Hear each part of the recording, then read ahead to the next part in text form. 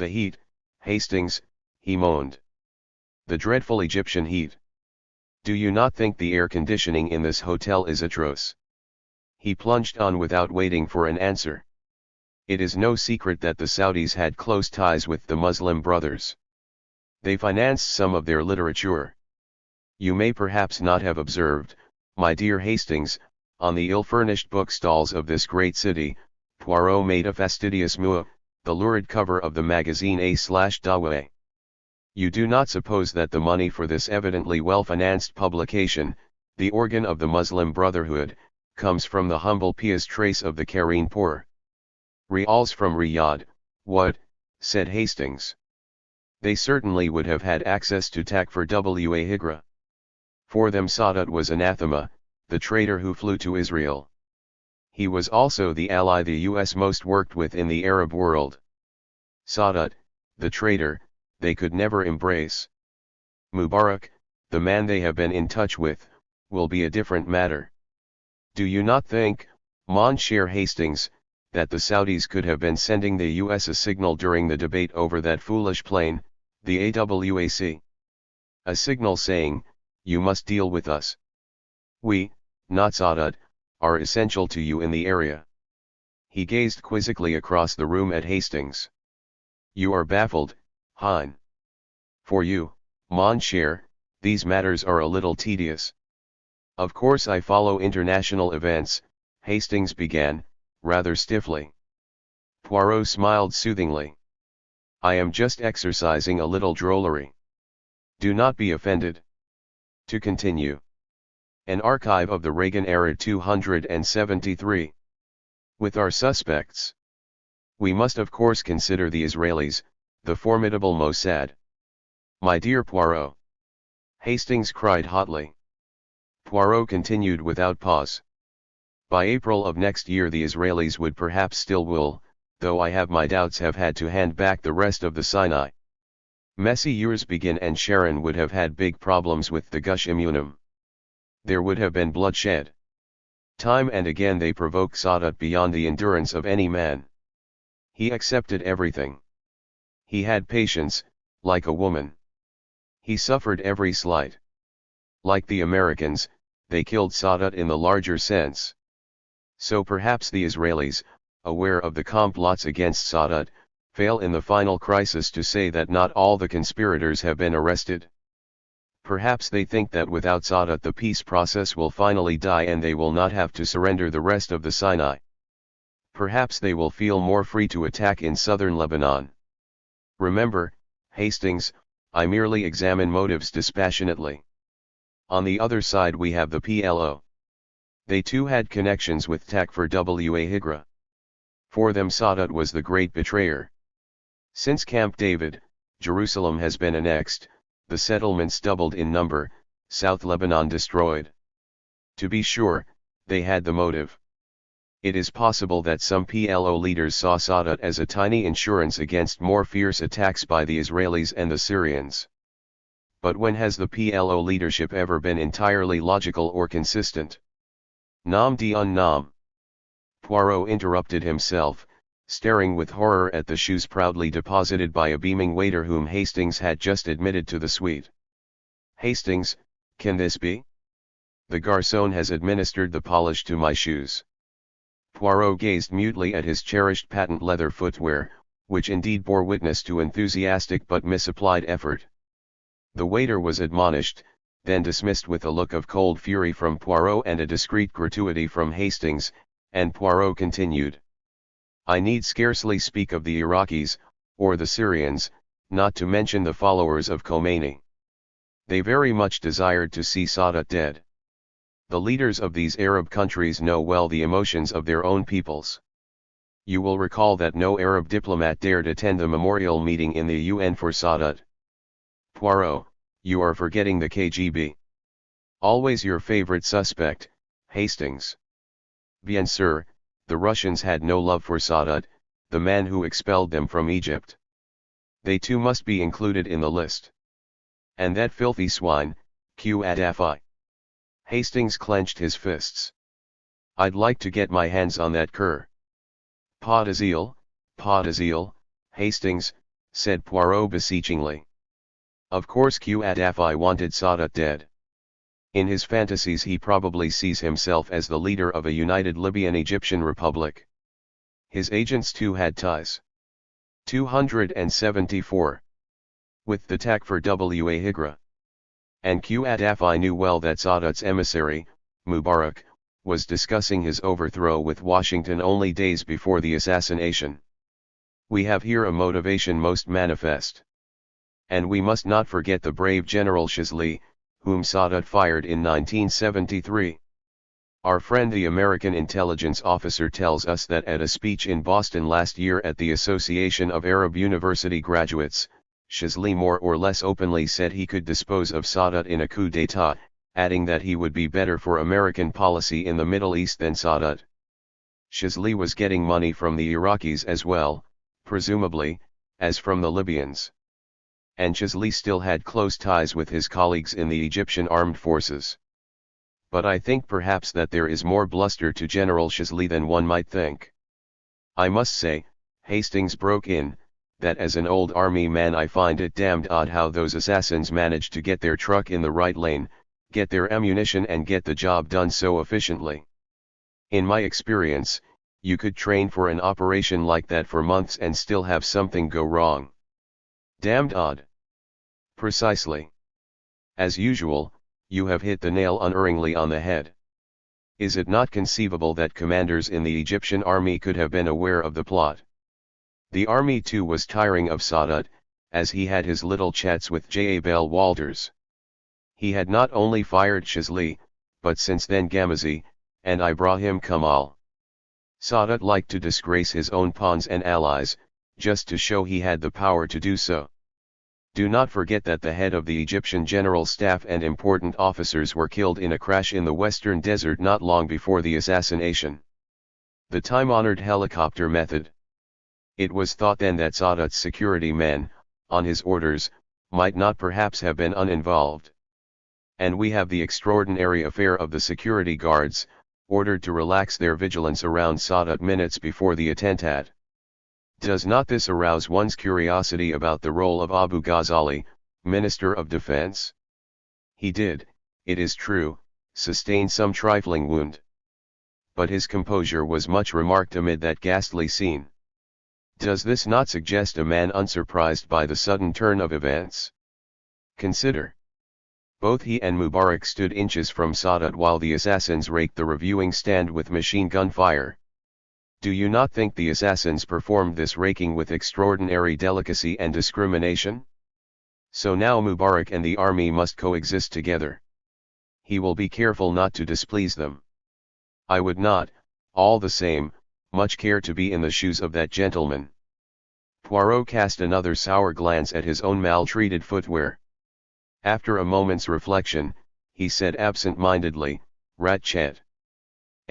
What's that, Poirot? You will recall, Hastings, the murder of Ratchet aboard the Orient. An archive of the Reagan-era 275. Express. An intriguing little mystery. But an instructive one, no. Poirot raised his eyebrows humorously as he studied the face of his faithful friend. Of course, Poirot. That's what gave you the clue. Precisely. They all killed Sadat. *VV. You have to be a Christie fan to get into this.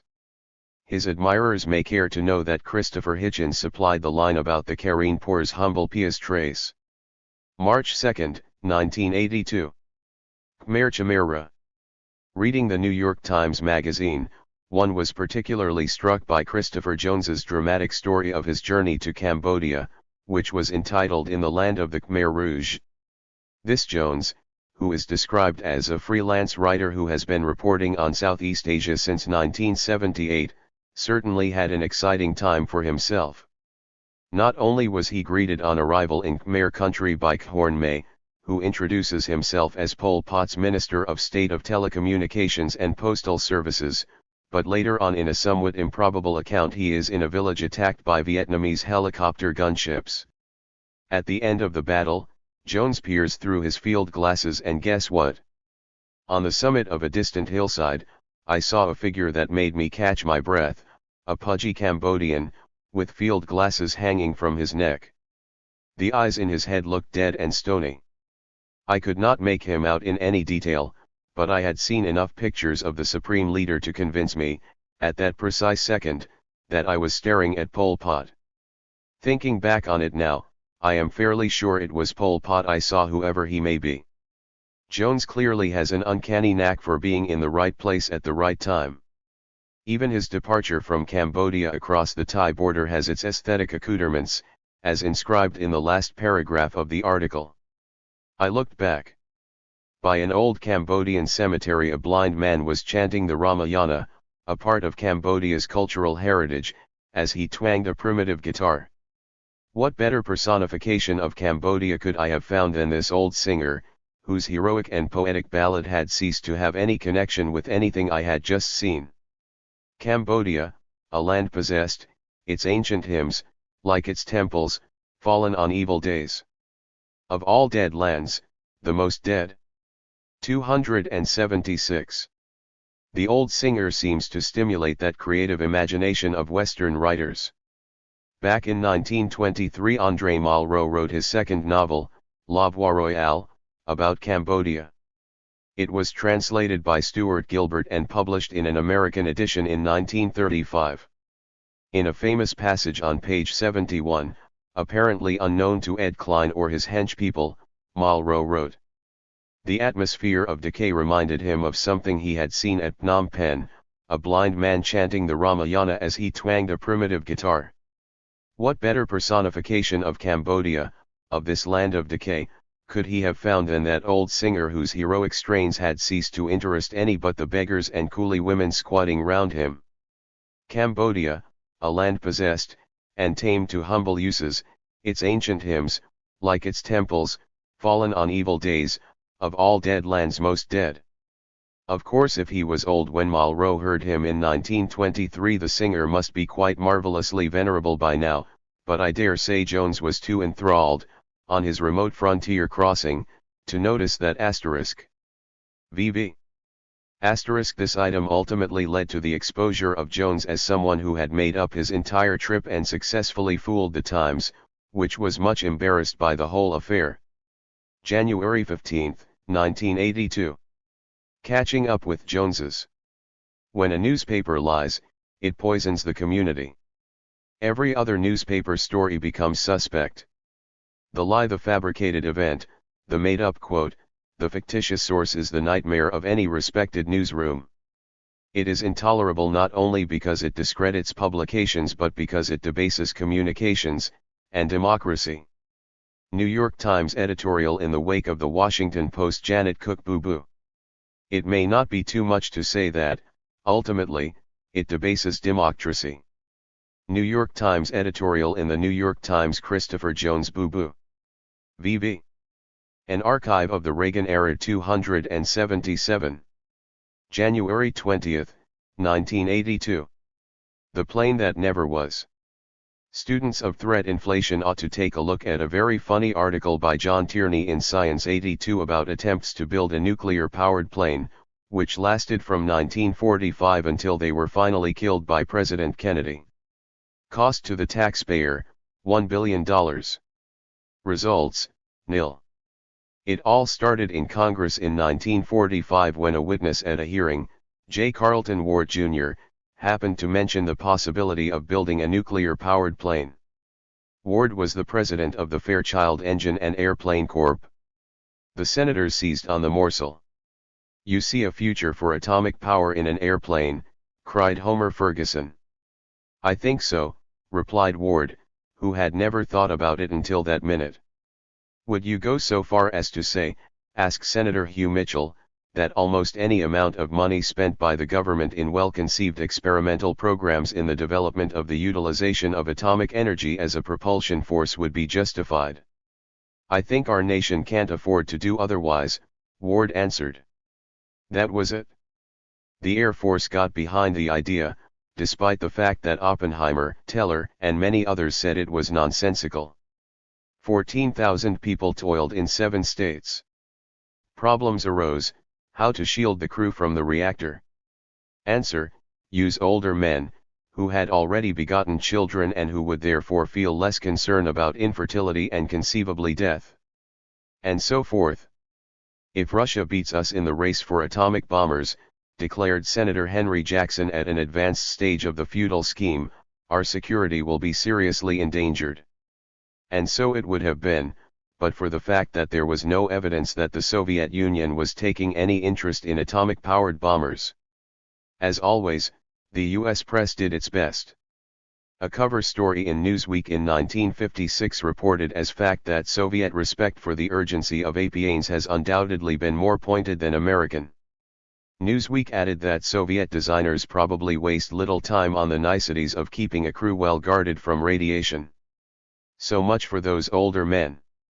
Then, on December 1, 1958, Aviation Week announced, a nuclear bomber is being flight tested in the Soviet Union. There was even a little drawing of a long contraption with a red star on the side. Aviation Week's editorial roared its grief: once again, the Soviets have beaten us needlessly to significant technical punch. How much longer can we afford this kind of leadership and survive as a free nation? Senator Richard Russell appeared on television and spoke of the ominous threat to world peace. President Eisenhower said 2 weeks later, 278, that there was not the slightest evidence of the Soviets ever having flown any such plane. It seems that US analysts were construing Soviet reports of US efforts to build the plane as Soviet reports of Soviet attempts to do same. Perfectly natural mistake, really. It was almost over for the A-plane. When Kennedy killed the project, Aviation Week mourned, the epitaph now being carved on the tombstone of the program may well be the same as that engraved on our tombstone as a nation. VV. March 2, 1982. Adolf Hitler by A.W. Interviews. Cover story: interview with Adolf Hitler, over lunch at Mortimer's with Andy Warhol and Bob Colacello, is full of interest for Führer buffs. Hitler is now becoming a fixture on the New York social scene, after some decades of seclusion in Agencien and Palm Springs. Bob, don't you wish you'd been able to spend Christmas in Berchtesgaden? Hitler: yes, it would have been fun to go along there and see them light the tree and all that sort of thing. Do you spend a lot of time in Europe, Andy? I have been going to Germany once a month. I think you would find it a bit changed. Hitler: blood mixture and the resultant drop in the racial level is the sole cause of the dying out of old cultures, for men do not perish as a result of lost wars, but by the loss of that force of resistance which is contained only in pure blood. All who are not of good race in this world are chaff. Gee. Maybe we should get a waiter and order. Hitler: just a salad for me, thanks. What about you? I'd like a medium cheeseburger and French fries and a lot of ketchup. Tom Enders was saying the other day that the Polish thing shows what a lot of trouble the Russians are in. Hitler: here fate seems desirous of giving us a sign.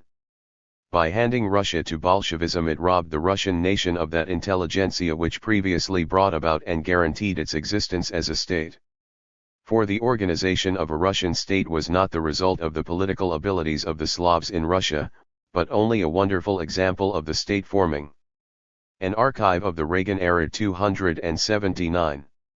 Efficiency of the German element in an inferior race. For centuries Russia drew nourishment from this Germanic nucleus of its upper, leading strata. Today it can be regarded as almost totally exterminated and extinguished. It was replaced by the Jew. Impossible as it is for the Russian by himself to shake off the yoke of the Jew by his own resources, it is equally impossible for the Jew to maintain the mighty empire forever. He himself is no element of organization, but a ferment of decomposition. The giant empire in the East is ripe for collapse. And the end of Jewish rule in Russia means also the end of Russia as a state. We have been chosen by fate as witnesses of a catastrophe which will be the mightiest confirmation of the soundness of the folkish theory. I was saying this sort of thing back in the 1920s. In the mid-1940s I thought I might have been wrong, but now I think time is proving the essential soundness of my arguments. Bob, Did you enjoy being Führer? Hitler, well, it was wonderful, mostly. First of all, to have been there and had that sense of history was very exciting and interesting. And you had a chance to meet some wonderful people, interesting people that you wouldn't have met otherwise. You were in a position to become involved in things and do things that you wouldn't have done ordinarily. So it was great. Bob, it must have been hard, though. I suppose you have more time for shows and movies now. Have you seen Taxi Zoom Klo? Hitler, no. If a proletarian tells me what he thinks, I can cherish the hope that someday this brutality can be turned toward the enemy. When a bourgeois indulges in daydreams of culture, civilization, and aesthetic joys of the world, I say, at least I used to say, you are lost to the German nation. You belong in Berlin's West End. Go there, dance your nigger dances till you're worn out, and croak. Just let me peek at the dessert cart. Andy, do you want some strawberries? Not for me. Hitler, I'll just take one helping of chocolate mousse. Just one. God, not that much. The Shah used to worry about the Russians too. Hitler, can't you see that Bolshevism is a conception of the world which is on the point of subjecting to itself the entire Asiatic continent, and will gradually shatter the whole world and bring it down in ruins? Bolshevism, if it proceeds unchecked, will transform the world as completely as in times past Christianity did. 30 or 50 years count for nothing where fundamental ideologies are at issue. Bob, at least the new administration recognizes this. Hitler, up to a point. But there is this stupid lip service to democracy. It is absurd to build up economic life on the conception of achievement, on the value of personality, and therefore in practice on the authority of 280. Personality, but in the political sphere to deny the authority of personality and thrust into its place the law of the greater number, democracy. In the economic sphere, communism is analogous to democracy in the political sphere. We find ourselves today in a period in which these two fundamental principles clash in all areas where they meet. Fortunately, some of your leaders recognize this. Bob, have you found that unfair treatment by the press hurts in a very personal way? Or have you found yourself becoming immune to that? Hitler, it hurts sometimes. But let me finish the point. Today we stand at the turning point of America's destiny.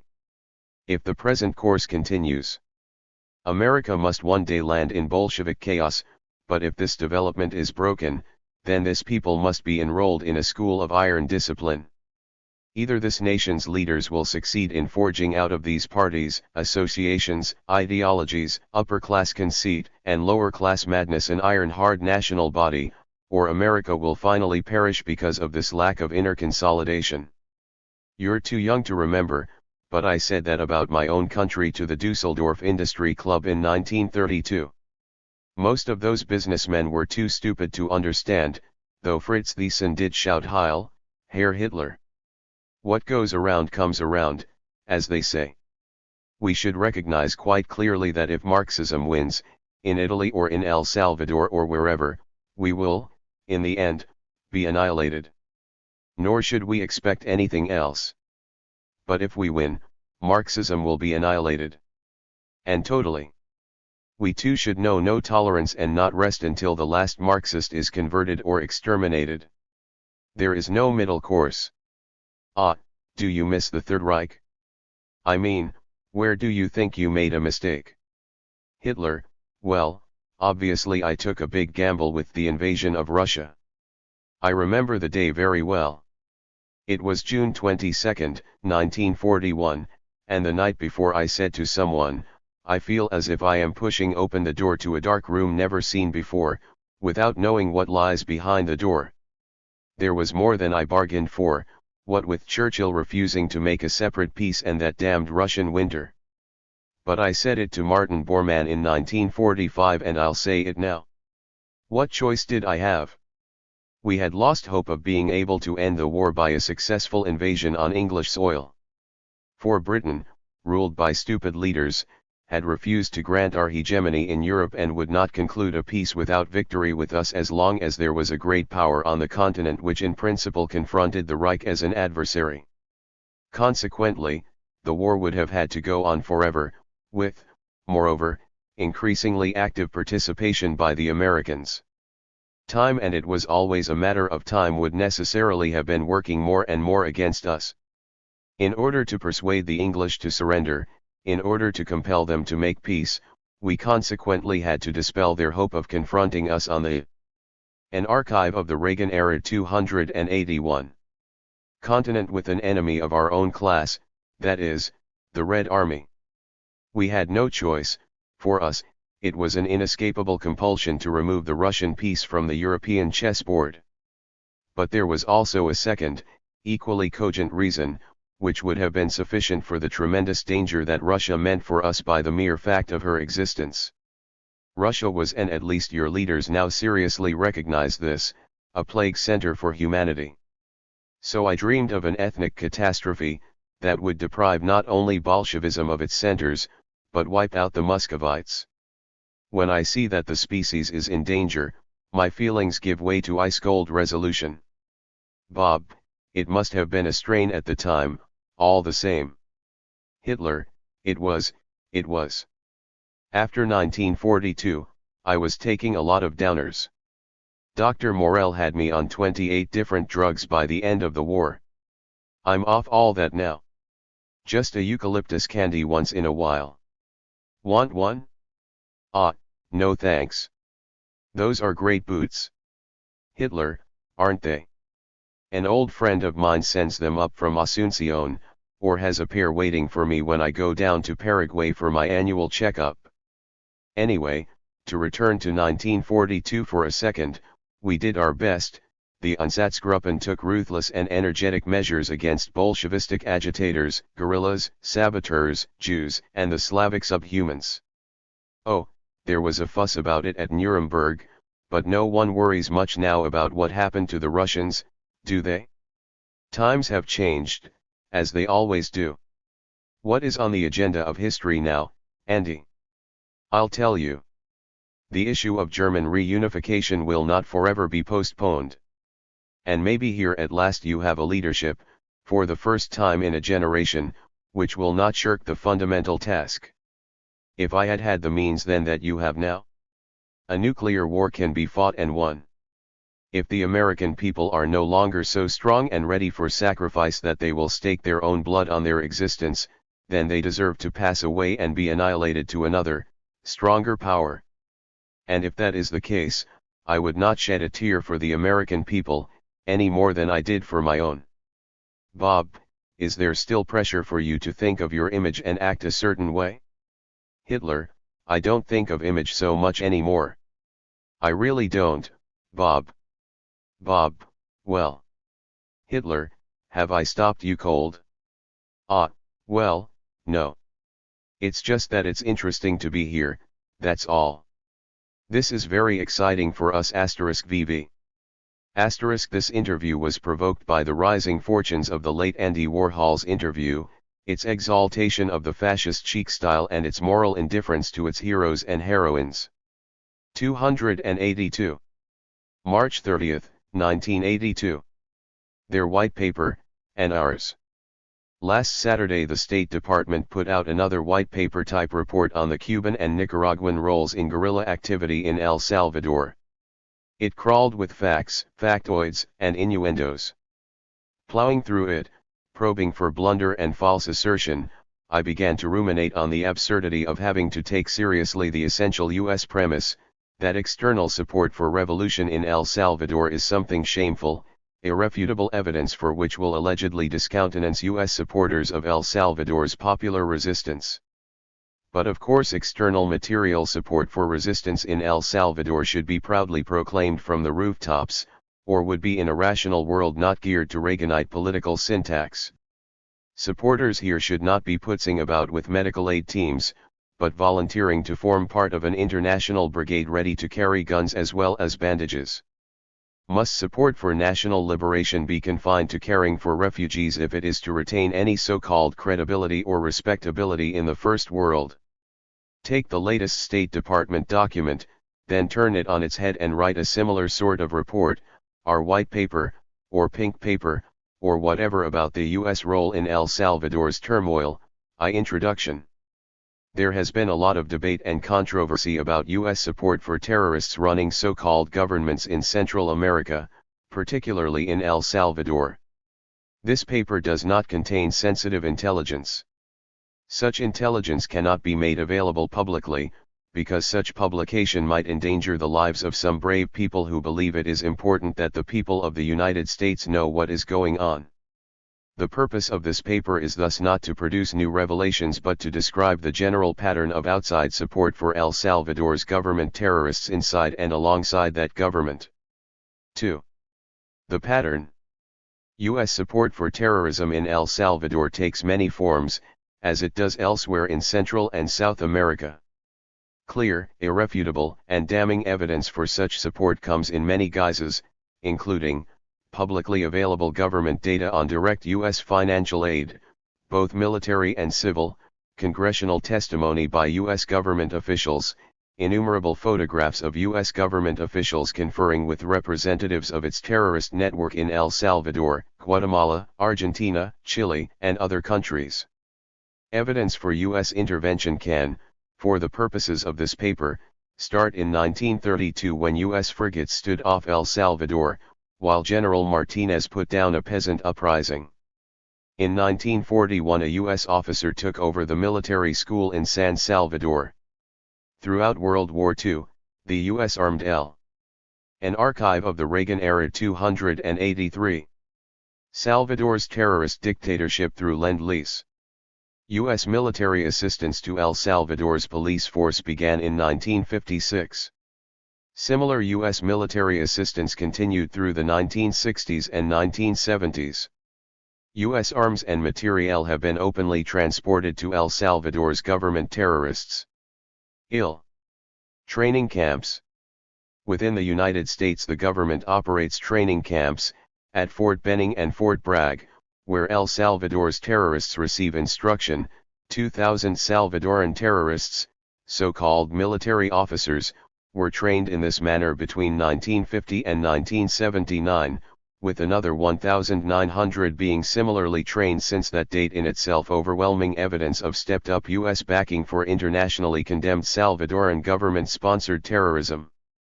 4. Command and control. The internationally denounced terrorist Roberto D'Aubuisson was welcomed in Washington, D.C. in 1980, conferring with many government figures. 2 weeks ago General Jaime Abdul Gutierrez visited Washington after a visit to another staging post in the international terror network, South Korea. 4. The terror network. Innumerable intelligence and media reports confirm the existence of a network operated by the U.S. to foster and maintain government terrorism in the region. Under U.S. guidance, support from Argentina, Chile, and other outlaw regimes is being recruited for El Salvador's terrorists. Known veterans of international terrorism such as Thomas Enders, Dean Hinton, and Vernon Walters have been traced on many missions to foster this international conspiracy. Shown evidence of such activity by the U.S., officials of many governments have agreed that US-sponsored terrorism and murder are intolerable. The election on March 28 is clearly a carefully stage-managed affair, designed to whitewash and ratify such US-backed terrorism in El Salvador, where all objective observers agree that the thousands of dead of the past 2 years have been the victims of the US-backed junta of terrorists. VV. April 13, 1982. Will the freeze movement be more than a fad? From President Reagan down, no politician can ignore the growing popular alarm. Television programs, teach-ins, seminars, town meetings, and city council debates concern themselves almost daily with the horrors of nuclear apocalypse. On Capitol Hill itself, Congress has allocated special time to consider nuclear peril. 284.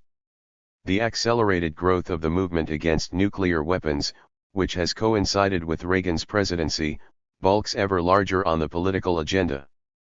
In a way, in this apolitical frenzy of interest, nuclear apocalypse merely becomes more rooted in the national psyche, refreshed by the tears of its possible victims. Everyone is against the bomb, with degrees of passion and with various strategies to avert mass extermination. Reagan is against the bomb, and calls for a military build-up followed by sharp reductions to be agreed upon with the Soviet Union at some later date. Many senators and congressmen favor a freeze. Organizations such as Ground Zero, sponsor of Ground Zero Week to be held April 18 to 25, focus on educating the public in graphic detail, through talks and seminars, about what nuclear war would be like. Around the country, groups nurtured by traditional peace organizations such as SANE and the American Friends Service Committee are loosely linked in a freeze campaign. Local town councils, on the Western European model, are refusing to participate in civil defense plans. On the surface the swell is impressive, and bears every sign of being a potentially vast grassroots movement, based largely in the middle class, with some urban minority involvement. But those with memories of the Ban the Bomb campaign in Britain in the late 1950s, or who took part in the efforts toward the 1963 nuclear test ban treaty, know well how quickly such swells can subside, their moral fervor finally extinguished by quotidian political reality and expediency. A lack of politics or of clear political objectives beyond the rhetoric of hellfire, laid them low. By the early 1960s the British C&D movement had all but disappeared.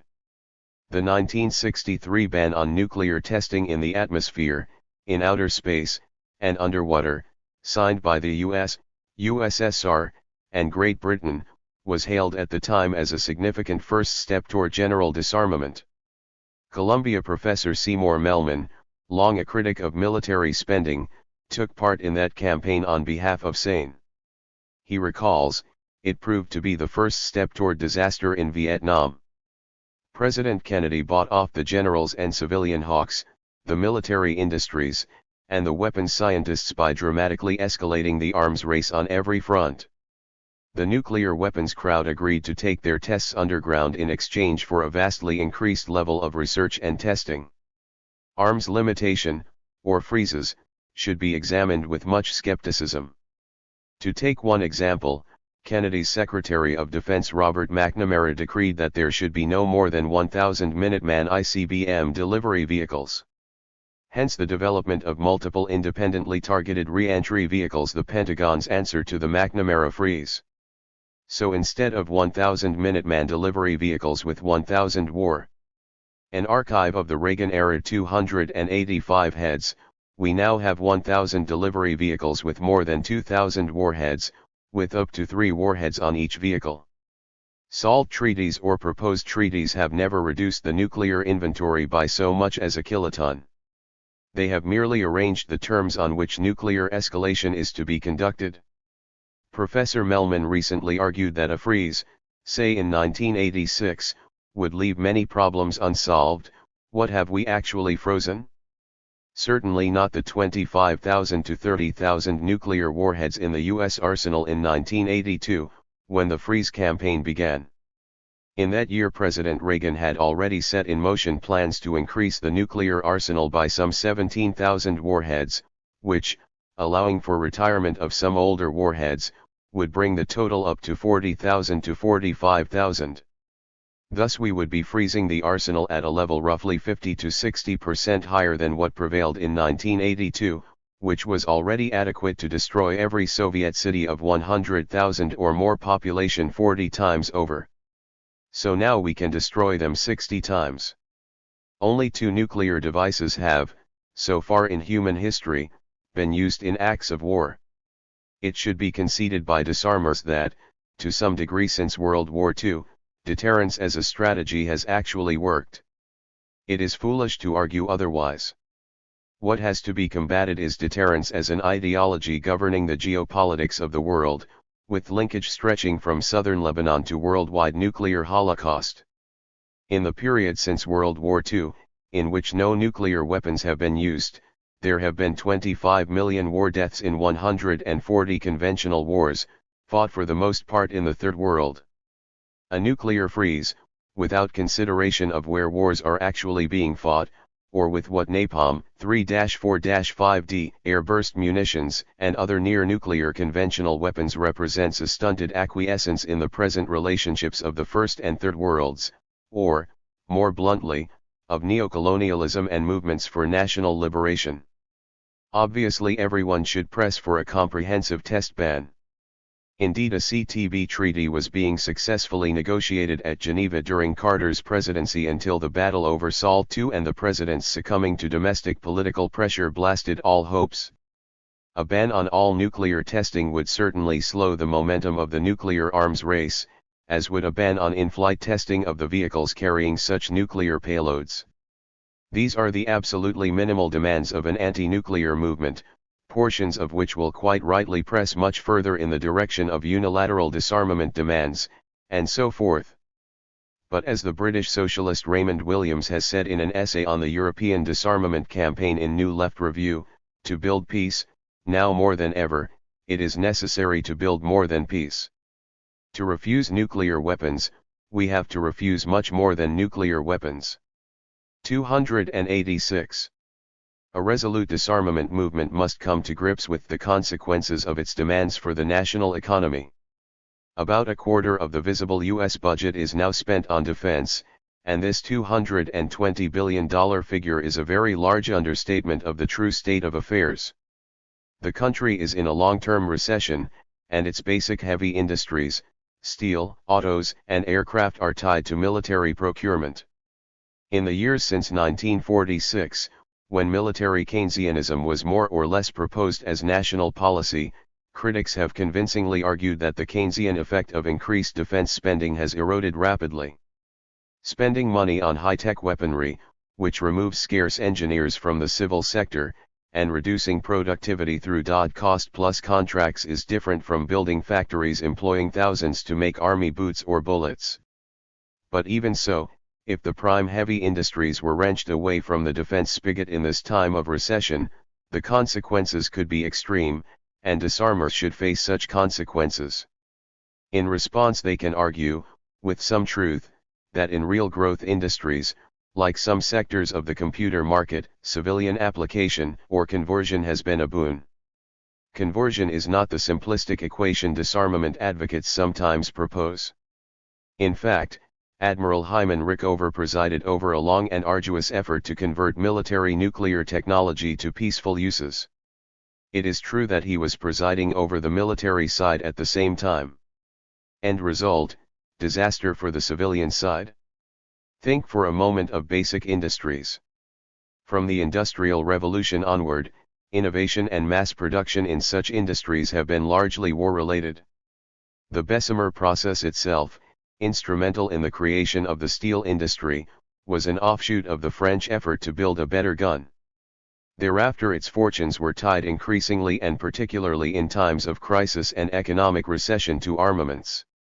The so-called strategic metals industry, seen as a source of uplift to the metals industry as a whole, is tied to warfare and dependent upon military expenditure and oppression of the Third World producers. In industry after industry, from oil, through pharmaceuticals, through rubber, through airlines, the Defense Department is the customer of last resort. Goodwill, spasms of alarm about nuclear apocalypse, and some large demonstrations will not be enough to discommode this nexus. The question for months to come will be whether a broad movement against the nuclear arms race can have much more fuel than a somewhat faddish preoccupation with global catastrophe. And if anyone thinks this is a cynical way of putting it, let us remind them once more that simple horror and moral affront are at the same time often too intense yet too vague to translate into useful political results. Twice in the last 20 years in the United States, we have witnessed an archive of the Reagan-era 287 emergence and growth of large middle-class movements animated by outrage, the anti-war movement of the middle to late 1960s, and the environmental movement of the 1970s. They achieved great successes, but in the end fell short of the potential once hoped for them.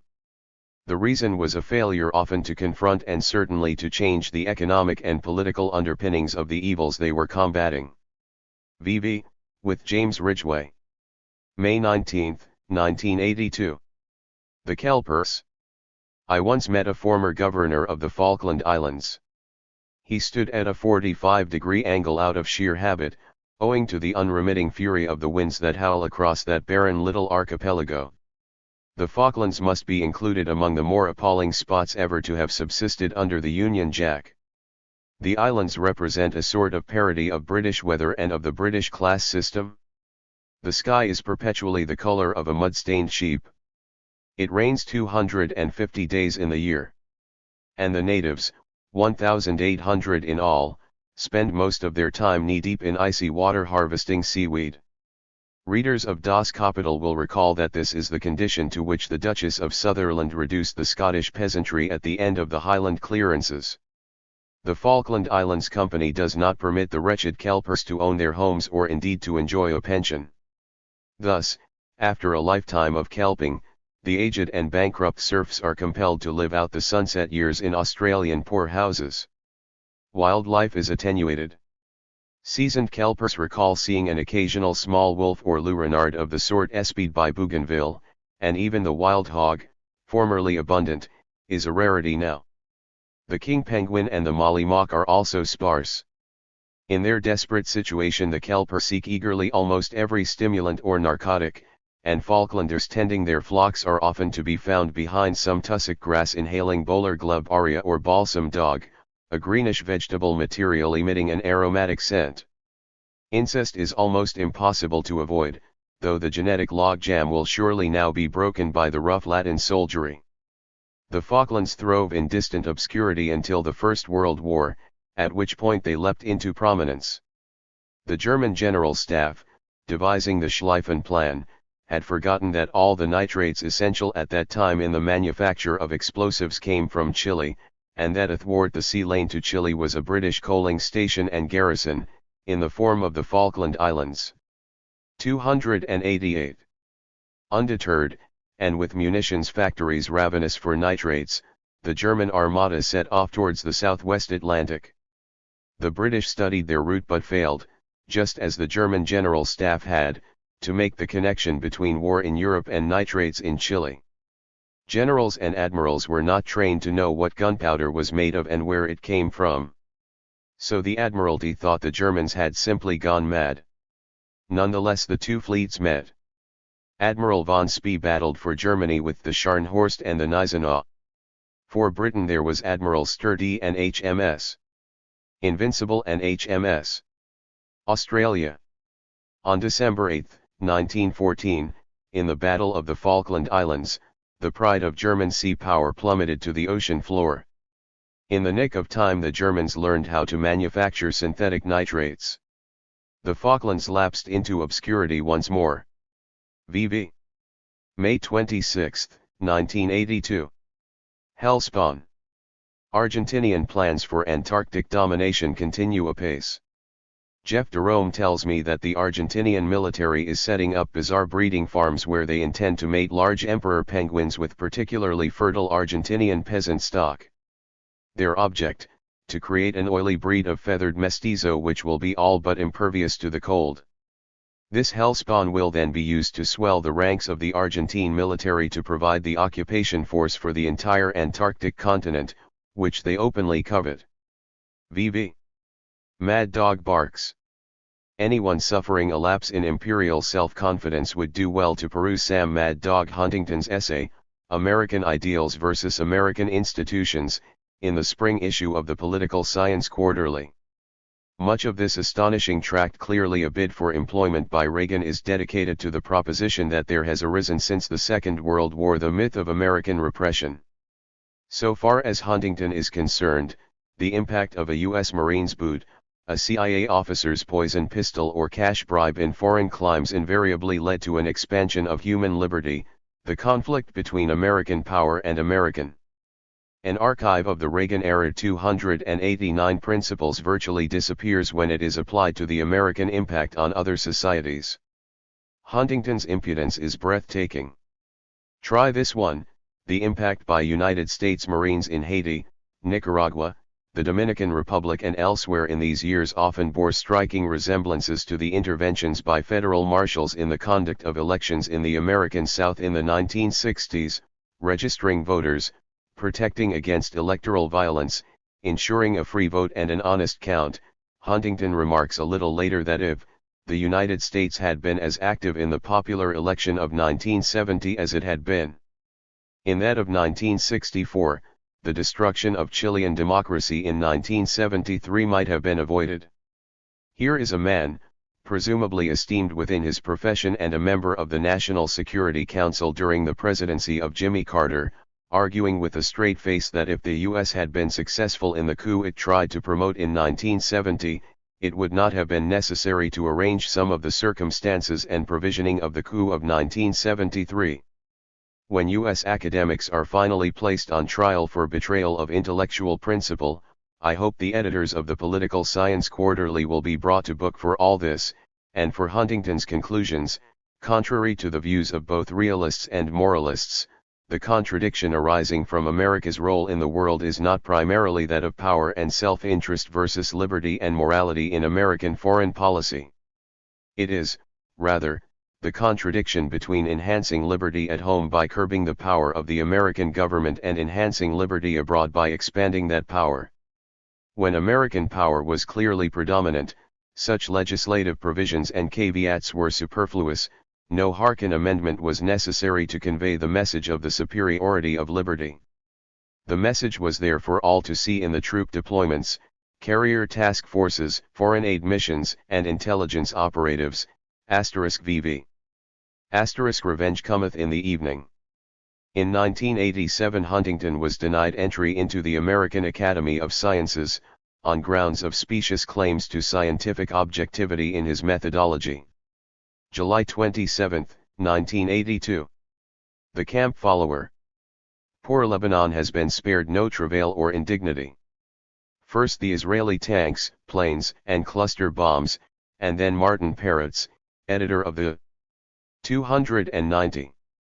New Republic and camp follower of the IDF, prancing northward in the wake of the tanks, planes, and cluster bombs. I was there, says Peretz proudly at the start of an enormous article in the current New Republic. And indeed he was, but not for long, before he dashed back to Washington to write a paean to Israeli military comportment during the invasion, giving the general impression that between the military operation of the last 6 weeks and rush hour on the IRT it was hard, so far as brutality is concerned, to choose between the two. I was there, says Peretz proudly. Other people were there too, including the Norwegian and Canadian doctors whose accounts of the beating and murder of Palestinian prisoners in a convent courtyard in Sidon I mentioned a couple of weeks ago. Both the Norwegians, Dr. Steinar Berge and Dr. Øyvind Moller, and the Canadian Dr. Janu had been in this country testifying about their experiences during the invasion, and what they subsequently observed after being taken prisoner by the Israelis. Moller was a social worker. He and his wife had been working for 9 months in a rehabilitation center for handicapped children, in the Palestinian refugee camp of En El Hilway outside Sidon. The program was partly financed by the Norwegian government, trade unions, and the Refugee Council. There were 7 armored personnel carriers with a machine gun trained from each personnel carrier on the crowd of prisoners. 30 to 50 soldiers with sticks, chair legs, staves with nails sticking out of the end, surrounded the prisoners. They had ropes with knots and nail clusters at the rope ends. They had stiff plastic hoses. 5 prisoners had their hands tied behind their backs and were blindfolded. One soldier kneed a man in the groin with all his strength. He hit the man on the back of the neck as hard as he could and then kicked him in the stomach. Then he kicked the prostrate man hard in the head. This was then done to the 4 other prisoners of the group of 5. In variation, this treatment was then given all these prisoners. On another day, Moller says, there was a man, 60-some years old. He was now desperate. The heat was unbearable. We had had no water. He got up and staggered forward. He tried to kick an Israeli soldier in the leg to get his attention. 4 or 5 soldiers jumped him and kicked and beat him. They used plastic hoses, sticks, the ropes with knots, and then kicked him with their boots. They kept this up for 10 minutes. Dr. Berge was with me and we both agree it was at least 10 minutes. It was terrible to watch. It seemed to go on forever. This took place in front of everybody. Such savage beating went on constantly in the yard but not in front of the entire group. For 10 minutes they pounded and beat him everywhere, in the groin, the stomach, and the head. Yes, all over his body. When they were finished beating him he lay still. An archive of the Reagan era 29. Then they tied his heels together and tied the rope to his wrists so he was trussed up in an arch, lying on his stomach with his head pulled up by the tautness of the rope around his heels and wrists. It was sickening. Later, says Moeller, I saw him. He was no longer trussed up. He lay motionless in the sun with 3 others. They all seemed dead. They were piled on top of each other, their motionless limbs intertwined. They were swollen, none moved. That was the last I saw of that old man. I later saw the ambulance with the back door open. Inside I could see a pile of bodies. I couldn't determine exactly how many. Stainer saw at least 6 at a later time. We know many of the prisoners died from their beatings. Whenever prisoners started to ask for water, the soldiers began the beating. We heard prisoners had been without water in the broiling sun for 3 days. Whenever a prisoner cried for water he was beaten. At one point some soldiers brought a few cups of water. Some prisoners got up on their knees and tried to crawl forward. Their handcuffed hands were stretched out in front of them in a posture of prayer, begging for water. Many had lost all pride and pleaded, "Please, please give me some water." Now soldiers came forward. They had cups and let a couple of prisoners have a few meager drops of water. The soldiers were taunting the prisoners. The prisoners now pleaded for water even more frantically. Now the soldiers moved forward and began to beat the prisoners fiercely with sticks. The prisoners tried to retreat to the group and to sit down again, but the soldiers moved after them and struck them repeatedly with staves. The prisoners were collapsed to the ground. The soldiers seemed to have their pretext for doing the beatings again. Moeller adds that Colonel Arnon Moser, Israeli commander in the Sidon region, was 2 meters away from him at times when beatings were going on and did nothing to stop it. So Moeller was there, and Peretz wasn't. But I suppose that Peretz, just like the Israelis, will hint that Moeller and Berga and Janu were all terrorists, or had links to terrorist organizations. Organizations unspecified of course with the ascription terrorist intended to nullify their words. VV 292. September 28, 1982. The Beirut Massacre and the U.S. Press. The massacre in Beirut will not make much of a difference in U.S. reporting on the Middle East, nor will it signal the dawn of a new era in the US-Israeli relationship or in the history of Israel. Those still incredulous about Israeli complicity in the massacre will ask for more details, even as the details minutely described this week dim in the memory. The de facto annexation of the West Bank will not stop because the U.S. press is at long last, though who knows for how long, doing a better job. The lot of the Palestinians will not necessarily be improved if Begin falls or Sharon is disgraced. People who presage a new dawn, born suddenly from tragedy, remind me of those who used to ask back at the end of the 60s when the Northern Irish problem would be resolved. In their brisk demeanor they seem to be thinking of next week, or at the outside next month. History is more sluggish and less pleasant. Lars Eric Nelson, Washington bureau chief of the Daily News, wrote on Monday. It is disingenuous for Reagan to lay the responsibility for the slaughter of the Palestinians at Israel's door. Yes, the Israeli army, which seized West Beirut to preserve order after Gemayel's death, immediately opened the refugee camps to Christian gunmen seeking to avenge the death of their leader, Gemayel.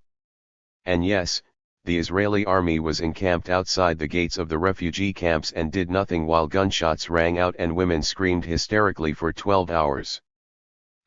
We do not really know who has been in there pulling the trigger, a senior administration official said Saturday as the magnitude of the horror was unfolding.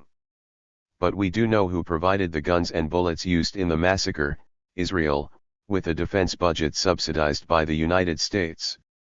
We do know who assured the Palestinian guerrillas that, if they evacuated West Beirut, their wives and children would be safe from having their throats cut and their brains blown out by vengeful Lebanese Christians. President Ronald W. Reagan of the United States of America provided those assurances. They were worthless. American honor was at stake in West Beirut. Israel was the guardian of that honor. And then Israel put its own honor in the hands of a bloodthirsty band of savages, renegade Christians who, with pictures of the Blessed Virgin taped to the stocks of their Uzi submachine guns, committed an atrocity that will rank with Liddicy and Bobby Yar and My Lai. For this, shame on who? On Menachem Begin? He will not accept it? Shame on us for letting him lead us on. Shame to the press for having been, for so long, complicit in this. An archive of the Reagan-era 293 process. Shame to those who reveled in terror scenarios a la Claire Sterling and in international conspiracy mongering. They were as credulous recipients of propaganda as those hatted militiamen described by Thomas Friedman who accused foreign doctors being marched down the main street of Shatila refugee camp of being a Baader Meinhof gang, even as they snatched away a Palestinian among them, took him behind a cinder block wall and, it seems, summarily murdered him.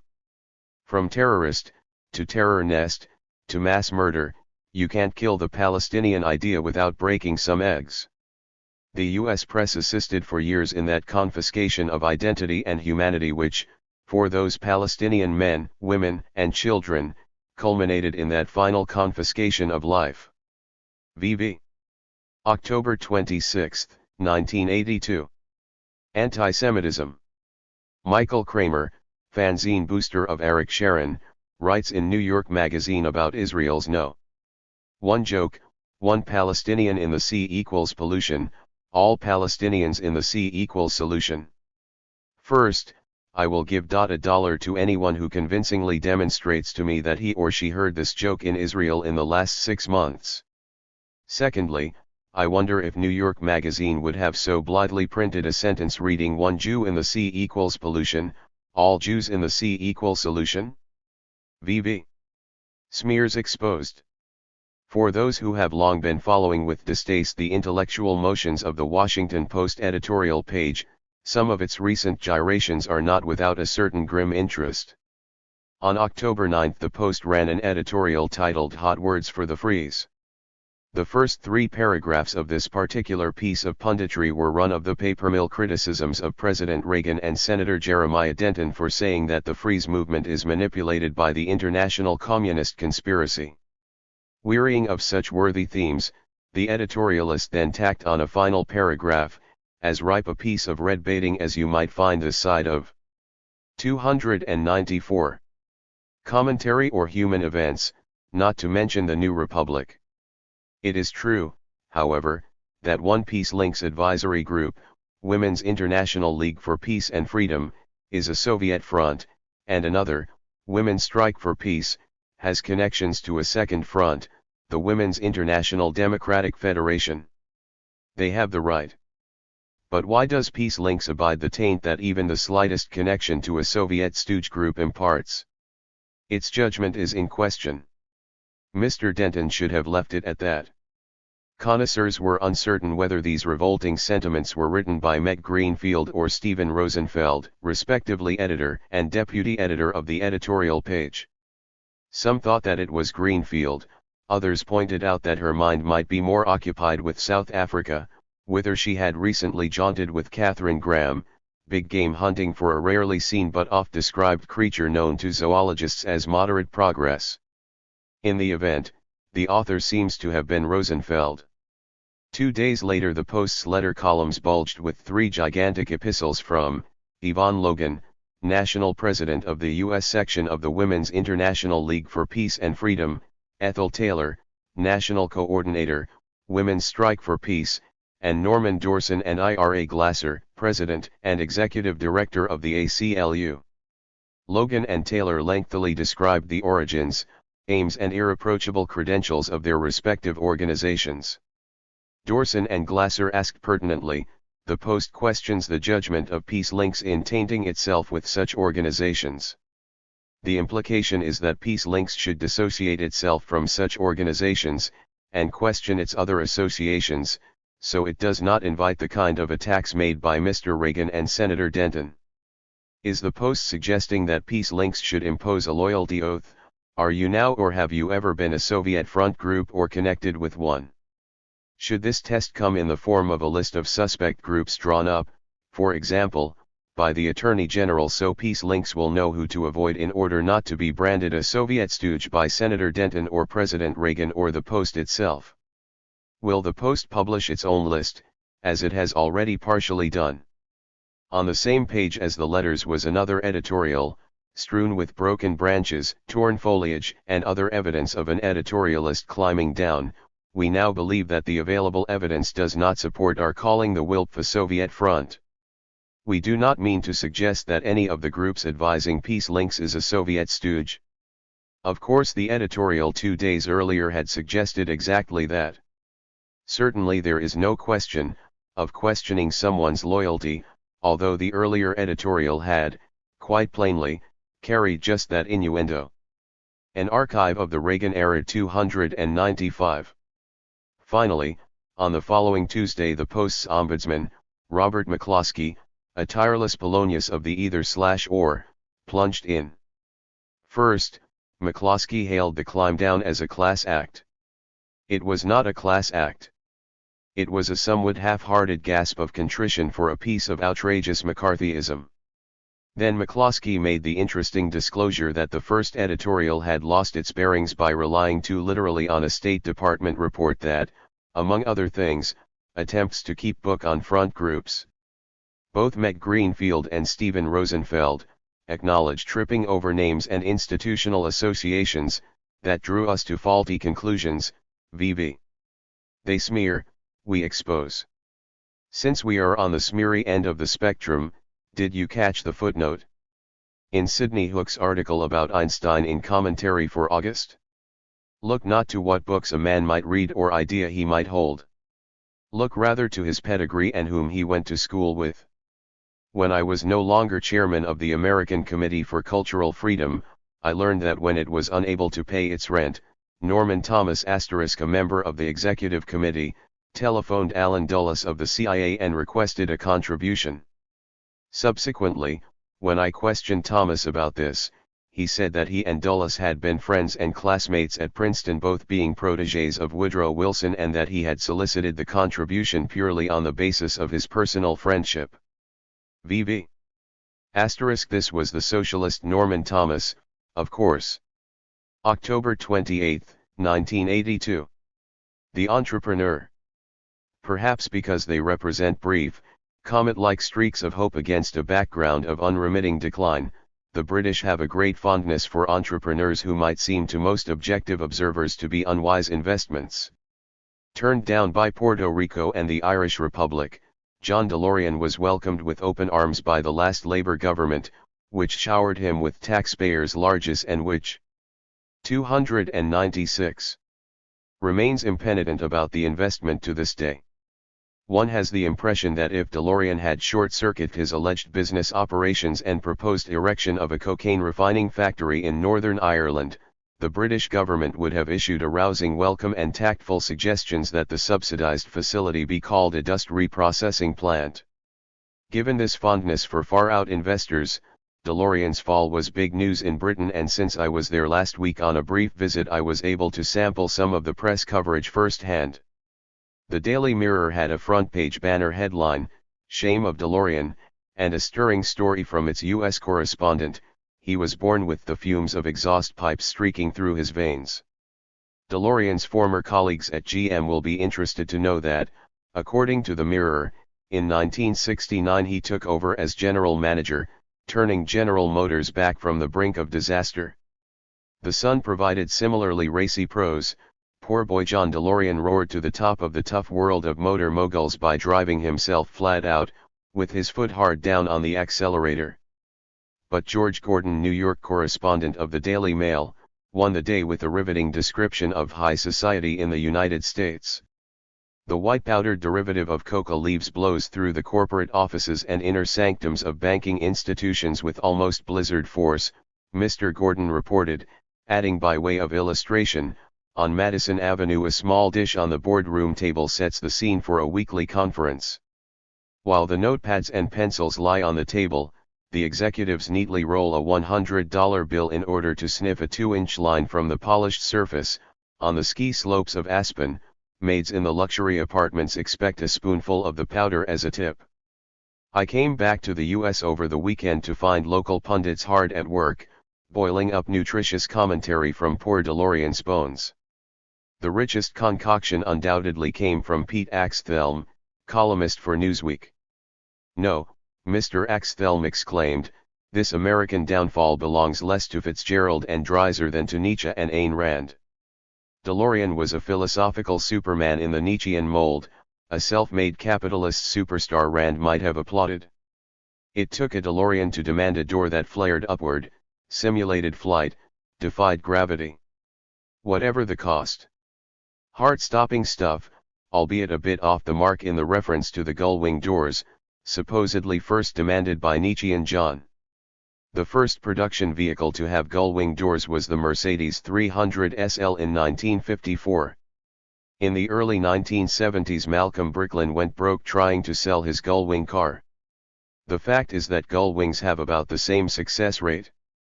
An archive of the Reagan-era 297 as the contraption Daedalus strapped on Icarus. What occurs to Joseph Kraft, ruminating on the DeLorean affair, is that high rollers are on the loose. Greed at the top has been systematized and even sanctified. And starting with DeLorean, Mr. Kraft starts ticking off big blips on the greed graph. William Agee, a promiscuous bidder for other companies, football owners and players, bankers lending to Zaire and Poland, oil companies doing business with Libya, Bert Lance, Jerry Ford, Richard Nixon, the Tylenol case, the Reagan administration, the elite universities, business schools, press, television, and Jerry Falwell. He seems to have left almost no one out, but the argument is extremely unfair to DeLorean, who was trying to save his company, in rather more daring and innovative a fashion than goody-goody Lee Iacocca, who has been resourceful enough thus far to entrap rather than be entrapped by big government dollars. Mr. Kraft's grave observations on the new age of greed must have been infectious, because the Washington Post ran an editorial shortly thereafter, lamenting that tragically, in some areas, cocaine, not cars, is the growth industry. The case of John DeLorean is a reflection on an economy and a culture where creative business enterprise can fail and the soul-destroying corruption of drug addiction thrives. Having thus hammered down the coffin lid on the cadaver of the American way, we can imagine our editorialist leaping clear of the typewriter and hurrying off for a bracing cocktail. Editorialists regularly write off the American way by about 5 p.m. and never seem to express surprise at finding it still in place the following day. There is no need to sound the knell for capitalism, in brooding on the DeLorean case. Aside from the foolishness of his alleged final attempts to organize a bailout, DeLorean's main mistake in launching his entrepreneurial venture was to do it during an administration dedicated to the entrepreneur. Reagan rhetoric, back in the good old days when sage mariners were predicting that a flooding tide would raise all boats, nailed its colors to the mast of the new entrepreneur, who would avail himself of supply-side surplus and make America great again. The whole thing went wrong, of course, and now the new entrepreneur, doomed by interest rates and economic conditions, lies with a stake through his heart. The same thing happened over in Britain, once that other friend of the entrepreneur, the Thatcher government, came to power. One of Prime Minister Thatcher's greatest enthusiasms was Freddie Laker, and poor Sir Fred was one of her first victims. Soundly weighted with the Thatcher plaudits and the Thatcher economy, he sank like a stone to the bottom. Nor is cocaine a symbol of America's decline. It is an emblem rather of capitalism's great resourcefulness, and I am somewhat surprised that the 298 achievements of the cocaine industry have not been properly hailed in the editorial columns opposite this page. In the first place, cocaine is a plucky inflation fighter. The Drug Enforcement Administration informs me that the street price of approximately $100 a gram has held since President Reagan took office. The DIA also reckons that the retail value of cocaine sales was $29.5 billion, to an estimated 10 million regular U.S. consumers. This puts it well ahead of tobacco, with total retail value of sales in 1981 at $20 billion, and even ahead of alcohol sold outside of saloons and restaurants. Now it does not take the coincidence of a Nobel Prize to Professor Stigler, analyst of the costs of regulation, to realize that if the cocaine industry can reach such a level even though hogtied by government interference and red tape, what levels of business-enhancing potential might it not ascend to once government is prized off its back? This is the lesson libertarians should hammer home, even as they rally behind DeLorean, who should become one of their most honored martyrs. Wall Street Journal. December 2, 1982. Mount Kissinger erupts. Halfway through November, spewing smoke and cliché hundreds of feet into the air, Mount Kissinger entered a peculiarly active phase. Though no actual loss of life seems to have occurred, Kissinger alerts were broadcast on an hourly basis, warning the populace to beware of falling platitudes and other detritus from this semi-extinct volcano. The first eruption took place in the London Economist, dated November 13 to 19, and took the form of a conversation between Mr. Kissinger, coyly described as a private citizen, and the editor of The Economist, a long-term Kissinger disciple, Andrew Knight. Over 5 interminable pages the two Ks rambled through the politics of the Levant, leisurely seeking out and successfully locating the obvious, the fresh beginning now to be descried beneath the rubble of Lebanon, the hopes but yet the perils offered by the Reagan plan, the possibility for moderate advance, yet the ever-present menace of extremism. Hardly had the basso rumblings died down before Mount Kissinger burst into activity once more.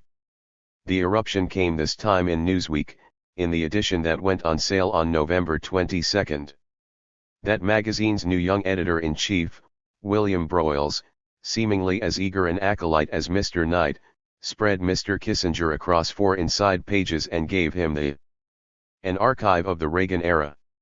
299. Cover as well, How to Deal with Moscow, an exclusive report by Henry Kissinger. Once again, for those foolhardy enough to embark on the text, there was the exhausting trek through slowly cooling statesman speak, to bring about a genuine change, expressed in substantial reciprocal arms reduction and restraint in international conduct requires American leadership founded in firm purpose, clear concept, and steadfast strategy. Our policy must be based on strength to discourage adventurism yet at the same time offer a vision of a better world for all peoples. At first I took all this volcanic activity to be part of a normal pattern. Mr. Kissinger's perennial need to keep his name in the public eye as a senior statesman, and thus maintain his exchange value. In a decently ordered world Mr. Kissinger would have at some point endowed himself with legal credentials and thus could now, like Cyrus Vance or William Rogers, have retired to the powerful obscurity of an obscurely powerful law firm. The alternative, for which no known credentials are required, would be an academic position of the sort now enjoyed by the Brzezinskis, Rusks, and Bundys of the world. The Kissinger imperial ego evidently regards this latter course as unthinkable. I had thought that Mr. Kissinger's chosen mode, that of international superstar, Café Society's preferred oracle, would not for long endure, that the decline would be rapid, from special advisor to NBC, to guest on the Johnny Carson show, to final apotheosis on the Hollywood squares. Not so. Needing, by the look of his appurtenances and domestic requirements, at least $1 million a year in income, Mr. Kissinger has lived by his wits with amazing success. There is now a whole range of semi-extinct volcanoes, including Lord Carrington and R.O. Anderson, grouped under the generic title Kissinger Associates and charging $250,000 entry fee to each client.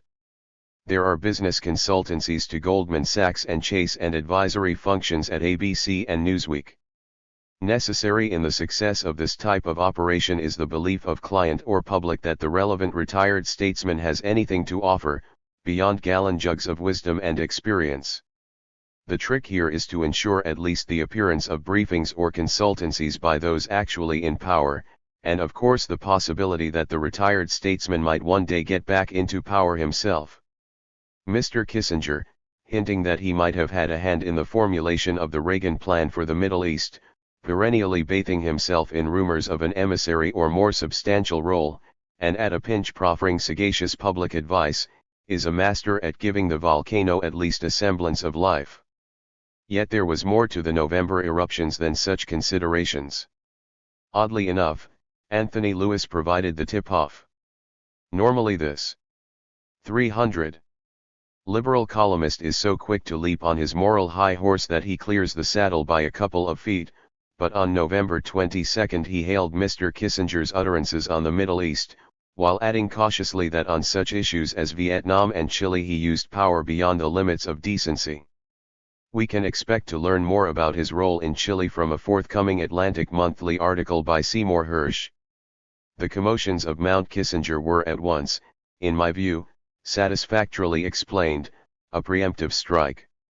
If a volcano is bursting ponderously into life, you have less time to inspect the pool of sewage spreading across the backyard. The issue of the Atlantic with Mr. Hersh's article in it went on the newsstands a day or two after Newsweek grandly promulgated Mr. Kissinger's views on the Russians. Mr. Hersh's article has not caused much of a stir. The Washington Post said it contained no smoking gun. These are times, or course, when a gun has to explode in your hand for anyone to pay attention. Wounds are being healed, Vietnam memorials unveiled and ex-presidents rehabilitated at such a rate that they'll probably be reappointing Spiro Agnew soon as Secretary of Commerce. Mr. Hersh's examination of the actions of Messrs.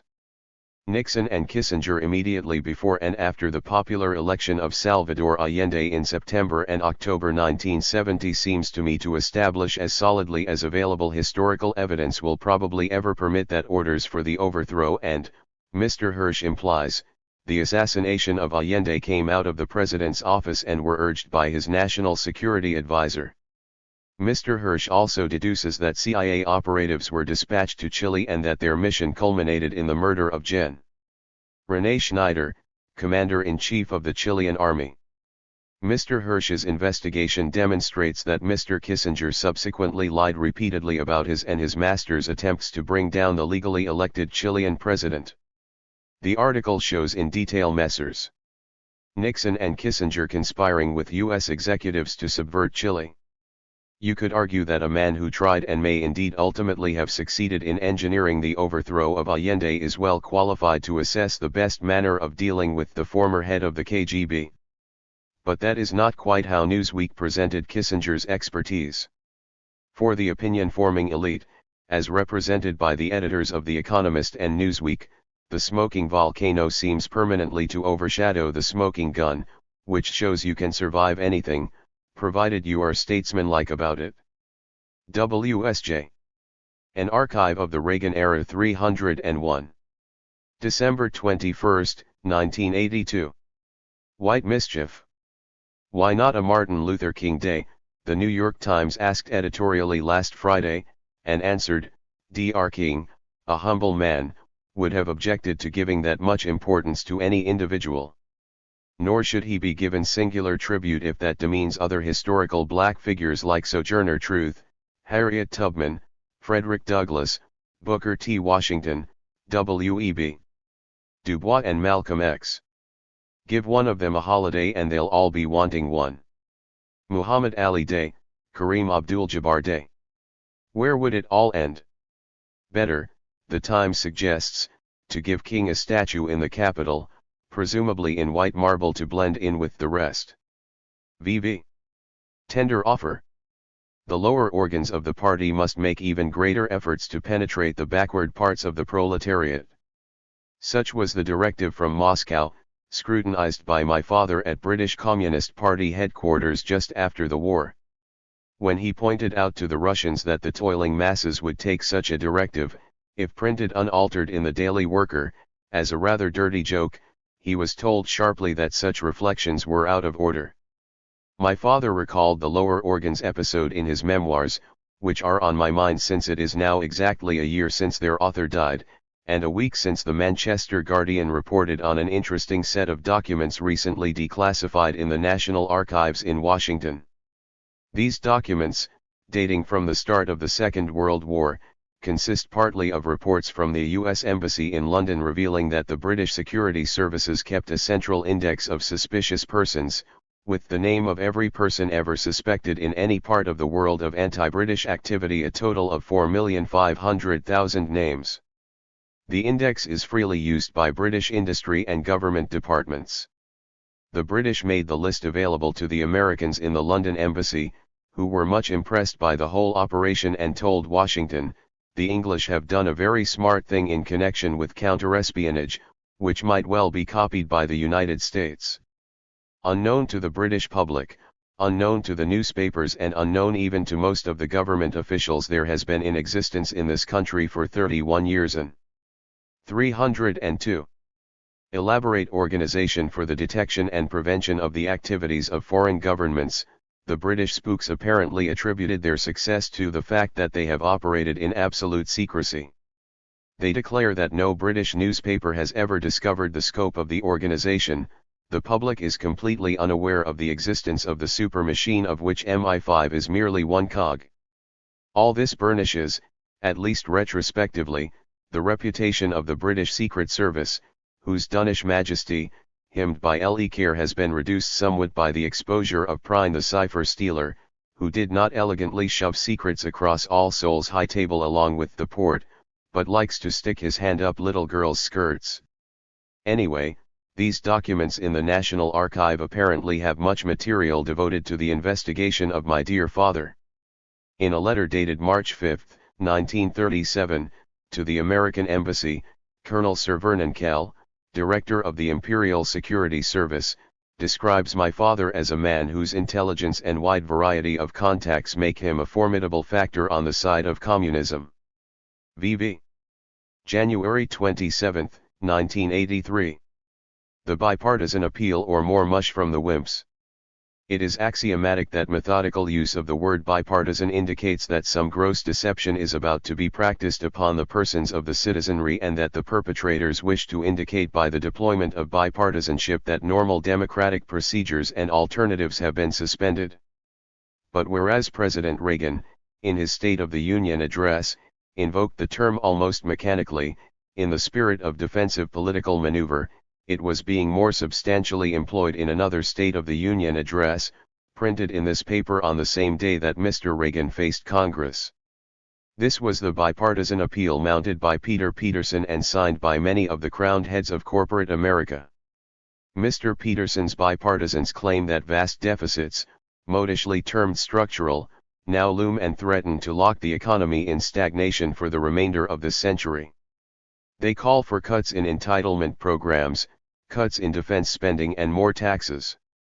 If such measures are not adopted, an archive of the Reagan era 303. They claim, the ship of state will move into uncharted fiscal territory, presumably strike a rock and sink to the bottom. To evoke the famous Boston Globe headline about President Carter, more mush from the wimps. Many of the people who got the economy into its present mess and who have been profiting vastly under present conditions signed the appeal with a shamelessness that would be irksome in a child but is repulsive in persons of mature years. Among founding members of the appeal, are a couple of seasoned helmsmen for disaster in the shape of William Simon and W. Michael Blumenthal. One presided over the slump of the mid-70s and the other surrendered to the bankers and the Fed in 1978-79 and launched the country into its present depression. They are accompanied by Henry Fowler, co-conspirator in the fueling of Vietnam-era inflation. Signatories of the appeal include the chief executive officers of the Bank of America, Bankers Trust, and the Chase Manhattan Bank, and indeed David Rockefeller himself. In a decently ordered moral universe they would shun the light of day, knowing full well that the taxpayer will be sustaining the eventual cost of their lunatic loans of the last decade, for which they managed to shuffle off responsibility while raking in the profits. But even the bankers' hypocrisy is outstripped by the platoon of arms makers who have signed up as bipartisans. Ingratitude, thou marble-hearted fiend! Here, howling for cuts in defense spending, we find the chief executive officer of Martin Marietta, a concerned President Reagan is valiantly trying to bail out with the Pershing II and the MX. We find the boss of Grumman, fat with the F-14 and providing high employment in Long Island, yet strangely yearning for restraint. We find the heads of RCA and Textron, seemingly heedless of the rewards of the Aegis system or the beneficence of Navy Secretary John Lehman. And we find ADM. Elmo Zumwalt, prime tom-tom pounder for bigger defense dollars. It's not the way I would personally wish to order things, but defense spending is about the only thing saving this country's economy from looking like Canada's. If the bipartisans' calls for spending cuts and deficit reduction are actually heeded, the bloodied economy will take another lurch toward the tomb, and the social security system, which they have the impudence to claim they are trying to save, will be truly imperiled. Why the panic of the bipartisans?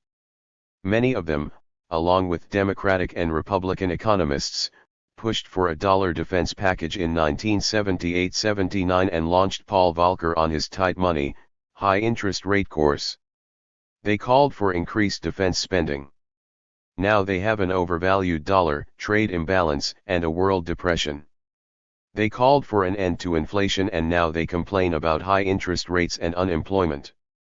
304. The hysteria about the deficits is bunk. Last year the states showed an overall surplus. Passive in nature, the federal deficits would, in an expanding economy, soon wither even in the fevered imaginations of the bipartisans. The talk of uncharted waters is bunk too. As Professor Lynn Turgeon of Hofstra University points out, the national debt of about $250 billion in 1945 actually exceeded the gross national product of $212.3 billion. Right now, debt is about 30% of GNP. But after the war, interest made up 4% of all types of income. Now it makes up 15%. Since 1951 the money supply has been growing more slowly in real terms than GNP. What does this suggest? A reverse clue is another signatory to the appeal, in the person of the swivel-hipped Lester Thurow, a quasi-Keynesian who now apparently has no compunction in signing the Peterson recipe for a crash. The real Keynes would have no trouble identifying the real culprit, in the form of the independent Federal Reserve and the policies of Mr. Volcker. The real Keynes is properly described by Paul Sweezy in an editorial in January's monthly review called Listen Keynesians. This is the Keynes of the general theory who would call for the euthanasia of the rentier and suggest that capitalism's endemic problems of accumulation might only be solved by the somewhat comprehensive socialization of investment, and equalization of income distribution through the elimination of interest and rent. I doubt if even Mr. Thurow and certainly the rest of the bipartisans have the kidney for this kind of analysis. Abolition of rentier income is scarcely what Peter Peterson or co-signatory Henry Kaufman have in mind. In the whole of the bipartisan appeal, the role of the Fed is not even mentioned. The president did not indict the Fed in his address and, though I fell asleep halfway through their television spectacular, I doubt if the Democrats did either. The Democratic candidates content themselves with obeisances toward protectionism. Is there not one just man or woman in America who can launch a partisan appeal to impeach Mr. Volcker and bring the Fed under the full control of government? It's either that or the gold standard of the supply-siders, WSJ. An archive of the Reagan era. 305. February 1, 1983. Orwell's 1984. It's interesting to go back and see how 1984 was received when it was published in 1949. V.S. Pritchett and Lionel Trilling reviewed it on the same day, June 18, 1949, for The New Statesman and The New Yorker respectively. Both liked it. Pritchett wrote that the purges in Russia and later, in the Russian satellites, the dreary seediness of London in the worst days of the war, the pockets of 19th-century life in decaying England, the sordidness of bad flats, bad food, the native and whining streak of domestic sluttishness which have sickened English satirists since Smollett, all these have given Mr. Orwell his material. Trilling predictably thought 1984 momentous, adding carefully, despite the impression it may give at first, it is not an attack on the Labour government. Trilling venerated the book's weakest aspect, namely its analysis of power, its supposed theme. Orwell himself said, "My novel 1984 is not intended as an attack on socialism or on the British Labour Party but as a show-up of the perversions to which a centralist economy is liable. I do not believe that the kind of society I describe necessarily will arrive, but I believe that something resembling it could arrive." Orwell was influenced, among many others, by James Burnham, von Hayek, and H.G. Wells. A story called Cloud 9 by his old school chum Cyril Connolly, printed in the New Statesman in 1938 and later in The Condemned Playground, was obviously influential. Isaac Deutscher stated flatly in The Mysticism of Cruelty, his essay on 1984, that Orwell borrowed the idea of 1984, the plot, the chief characters, the symbols, and the whole climate of his story from Yevgeny Zamyatin's We. This was probably overstating the case a bit, even though Orwell was a keen and avowed admirer of We. Deutscher's essay, to be found in Russia in Transition, is well worth reading. Distrust of historical generalizations led him in the end to adopt and to cling to the oldest, the most banal, the most abstract, the most metaphysical, and the most barren of all generalizations. All their conspiracies and plots and purges and diplomatic deals had one source and one source only: sadistic power hunger. Thus he made his jump from workaday, rationalistic common sense to the mysticism of cruelty which inspires 1984. Deutscher added a footnote. This opinion is based on personal reminiscences as well as on an analysis of Orwell's work. During the last war, Orwell seemed attracted by the critical, then somewhat unusual, tenor of my commentaries on Russia which appeared in The Economist, The Observer, and Tribune. However, it took me little time to become aware of the differences of approach behind our seeming agreement. I remember that I was taken aback by the stubbornness with which Orwell dwelt on conspiracies, and that his political reasoning struck me as a Freudian sublimation of persecution mania. He was, for instance, unshakably convinced that Stalin, Churchill, and Roosevelt consciously plotted to divide the world and to divide it for good, among themselves, and to subjugate it in common. They are all power-hungry, he used to repeat. When once I pointed out to him that underneath the apparent solidarity of the Big Three one could discern clearly the conflict between them, already coming to the surface, Orwell was so startled and incredulous that he at once related our conversation in his column in Tribune, and added that he saw no sign of the approach of the conflict of which I spoke. This was at the time of the Yalta Conference, or shortly thereafter, when not much foresight was needed to see what was coming.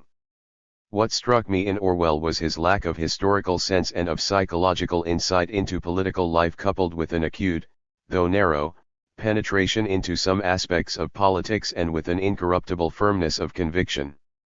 Fair enough. Deutscher concluded, it would be dangerous to blind ourselves to the fact that in the West millions of people may be inclined, in their anguish and fear, to flee from their own responsibility for mankind's destiny and to vent their anger and despair on the giant bogey-cum scapegoat which Orwell's 1984 has done so much to place before their eyes. Have you read this book? You must read it, sir. Then you will know why we must drop the atom bomb on the bull's highs. With these words, a blind, miserable news vendor recommended to me 1984 in New York, a few weeks before Orwell's death. Poor Orwell, could he ever imagine that his own book would become so prominent an item in the program of Hate Week? He probably could, and may not have been displeased. As even Irving Howe pointed out, 1984 is silly about power, about sex, and about the proles. On Orwell and the proles, Wyndham Lewis is good. The Orwell picture is of a long outdated socialism. His two humanities contrasted in 1984 of, on the one hand, a virgin virile world of workers, bursting with potential leadership, on the other, a ruling class in the Stalinist party pattern, is really socialism in one of its 19th century forms. I for one would have considered 1984 a better book had the prole business been left out, and a more realistic treatment of the probable condition of the mass of the population been employed. VV. An archive of the Reagan era 307. Peacock souvenir. Iran lies in the darkness of Khomeini's regime, even more atrocious and barbaric than the one it overthrew.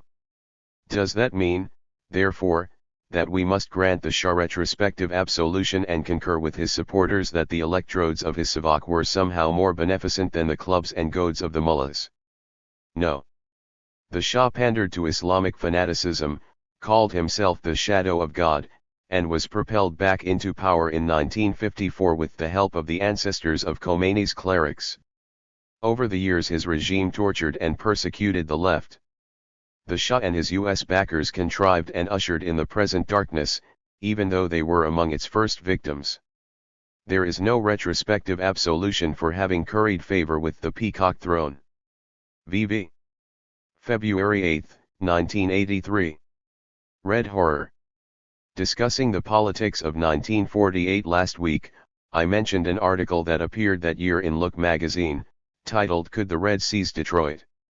A couple of readers expressed disbelief that such an article could have appeared, even in the first flush of the Cold War. Indeed it did. It was written by James Metcalfe and illustrated with dramatic though staged pictures of rifle-wielding Bolshe scum. Metcalfe's narrative began, "Detroit, home of mass production, city of assembly lines, maker of weapons in time of war, is the industrial heart of America. Today, a sickle is being sharpened to plunge into that heart. A trusted prop of terror fantasies about the red octopus is the strategic waterway. In recent years this waterway has usually been a crucial sea lane or tanker route. Metcalfe made eloquent use of the Detroit River. For it gives Detroit's position strategic value, controlling as it does an essential link in a vital inland waterway." He added laconically that factories alone would make Detroit a magnet for communists.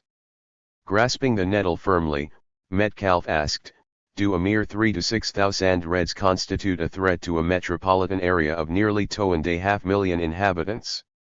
The answer: yes, if the time and conditions are right. Metcalfe then plunged into racy terror porn, the first few minutes. 308. Would be busy ones for the communist flying squads. On split-second schedule, groups would be liquidating certain civic and political leaders. Other units would take previously selected hostages into custody. At the same time equally ruthless units would be seizing broadcasting facilities, and sealing off the city. Rabble-rousers, using sound trucks, would roll into those sections of the city where years of preparation had conditioned the people to communist leadership. Now, caught in the madness of the moment, emboldened by the darkness, intoxicated by an unbridled license to kill, loot, and destroy, mobs would swarm in the streets. Metcalfe swept to a conclusion thrilling enough to have brought Lenin bouncing out of the mausoleum. Now, using the straw man technique of creating a crisis, then solving it, the Reds would utilize captured press and radio facilities to urge a restoration of calm and order.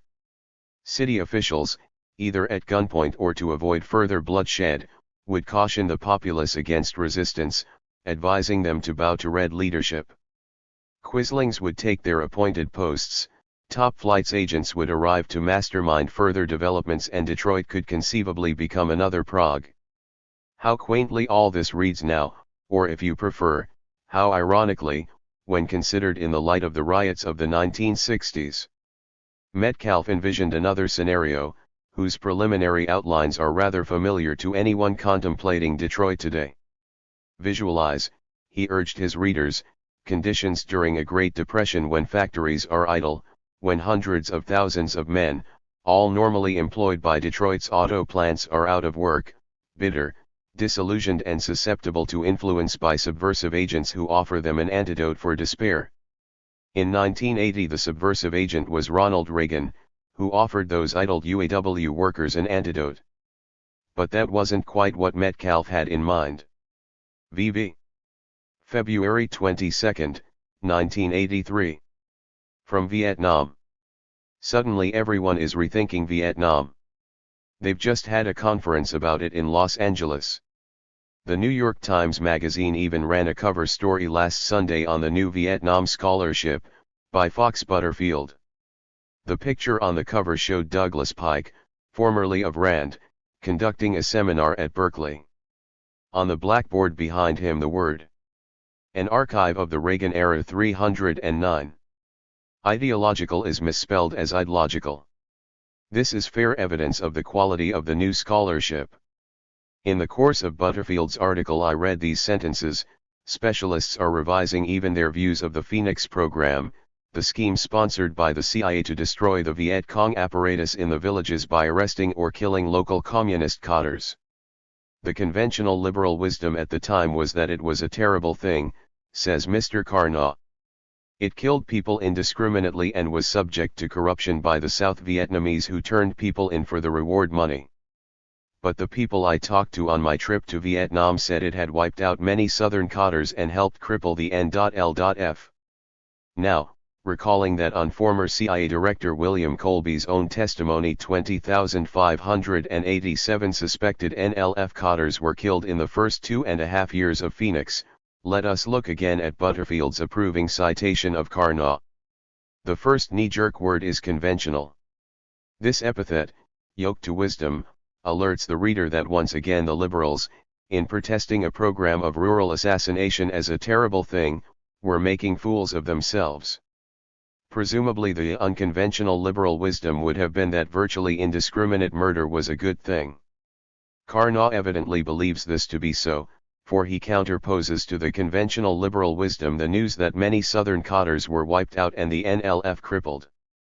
So now, not even a decade after the Americans left Vietnam, we have an alliance of old mass murderers, new scholars, neoconservatives, neoliberals, ex-radicals, and no doubt neo-leftists proclaiming that the US was morally justified in its intervention in Vietnam, militarily victorious in its conduct of the war and, stayed from triumph only by stabs in the back administered, according to taste, by the press, the protesters, the Congress, or indeed the President. But just for the record let us remember that the US was wrong to go to Vietnam, perpetrated unspeakable atrocities while in Vietnam and was finally thrown out of Vietnam because it was defeated by Vietnamese. Thank God. The liberals and ex-radicals now say that Vietnam is not a paradise flowing with honey and the milk of human kindness. The Pentagon refuses to give Vietnam maps of where landmines were placed. Each week peasants tread on these mines, and on unexploded bombs dropped from US planes, and die. My colleague Bob Bruin, ex-veteran, goes to the Vietnam Memorial and records the pleasant emotions he felt on seeing General Westmoreland. I read in a newspaper of a friendly account of a former POW now teaching a course on survival. The article treats at length his unpleasant experiences in a Vietnamese prison camp. It mentions only in passing that he was a Navy bomber pilot. The author of the 310 article clearly did not think it worth asking him how he felt about dropping cluster bombs on men, women, and children from a height of 40,000 feet. He got to go to a prison camp. They got to go to a graveyard. The nation that forgets its massacres and atrocities this quickly is certainly going to repeat them. The Sunday Times magazine runs a cover article on the new Vietnam scholarship basically as a signal to readers that it is very definitely okay to stop feeling bad about the war. Self-flagellation unparalleled since the Middle Ages breaks out at such venues as the Los Angeles Conference, Rethinking Vietnam. Now why don't they have a conference to rethink Chile? Why doesn't the New York Times magazine run a cover on the new Chile scholarship? It could discuss such exciting items as the real-life consequences of the monetary theories of the Chicago School in Chile, 1973-83. VV. To Amritsar. One massacre a lot of people have been thinking about over the last few weeks occurred in Amritsar, India, on April 13, 1919, inflicted by the British on the Indians and graphically depicted in that excellent movie Gandhi. In Gandhi, General Harry Dyer is shown marching white soldiers towards Jallianwala Bagh. According to Louis Fisher's Life of Gandhi, Dyer had with him as riflemen 25 Gurkhas and 25 Baluchis. The firing, at point-blank range upon the unarmed crowd, lasted about 10 minutes, with an expenditure of 1,650 rounds. Dead amounted to 379 and 1,137 were wounded. Total, 1,516 casualties. Only 134 bullets went to waste. 3 days earlier, in revenge for an assault upon Miss Sherwood, headmistress of a girls' school in Amritsar, Dyer had ordered anyone passing the street where she was assaulted to crawl on all fours. At Jallianwala Bagh, somewhere between 10,000 and 20,000 people had gathered peacefully when Dyer gave the order to open fire. I had made up my mind, he later told the Hunter Commission, I would do all men to death. I was going to punish them. My idea from the military point of view was to make a wide impression. Dyer, who concluded that he thought he would be doing a jolly lot of good, was reprimanded and asked to resign from the army. He was allowed to retain full pension rights. The British in India took up a collection for him, amounting to £26,000, a very large sum in those days. Exactly 100 years ago, Dyer was receiving the rudiments of education at Middleton College, County Cork, Ireland, not 20 miles from where I grew up. I learned this from Fisher's book, almost at the same. An archive of the Reagan era 311. Time in this last week that I received a wonderful excerpt from a speech made last summer by William Whitelaw, British Home Secretary, at my old school of Glenalmond in Perthshire, Scotland. Whitelaw's words are stewed up buccan, fragrant with imperial esprit of the sort that made Dyer feel he had done a jolly lot of good in Amritsar. I suppose, Whitelaw said, I meet as many people in all walks of life as most people today, from prisoners at one end of the scale to very many skillful people at the other, and the Home Secretary is always talking and meeting people. I have over the years developed one very simple test, which I always carry with me. I don't think it's an unfair test because it has never been seen to be wrong. If you look very firmly and straight at anybody who comes to talk to you and look straight into their eyes, will they look at yours? If they will, you are nearly always on sound ground. If they won't, then you know you are on very bad ground. That test I always apply if I am lucky enough to be asked to a school prize giving. I used that test today and I can only say that Glenalmond came out of the test with the highest possible rating I have ever found at any time when I have given the prizes away anywhere else. And that I do think is something. If it is my test I don't think it's a bad one, and if you win on it, well, then I think that's a very good thing. The thing is, you see, that white men looked you in the eye. Indians didn't look you in the eye. They looked at the ground and their eyes slid away, and you knew that they would slide a dagger between your ribs as soon as your back was turned. VV. Lo Shatila and Sabra. The Vietnam rethinkers say the US would have won if Westmoreland and the soldiers had been given their heads. The problem, or rather the disaster, say the Israeli investigators, came because Sharon was given his head. So Sharon takes the rap but gets off rather more lightly than Dyer. Sharon is no longer defense minister but remains in the cabinet. Massacres may be symbolic but they are also distracting. My lie and the guilt or otherwise of Rusty Cali diverted attention from the fact that tremendous massacres went on day after day, month after month, year after year. The horror of Amritsar and the reprobation of the Hunter Commission are more dramatic but less telling than other statistics. After nearly 200 years of British rule, with a population of approximately 380 million, India in 1939 had only 1,306 students of agriculture, 2,413 of engineering, 719 of veterinary science, 150 of technology, and 3,561 of medicine in its colleges and universities, according to the Statistical S84 Abstract for British India.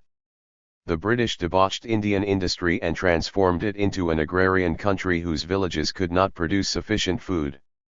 According to a British source, deaths from famine in India between 1800 and 1900 amounted to 21,400,000.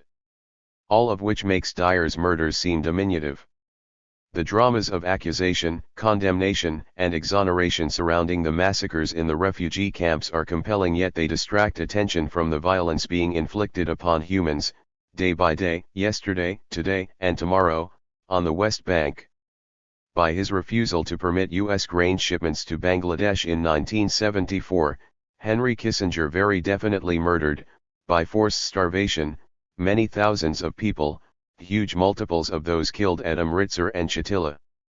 Yet somehow it wasn't a massacre in the journalistic sense of the term. Kissinger, after innumerable horrifying crimes, is still honored by people who would not regard themselves as accomplices to murder.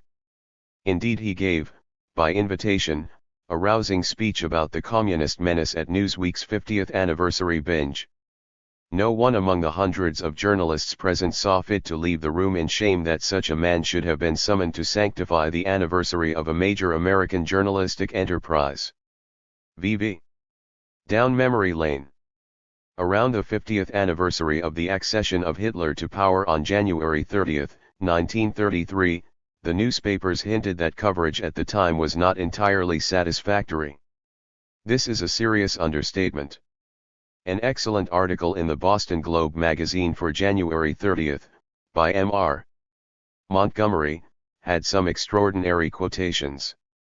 As usual, the newspapers tended to hope for the best from national leaders, especially when they were declaredly anti-communist.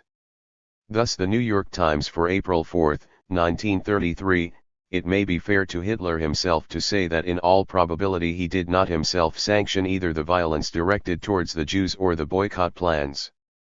His anti-Semitism is understood to have been mainly rhetorical. The London Times said, Herr Hitler has, in fact, like Signor Mussolini 10 years ago, made a great reputation in opposition. He has now to show that, like his great Italian prototype, he is capable of constructive leadership. After Kristallnacht, in 1938, in which thousands of Jews were beaten, murdered, or taken to concentration camps, the Chicago Tribune chided the Nazis severely. If it is the policy of the German state to eliminate Jews from business, the government is presumed to have means to accomplish it. An archive of the Reagan era 313 in legal forms and by its own agencies. To turn the task over to unrestrained private fury is the negation of civilized political responsibility. It is chaos rather than government. Of Austria, after the Anschluss, the Los Angeles Times ran a headline. Culture hub seen here due to European crisis and, noting the exiling of liberal and Jewish artists in the Reich, saw the chance of a great festival of the arts in California before the year is over. A signed editorial page column in the L.A. Times a few days later discussed Austrian events and concluded, even if we owed them no debt of gratitude, we so-called Christians can scarcely justify any persecution of the Jews. There is always noblesse oblige, rank imposes obligation. VV. Life follows art. Suddenly, the president addressed him, and you, Mr. Gardner? What do you think about the bad season on the street? Chance shrank. He stared at the carpet. Finally, he spoke. In a garden, he said, growth has its seasons. There are spring and summer, but there are also fall and winter. And then spring and summer again. As long as the roots are not severed, all is well and all will be well. T must admit, Mr. Gardner, the president said, that what you've just said is one of the most refreshing and optimistic statements I've heard in a very, very long time. Economic recovery is something like a seedling. For a while it grows underground and you don't see it above ground. And then it shoots up and seeds are sprouting all over the place. And that's what we're starting to see around the nation right now. VV. March 24, 1983. The Judeo-Christian tradition. At the risk of offending religious sentiment, the American Spectator recently pronounced the Enlightenment to be over. I must enter a protest against the use of the Judeo-Christian tradition as an advertisement for freedom or uplifting human values. To take the Judeo part first, we need only glance at the Old Testament to find a deity of savagery. 314. Urging his chosen people to acts of genocide. It is a saga of unremitting ferocity rivaled only by that other foundation stone of Western culture, the Iliad. Need we recall the fury of Moses that Midianite children were spared? Now therefore, he roared, kill every male among the little ones, and kill every woman that hath known man by lying with him. Readers whose memories of Holy Writ have grown hazy may care to consult the disgusting 10th chapter of the book of Joshua or the crazed 28th chapter of Deuteronomy, with 54 verses of curses from God on those straying from his word. After perusal of these episodes, I would recommend the account in Numbers, chapter 25, of God's outrage at racial intermingling between the children of Israel and the hosts of Midian. Phinehas, son of Eleazar, having risen up with a javelin, went after the man of Israel into the tent and thrust them both through, the man of Israel, and the woman through her belly. God is delighted, so the plague was stayed from the children of Israel. And those that died in the plague were 24,000. It could fairly be argued that two of the greatest blots on what the president would no doubt call the Judeo-Christian era were slavery and the subjection of women. For a detailed inspection of the Judeo-Christian record, I commend Gem de Ste.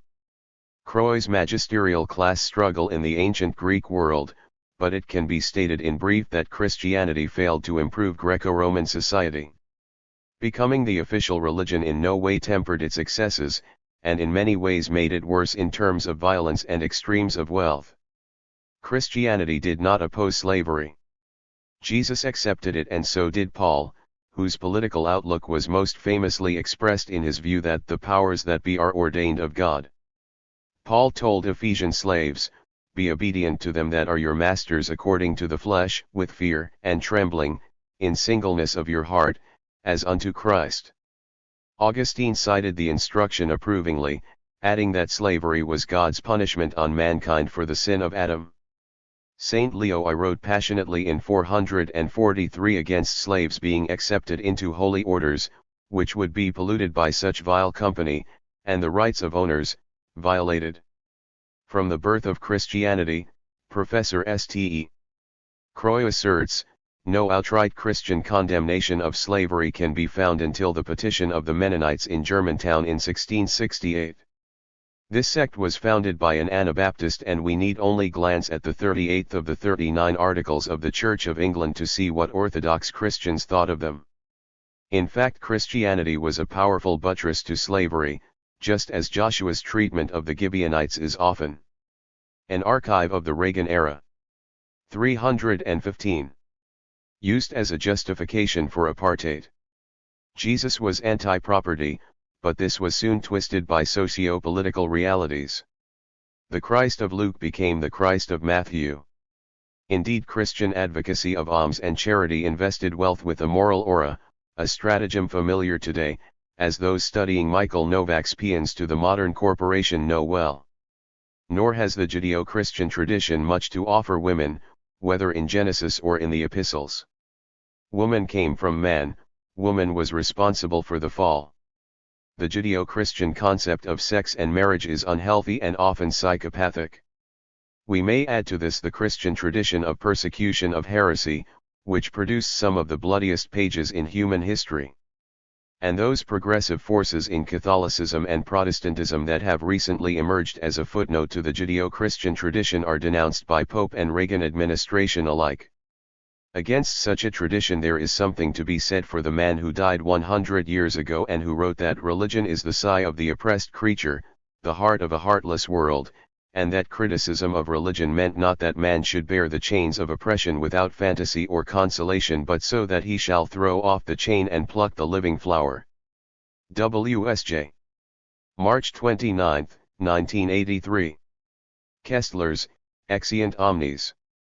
Peering at the fashion photographs of Norman Parkinson, a man who would have made even the cellar at Ekaterinburg look like the studio for a modeling session for Cossack boots, I was surprised to see a photograph of Helen Trefusis, described as Mrs. Arthur Kessler. I thought of the recently suicide Mrs. K and looked at the 1935 glamour snap with added interest. It turns out that Helen Trefusis was but the first of 3 Kessler consorts and therefore was not able to assist at Ack's final exit. but the Kessler affair still sticks in one's mind. Cynthia Kessler was 56 to 316. Arthur's terminally ill 77 and had many years of pottering about the planet still ahead. There was probably money too, in reasonable quantities. Why did she down the barbiturates at the same time as her husband? An interesting piece by Peter Osnos in the Washington Post set forth some of the details. She joined Kessler as his secretary in the late 1940s, answering an ad he had placed in a French paper for a temporary secretary. She was born in South Africa, Jewish on her mother's side, Irish on her father's.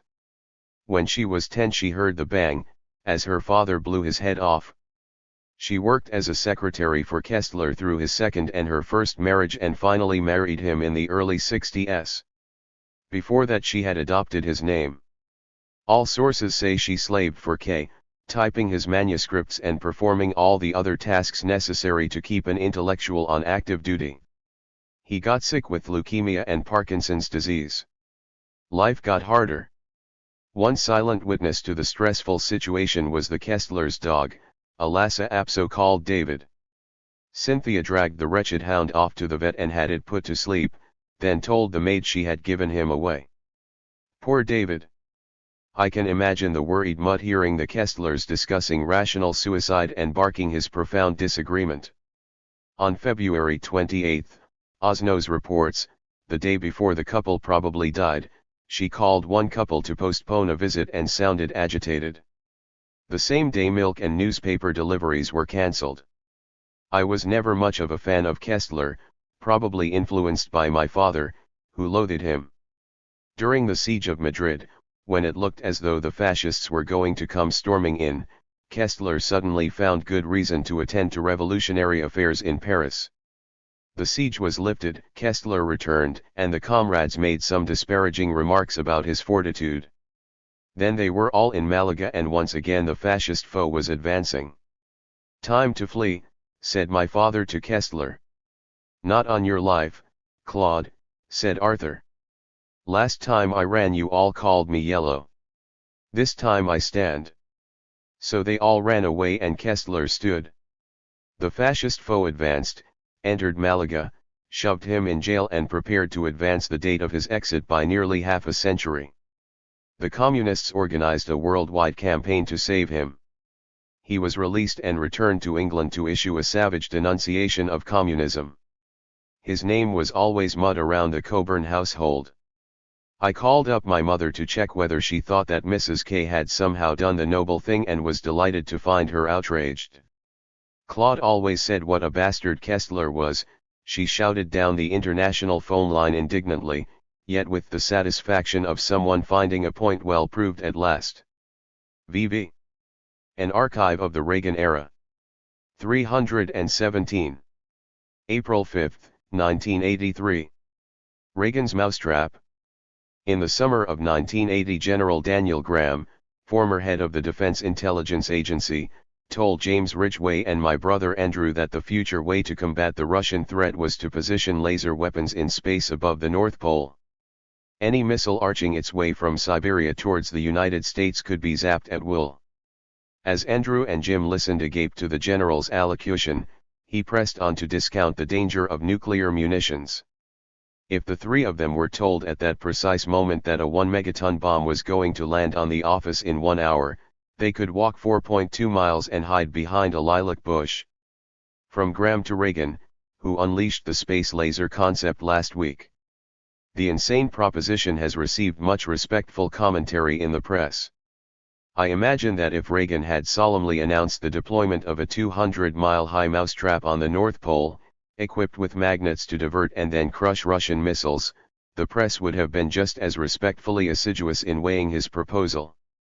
Mousetrap scheme under fire, but some scientists don't scoff, etc., etc. The president proposes. And the press sweeps up.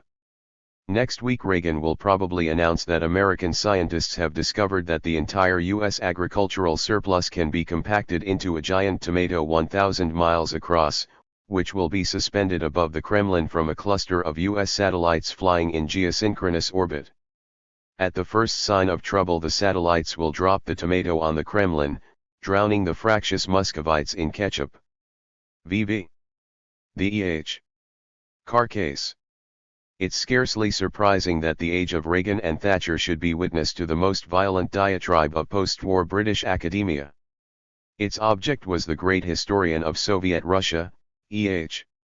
Carr, and the perpetrator was a fellow of Carr's old Cambridge College, Trinity, who had the audacity to attend Carr's funeral while actually putting the finishing touches to his assault. Carr died on November 3, 1982, at the advanced age of 90. The issue of the London Review of Books for January 20 carried on its cover the simple 318 words against E.H. Carr. Inside, beneath the heading Grim Eminence, were several thousand words by Norman Stone. Every now and again, from the mephitic swamps of British academic life, come the poison bubbles of a long-nourished hatred.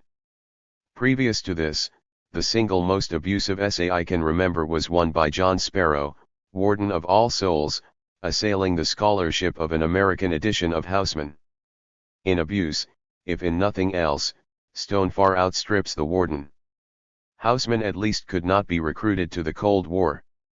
Stone is part of a conservative group of historians long hostile to Carr for his temperate attitude towards the Soviet Union. Here's an early sample of Stone's spleen.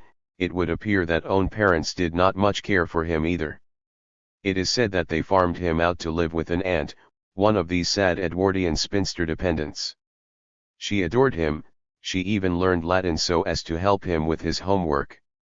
Once he reached Trinity College, Cambridge, he dismissed her and she died in loneliness and penury some years later.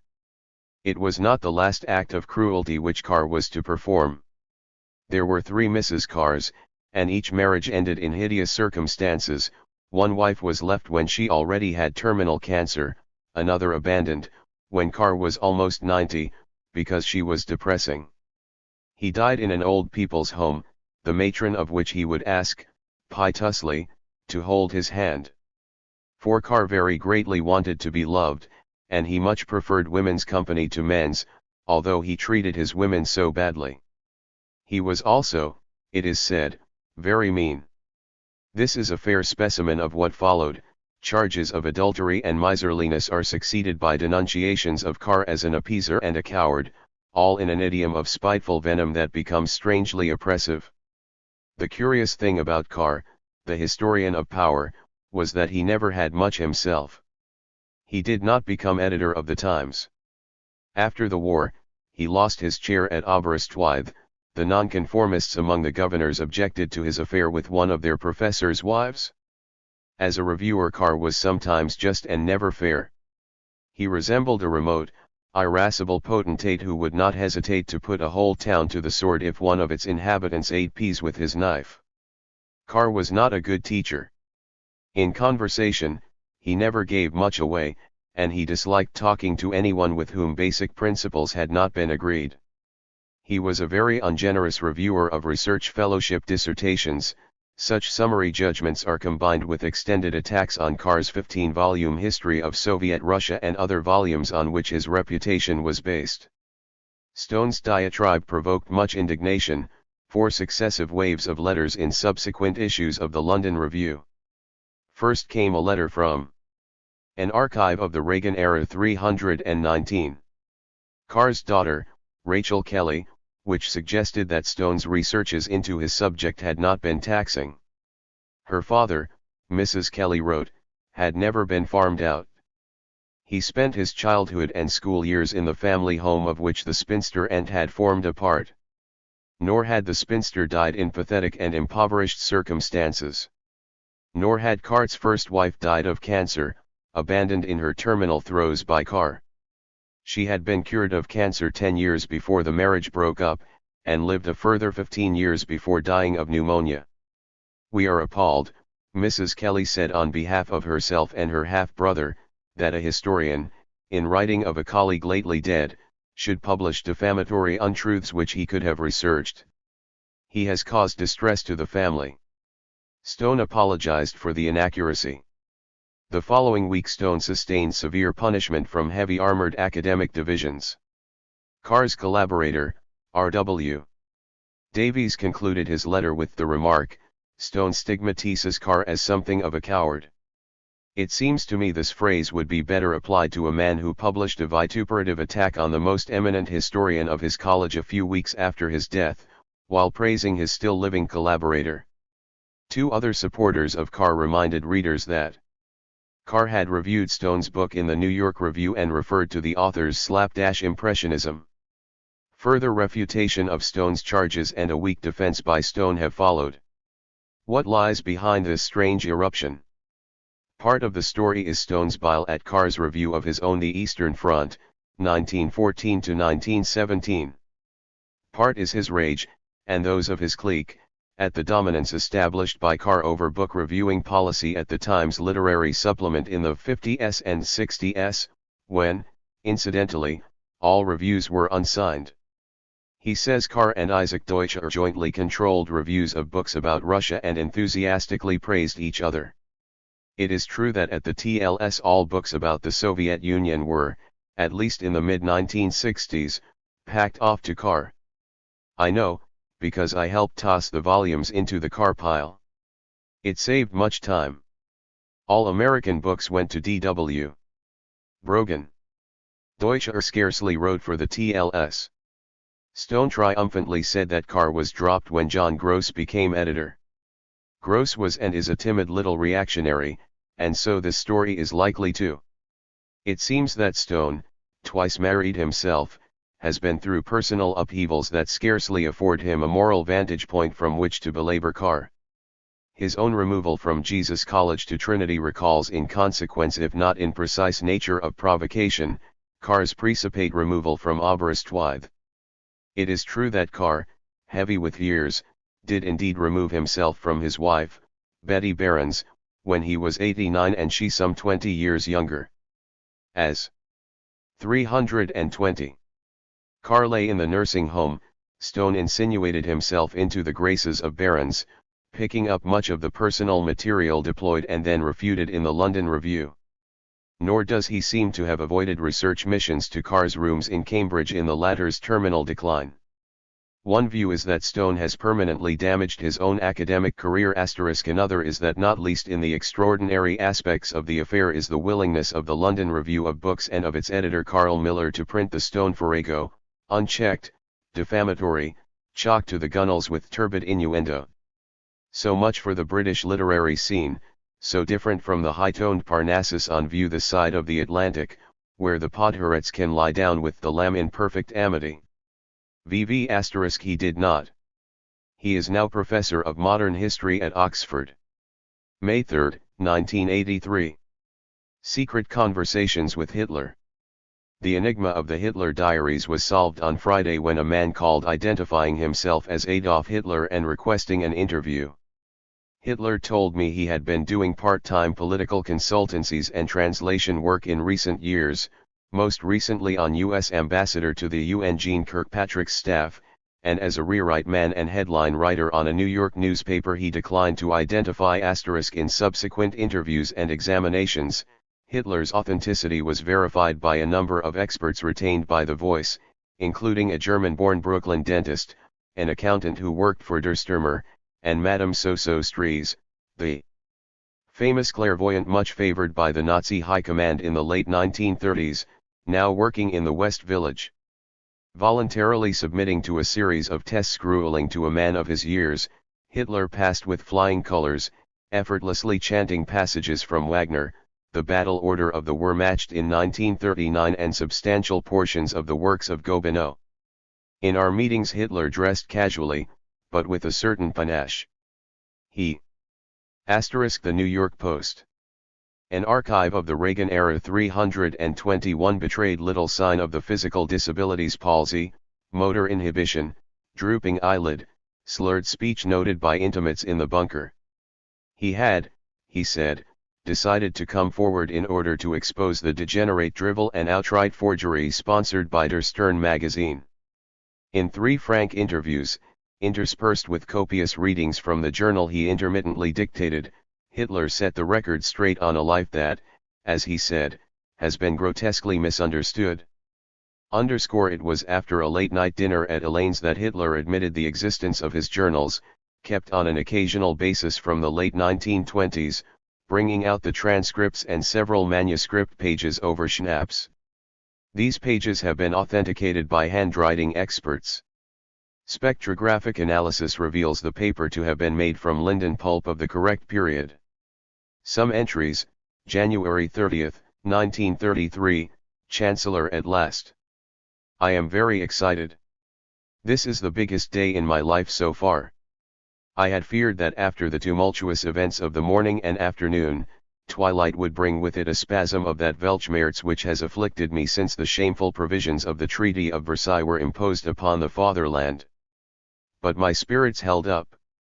Göring is very jolly, though I mistrust him, particularly for his gross drug-taking habits about which the cunning Himmler keeps me informed. June 30, 1934, Night of the Long Knives, as historians will call it. Rid of Rome at last. I shall be accused of excessive ruthlessness, but R was a sexual pervert and a security risk. I shall be Führer and Reich Chancellor by the end of the summer. Eva looked wonderful tonight. I pray she will soon be pregnant. Perhaps then we could abandon the world historical stage and retire to a little hamlet in the mountains where I could get on with my novel and Eva devote herself to the joys of motherhood. September 3, 1939, England has declared war. Frankly, I'm surprised and not a little perturbed. I wouldn't put it past Churchill and the War Party to get America into the war, with some trick like the Lusitania routine. Looking up from this diary entry, Hitler sighed. That was my mistake, my greatest mistake. I should have invaded England in 1940. I had no idea how weak the place was until I read Churchill's memoirs after the war. What about the Eastern Front, you are going to ask? Well, if I had sent the Grossdeutschland division farther forward, redeployed the Hungarian and Romanian units and allowed von Paulus to make a break for the West earlier, things might have been very different. What, aside from Stalingrad and the failure to invade in 1940, were your greatest disappointments? Leni Riefenstahl not getting an Oscar. We were all shattered by that. That was a very personal disappointment, of course. The reason was 922. Obvious, naturally. The Jewish émigrés in Los Angeles. What achievements of yours have been underrated? Schacht could teach Volcker a thing or two. Low interest rates, heavy government funding, large-scale public works, that's the way forward. After the Autobahns we had them build the Siegfried Line. That's how to keep the Lumpenlice loyal. Hitler says he misses Berlin but finds New York the most exciting city in the world and intellectually very stimulating. Culturally, he says, the trend has been encouraging over the last decade as the irresponsibility and defeatism of the late 60s is replaced by a new sense of destiny. New York is obviously a genetic garbage dump, but every garden needs its compost heap. I study the trends and I am content. Hitler laughingly discounts suggestions that he will enter politics. I am too old and even now too controversial. He hints though that he will soon be giving his agent a new, updated version of Mein Kampf and a postscript about the final days of the Reich. Simon and Schuster is very interested. The time is just about right, Hitler ruminated aloud as we stood outside on 2nd Avenue. The cataclysm of 1945 was only prelude to the cataclysm that must inevitably come soon. VV. May 12, 1983. Springtime for Hitler. I must confess some regret that the Hitler diaries weren't genuine. For if Hitler had kept a journal, perhaps his notations would have forced people to revise misconceptions about the German economy between Versailles and the Second World War. These misconceptions continue to exercise a dire effect to this day. From the vantage point of the mid-1930s, Hitler would have been able to reflect in his diary that there was nothing wrong in principle with the $30 billion worth of reparations demanded by the victors at Versailles in 1919. Late Keynes was right and early Keynes was wrong. Properly paced and administered, they would have been of great benefit to the German economy, just as the reparations paid by the defeated French after the An archive of the Reagan era 323. Franco-Prussian War were a great stimulus to the French economy, and a bane to the Germans. Reparations present a problem for those on the receiving end. After World War I, the Germans were to pay reparations to the French and to the British, who were in turn to repay loans to the U.S. Both British coal miners and French construction workers protested passionately as German reparatory goods began to arrive, and in New York in 1921 John Foster Dulles wisely pointed out that the U.S. economy would not be able to absorb the goods flowing west as a consequence of the reparatory process. The $15 billion worth of reparations paid after World War II under the Marshall Plan was a great boon to the U.S. and not troublesome to those on the receiving end, given the destruction of capital plant in Western Europe. By the 1970s the lesson had been lost and Congress foolishly rejected the idea of U.S. reparations to Vietnam, which would have been a useful shot in the arm for the American economy. There is no illusion more widespread than the notion that inflation led to Hitler. This myth has been used relentlessly by economic reactionaries for as long as I can remember. People seem automatically to associate those heaps of worthless currency in the hyperinflation with the accession of the Nazis.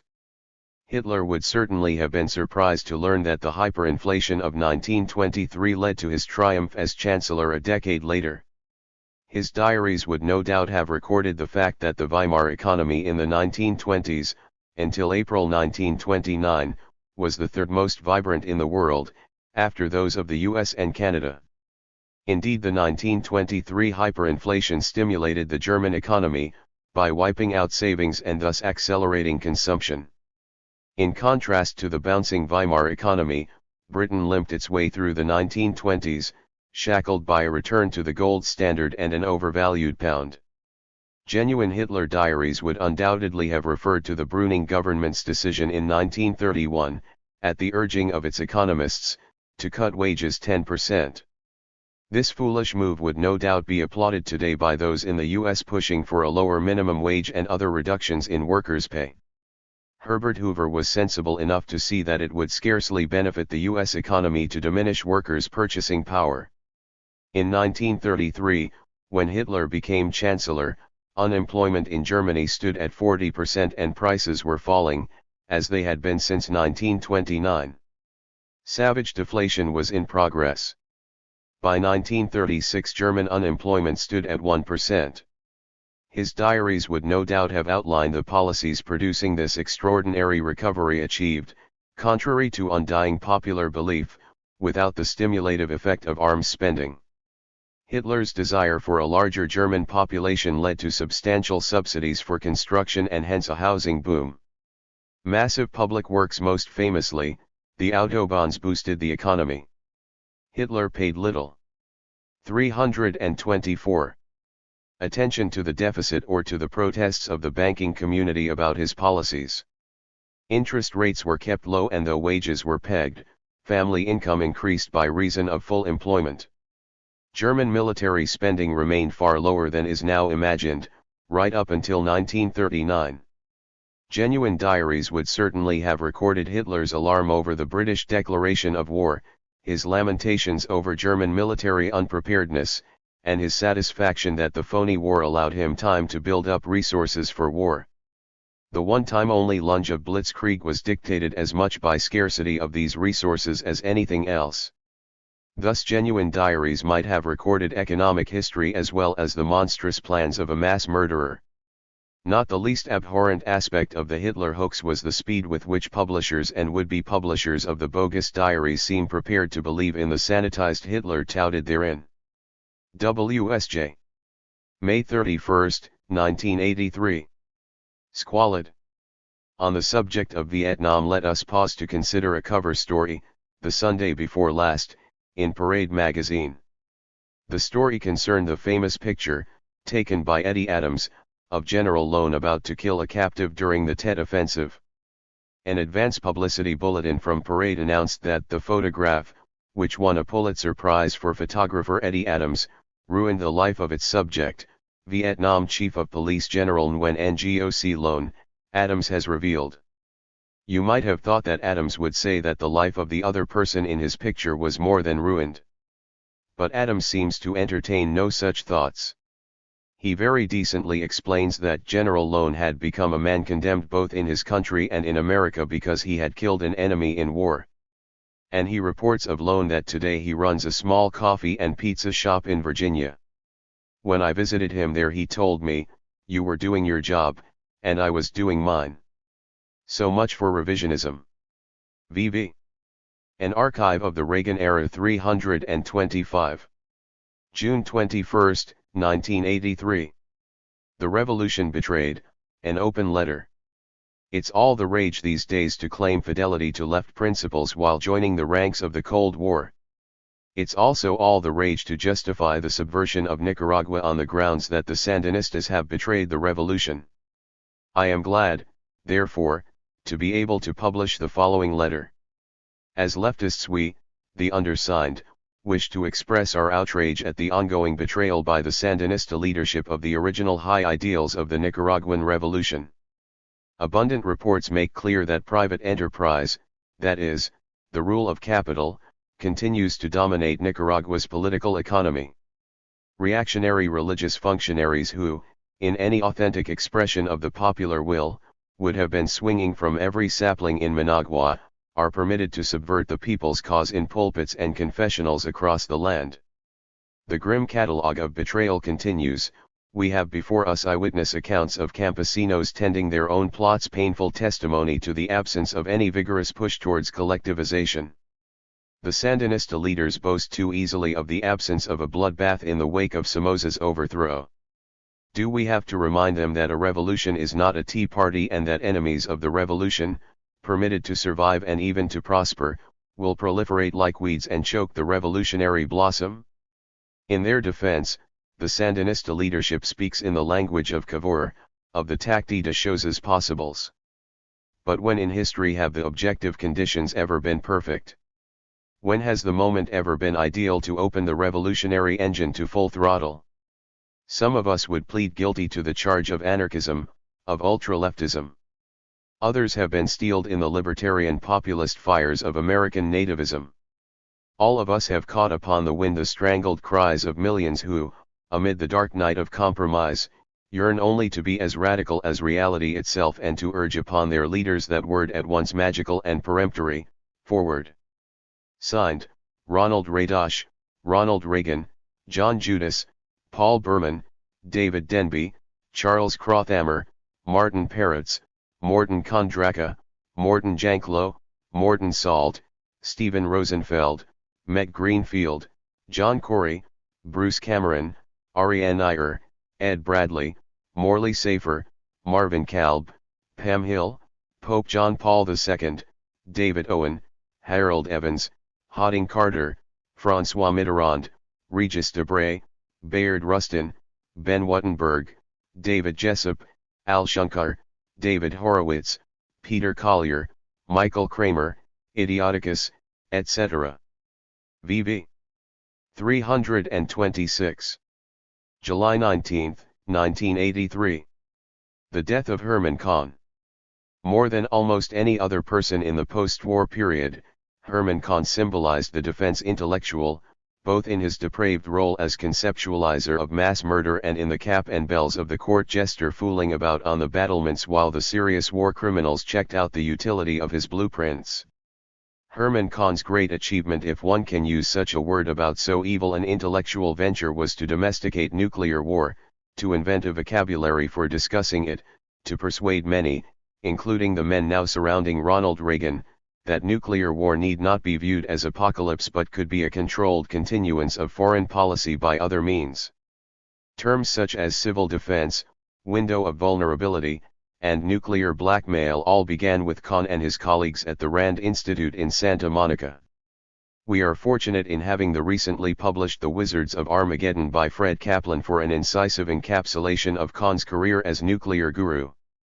Anyone wishing to study the military intellectual complex should put this book at the top of the list along with case studies of Kahn, Bernard Brody, Sam Cohen, and their associates.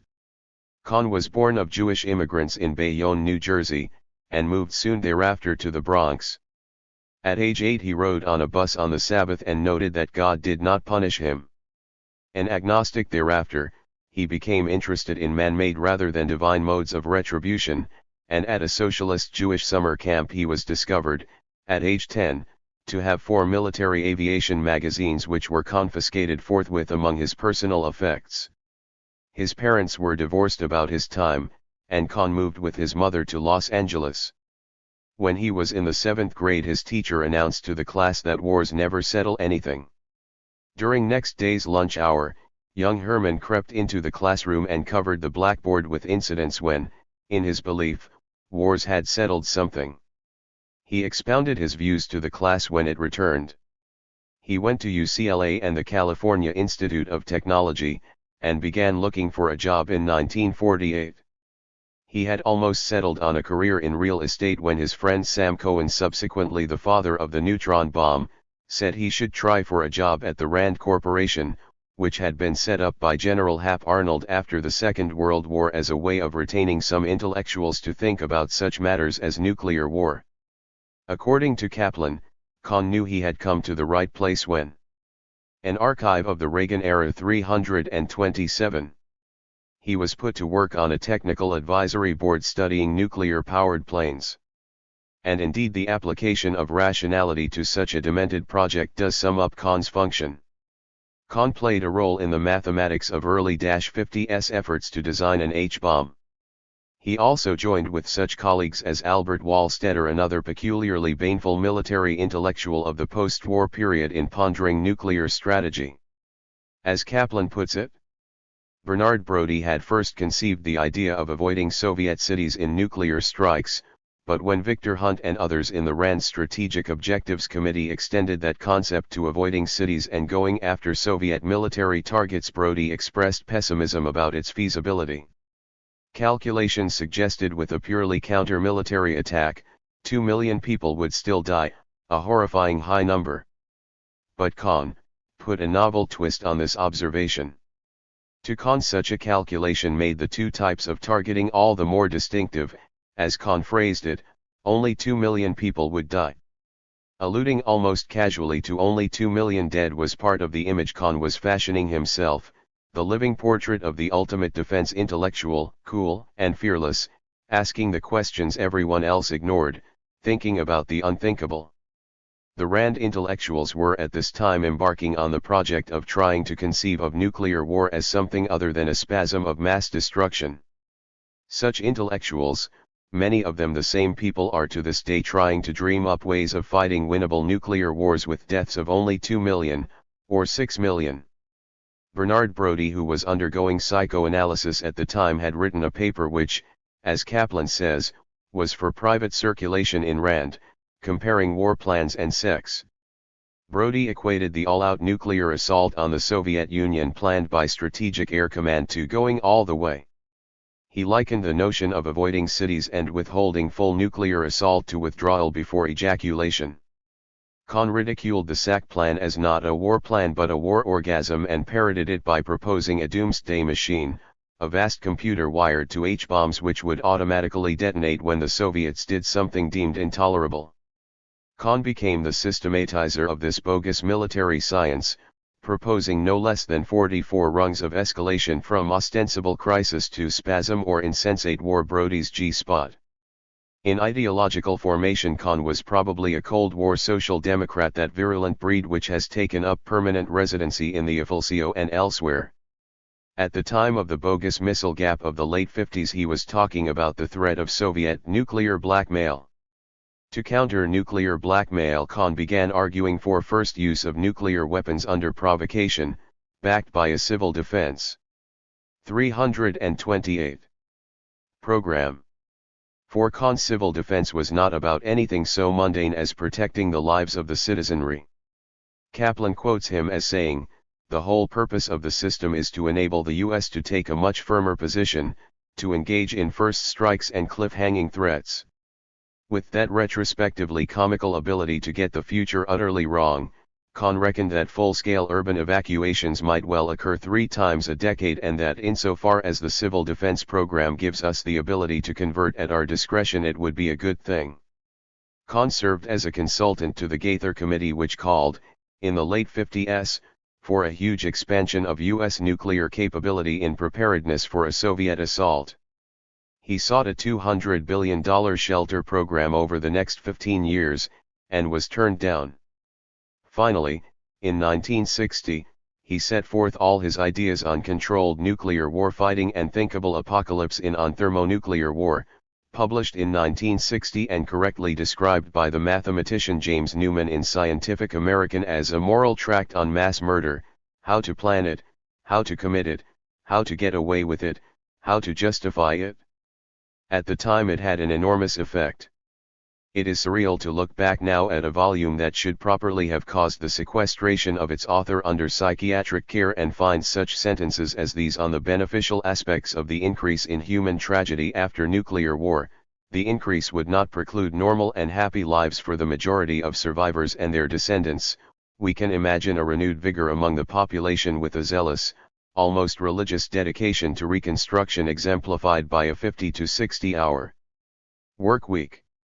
Kahn had hoped for a job in the Kennedy administration as Director of Civil Defense Efforts. Paul Nitze told Kennedy that Kahn was more useful on the outside. Kahn left Rand and set up the Hudson Institute, an even more disreputable Lazar House for military intellectuals. In 1964 Kubrick's Dr. Strangelove came out, clearly indebted in parodic form to On Thermonuclear War. Kahn later told Kaplan that Dr. Strangelove would not have lasted 3 weeks in the Pentagon, he was too creative. As befits the director of a think tank with corporate clients and government contracts to fulfill, Kahn began to plunge into the modern version of an ancient necromancy, futurology. He also proffered, for a price, helpful advice to the Pentagon on how to fight the Vietnam War. In what he described later as one of the best single ideas I've ever had, he suggested that the U.S. military build a stretch of freeway canals in the Mekong Delta, along which patrol boats would move at high speed, commanding the countryside and aiding the economic development of that countryside, a project which nicely symbolizes his moral/intellectual regions. Immensely respected by the defense establishment until the day he died. An archive of the Reagan era. 329. Kahn's apogee came with On Thermonuclear War. His later books, Things to Come, The Year 2000, The Japanese Superstate, and The Coming Boom are of interest now mainly as evidence of how you can sell almost anybody on anything, provided it is dressed up as modern thinking. In Things to Come in 1972, Kahn and his co-writer, B. Bruce Briggs, were looking at the next 2 decades and asking if the war in Vietnam would end by 1985. Kahn died at the age of 61, having apparently transferred to his doctor his own inability to predict the future accurately, since the doctor had just before Kahn expired concluded a medical examination with the pronouncement that he had nothing to worry about. VV. July 26, 1983. Cuba at 25, was it worthwhile? 30 years ago this July 26, Fidel Castro and his companions attacked the Moncada barracks in Santiago, Cuba. 25 years ago, on December 31, 1958, Fulgencio Batista fled into exile, and the Cuban guerrillas swept into Havana. Since that day the Cuban Revolution has survived the U.S.-backed invasion at the Bay of Pigs in 1961 and over 20 years of economic and paramilitary subversion. No other country in the socialist bloc has faced such unremitting pressure. For many of these years, it should never be forgotten, highly placed U.S. officials actively conspired to murder Castro. Today, 22 years after the so-called Khrushchev-Kennedy Accord, it is unclear whether the Reagan administration is once again actively pursuing the dream of rolling back the Cuban Revolution. How would the world look today if that very first assault on Moncada had been wiped out, or if the U.S. had managed to extinguish the revolution thereafter? Consider the price being paid by citizens of other countries in Latin and Central America and the Caribbean where dictator clients of the U.S. hold sway, where capitalism is maintained by death squads, U.S. trained officer corps, and Chicago-trained economists. Guatemala, led by an evangelical exterminist much favored by U.S. corporations, has, at a conservative estimate, seen at least 40,000 state-sponsored killings in the last decade, and practical application of an overused word genocide against the Indians. At least 40,000 were murdered in Chile in the first year after the overthrow of Salvador Allende in 1973. Death squads in Brazil, Paraguay, Uruguay, and Argentina have disappeared scores of thousands more. Today the U.S.-backed junta in El Salvador presides over a charnel house. 330. The junta the U.S. is attacking in Nicaragua demolished another such charnel house, erected by Anastasio Somoza. Against such a blood-stained backdrop, the Cuban Revolution remains a triumph on the level of the most elementary human justice. Without Cuban help, the map of Africa would not be the same today. The revolutions in Ethiopia and Angola would probably have been destroyed, with Angola in the same condition as its neighbor to the north, the fiefdom of a murdering bandit, sustained in power by U.S. corporations and U.S. dollars. At the time of the revolution, about half the Cuban economy, including all public utilities and half the sugar industry, was owned by U.S. corporations. Middle-class prosperity went hand in hand with scarcity and grim prospects for a worker or a peasant.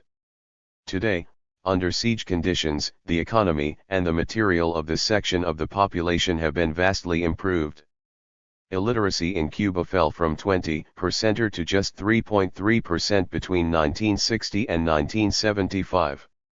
World Bank statistics tell us that in 1975, among people 15 and over, Cuba ranked first of all Central and Latin American countries in literacy. Against Cuba's 3%, Costa Rica's illiteracy rate in 1975 stood at 12%, Jamaica's at 14%, and the Dominican Republic's at 30%. Between 1961 and 1962, according to CIA reports, the number of schools in Cuba increased from 2,482 to 22,458. This was at the start of the campaign against illiteracy. The number continued to increase after that, although more slowly. Student enrollment in medicine, agriculture, and technology doubled. Some other simple indices: life expectancy in Cuba increased 9.3%, from 64 in 1960 to 70 in 1977. Infant mortality in Cuba decreased from 36 per 1,000 in 1960 to 25 per 1,000 in 1977. The U.S. figure in 1977 was 15. Deaths per 1,000 went from 15.4 in 1967 to 12.2 in 1978. An average Cuban's daily calorie intake increased from 2414 in 1961 to 2866 in 1980. CIA statisticians compare this with Jamaica's 2,715, Costa Rica's 2,645, and the Dominican Republic's 2,246. Tom Enders, when he was riding high at the State Department, used to proclaim regularly that the Cuban Revolution had failed. By what standard? Compared with almost every country in Central and Latin America, it is a haven of economic stability, personal security, and cultural and intellectual pluralism.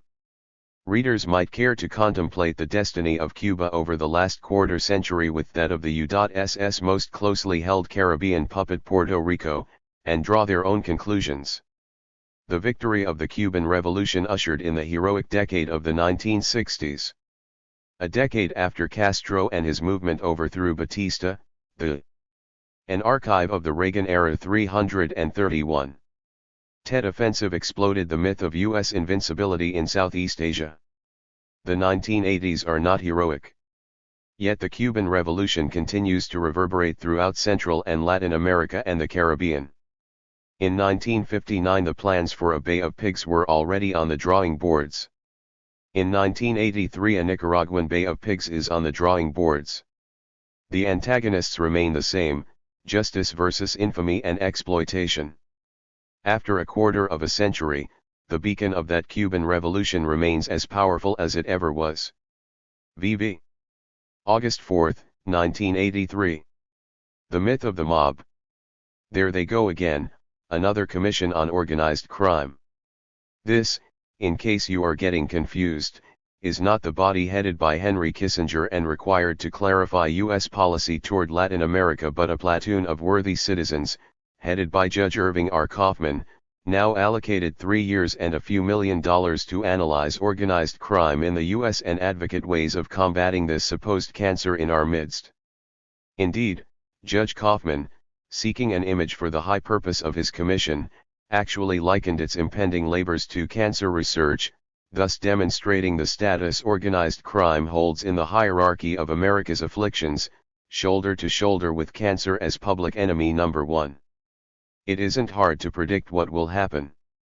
The Commission's report will lead to hearings in which members of Congress, mindful of the publicity earned by such crime battlers as Estes Kefauver and Robert Kennedy, will eagerly participate in the traditional ritual, a gentleman of Italian-American descent testifying that the American capitalist system is run by 5 gentlemen from a Sicilian village, usually Castellammare del Golfo, which is to crime what the Harvard Law School is to the opposition.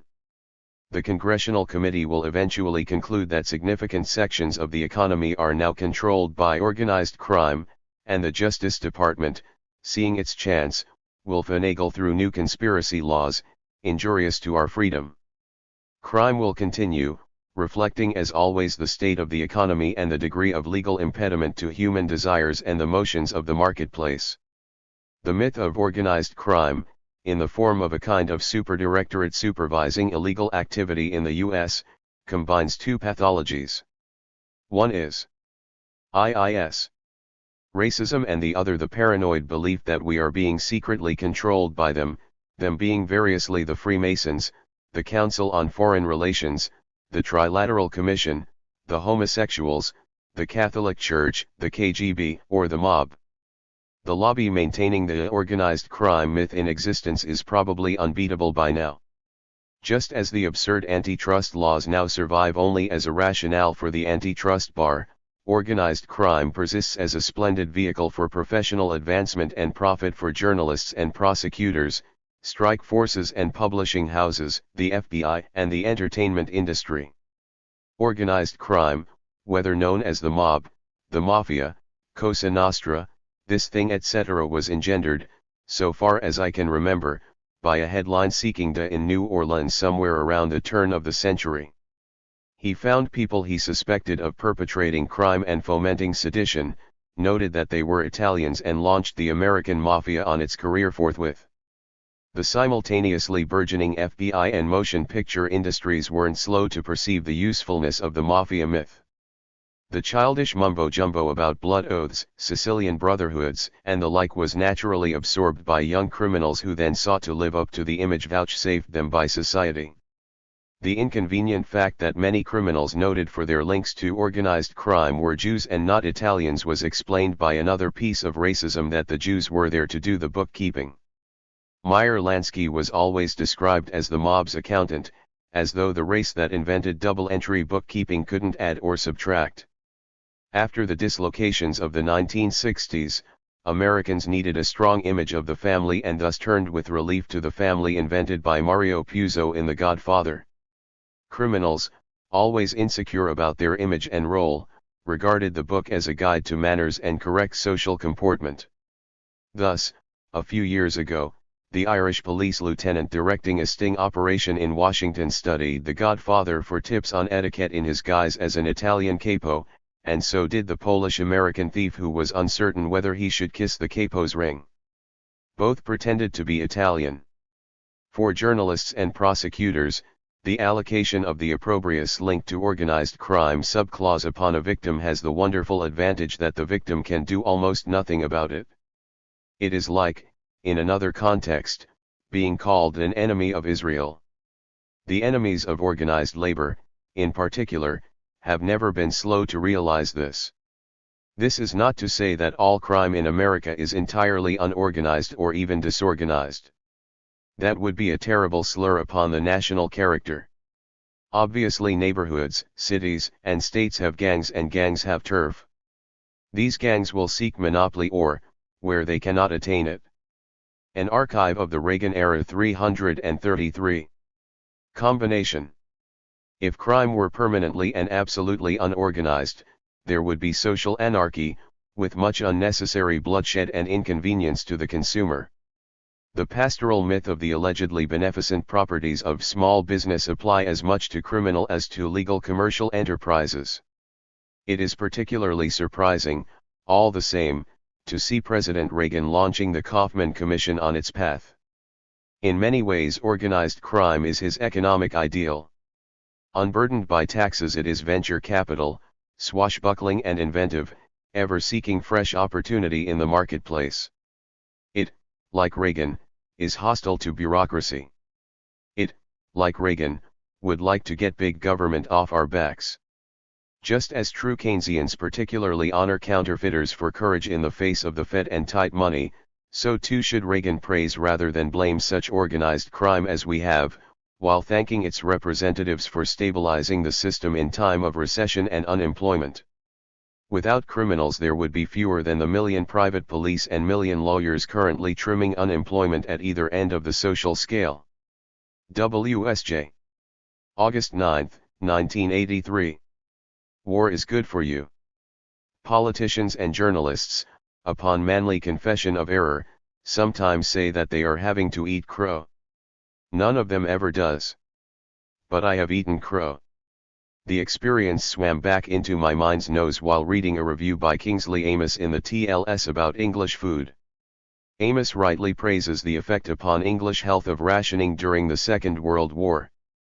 This rationing was planned by Lord Woolton and a nutritional biochemist called Jack Drummond, who was murdered along with his wife and daughter by a mad French peasant in 1952 in a very famous case.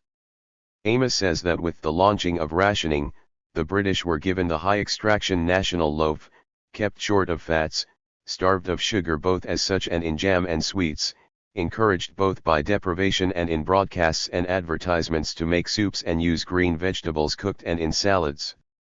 So far from going short, the nation ate more healthily than ever before. There was almost no protein though, just about one meat cutlet a week, and although I was convinced recently by Dr. Andrew Weil that America's ills stem in part from excess protein, we did need some. So my mother, 334, bought crow and stewed it like pigeon. We did better than the cat, which had almost no milk. Only cats engaged on work of national importance got their special quarter-pint ration. Cats had a sense of patriotism in those days. VV. September 20, 1983. Press of Parrots. You can say that the Russians were wrong to have shot down the South Korean jumbo jet and killed 269 snoozing passengers, but I still don't see that this proves Russians enjoy blowing up commercial airliners or that every Soviet leader stood a little taller in his boots the next day and shouted, 1, 2, 3, many jumbos into the shaving mirror. The Sunday after the plane went down, Leslie Gelb wrote in the New York Times Week in Review that ever so rarely, something happens that cuts through the ambiguities of politics and proves a point. Last week, a Soviet fighter plane shot down a South Korean passenger airliner that had strayed over Soviet territory, killing 269 people. The point, if it needed reaffirmation, was that the leadership of the Soviet Union is different, call it tougher, more brutal, or even uncivilized than most of the rest of the world.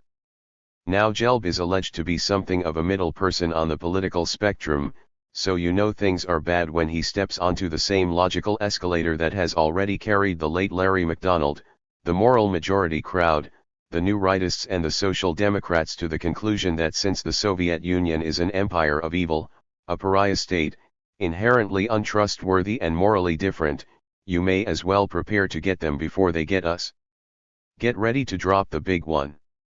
Across the political spectrum, all hands turned out to assist in the verbal Holocaust, with nouns like barbarism, atrocity and massacre on 24-hour alert. Amid the tumult, it has been futile to expect much in the way of interesting journalism, but boiling down 10 days we seem to be left with these theories in descending order of kookiness. The Soviet Union wanted to kill Larry McDonald, and was not bothered by the inconvenience of having to send 268 other souls to perdition alongside him. This is the theory voiced by close supporters of McDonald who, as head of the John Birch Society, could be reckoned as one of the Russians' most implacable foes. Variations on this theme include the view that an archive of the Reagan era. 335. McDonald's presence on Flight 007 was publicly announced by the Reagan administration, to alert the Russians. Why would the Reagan administration want McDonald dead? Because the Reagan administration is really controlled by trilateralists such as George Bush and James Baker, who regarded McDonald as their fiercest adversary. A sub-variant, voiced by one former intelligence officer, is that the CIA was involved in the downing of the plane because the agency knew that McDonald had key information about its involvement in drug trafficking.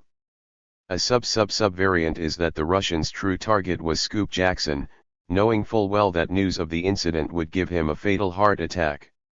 The Russians wanted to kill 269 passengers on a jumbo jet to test American reactions and American will. This is the basic theory of the Reagan administration and retains wide popularity. The normally unreliable Niles Latham, Washington bureau chief of the New York Post, reported on September 2 that a high intelligence official had said, "What they were trying to do, we think, is show them how powerful they are and how little can be done in the face of the Soviet military machine." Reagan himself likes this theory and makes much of the fact that Soviet pilots must have known the plane was a civilian 747 since it was a moonlit night and the Russian was only a mile away and therefore would have known that the plane was a 747 from its telltale forward humps.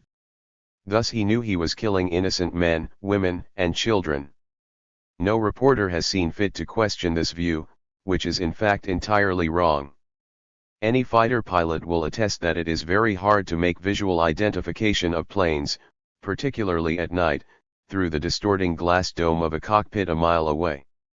Stand on top of the Empire State Building and try to figure it out for yourself. The entire affair was, in origin, a South Korean caper. At the simplest level, this theory holds that Flight 007 was involved in a CIA espionage operation. More elaborately, it is proposed that South Korean fanatics wished to provoke an international incident, and that Flight 007 Captain Chun Byung-in was part of the plot. In an interview with the Seattle Times, reported by UPI, Chun's widow said that he considered the Soviet Union to be the enemy of the whole world and had told her that he encountered a Soviet plane while in flight last year and the incident had made him real nervous. A subvariant of this view is the theory advanced by Hustler publisher Larry Flynt in the full-page advertisement inexplicably turned down by the New York Times but published in the New York Post. The entire advertisement, replete with learned references such as to the arch-fascist Metternich, is rousing stuff, essentially arguing that Flight 007 was contrived by 336. The U.S. as a Gulf of Tonkin incident. A man like McDonald is so nuts that his martyrdom cannot be ruled out as a motive. In his world, the sacrifice of 268 other people would be nothing compared to eliminating the incomparably greater evil of communism. With the help of the pilot, or other CIA operatives who were just as weird as McDonald and who could have replaced the pilot, he could have caused the flight to take its fateful course, causing the Russians to shoot down the plane. With the help of even higher authorities on the inside, there would have been no problem at all. Knowing that the accusatory finger would be pointed at the Soviets, he could be assured of escaping any suspicion. And the US could maintain an appearance of innocence. The snafu theory, which deduces that the Koreans were crooks trying to save on gas and the Soviets drunks following orders. According to this theory, when the plane first entered Soviet airspace, the Russians scrambled but could not find the intruder visible on the radar screens. Conscious of the farce of 1978 when it took Soviet fighters many hours to locate another Korean airliner, the Soviets this time were determined to put up a better show.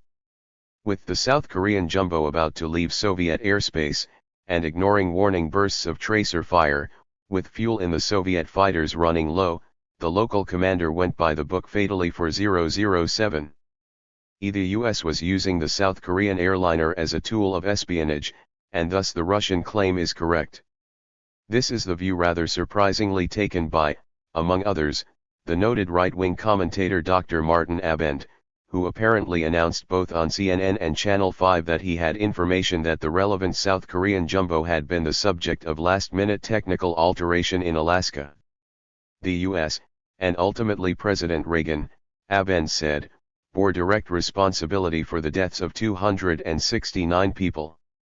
Knut Royce of Hearst newspapers reported on September 4 the admission of intelligence officials that civilian airlines are routinely used for spying. Aeroflot does it for the Russians and, inter alia, Finnair for the U.S.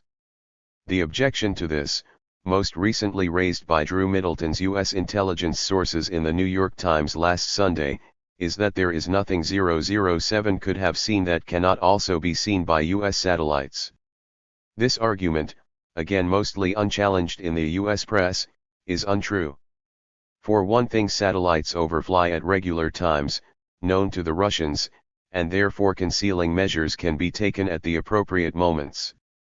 Secondly, photographic intelligence obtained at 35,000 feet will be superior to photographic intelligence obtained at greater altitude.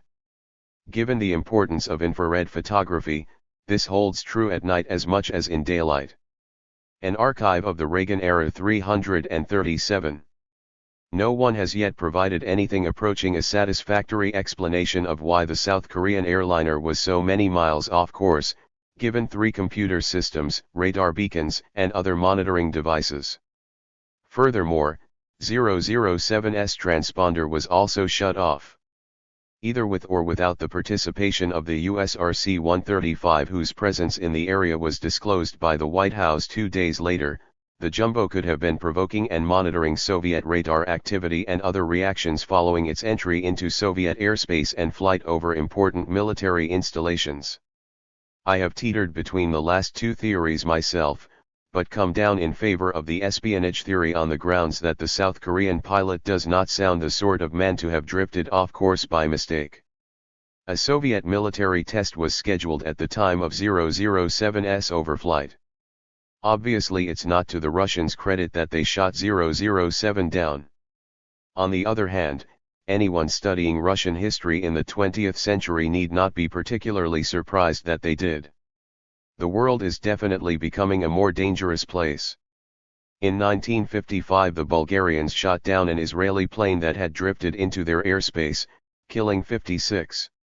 This was right after Eisenhower's Geneva summit with the Russians. The New York Times editorialized that at Geneva last week Soviet leaders went all out to impress the outside world with their desire for friendship and peace.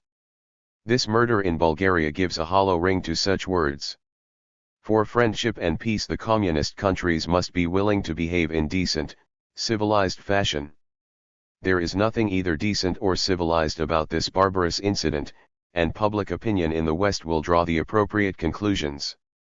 Fairly soon after the Bulgarians said it was a bad business, its gunners had been trigger-happy, and paid compensation to the relatives of the victims. On February 21, 1973, the Israelis shot down a Libyan airliner, a Boeing 727, killing 106 people. At first the Israelis claimed that the plane had acted in a highly suspicious manner, ignoring warning shots and making a final dash for safety. Later, confronted with transmission recordings between the cockpit and the Cairo control tower, as well as the black box flight recorder, the Israelis conceded a rather different sequence of events. It seems that the plane had got lost during a sandstorm. The crew thought the Israeli fighters buzzing it were Egyptian MiGs. The plane was leaving Israeli airspace over the Egyptian border when the Israelis fired without warning. It seems that the Israeli OC. Air Force Mordecai had contacted Chief of Staff Lieutenant General David Elazer for orders. Elazer was freshening up at home after staying up all night supervising an Israeli terror raid on 2 Palestinian refugee camps near Tripoli. He was in the shower, and 338. According to the Israeli journalists who wrote Kippur, Elazer tried to find Moshe Dayan and consult him, but he wasn't to be found, though he later contended he was at home and though he had at his disposal one of the most sophisticated communication systems in the world. So Elazer shouted from the shower the order to shoot down a civilian airliner leaving Israeli airspace. After a good deal of covering up, including an attempt to blacken the French pilot's reputation by contending he was not licensed to fly 727s, the Israelis agreed to compensate relatives of the victims, and Dayan admitted it had been a bad show. The international political and press reaction was markedly different from the uproar following the 007 disaster. No one called for suspension of landing rights for El Al. The International Federation of Airline Pilots Associations decided against any action. Leslie Gelb did not write an article declaring that the leadership in Israel is different, call it tougher, more brutal, or even uncivilized. In fact, the New York Times editorialist took a most understanding attitude. The first such editorial was headed "Tragic Blunder." Most of the editorial was devoted to a sympathetic analysis of possible Israeli motives. On March 1, after earth had been shoveled over the Libyan and Egyptian victims, wags when you come right down to it, a second New York Times editorial declared that no useful purpose is served by an acrimonious debate over the assignment of blame. The basic fact illustrated by this tragic incident is that clashes are inevitably going to occur over and over again so long as the two sides remain in the rigid standoff which has produced such a sterile stalemate all these years. VV. October 26, 1983. ABC. There is a surreality to this kind of stuff in Time, whose reporters recently visited Nicaragua. On the surface, the Sandinistas have done little to alter the basic 3 years curriculum in the country's elementary schools. Still, there are disquieting signs that the educational system is being used as a propaganda outlet for the government. The government's newly issued primer at first seems to be little more than a Dick and Jane clone. But one of the examples of words beginning with the letter D is defense, and it is accompanied by a photograph of soldiers. Valiant militias march into the plaza, the caption. An archive of the Reagan-era 339. Reads. The militias are from the people, the pueblo is ready for defense. Even a natural science class at one of Managua's largest public schools includes a lesson on the alleged exploitation of the Third World by multinational corporations. It must take a truly remarkable moral detachment from reality to worry about D's defense and kindred devilish Sandinista propaganda, when us paid contras are disemboweling young teachers in the countryside who are trying to teach peasants to read and write. Note also the phrase alleged exploitation of the Third World by multinational corporations. VV. November 1, 1983. The Rosenberg debate. I wish people would show some respect for McCarthyism, at least as a word that once carried some emotional weight. At the Rosenberg debate at Town Hall on Thursday night, Marshall Perlin, lawyer for Michael and Robert Mirapol, the Rosenberg's sons, shouted at Ron Radosh, with perhaps excessive enthusiasm, to answer the question, yes or no. McCarthyism of the left, Radosh shouted back. This is preposterous. Radosh is not some political martyr being hounded by the custodians of a repressive society. To the contrary, he is the widely hailed co-author of a book received with resounding plaudits by these same cultural custodians. He appears on television shows. The New Republic permits him to conduct a searching examination of democracy in Nicaragua. In other words, he is doing just fine. These days you can hardly belch in public without someone using McCarthyism of the left to kill debate. Susan Sontag, who did herself no harm by saying that communism is fascism on the same town hall platform last year, tries sometimes to contrive the same sense of martyrdom amid her evident prosperity. Jeane Kirkpatrick has used the McCarthyism of the left plot to great effect as well. Not having grown up with it, the Rosenberg case has never carried the same weight for me that it plainly did for many people at Town Hall. At one point James Weinstein, who was bustled off the stage for not adhering to the prescribed format of the evening, said that many CP members back in the 40s would have thought it quite right and proper to have transmitted secrets to the Soviet Union. Proletarian internationalism, you might say. That's always been a view about the Rosenbergs. If not, why not? But that's too glib toward the Mirapols and all the other intelligent people. 340. over the years who have labored to show Bell the Rosenbergs were the victims of horrible injustice. One does get edgy, all the same, hearing Raidosh talk about Rosenberg as a traitor and hearing Joyce Milton say that he paid for his crime. I don't mind talk like that from right-wingers, but Raidosh claims to be a democratic socialist. Now let us suppose that a U.S. citizen today obtained information that a CLA-controlled agent in Managua was planning to shoot Daniel Ortega with a sniper scope on a certain day. Let us suppose that the only way that this concerned U.S. citizen and sympathizer with the Nicaraguan Revolution could convey this information to the Sandinistas was via a friend in the Cuban mission in New York. Let us suppose that the CIA agent was prevented from his deed, but that a defector later disclosed to the FBI the action of the U.S. citizen, and the U.S. citizen was subsequently indicted for espionage. Where would Raidosh stand on this one? We would probably end up saying that no decent democratic socialist should have anything to do with the concerned U.S. citizen and that those who supported this same concerned U.S. citizen were dupes of Stalino-andropoid barbarism polluting the nativist, innocent course of the American Revolution. Neoliberals or neoconservatives, the two strains have virtually merged by now, are always concerned that revolutions are being spoiled or betrayed.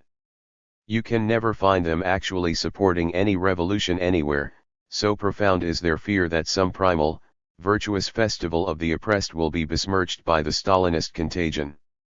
Both Ron Reagan and Ron Raidosh worry about Nicaragua's deflection from true revolution.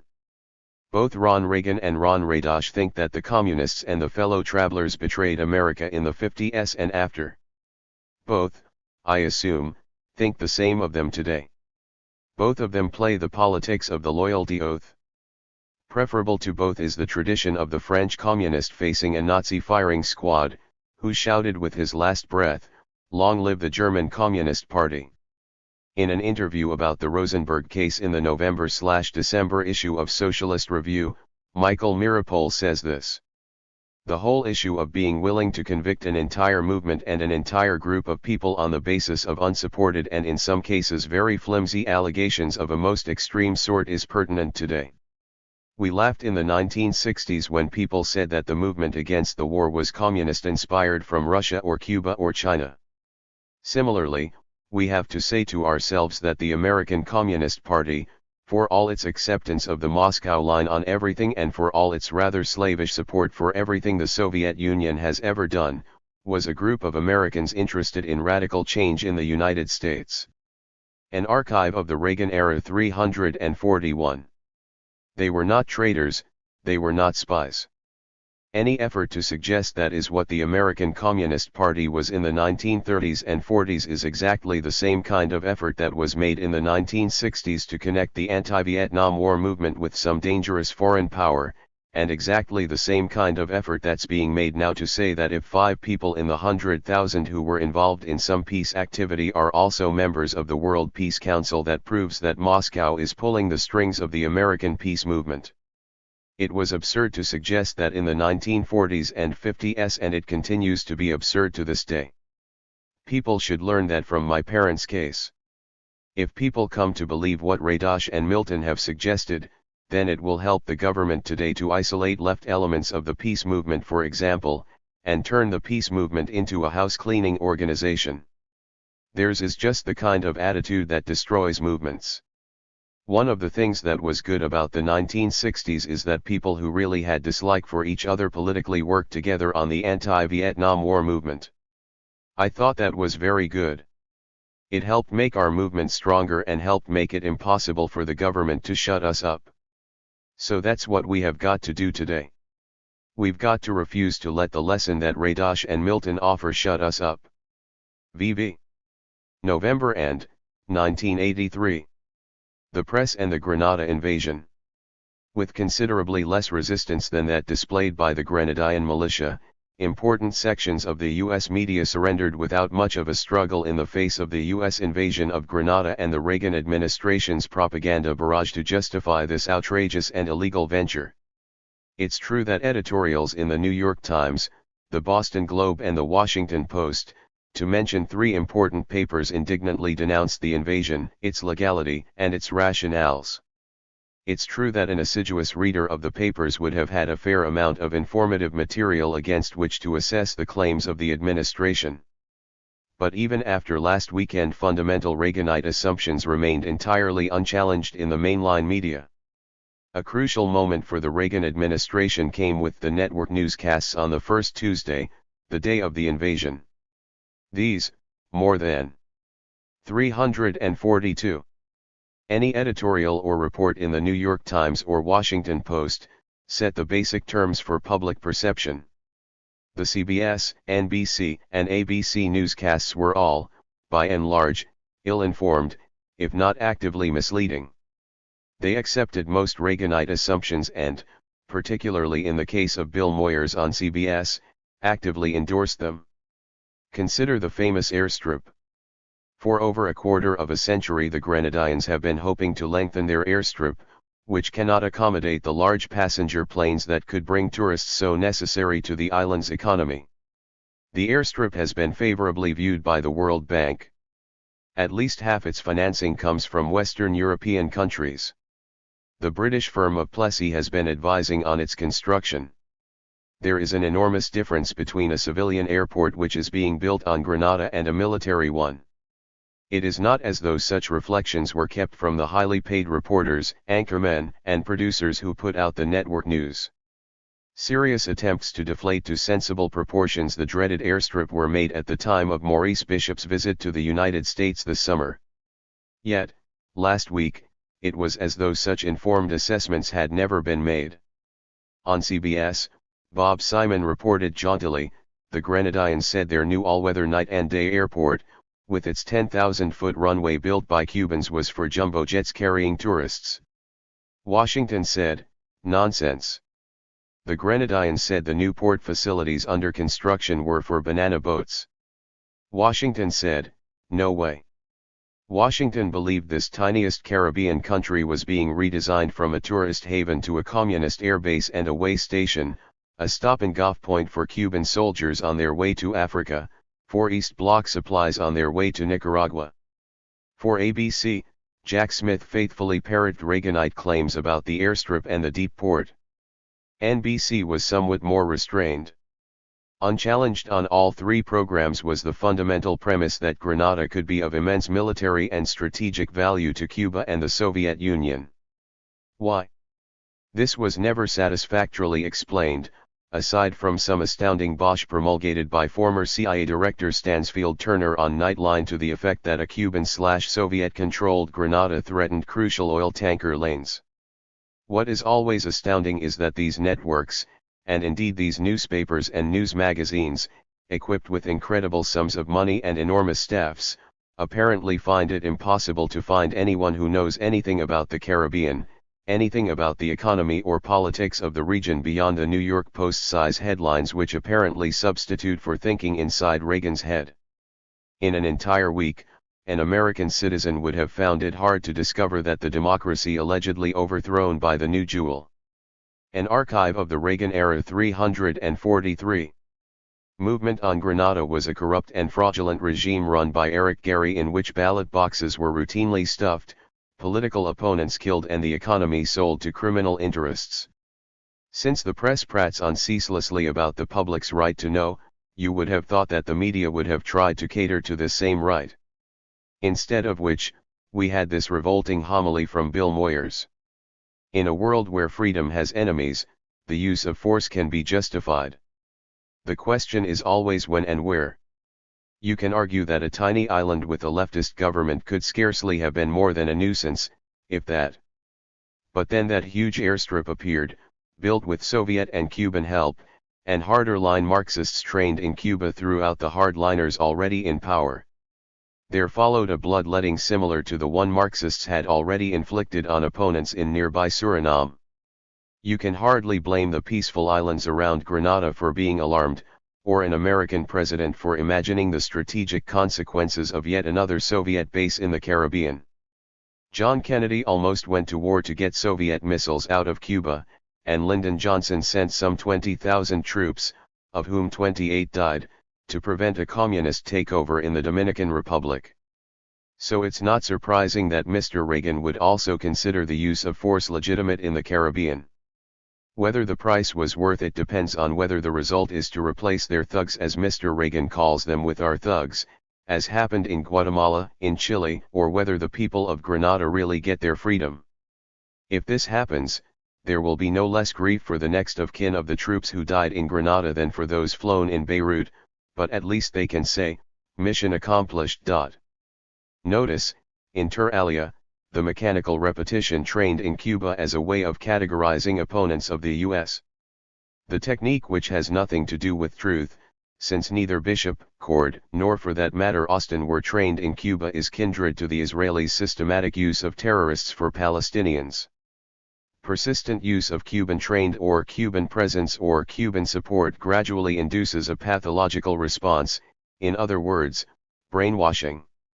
Note above all the distortion of Lyndon Johnson's intervention in the Dominican Republic, for which Moyers may indeed have had a soft spot, since he was in the White House working for Johnson at the time. Johnson used the excuse of a threat to Peace Corps volunteers in the Dominican Republic to try to prevent not a communist takeover but the overthrow of a rightist junta by a group of nationalist junior officers with a reformist bent. The Peace Corps volunteers met later to protest LBJ's use of them as a rationale for intervention with 21,000 Marines, which tells you the difference between 1965 and 1983, with those medical students slob. 344. Bearing over U.S. soil after being rescued by Marines from the consequences of a U.S. attack. Notice finally that none of these law-abiding commentators actually care a fig for the law. Not Moyers, who simply says that the end can justify the means and hang the consequences, nor James Reston, who said the same thing.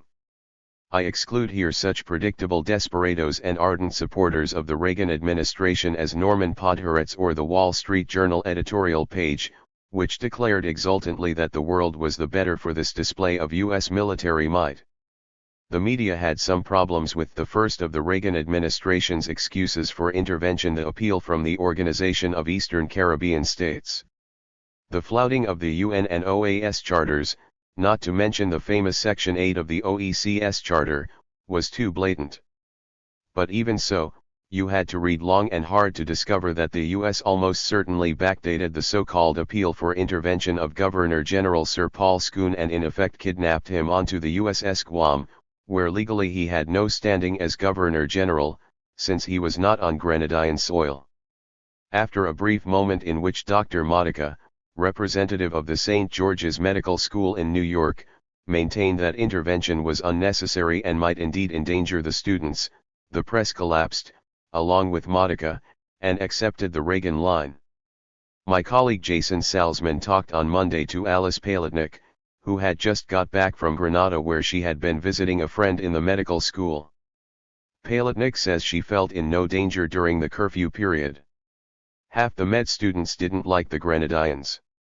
Students called them figs, fucking ignorant Grenadines. This is indicative of their attitude, especially the ones who came back and who were kissing the ground. From Tuesday to Friday when we were lifted out we just viewed the war. The only time I felt endangered was when the Americans bombed nearby. Jim Brubaker, a med student who lived in the area, had his house totally destroyed by a bomb on Tuesday. The whole time I was there not once did I hear of Grenadines or Cubans threatening any students. The attack put us in incredible danger because the Americans did not know where we were the first days. It was thanks to the goodwill of the Cubans and Grenadines that I didn't get hurt. The American soldiers didn't even have maps to the island. They borrowed all our maps and binoculars. With the U.S. military's censorship, which produced howls of outrage, the story turned into a rather self-regarding saga of how the U.S. press tried to invade Grenada on its own. Of course the censorship did have a purpose which the press, amid all its indignation, did not point out, perhaps because the networks were too busy running Dodd Film and the editor of An Archive of the Reagan Era 345. Newsweek, Maynard Parker, too occupied denouncing his photographer, who let the side down by breaching Army rules and staying beyond his appointed term. The point was that the US invading force was hosing down Grenada with 20mm rounds from its AC-130 gunships, in salvos which, if Vietnam is anything to go by, produced large numbers of civilian casualties. Simultaneously, artillery salvos were leveling such institutions as the mental hospital, as Paul M.C.L. Isaac in this paper and others have described. The New York Post was decent enough to call this one of the misfortunes of war. So it was, but one can imagine what the Post would have said if some force other than the Americans had been responsible. The accident would speedily have become a war crime.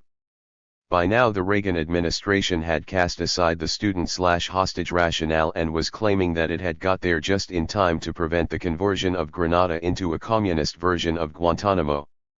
Once again, before journalists such as Lauren Jenkins of the Washington Post actually took a look at the famous warehouses with their venerable guns and the Cubans provided full lists of their people on the island, the networks and papers bought the story. American military sources say they were staggered by the depth and strength of the Cuban military presence, ABC's John McWethy reported on Thursday night. He went on to speak of our old friend's sophisticated communications equipment and what one intelligence source described as an enormous supply of ammunition and weapons. This all turned out to be lies, of course, but by then the damage, or rather the good if you look at it from the Reagan administration's point of view, had been done. Very late on Thursday night, too late for the Friday morning headlines, the US ended up isolated in a Security Council vote, a solitude reminiscent of French and British isolation in the wake of Suez. But US media, which could hardly keep out of the Security Council for an instant when it was a matter of condemning the USSR for KAL 007, had far less to say on this occasion. It's not that there was no decent reporting at all, though television was by and large disgraceful. It's more that the big lie techniques of the Reagan administration, now in full and menacing flower after 3 years' growth, overwhelm conventional journalistic techniques with sheer volume of arrogant mendacity. In one of the few really tough pieces, Robert Kaiser pointed this out in the Washington Post Outlook section last Sunday. But if the limitations of Reagan and his team are widely accepted by the expert community in Washington, the experts mostly keep still. Reporters who also realize that many officials in this administration are less than whizzes don't know how to put that into print. Lou Cannon, the Post's White House correspondent, wrote the other day that according to a congressman who heard him discuss the invasion of Grenada, Reagan 346 displayed an unusually detailed grasp of the issues involved. A reader from Mars might have thought that this meant that in absolute terms Reagan had a splendid mastery of the material. But every insider in Washington knew what Cannon acknowledges was pretended that this time, Reagan knew something about what he was discussing. Everybody in this town has known that the emperor has no clothes, said a former cabinet member, but there has been a polite silence not to say so. Polite or foolish? Perhaps, once again, the American people will have cause to complain that the establishment, which is supposed to know the most about these things, failed to warn its countrymen of the dangers it faced. If those who know most say nothing, what is the good of having the freedom to speak out? VV. November 22, 1983. Reagan and lies. The reason Nixon took a beating from the press and Reagan always lives to smile another day seems simple enough. Nixon thought it necessary to tell lies. The press, after a longish interval, began to point out that the president was not telling the truth. Nixon got mad and insisted that he was telling the truth. Sensing it was onto a good thing, the press pointed out some more Nixon lies, and so, in the end, the president resigned on August 8, 1974. Reagan, on the other hand, doesn't mind telling the truth. He doesn't mind telling lies either. The truth is that he cannot tell the difference. Nixon knew when he was lying, and since he sweated and twitched when he was telling the lies, most other people knew when he was lying too. Reagan, the actor, has absolutely no moral sense about truth or falsity. Truth, to him, is what he happens to be saying at the time. Even when he is repeating some hoary old lie about welfare cheats which has been exposed in the press 100 times, He still looks as though he is telling the truth, and I'm sure he thinks he is telling the truth. The problem for the press is that Reagan really doesn't care that he's been caught out with another set of phony statistics or a bogus anecdote. How do you deal with a president without guilt? Reagan has gone one better than George Washington. He cannot tell a lie and he cannot tell the truth. VV. An archive of the Reagan era 347. November 29, 1983. Double your standard. A civilian airliner downed by a ground-to-air missile, all 126 persons aboard killed, a guerrilla group claims credit. We may surely expect a spontaneous welling up of denunciation, in the press and Congress, at this atrocious crime. Actually, we may not expect it. For one thing, the passengers were sub-Saharan Africans and therefore not really recognized as people at all in the Western media. For another thing, the plane belonged to Angola, that is Marxist in orientation and guarded by Cubans. And the group which claimed credit for shooting down the airliner as it took off from Lubango in southern Angola was UNITA, which is certainly financed by South Africa, probably financed by the United States, and which has the support of outfits such as Freedom House, which has hosted UNITA's leader Jonas Savimbi in this country. UNITA claimed proudly to have shot down the airliner, which belonged to the Angolan Airlines TAAG. The official Angolan news agency ANGOP says that the plane crashed due to a technical fault. The London Daily Telegraph quotes Western military sources as saying that UNITA probably did bring it down with a SAM-7 captured from government forces. VV. December 13, 1983. On the importance of being paranoid. Since this week, indeed this very day of December 7, happens to be the anniversary of the attack on Pearl Harbor, the New York Times might have done slightly better than the small headline on page A14 of last Sunday's edition, which said "Sailor identified in war warning." What those 5 words indicated and what the story confirmed was fresh evidence of the fact that the surprise attack by the Japanese on Pearl Harbor 42 years ago was not a surprise at all, that the White House and more specifically Franklin D. Roosevelt, General Marshall, and a few others knew very well in the first week of December 1941 that a Japanese naval task force was moving towards Pearl Harbor and that an attack was impending. The attack that finally came over the Waianae Hills at dawn left over 4,000 Americans dead. The United States immediately entered the war. Thus the Roosevelt administration not only undertook the blockade and 348. The embargoes that forced Japan into war, it also knew that Japan was about to attack and waited for it to do so, so that Roosevelt could at last outmaneuver the isolationists and enter the war against the Axis powers on a tide of popular feeling. It is one of the great conspiracy stories of the 20th century, and it was masterfully told by John Toland in his great book Infamy, published by Doubleday last year. For those who do not know it, the thesis that Toland in my view proved is that although Roosevelt and his closest counselors knew that a Japanese force was about to attack Pearl Harbor, they were so convinced of the impregnability of the base that they did not believe that this attack would have any serious effect. They thought a surprise Japanese raid would do little damage, leave a few casualties, but would supply the essential casus belli. In Infamy, Toland quotes from Labor Secretary Francis Perkins's diary an eerie description of Roosevelt's ravaged appearance at a White House meeting the night of December 7. He looked, wrote Perkins with extraordinary perception, not only as though a tragedy had occurred but as though he felt some more intimate, secret sense of responsibility. It has taken over 40 years for the Pearl Harbor story slowly to unravel. The U.S. military commanders Kimmel and Short on Honolulu were pilloried, destroyed, set up to bear the major responsibility.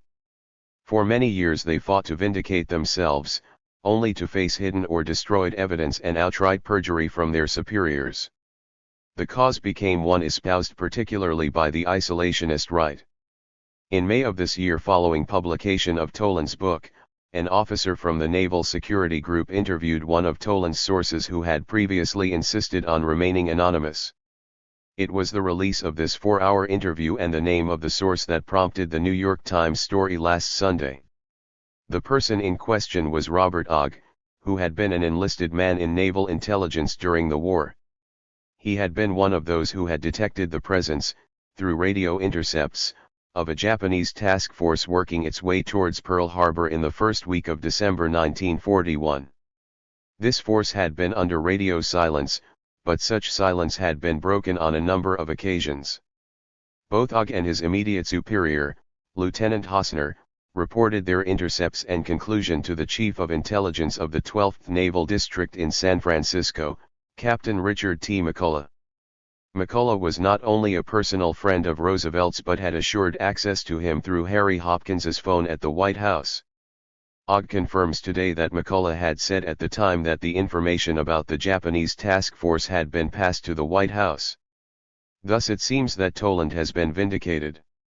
Roosevelt, I suppose, remains vindicated by the indisputable fact that it was a good thing that the U.S. entered the war and that if, towards this end, it was necessary to allow an archive of the Reagan era 349. The Japanese to attack Pearl Harbor, so be it. Ask Winston Churchill about the sinking of the Lusitania in 1915. The lesson here is that there is no construction too bad or too outrageous but that it cannot be placed upon the actions of powers great and small, though usually great.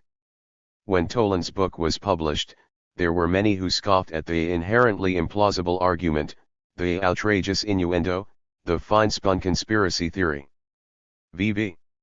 December 27, 1983. Fact-finding. Managua. Experts here say that the shortest known fact-finding mission to Nicaragua was that undertaken by Senator Jeremiah Denton. Desirous of testing the proposition that a U.S. citizen can enter Nicaragua without a visa, he did so, found the proposition to be true and departed forthwith. On his way home the plane touched down briefly at the airport in San Salvador. So, in a matter of some 5 hours the senator had, as they say, seen at first hand the Marxist-Leninist contagion in 2 Central American nations at extremely modest expense for the U.S. taxpayer. You can always tell that the U.S. is up to something bad by the number of fact-finding missions undertaken by the country's elected representatives to convince themselves to the contrary. The usual congressional tour to Nicaragua lasts anywhere between 8 and 24 hours, a very generous allocation of time, considering that the main objective of the U.S., as always since the intervention of 1909, has been to destroy the slightest vestige of independence or progress in this charming and beautiful country. The usual tour goes something like this. The congressional delegation lands at Managua Airport, is hastened through protocol and whirled off to the U.S. Embassy for a briefing. Facts about Nicaragua in the possession of the average congressman are these: Nicaragua is a country in Central America. It may or may not border on El Salvador. There is widespread congressional confusion on this important point. It once was ours and is now run by Marxist-Leninist thugs. The Pope doesn't like it. Priests are communists. It has Russian tanks in it, and a wonderful newspaper called La Prensa, which is a beacon of freedom amid darkness. There was an earthquake there and one of our fellows in charge, called Somoza. After the briefing the U.S. Embassy throws a dinner. At the dinner will be a representative from COSEP, which is basically the Nicaraguan Chamber of Commerce, and some people from the political opposition. Archbishop. 350. A Bando y Bravo, hostile to the regime, will also be there wolfing down the viands, along with a member of the Permanent Commission on Human Rights, though not the Nicaraguan Commission for the Promotion and Protection of Human Rights. A good night's sleep gives way to a demanding schedule. First, a visit to the offices of La Prensa and a discourse by Pedro Joaquin Chamorro. Unlike his progressive brother, Carlos Fernando, who runs the Sandinista paper Barricada, Pedro Joaquin is no friend of the regime, indeed hates it with undiluted passion.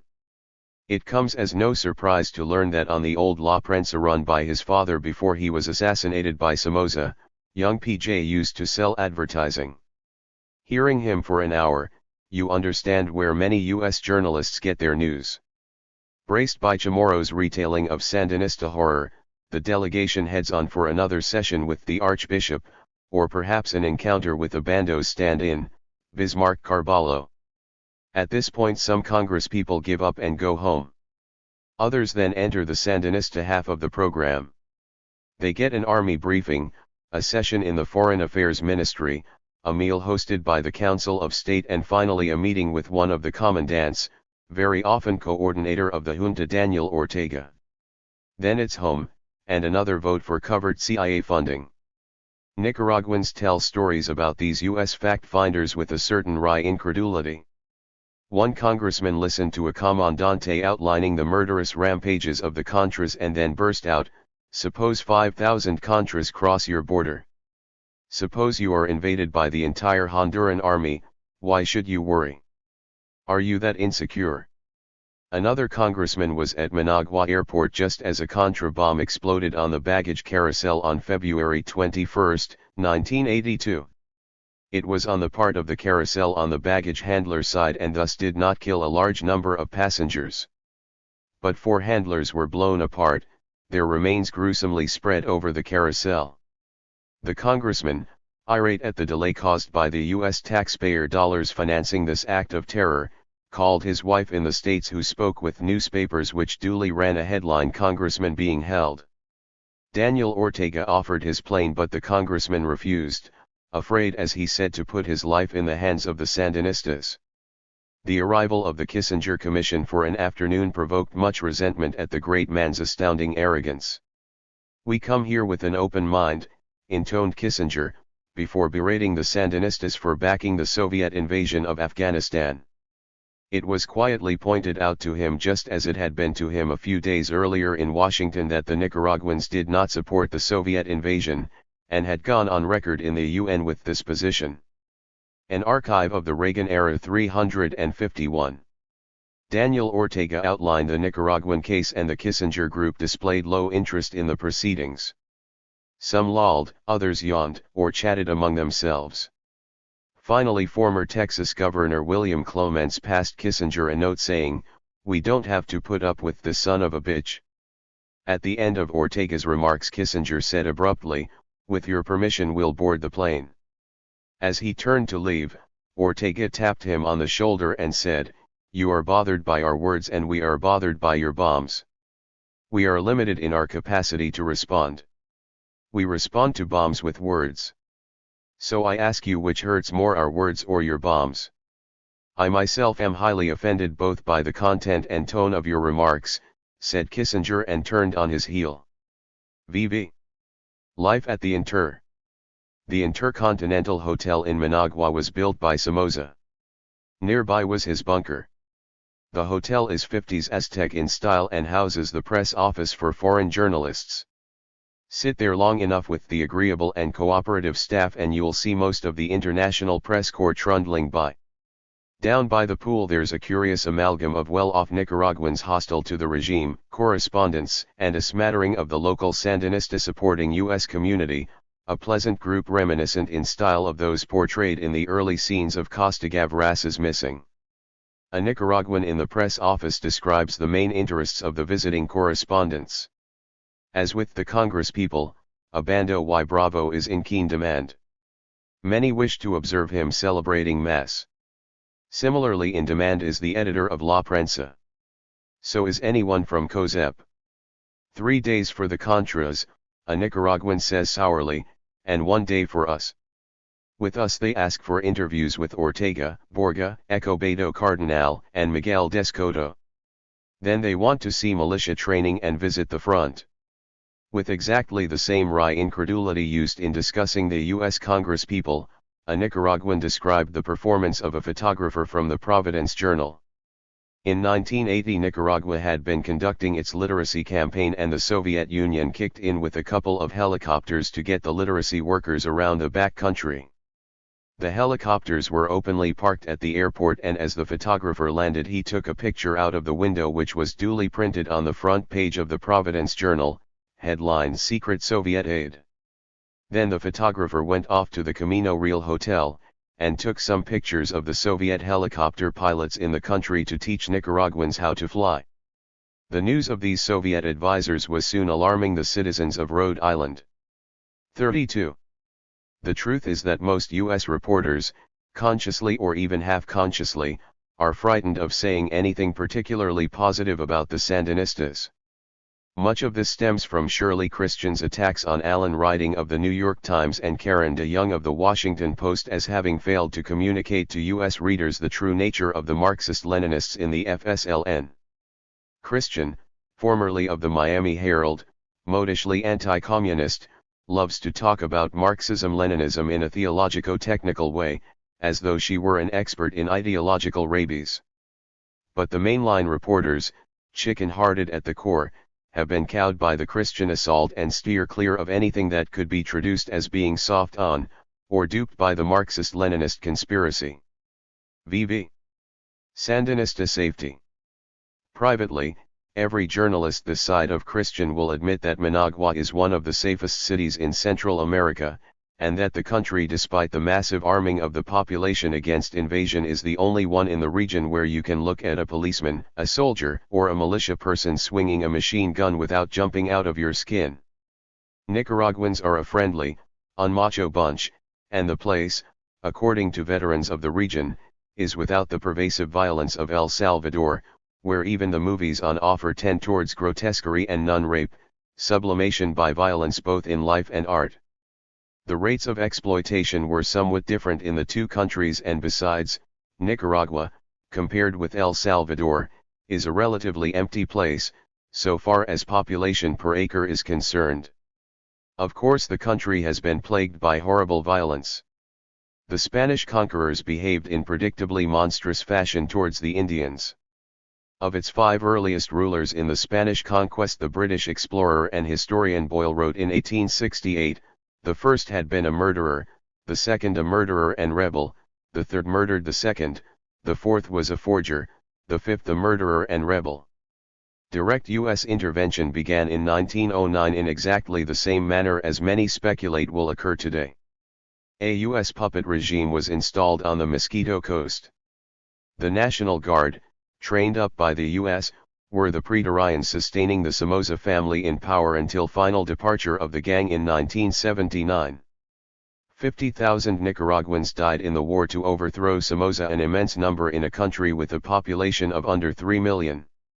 The U.S. tried to save Somotism until the last, prolonging the agonies of the country as it sought a compromise in its interests.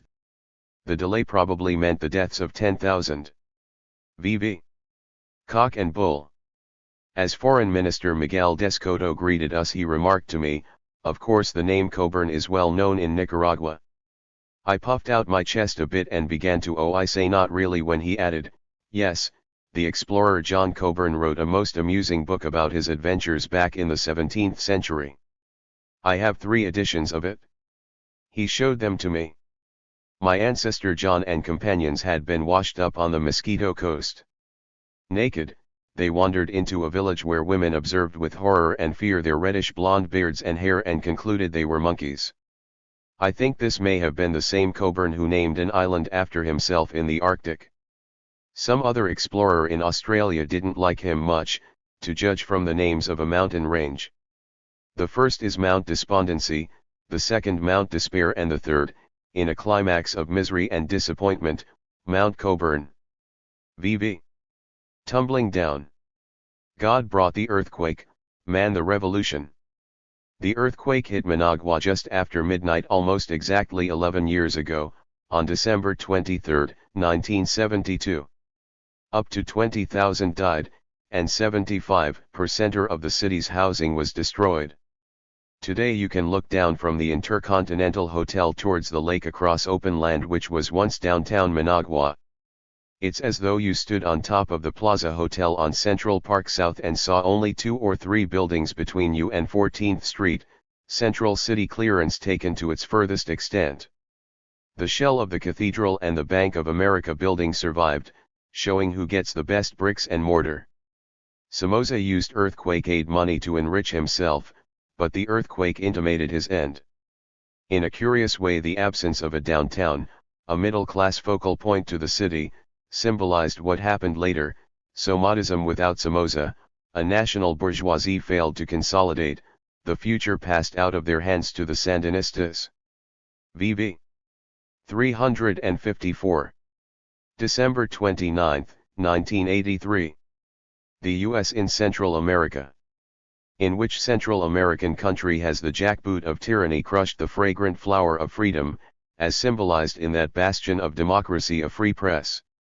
Answer: El Salvador, where two opposition papers La Crónica and El Independiente closed, their editors and publishers terrorized into silence by the death squads of the right-wing government. In which country has a systematic program of genocide been practiced against the indigenous Indian population? Answer: Guatemala. Which country has welcomed the money, advisors, and materiel of a foreign power, seeking to destabilize an adjacent country? Answer: Honduras, in which US dollars, military officers, and equipment proliferate, launching the Contras of the FDN against Nicaragua. Which other country lets terrorists use it as the base for aggression against a neighbor? Answer: Costa Rica, whence Eden Pastora and his Arde forces also menace Nicaragua.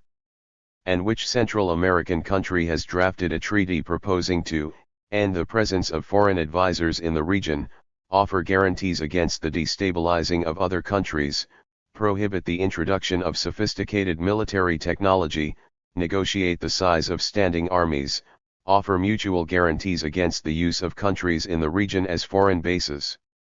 Answer: Nicaragua. This is what Nicaragua proposed last fall, and the State Department, put on the spot by the fact that such a treaty would stop the export of violent counter-revolution in El Salvador and Honduras, tried to say nothing. The basic trouble is that the Nicaraguans made one big mistake in their relations with the US. On a recent visit I found many of them prepared to admit the mistake frankly: they had a revolution. What is it that the US has against their revolution? Where did the Nicaraguans go wrong? For nearly half a century they were robbed blind by the Somoza clan.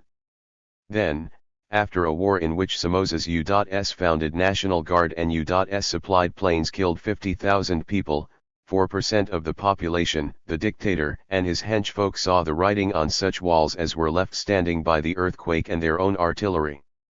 They fled to Miami. Their fugitive planes were overweight with plunder from the national treasury, and to lighten the load they jettisoned bombs on the Nicaraguan factories and towns along their flight path, thus slaughtering a few extra thousand by way of farewell. Well before this stage, the US was worried things were getting out of hand. It would be helpful, the Carter administration told the Sandinistas, if the National Guard were not disbanded and if the political topography of an archive of the Reagan era 355 pre-revolutionary Nicaragua, minus Somoza, were kept intact. The U.S. plan seems to have been to return Nicaragua to its mid-19th century status as a primary producer where a thin stratum of businessmen, ranchers, and planters could carry out the rituals of a sham democracy while everyone else sank in the ooze of underdevelopment. This was the revolution the Sandinistas quite rightly betrayed, though the betrayal the Reagan administration invokes presupposes commitments the Sandinistas never made. WSJ. January 3, 1984. Bad start. Managua, North Americans have been coming to Nicaragua for a long time. Back in the 1850s the struggle in Nicaragua was between liberals and conservatives, a fairly bogus contest which extended down the decades and which seems to have had a good deal to do with who was to control the Customs and Excise Department. When the liberal Francisco Castellan suffered defeat on the field of battle before the troops of the conservative Frutos Chamorro, he looked for outside help. It came in the form of William Walker, a journalist hailing from Tennessee and backed by Cornelius Vanderbilt's Accessory Transit Company, which was transporting emigrants to California via Nicaragua. Walker raised a phalanx of Americans which captured the conservative capital of Granada in 1855. Walker soon got ideas above his station, turned against his liberal sponsors and seized power. As the account in Henry Weber's Useful Nicaragua has it, Walker was an ardent supporter of slavery and dreamed of forging the 5 Isthmus states into a single white republic. Walker hoped that the model slave state of his dreams would bolster Southern morale against the abolitionist cause. On June 10, 1858, he had himself elected president of Nicaragua, and you will not be surprised to hear that his government was at once recognized by U.S. President Franklin Pierce. English was declared the official language and slavery reintroduced. Walker's theory was laid forth in his War in Nicaragua, quoted by Weber: "The necessary consequence of the triumph of free labor will be the destruction, by a slow and cruel process, of the colored races. The labor of the inferior races cannot compete with that of the white race unless you give it a white master to direct its energies, and without such protection as 356. Slavery affords, the colored races must inevitably succumb in the struggle with white labor. In other words, it's for their own good." Walker dreamed his dream, which included takeover of the other Central American states. His flag bore the motto 5 or none. Walker fled back to New York in the face of a collective force. 4 years later he tried a comeback and seized the Honduran town of Trujillo. The British, who feared his designs on the Mosquito Coast of Nicaragua, nabbed him and handed him over to the Hondurans, who shot him on September 12, 1861. From 1893 to 1909 the country was run by the liberal nationalist General José Santos Zelaya, whose name now designates the eastern, Atlantic half of Nicaragua. Zelaya's ambitious plans, particularly his relations with British capital, greatly perturbed the U.S. Matters came to a head with the U.S.'s decision to dig a canal through Panama. Zelaya began to work out plans with Germany and Japan for an alternative route. Guess what? In 1909 Juan Estrada, governor of Bluefields on the Atlantic coast, rebelled against Zelaya. In Weber's words, he was advised and financed by Adolfo Diaz, employee of the Luce and Los Angeles Mining Company.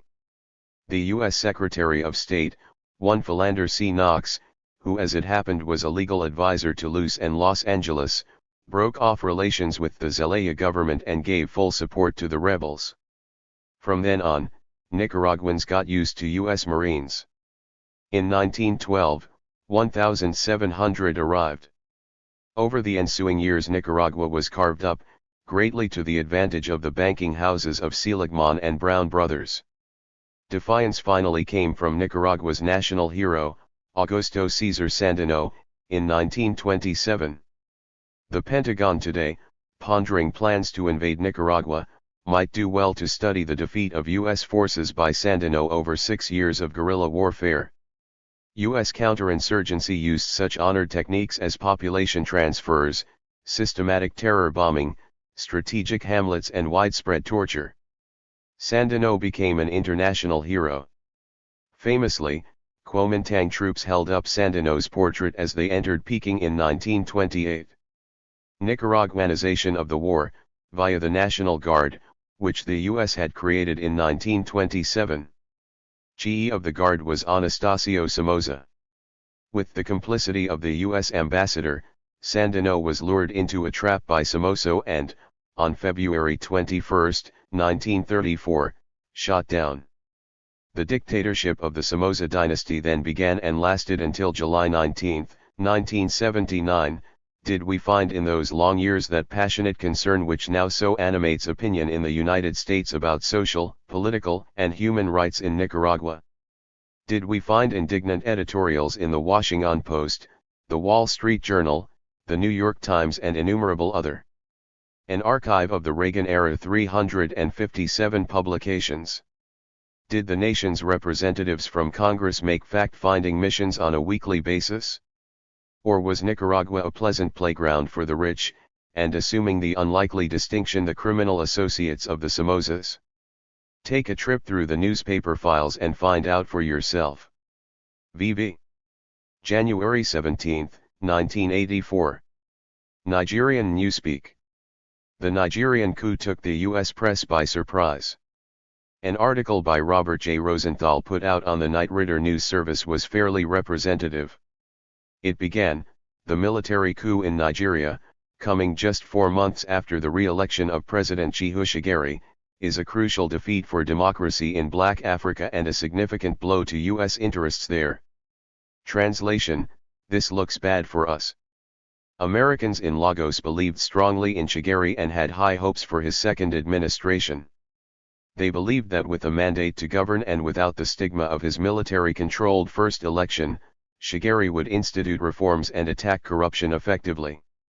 Translation: we thought we had Shigeri in our pocket and, with his image cleaned up a bit, would be able to do what the IMF and the banks told him to. Shigeri's wide-open, freely contested political campaign, involving 5 opponents, was not without corruption or violence. But it was the first democratic and Western-style presidential election held in Black Africa. Translation: the election was a bit of a farce, but we tried. Orderly challenges to leadership are not culturally accepted in Africa. In independent Africa, power has changed hands most frequently as the result of coup or assassination. Thus the Nigerian experiment with democracy was tremendously important. Translation: Africans are a bunch of bloodthirsty savages. They always will be. Unstated fear: maybe the Nigerian military will try to make itself popular with the people by increasing revenues by slashing the price of its oil on the international market, thus undercutting OPEC. This could add up to another credit crunch for countries already gasping from reduced oil revenues. And this could cause more problems for the US banks and their rickety loans. Hence the significant blow to US interests. VV 358. January 26, 1984. Campaign cliché crisis. We are in January of an election year, and what we have on our hands is a first-rate crisis. If Walter Mondale really does have the nomination locked up and Ronald Reagan is a sure bet in November, what's going to happen to the election industry? There's no sense in underestimating the gravity of the situation. It's as though the Russians suddenly opted for 100% unilateral disarmament. What would the military-industrial complex do?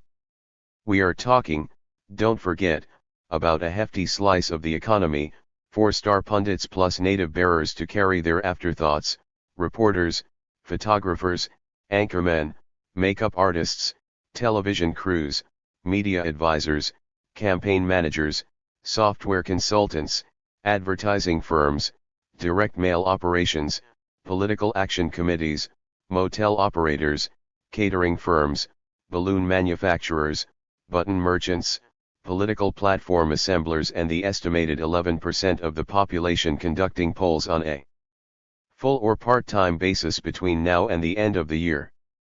All this adds up to an immense interest group known as the post-industrial political complex, dedicated to the empty but profitable ritual known as the permanent campaign. Much of 1983 was spent staging the Mondale-Glenn contest, amid mounting evidence of consumer apathy and dissatisfaction. Jesse Jackson had to be rushed on as a stopgap measure to try to hold the crowd. And now there are other signs that the strain is beginning to tell. On Tuesday, for example, the Wall Street Journal had a story about the brief but potent influence wielded in the days before the Iowa caucus by the political correspondent of the Des Moines Register. Traditional fare for this time of year, but on the very same day the WSJ had a front-page story on the billowing cost of Mr. Mondale's campaign promises. Now this story usually comes during the election campaign proper, somewhere in early October. The permanent campaign is getting out of control. As I understand it, the stories should go more or less as follows. Turn of the year through first primaries, the front-runner commands wide but shallow support and is often charged with shading his opinions to please different interest groups. Depending on the prejudices of the reporter, he is either encumbered with essentially meaningless endorsements or has won significant support that brings with it a lot of organizational clout. He is naturally reminded with increasing frequency that no one who has not first won in New Hampshire has ever gone on to win the presidency.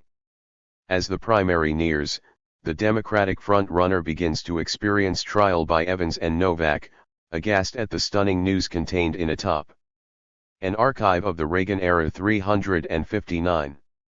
Secret poll conducted by the Newt organization, distraught campaign strategists took the desperate step of urging their candidate onto a do-or-die course that could very well deal his faltering bid for the presidency a fatal blow. Meanwhile, the other candidates are sharing other traditional coverage. The second runner usually is suffering the consequences of deep divisions within his staff and attempting to recover from what local political observers judge to be serious organizational deficiencies. If things are very bad, he is trying desperately to reanimate his flagging campaign with a new theme in what aides are describing as a major address. Long-shot candidates get adjectives like dogged, stubborn and lonely. They command a small but intensely loyal following and often grow increasingly petulant at what they regard as the biased press coverage. First primaries to early summer, some trusted stratagems by the permanent campaign to sustain consumer interest. Best known is the slip or blunder. Slips usually occur in this period because this is the time when the candidate deems it necessary to produce an idea. Previous to that, he has had a theme, drained of all nutritious content, such as industrial policy. Ideas are dangerous. The press distrusts them, finding them mysterious and inappropriate to a political contest. Mr. McGovern had an idea with his $1,000 plan in 1972, with disastrous results. Mr. Reagan suffered the same fate over the $90 billion shift in 1976, and then, with amazing effrontery, actually had another idea in 1980. These are the only ideas that I can remember. In the slip season, it's best that the serious candidate has no ideas, jokes, feelings or any other significant personal attribute that might protrude above the tundra-like wastes of the banal and attract unwelcome attention. Summer is convention time, the season for delegate counts, for healing the bitter divisions of the nomination struggle, for platform fights and, of course, for the search for a running mate. We may note here the traditional eagerness to avoid the Eagleton fiasco and the hallowed reflection that the vice presidency is not worth a pitcher of warm spit. From then on it's clear sailing, past Labor Day into the final campaign, the awesome advantages of incumbency, the October surprise, and the last-minute appeal to the voters. The basic effect of the post-industrial political complex and of the permanent campaign is to extirpate the slightest trace of original thinking on the part of either the candidates or the electorate. Any aspirant from the left is speedily banished from discourse with reference to his eccentric appeal. From the right, Ronald Reagan only made it by grace of Jimmy Carter and the movies. As for the voters, they are simply incorporated into the permanent 360 campaign. The average New Hampshire family contains a grandfather interviewed by Teddy White in 1960, a father who participated in an Ann Arbor attitudinal survey in 1968, a son who helped process NBC questionnaires in 1976 and a daughter on standby for exit polling this year. Weighed with New Hampshire's historic responsibility, none of them thinks his or her own personal views of much consequence.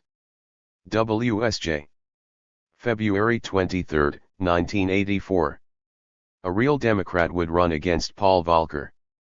The way things are going, I fully expect to see Paul Volcker make a celebrity appearance at the Democratic convention, rather as Colonel Sanders did in the old days.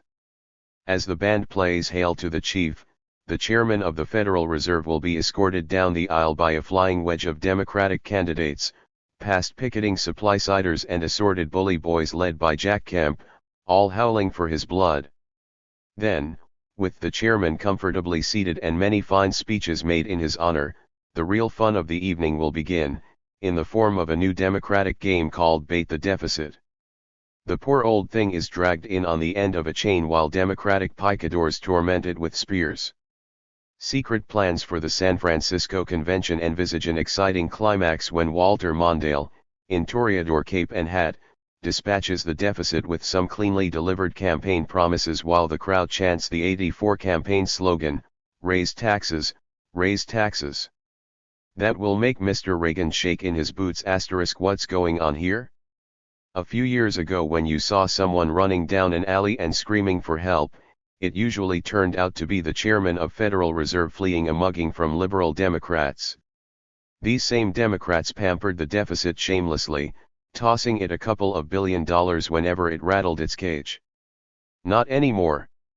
The night of his success in Iowa, I heard Mr. Mondale describe the deficit as obscene, a word Democrats used to reserve for denunciations of oil company profits.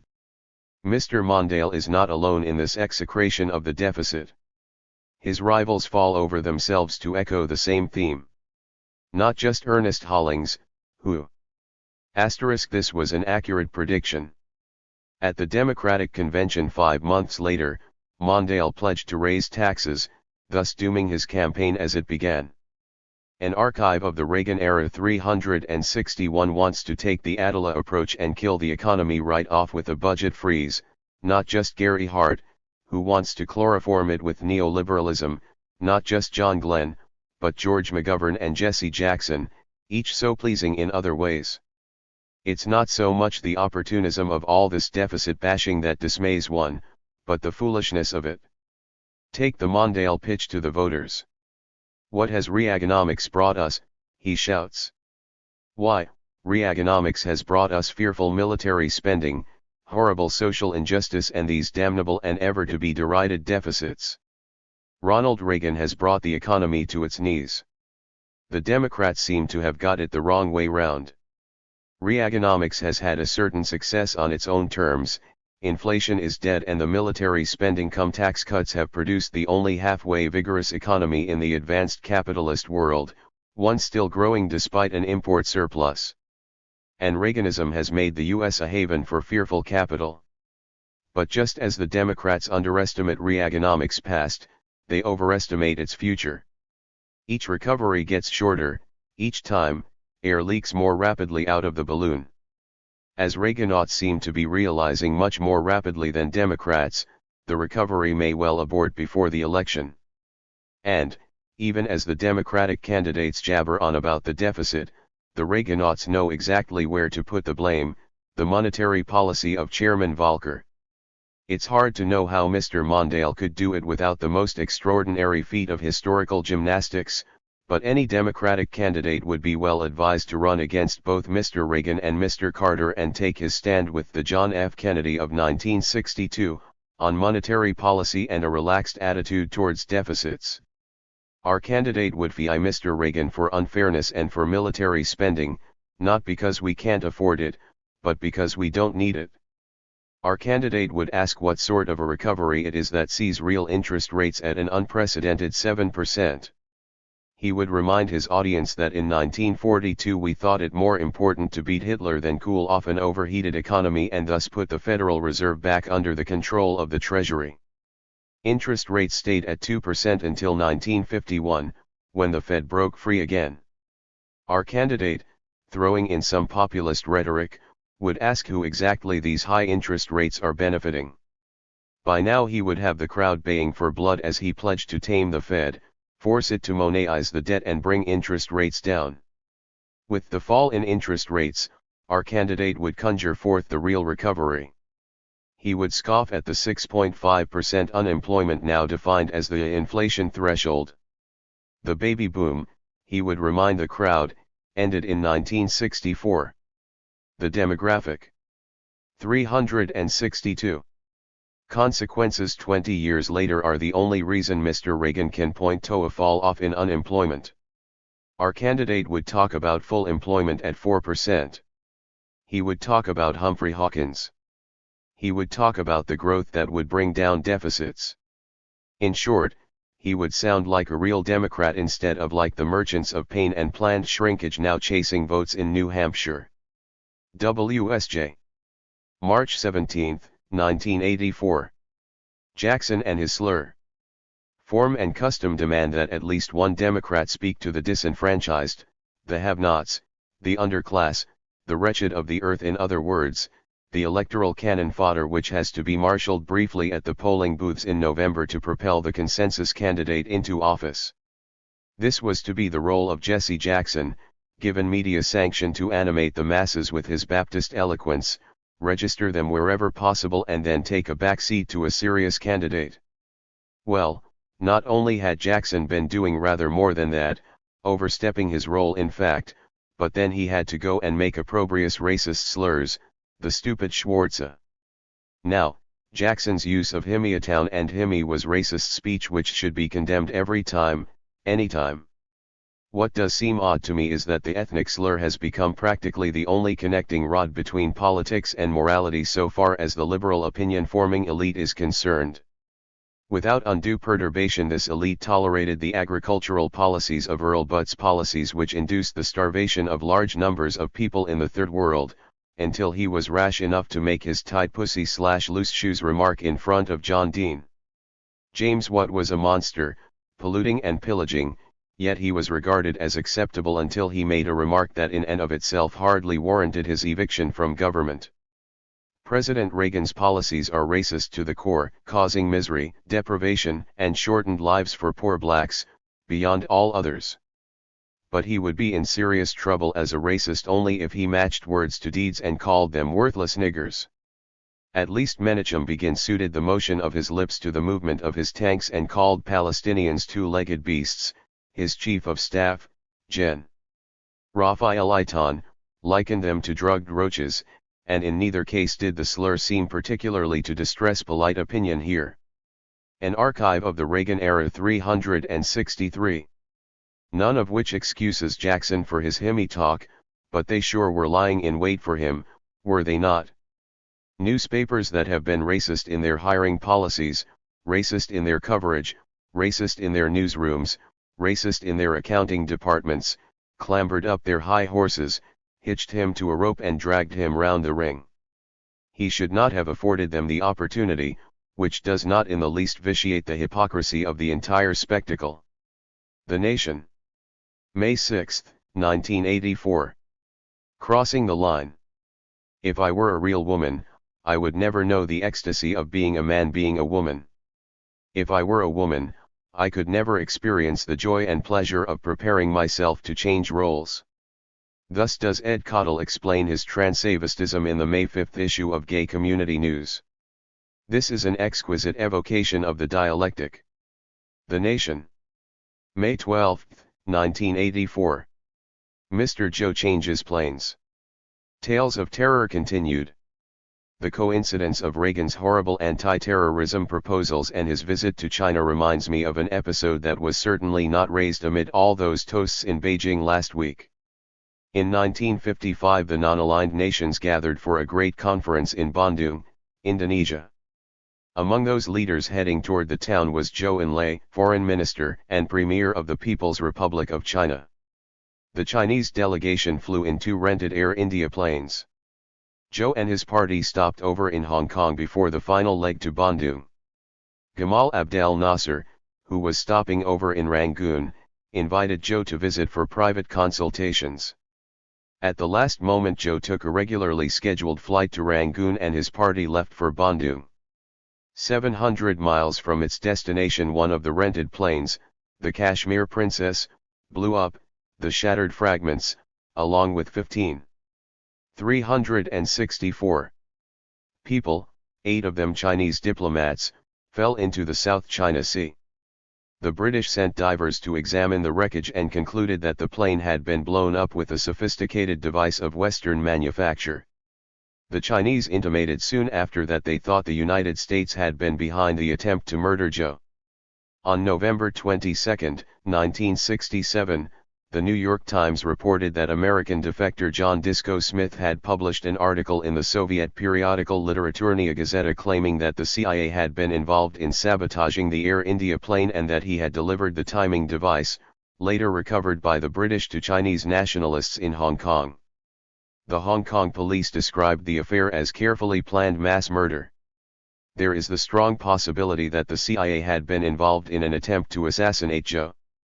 In the mid-1970s, more than 100 staffers on Senator Church's Intelligence Committee toiled away, but none of them ever bothered to look into the Bandung incident. At the time of the furor over the CIA and assassinations, someone who remembers the Bandung episode well asked Chinese officials why they did not press the matter. They smiled, saying the situation had changed since those difficult times. The Nation. The U.S. and the death squads. The Reagan administration, echoed by many editorialists, continues to claim that progress is being made in reducing the activities of El Salvador's death squads, a name that misleadingly suggests bands of psychotics randomly roving the streets and countryside. Although the press was alerted to Alan Nairn's explosive report in the May issue of The Progressive, no major newspaper has publicized his important findings. as a result of a courageous investigation in El Salvador which included interviews with many death squad organizers and participants. Nairn establishes that the very death squad apparatus the Reagan administration denounces was built up by the officials from the State Department, AID, CIA, and other agencies and managed with their cooperation through 6 administrations over the last 20 years. The construction of El Salvador's national security edifice began, unsurprisingly, with President Kennedy's Alliance for Progress and, specifically, with a series of meetings following the Declaration of San Jose, Costa Rica, in 1963, when Kennedy told 6 Central American presidents that communism is the chief obstacle to economic development in the Central American region. An archive of the Reagan era 365. Through interviews with the relevant U.S. and Salvadoran officials, Nairn shows that U.S. advisors subsequently set up ORDEN, the rural paramilitary and intelligence network out of which came the Mano Blanco paradigm of the death squads.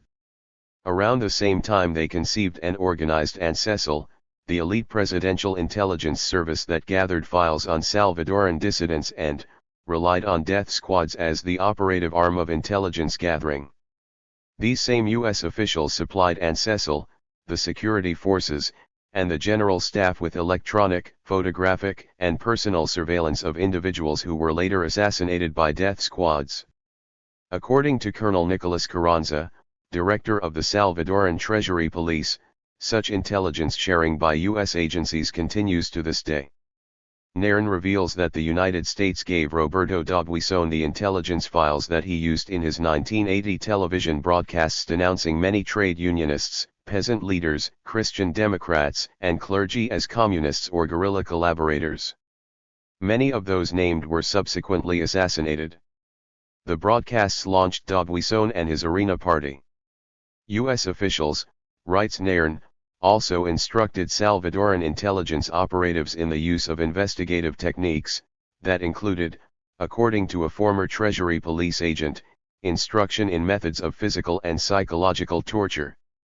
Far transcending the recent revelations of Roberto Santavane, Nairn shows that the death squads are the prime instrument of counterinsurgency in El Salvador, organized and still abetted by U.S. agencies. The Phoenix program rises again. Previously it was possible to propose this as a theory. Nairn establishes it beyond all doubt. The Nation. June 14, 1984. Guatemala, the whole world is watching. In the beginning of June, top U.S. officials stepped up their denunciation of the communist beachhead in Central America. The president himself warned that the communists were trying to export their revolution to El Salvador. Meanwhile, the CIA continued its training and supply of the Contra invasion force based in Honduras.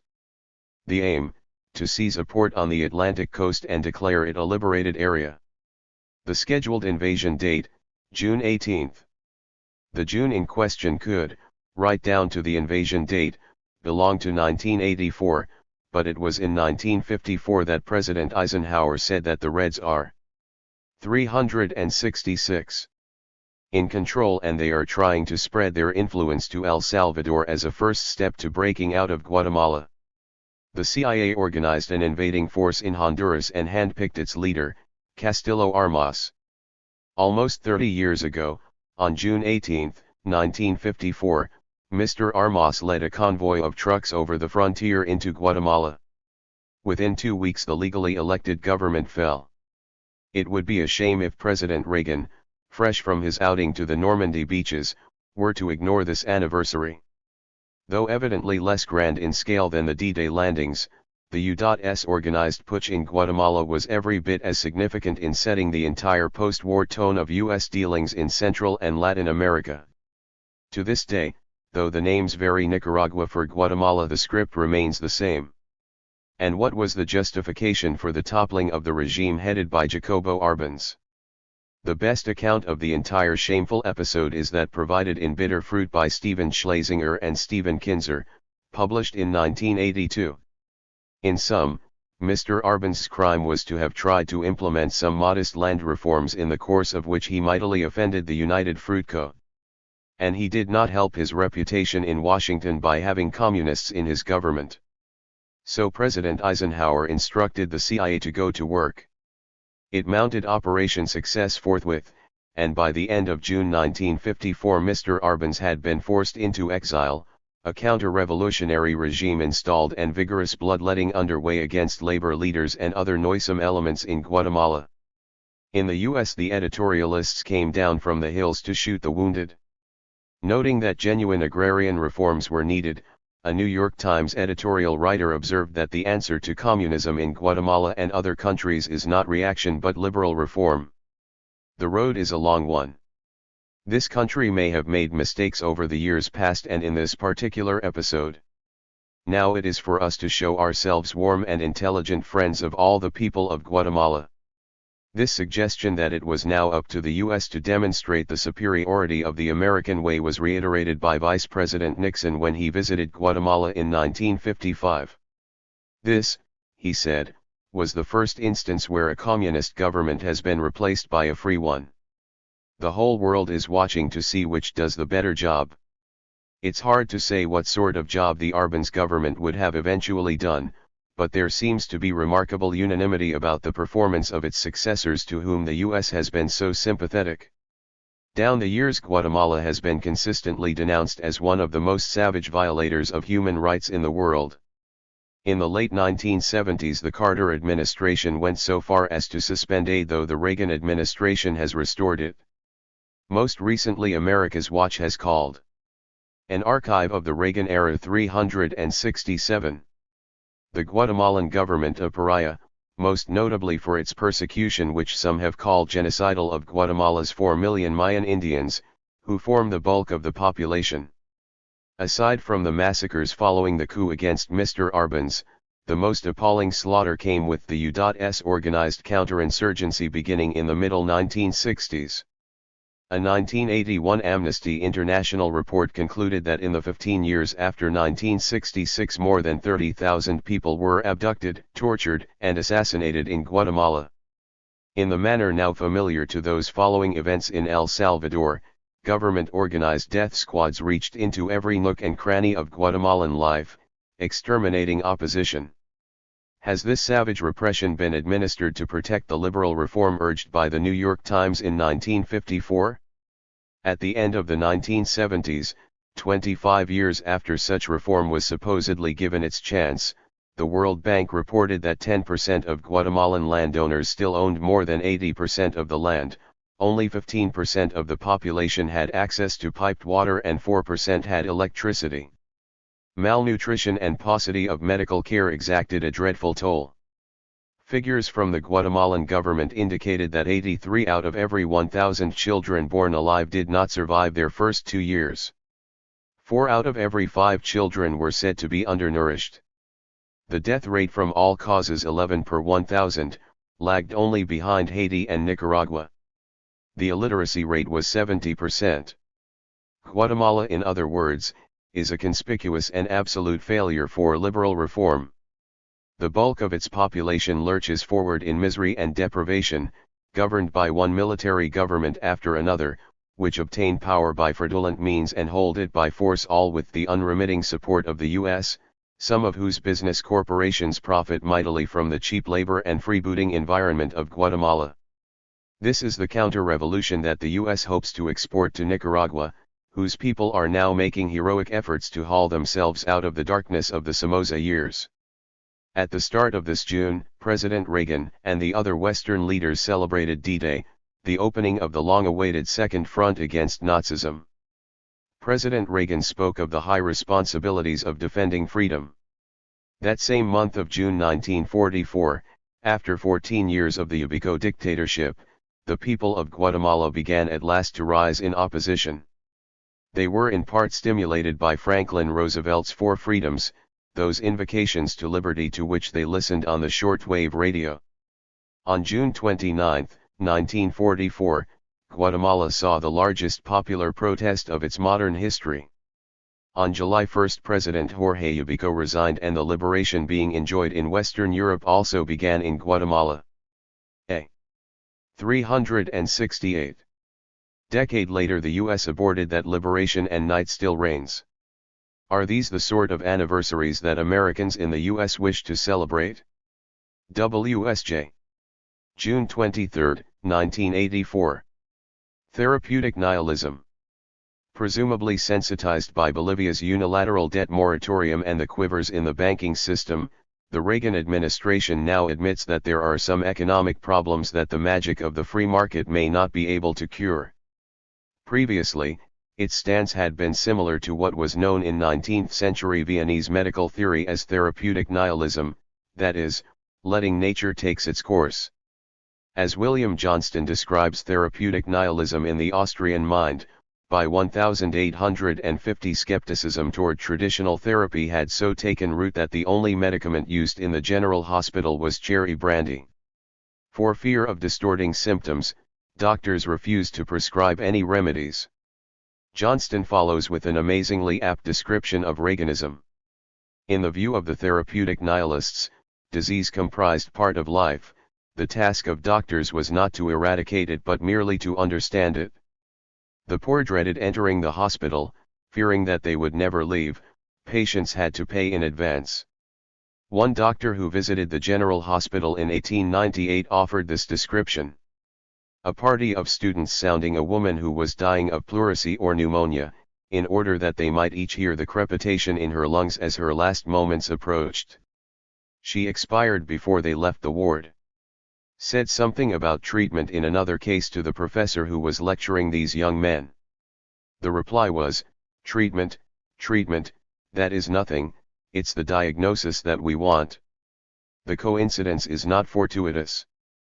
Therapeutic nihilism in the medical field in Vienna was paralleled, as Johnston points out, by the reluctance of Austrian economists like Karl Menger and Ludwig von Mises to tamper with an unimpeded market economy. And von Mises, God to our economic libertarians, is one of the fathers of Reaganism. Associated with the Reaganite version of therapeutic nihilism is a wild Reaganite voluntarism about results. After doing nothing to cure the patient, the Reaganites declare him alive and well, even if he is dead and rattling through the gates of the graveyard. This is why lying, the relentless. An archive of the Reagan-era 369 accretion of mendacity, tirelessly repeated, impervious to rebuttal or rebuke is so central to Reaganism. Since the Reaganites' vision of the world bears no relation to the world that exists, and since their policies achieve precisely the opposite of what they intend, the world has to be recreated as a creature of the will and of effusive imagination. War becomes peace, ruin is reborn as recovery, the world is safer and not more perilous. This cut price, ESTN mutation of Schopenhauer and Nietzsche is naturally popular. In hard times everyone wants a Siegfried. The Nation. July 21, 1984. The Left, the Democrats, and the Future. With hardly a backward, or forward, look, the bulk of the surviving American left has blithely joined the Democratic Party center, without the will to inflect debate, the influence to inform policy or the leverage to share power. The capitulation of the left, a necessarily catch-all word, here covering the spectrum of progressive politics from old socialism to recent radical activism, is almost without precedent. This time out there is no McCarthy of 1968, no McGovern of 1972, no Kennedy of 1980, not even a John Anderson or a Barry Commoner to raise a standard of dissent or develop an alternative vision against a Democratic Party whose project is overwhelmingly conservative in attitude and action. The excuse for submission is easy to discern, anybody but Reagan. But the consequences are likely to be dire, and they are already taking shape.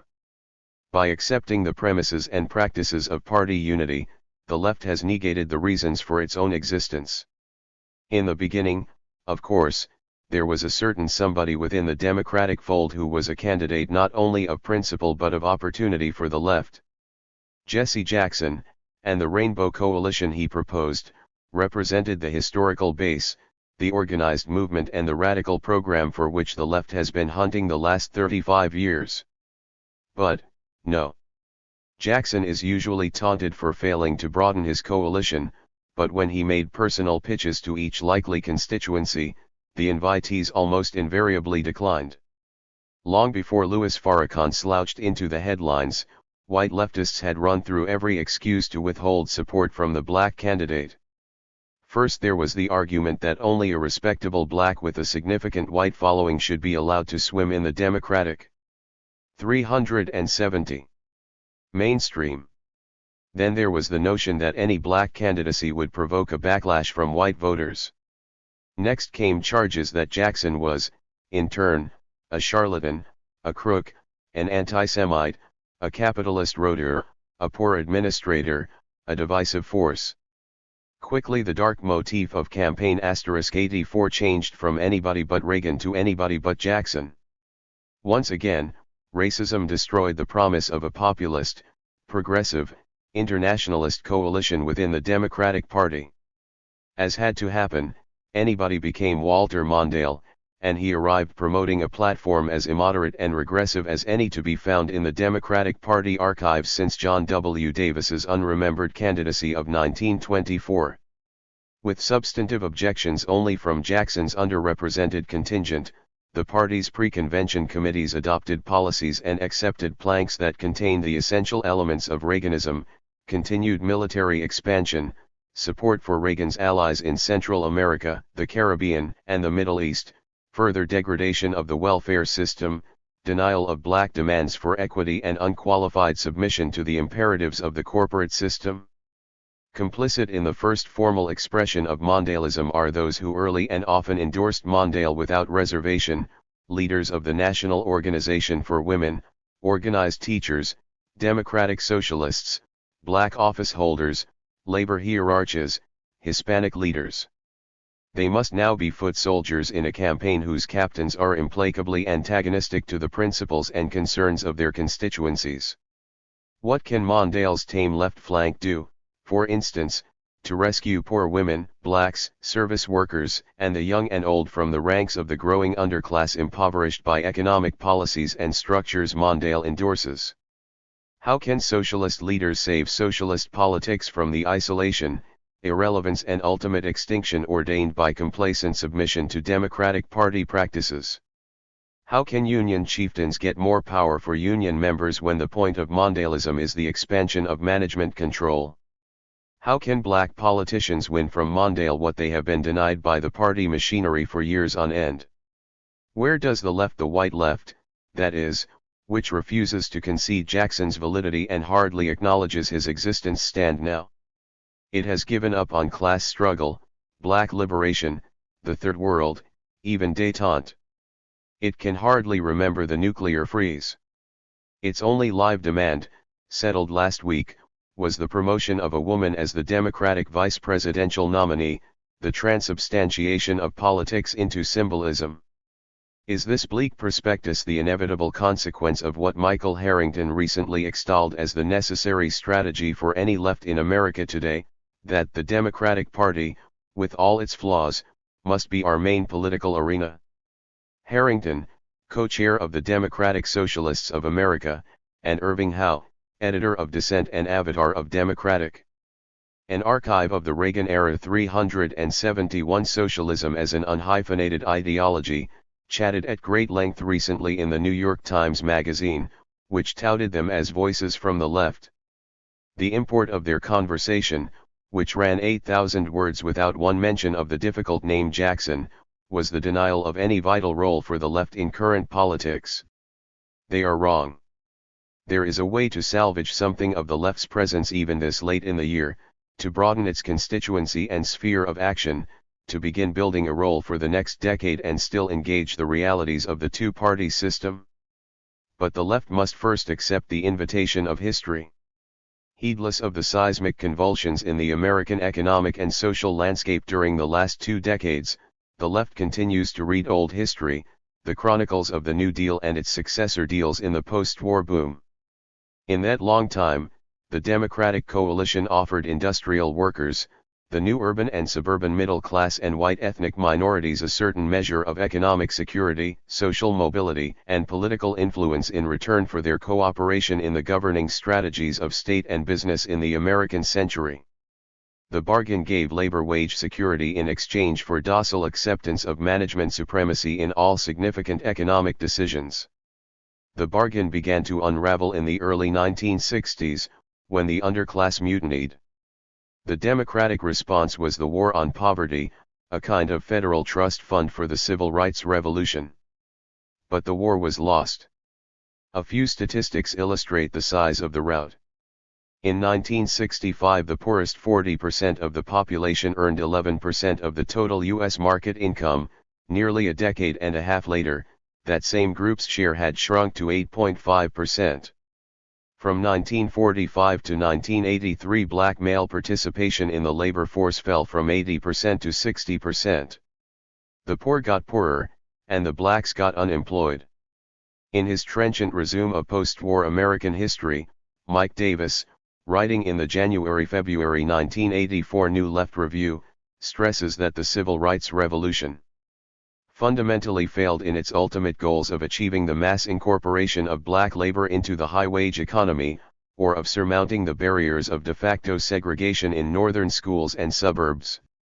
A generation after the first March on Washington for Jobs and Freedom, black unemployment remains double that of whites, while black poverty is 3 times more common.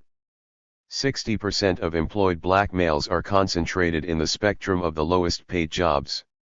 The number of working women doubled between the Eisenhower and Reagan administrations, though in the same period their earnings declined.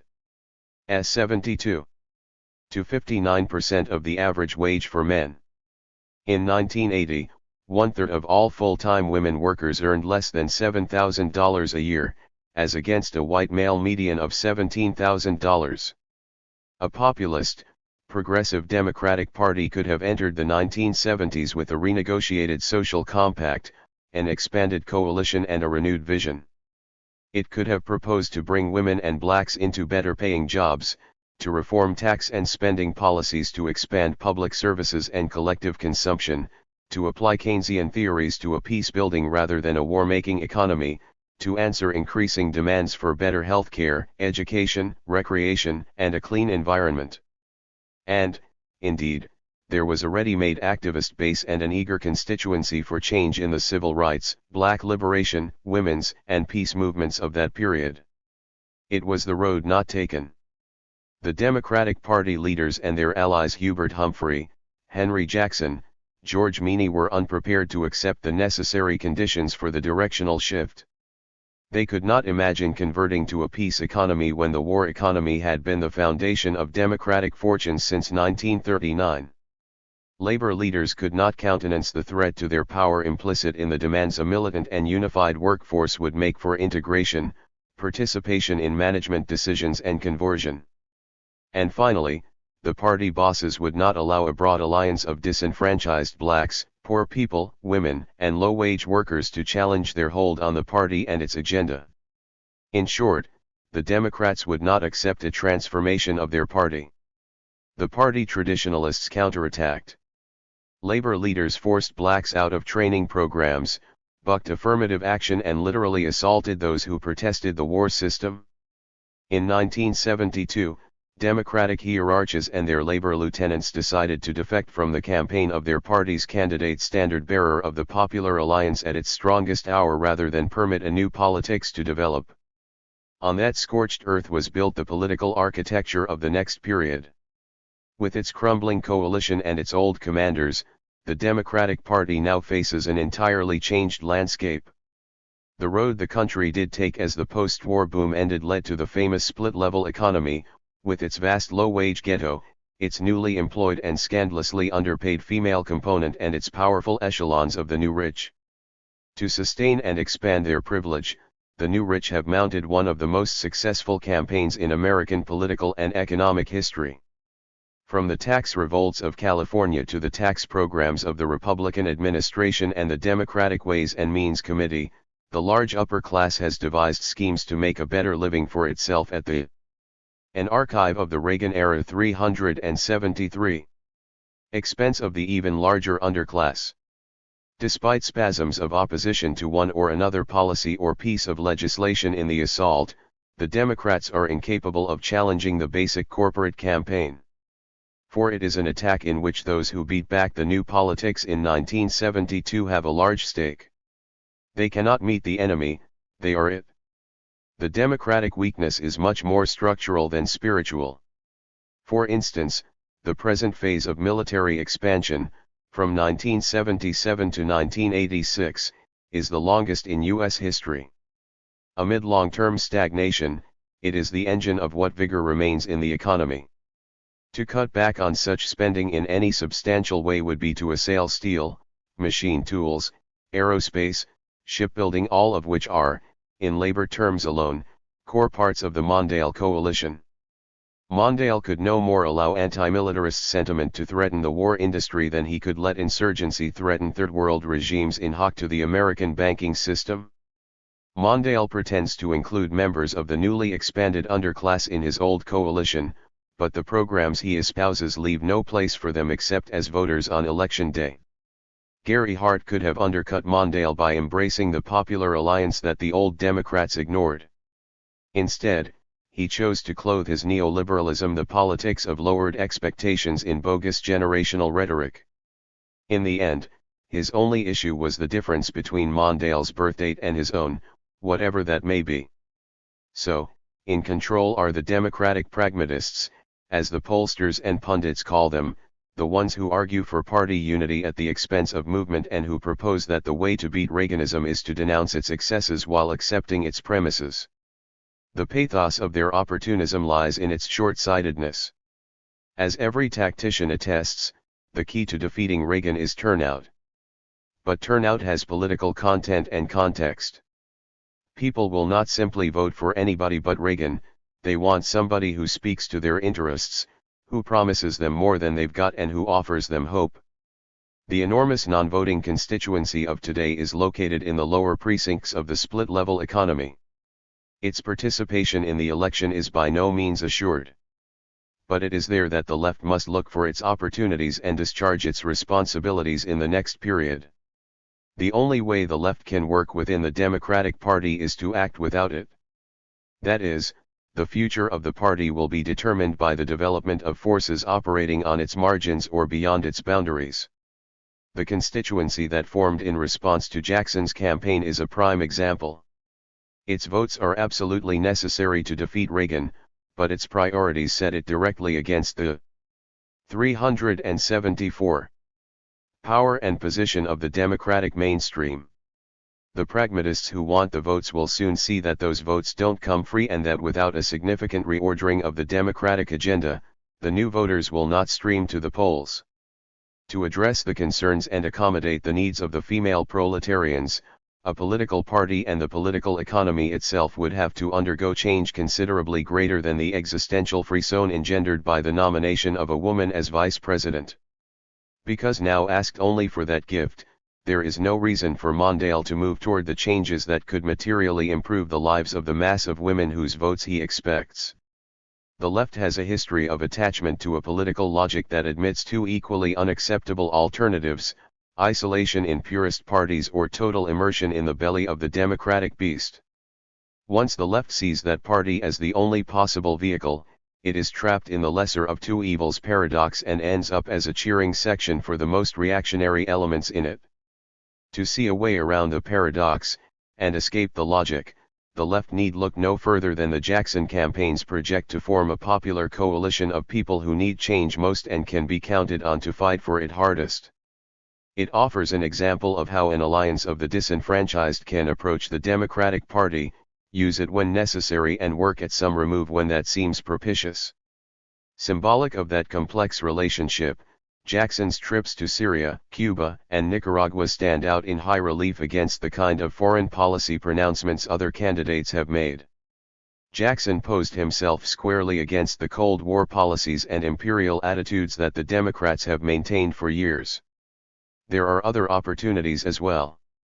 An election campaign, it should be stressed, is only one avenue of action in the process of empowerment.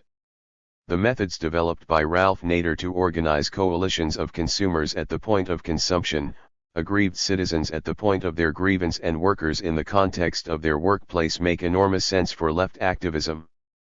Parties are important, but they are not all important. The Democratic Party is a vehicle, not the only vehicle. It can be used for its power and commanding position in the society. As the fall campaign begins, the left should remember that there's more to politics than is suggested by that self-deprecating formulation of realpolitik, hold one's nose and vote for Mondale. Barbarism with a human face is still preferable to barbarism with a barbaric one, but there are hundreds of other campaigns, scores of local coalitions in formation and numerous activist projects which carry greater weight in an electoral year. Voting for Mondale, the old in/out on November 6, does not necessitate an archive of the Reagan era 375 giving up on all those activities. The Democratic call for unity is a guilt trip when party whips the ones in the press as well as in power use it to extinguish all signs of life on the left side of the universe. It is not the left's business to shore up the party and cheer on its candidate every 4 years. There is a bigger job to do in creating radical alternatives to dead-center politics, and that means regarding the Democratic Party without sentiment or illusion. The Nation, with Andrew K. Upkind. August 4, 1984. Regrets only. Being black means always having to say you're sorry. First Jesse Jackson and then Vanessa Williams issued apologies to the American people. Americans like apologies. It's a cheap way of feeling good, as the apologizer gets down in the dirt and grovels. Then you can either be big about it and accept the apology or say you are adopting a wait and see if he means it attitude. Jackson was, of course, the progressive voice in San Francisco, and the commentators gleefully reported the crushing of his platform demands. They'd reel off his calls for enforcement of the Voting Rights Act, diminished military spending and so forth, and then say, in a curve of rising petulance, what does Jackson want? In the end all the spleen against Jackson and all the suppressed male rage against Geraldine Ferraro got displaced on poor Vanessa Williams. Men had coped with the Ferraro threat by making her into a man, calling her Balza. The Freud Memorial couch cushion in this category goes to Representative Tony Coelho, who said Ferraro isn't a threat, she is not a feminist with wounds. Men are mad and by extraordinarily bad luck, Williams came into the line of fire at precisely the wrong moment. And she was not posing with just anyone. She was posing with another woman. Doubt if even a full repudiation of Louis Farrakhan and all he stands for would have got Williams off the hook at that point. It's the essence of a witch hunt that the past is recreated as guilty secret. Williams took off her clothes in a Mount Kisco studio and, years later, was unmasked for that unclothing. Alastair Reid spoke offhandedly to a seminar and, years later, was unmasked in the Wall Street Journal. And now the supposedly Hispanic novelist Danny Santiago is unmasked as the commie Anglo Daniel James, by John Gregory Dunn, in the New York. 376. Review of Books.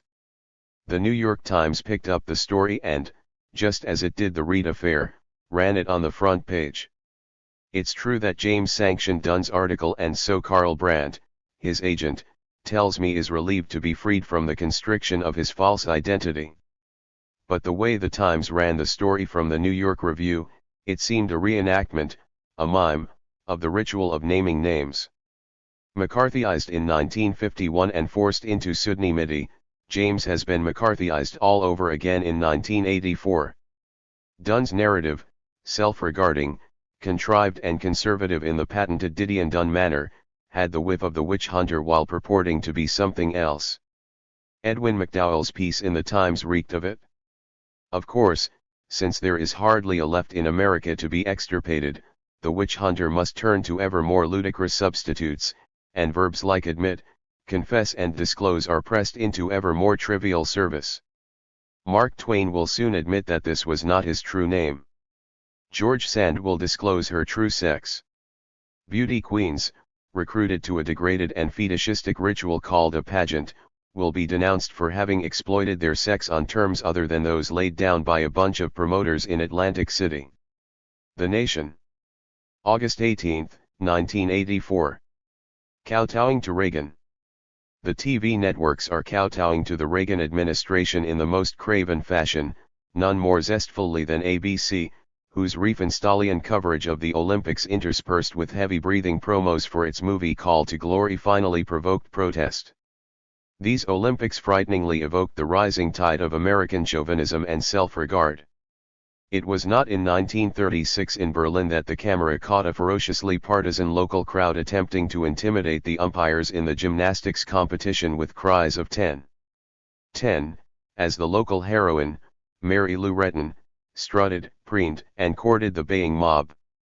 Lee Montville in the Boston Globe had a fine column from Los Angeles about the late-night bus from the press center to the hotels winding its way through the inner city. I look at the bums on Pico, standing in the doorways. I look at the iron gates on Crenshaw, every store locked and covered, made into a fortress to withstand attack in the night. I know the ride will take almost an hour and the landscape will not change. Montville tried to imagine what it would be like if he were a foreign journalist covering the games. An archive of the Reagan era 377.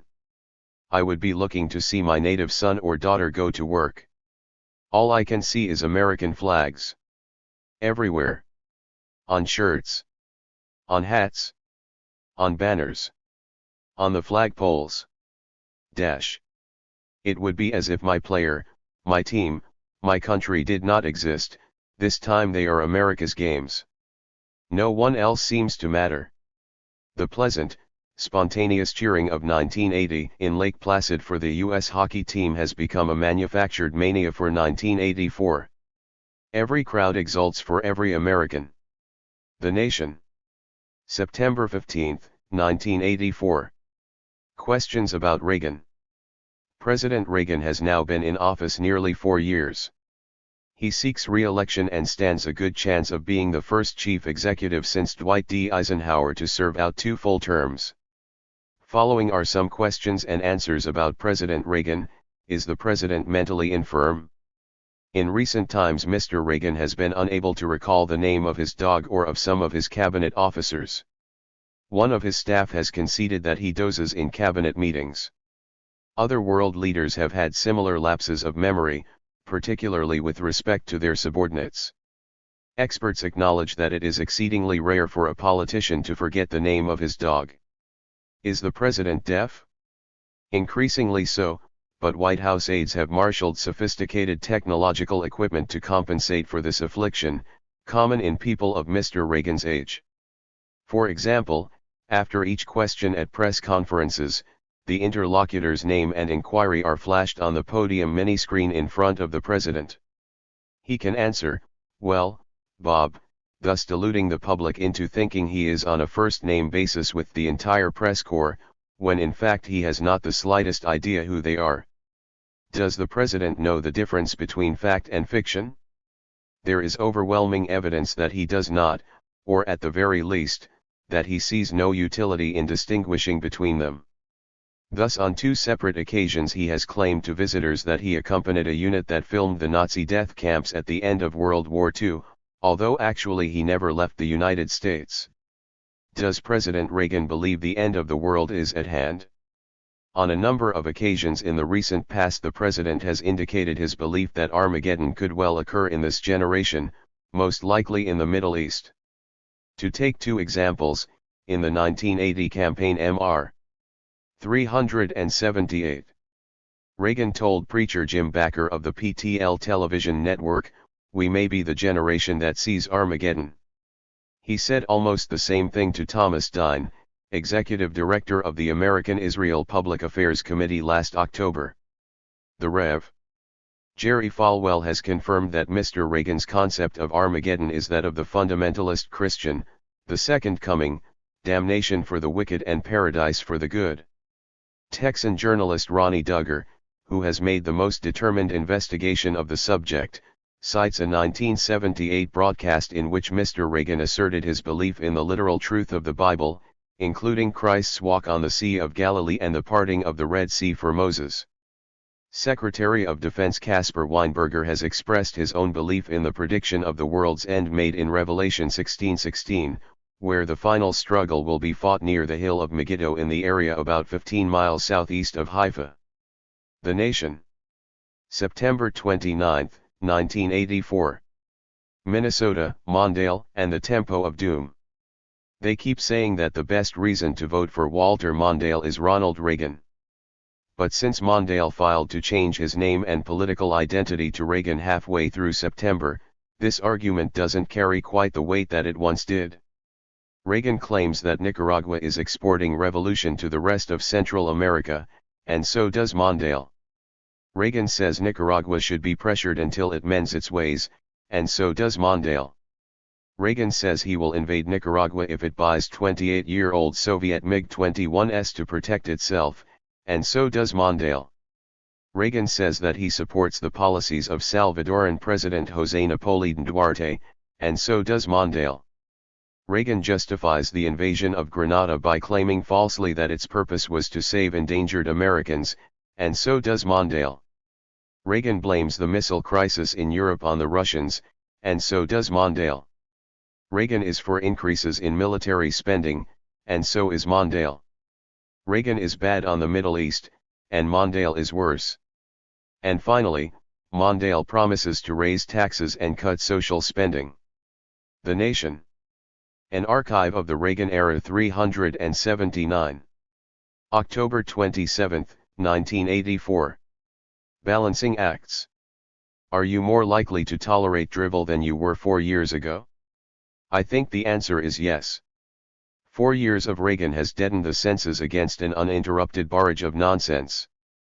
I finished reading one of William Safire's columns last week and was contemplating a run through Anthony Lewis's when I suddenly realized that I had experienced none of the feelings of intellectual distress, outrage, misery, fear, loathing, contempt, abhorrence, indignation and overall pissed-offness that are the inevitable consequences of reading Safire's prose. I had ingested his column in a sort of synesthetic equilibrium in which my mind had automatically abdicated its normal functions. I took another look.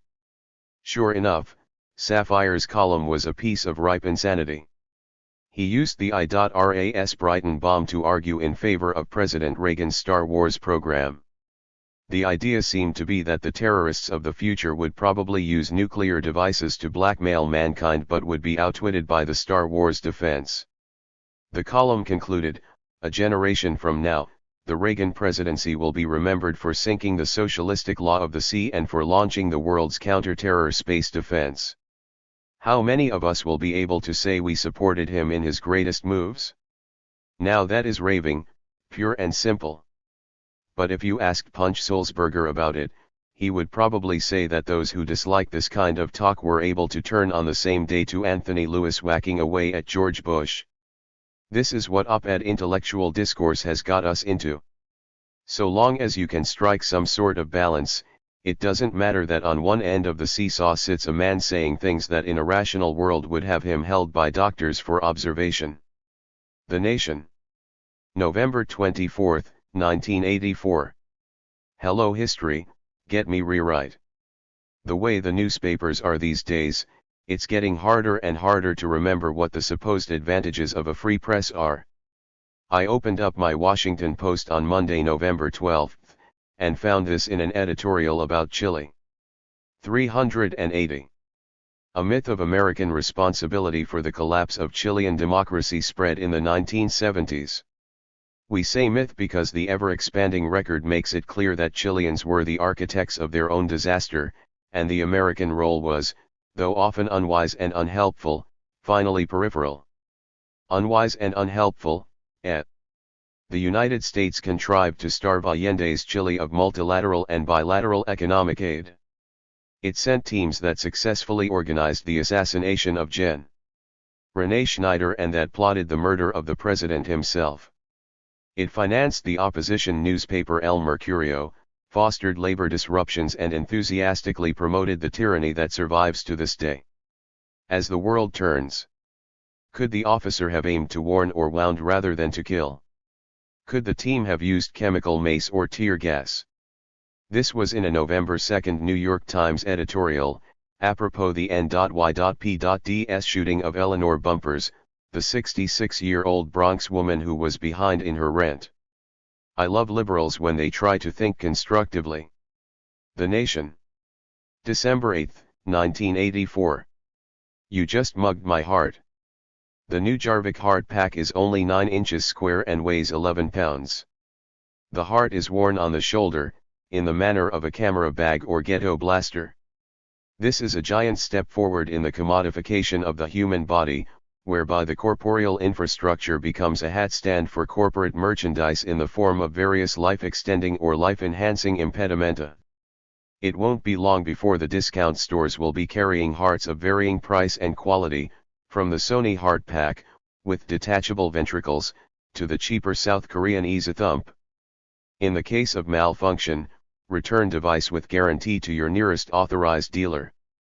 We can see now that the big ghetto blasters, carried mostly by blacks and Hispanics, and the tiny Walkmans, carried mostly by whites, were cultural prophecies of the portable heart, alternatively booming or whispering their life-asserting beat. Somewhat along the same lines, the gigantic. An archive of the Reagan era 381. Technological breakthrough represented by the new stand-up toothpaste dispenser was harbinger of Reagan's America, newly erect. There on the wash basin is no longer the squeezed-out tube of toothpaste, abject and shrunken, but a poussant dildo, some 7 inches tall. When the pump tip is pressed firmly, the paste oozes from its nozzle. The tube remains erect and ample, no matter how often it is used. I don't know how feminists feel about having to grab hold of a dildo every time they clean their teeth, but the plain fact is that the new road to gum pride in Reagan's America comes by way of the simulacrum of a male Caucasian sexual member, or if you want to be overdetermined about it, of a nuclear missile. It turns out that the new device was launched on its test market career around the time of the invasion of Grenada, just when America was learning to stand tall again. It went into national markets in May. Sold here under the brand name Checkup, the pump dispenser began to be imported by Minnetonka Incorporated in cooperative agreement with Henkel of West Germany just about the time that the Pershing IIs were heading the other way. Henkel put out its pump-dispensed product, TheraMed, about 10 years ago, when West German missile frenzy was beginning to gather force, culminating in Chancellor Helmut Schmidt's request for the new NATO missiles. Larry Wilhelm of Minnetonka tells me that the non-aerosol technology was a difficult problem demanding precision tolerances of the utmost refinement. In the United States the pump dispenser is extremely popular. Colgate was soon in the fray with its version, exhibiting a bit more throw weight than Checkup but without the latter's saucy label, adult tooth gel. Lever Brothers has its AIM rival, Crest is testing one, in cooperation with Procter & Gamble.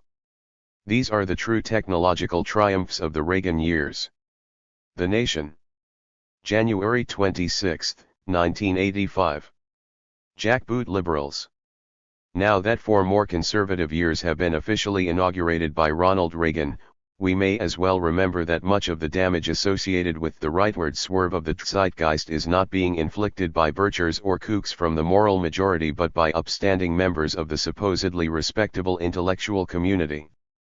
Anyone who doubts this should look at the Thanksgiving statement issued by 382 academics toward the end of last year, urging schools to instill good character in students and warning that schools in general are not doing enough to counter the symptoms of serious decline in youth character. This is reminiscent of the muscle and blood authoritarianism preached by Thomas Arnold and by subsequent, more explicitly fascist educators.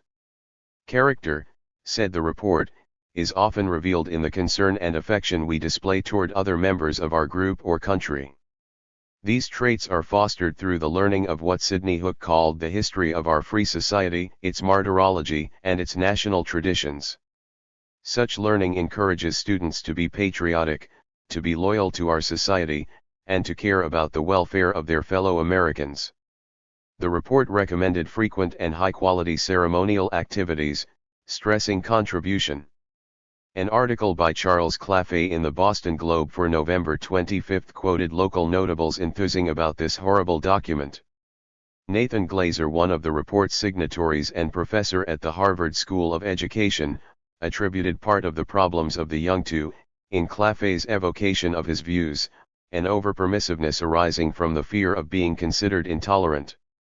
David Reisman, Professor Emeritus of Social Sciences at Harvard, said that he was heartened by the report and that critical concerns of character and quality had to be addressed. The problem is how in our delirium of due process and the ACLU, to carry this out.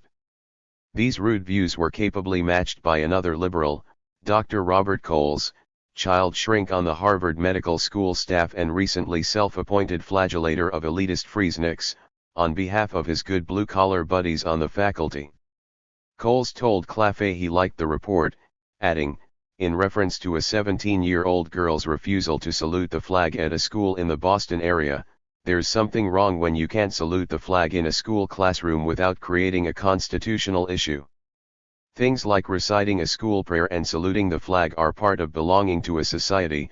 We are creating a state of anarchy when what kids need are control and discipline."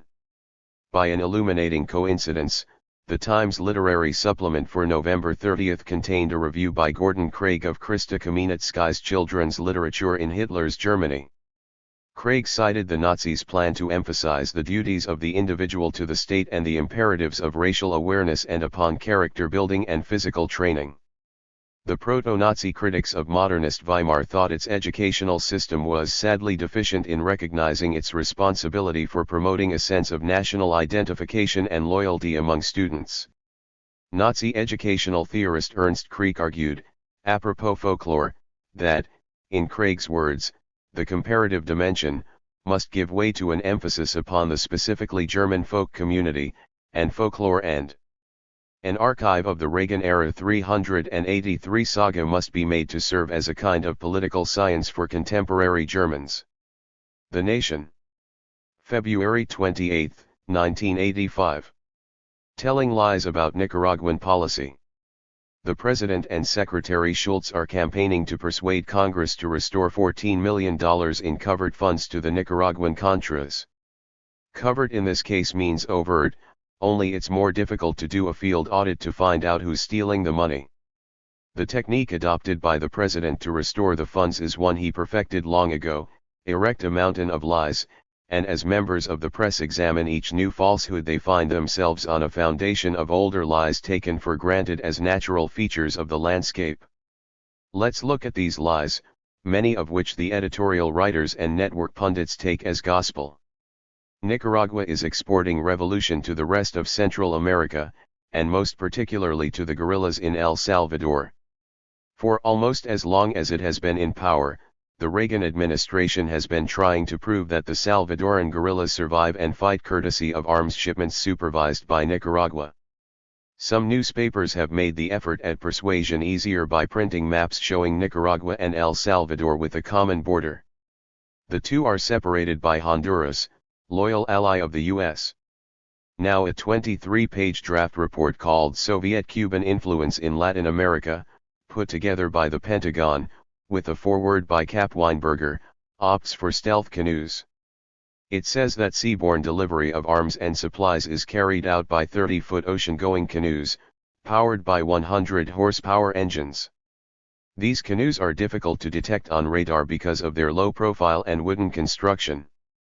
The Gulf of Fonseca, whose waters these canoes would have to cross, is 20 miles wide at its narrowest point and 30 to 40 miles wide in the bay bordering on Honduran territory. The Gulf is under intensive U.S. surveillance from ships and from the watch post on Tiger Island. Anytime Mr. Weinberger wants to demonstrate that hauling arms and ammo in a pirogue at night through open waters, heavily surveilled, is a good way of transporting war material in significant bulk, I'll be happy to attend and throw him a life preserver. 384. Last year David McMichael, an intelligence analyst attached to the National Intelligence Council, disclosed that, after reviewing all relevant data, he had found no evidence of arms shipments from Nicaragua to El Salvador. In fact, the Salvadoran guerrillas are nicely equipped by the U.S., whose rifles, dispatched to the Salvadoran army, are then sold by corrupt officers to their opponents in the field. The Sandinistas betrayed the Nicaraguan revolution, and violated promises and written guarantees made to the OAS that they would implement speedy elections and move forthwith to democracy. The government is not chosen by the people. Everyone from Mr. Reagan to the New York Times editorialists agrees on this one. The State Department is now circulating to Latin American diplomats a document claiming that Nicaragua violated a written agreement that it contracted with the OAS in July 1979 to hold democratic elections within a few months. This is falsehood and, in the State Department's case, outright forgery. On June 23, 1979, when Somoza was still clinging to power, the 17th consultative meeting of OAS foreign ministers passed a resolution calling for a peaceful solution and democracy in Nicaragua. On July 12, 1979, 5 days before Somoza fled, the Provisional Revolutionary Government sent a telex to the OAS Secretary General outlining a plan to achieve peace. Point 5 of this plan expressed an intention to call Nicaraguans to the first free elections that our country will have in this century, so that they may elect their representatives to the city councils and to a constitutional assembly, and the country's highest-ranking authorities. So much for the actual words, which promise the Sandinistas have fulfilled. What standing did this telex have? To listen to Mr. Reagan and Mr. Schultz and to read the editorials, one would think that this message, rushed off in the climactic moments of a revolution, had the same standing as the UN Charter. As one high OAS official last year told the Central American Historical Institute, based in Washington, it was simply a telex sent by a group trying to reach power to the Secretary General, which he communicated and made public to the member states. Commitments to the OAS must be made in the context of official meetings. When Mr. Reagan first started playing the broken promises card in 1983, an OAS official said he was entirely mistaken. In 1980, the Nicaraguan government announced a program of literacy campaigning, along with laws concerning political parties and constitutional structure, and pledged elections by 1985. Elections were held on November 4, 1984, on which day there was a 75.4% turnout of the 93% of all Nicaraguans who had registered. The Sandinistas got 67% of valid votes, the Conservative Democratic Party got 14% and the Independent Liberals 9.6%. Of the 96 seats in the National Assembly, 35 are held by an archive of the Reagan-era 385 opposition. A multitude of observers from around the world testified that the elections had been free and fair, though a conservative politician said that some of his constituents had been harassed by the Contras not to vote. The U.S. Embassy tried to persuade opposition parties to withdraw and thus make the election into the farce for which the Reagan administration was praying. In the case of Arturo Cruz, such efforts were successful, just as U.S. efforts to sabotage Contadora via Honduras, El Salvador, and Costa Rica were successful 2 months earlier. The Sandinistas should let the Contras, or freedom fighters, participate in their revolution. But as a political entity, who are these Contras? Thus far, efforts by the CIA have failed to hand-stitch their clients into a democratic alliance or a kindred Trumpery cabal vaguely espousing freedom in a manner calculated to delight Congress. The real military leaders of the FDN, men like Enrique Bermudez and, at least until recently, Ricardo Lau were officers in Somoza's National Guard. The president is urging resumption of aid to a gang whose sole record of achievement is the bestial murder or kidnapping of more than 3,000 Nicaraguan civilians and whose sole known purpose is the overthrow of a democratically elected government recognized by the USWSJ. March 9, 1985. Collapse of free press. Reagan wants to remove the Sandinistas in Nicaragua, not oust them. This was Connie Chung on an NBC News break the night of Reagan's press conference, when he gave up pretending and said straightforwardly he wanted to invade the nation. What did you do in the Cold War, Daddy? I sit down and draft a preposterously long telegram, some 8,000 words, if I remember correctly. I wonder uneasily what the reaction will be at home.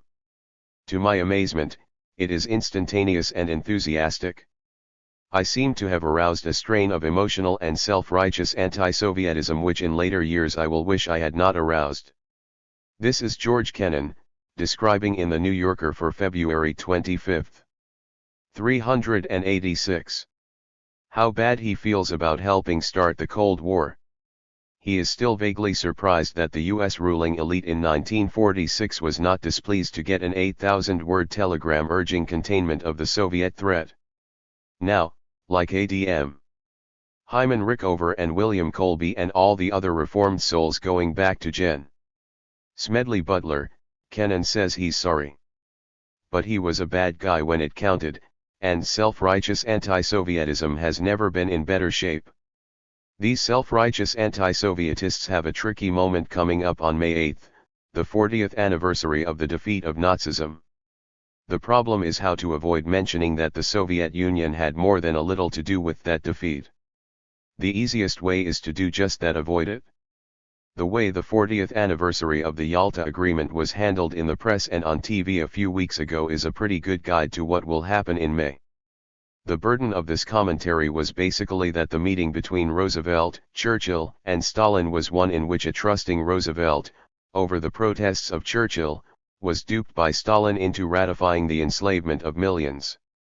This absurd thesis has always been advanced by the merchants of rollback, but it's being advocated with more than usual intensity by those who contend that all arms control negotiations with the Soviet Union are a mistake. Look on Yalta, they say, and beware.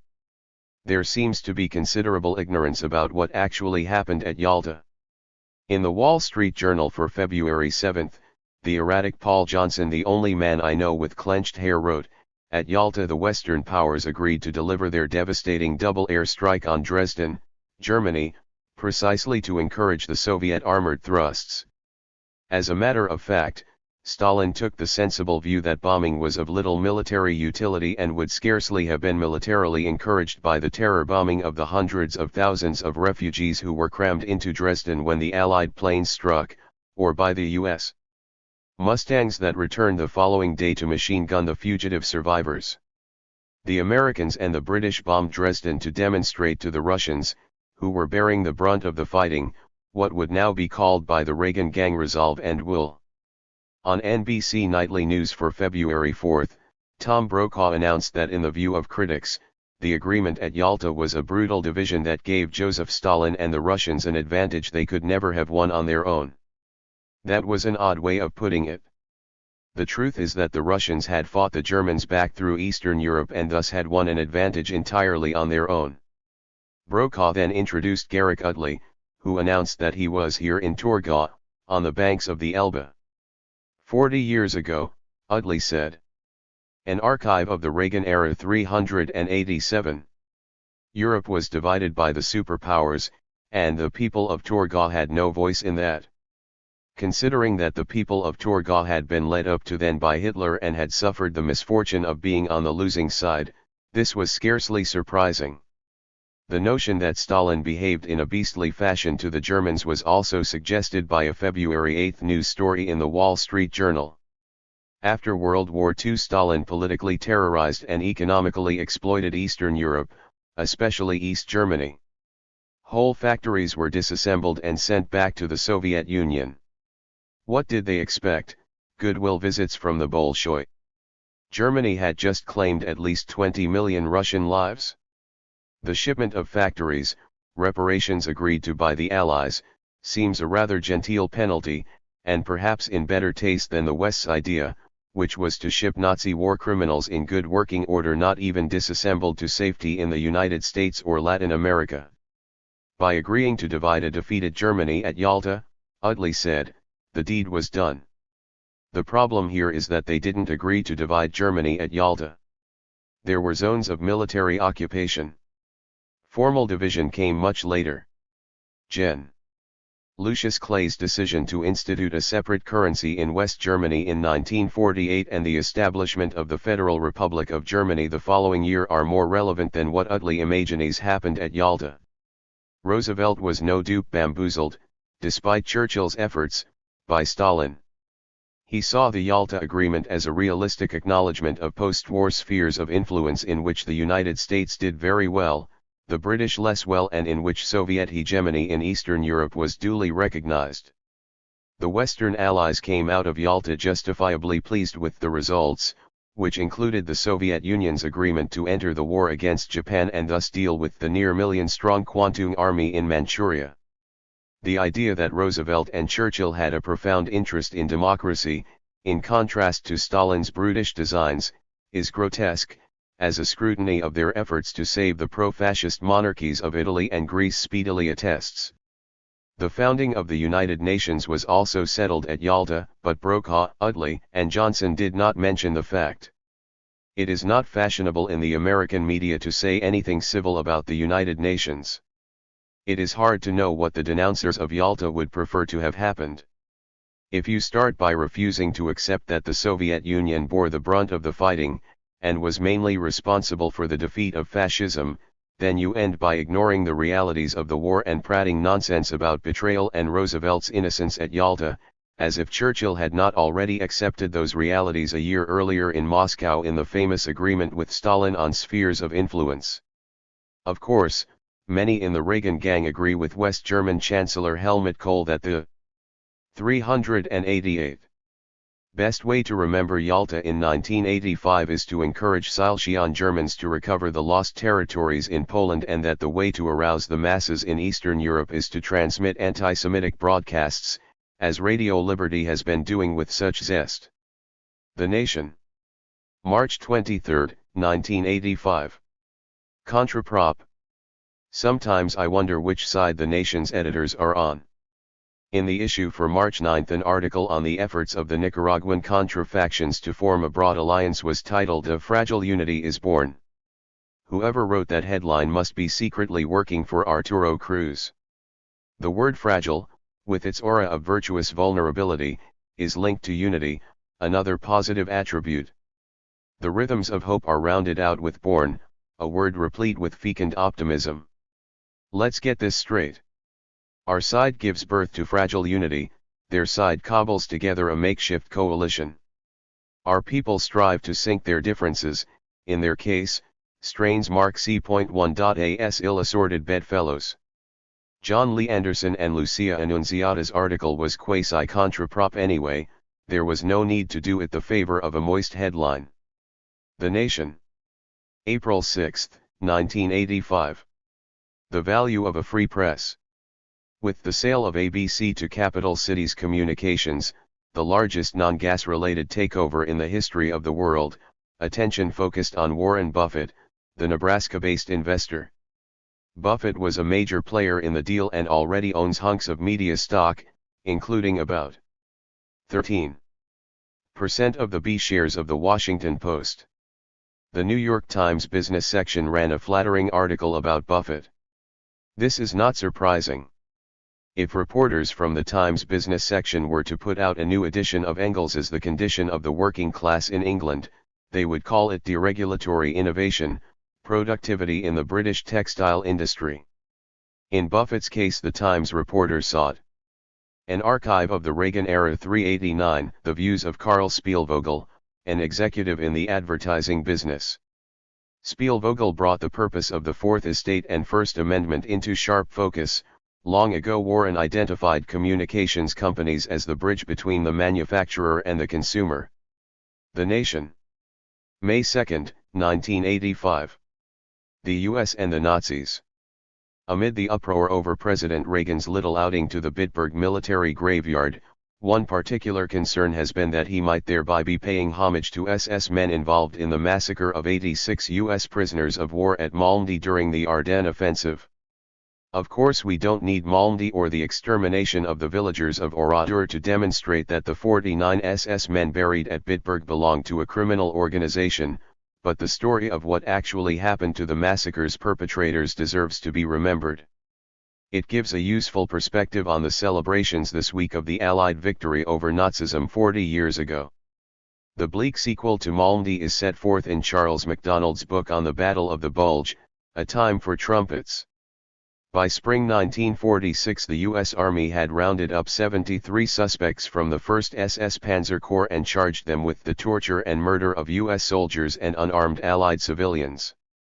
The trial began at Dachau in May and ended on July 11 with the sentencing of all the accused, 43, including Col. Joachim Peiper, the commanding officer, were condemned to death. The others drew terms ranging from life to 10 years. Subsequent review by the advocate for war crimes caused 13 convictions to be dismissed and 30 of the 43 death sentences to be commuted. This review came in 1948, when U.S. hostility toward its recent opponents was being rapidly displaced onto the Russians. The chief defender of the SS men in the Dachau trial had been Col. Willis Everett Jr. and now, back in the U.S. as a civilian, he opened a fierce campaign on their behalf. Eventually the SS men's cause attracted the attention of a junior senator eager for exposure, a man for whom, as Mr. MacDonald remarks, the affair was tailor-made, since some of his constituents in Wisconsin were wealthy, right-wing, and pro-German, Joseph McCarthy. It was his first circus and he made the most of it.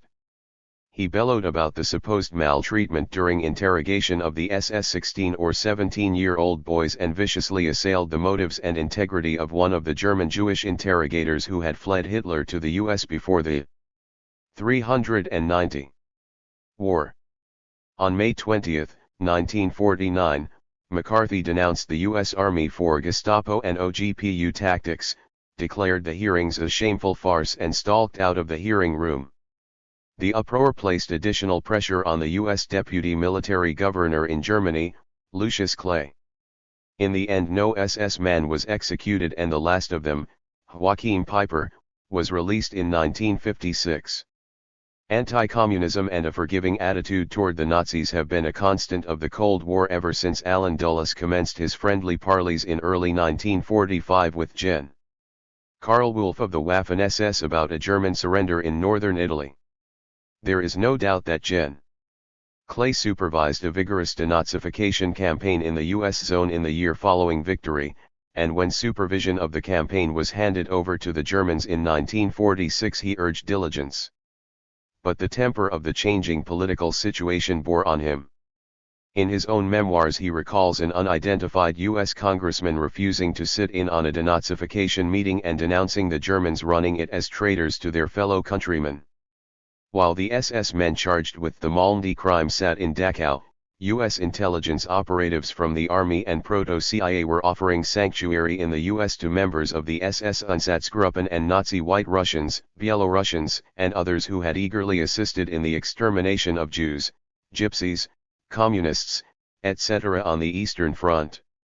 The rationale was the Cold War, and it has never been set forth more clearly than by Lt. Col. Eugene Kolb, a retired U.S. Army counterintelligence officer who justified post-war cooperation with, and protection offered to, Klaus Barbie by writing in a letter to the New York Times in 1983, "To our knowledge, his activities had been directed against the underground French Communist Party and resistance, just as we in the post-war era were concerned with the German Communist Party and activities inimical to American policies in Germany. His skills were badly needed. Just as it did not take Col. Kolb and his fellows long after the victory over Nazism in May 1945 to see the French resistance as the enemy and Barbie, the scourge of that resistance, as the friend, so too did the Western Allies change step. By 1947, according to writer Richard Barnett, 40% of all higher civil service positions in the zones that became West Germany were occupied by former Nazis and 30% of the ownership of private industry. By 1950 two-thirds of the top jobs in the Bremen judicial system and two-thirds of the teaching jobs in West Germany were occupied by people with more than trivial Nazi pasts. In the rapidly changing post-war climate, some major U.S. corporations were prominent in urging a spirit of charity toward German business stained by Nazi associations. In his book The Crime and Punishment of 1G. Farben, the late Joseph Borkin describes in detail such urgings. An archive of the Reagan era 391. Culminating in a final forgiving by Attorney General Robert Kennedy of what had been I.G. Farben, a corporation that had once suggested to the SS that it would improve productivity by beating the slave laborers to death in the prison quarters at Auschwitz, a site selected by I.G. Farben rather than at the rubber factory there. On Tuesday night, NBC reported that Exxon's efforts to lift the post-war ban on doing business with the vestiges of I.G. Farben were being viewed with sympathy by the Reagan administration. So it's been live and let live almost as far back as the Nazi surrender, and President Reagan may be forgiven for wondering at the commotion over his excursion to Bitburg. He sees history entirely in symbolic terms, and for him the date of May 8, 1945, appears to represent the moment when the Russians were finally stopped at the elbow by the Americans, the British and the good Germans. He effortlessly translates the war against fascism into the Cold War against Russia. An optimist could have hoped that this 40th anniversary of the victory over fascism, along with the 10th anniversary of U.S. withdrawal from Vietnam, might have prompted a more constructive reading of history than that deduced by the administration and its admirers from these two benchmarks in history: excuses for rallying cries for NATO, for Star Wars, and for the overthrow of Nicaragua. WSJ. May 4, 1985. The horror, the horror. Almost without exception, the special issues of magazines, Time, Newsweek, the New York Times Magazine, the New Republic, etc., devoted to the 10th anniversary of the American defeat in Vietnam, find it impossible to discuss the central aspect of the war, what Americans did in Vietnam before 1975. This is a closed book, along with the memory of the nearly 3 million Vietnamese the Americans managed to kill. As one might have expected, the New Republic's issue was by far the worst, so infinitely vile that for 24 hours I thought I had eaten rat poison. Our allies in South Vietnam, writes the TNR editorialist, were not worthy allies. And it was they who lost the war to the communists. That one line tells the whole story. The Nation. 392. May 23, 1985. Murdoch's long shadow. It's hard to believe that Rupert Murdoch truly intends to sell the New York Post. It would be like Dracula selling his coffin. The New York Post made Mr. Murdoch famous. It's the lengthened shadow of the man. When he bought it, everyone said he would turn it into a sensational and inaccurate tout sheet for his political prejudices, and so when the New York Post swiftly became a sensational and inaccurate tout sheet for Mr. Murdoch's political prejudices, all were delighted to find their prophecies confirmed. Mr. Murdoch had lived up to expectations and he became a big man around town.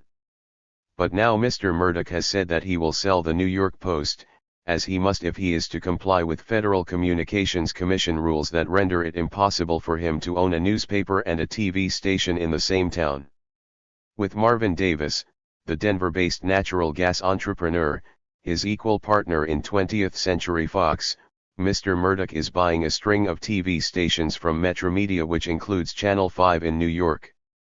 Hence the promised sale of the Post. Now with Mr. Murdoch, promise made and promise redeemed do not always march in lockstep.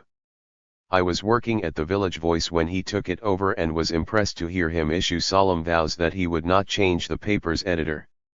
He hired a new editor instantly. I dashed to his apartment with a colleague to remonstrate and he gracefully backed down, but expressed no contrition for the breach of promise. I think he regarded the promise as purely ceremonial speech, devoid of substantive meaning, like saying "have a nice day."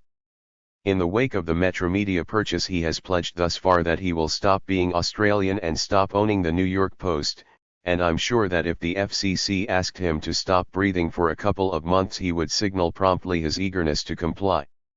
A few years ago, leftists and people of a generally populist disposition would warn about growing conglomeration of the media, the attenuation of public debate, the capture of the means of expression by the rich and the right. Those were the days when public TV, funded by the taxpayer and by public contributions, was seen as the little guy's alternative to big media. In the late 1960s, under the urgings of Commissioner Nicholas Johnson, the FCC vetoed a bid for ABC by International Telephone and Telegraph on the ground that ITT would be an unsuitable owner for the network. Everything the left and the populists warned about has turned out to be true. Conglomeration has proceeded rapidly. Public TV is now a quality advertising outlet for corporations such as American Telephone and Tele. An archive of the Reagan-era 393 Graph and Mobile, and the spokesman for the little guy is William Buckley.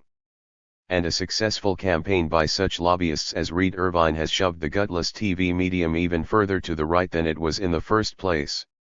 Just to take the three major news programs, on ABC George will act as Ronald Reagan's spokesman beside Peter Jennings. On CBS the indubitably liberal Bill Moyers has not been allowed a commentary in months, and from NBC it would be fair to say both the Kalb brothers now work for the administration. The leftmost end of the political spectrum given regular or even intermittent access to the airwaves is to be found among the Scoop Jackson Democrats.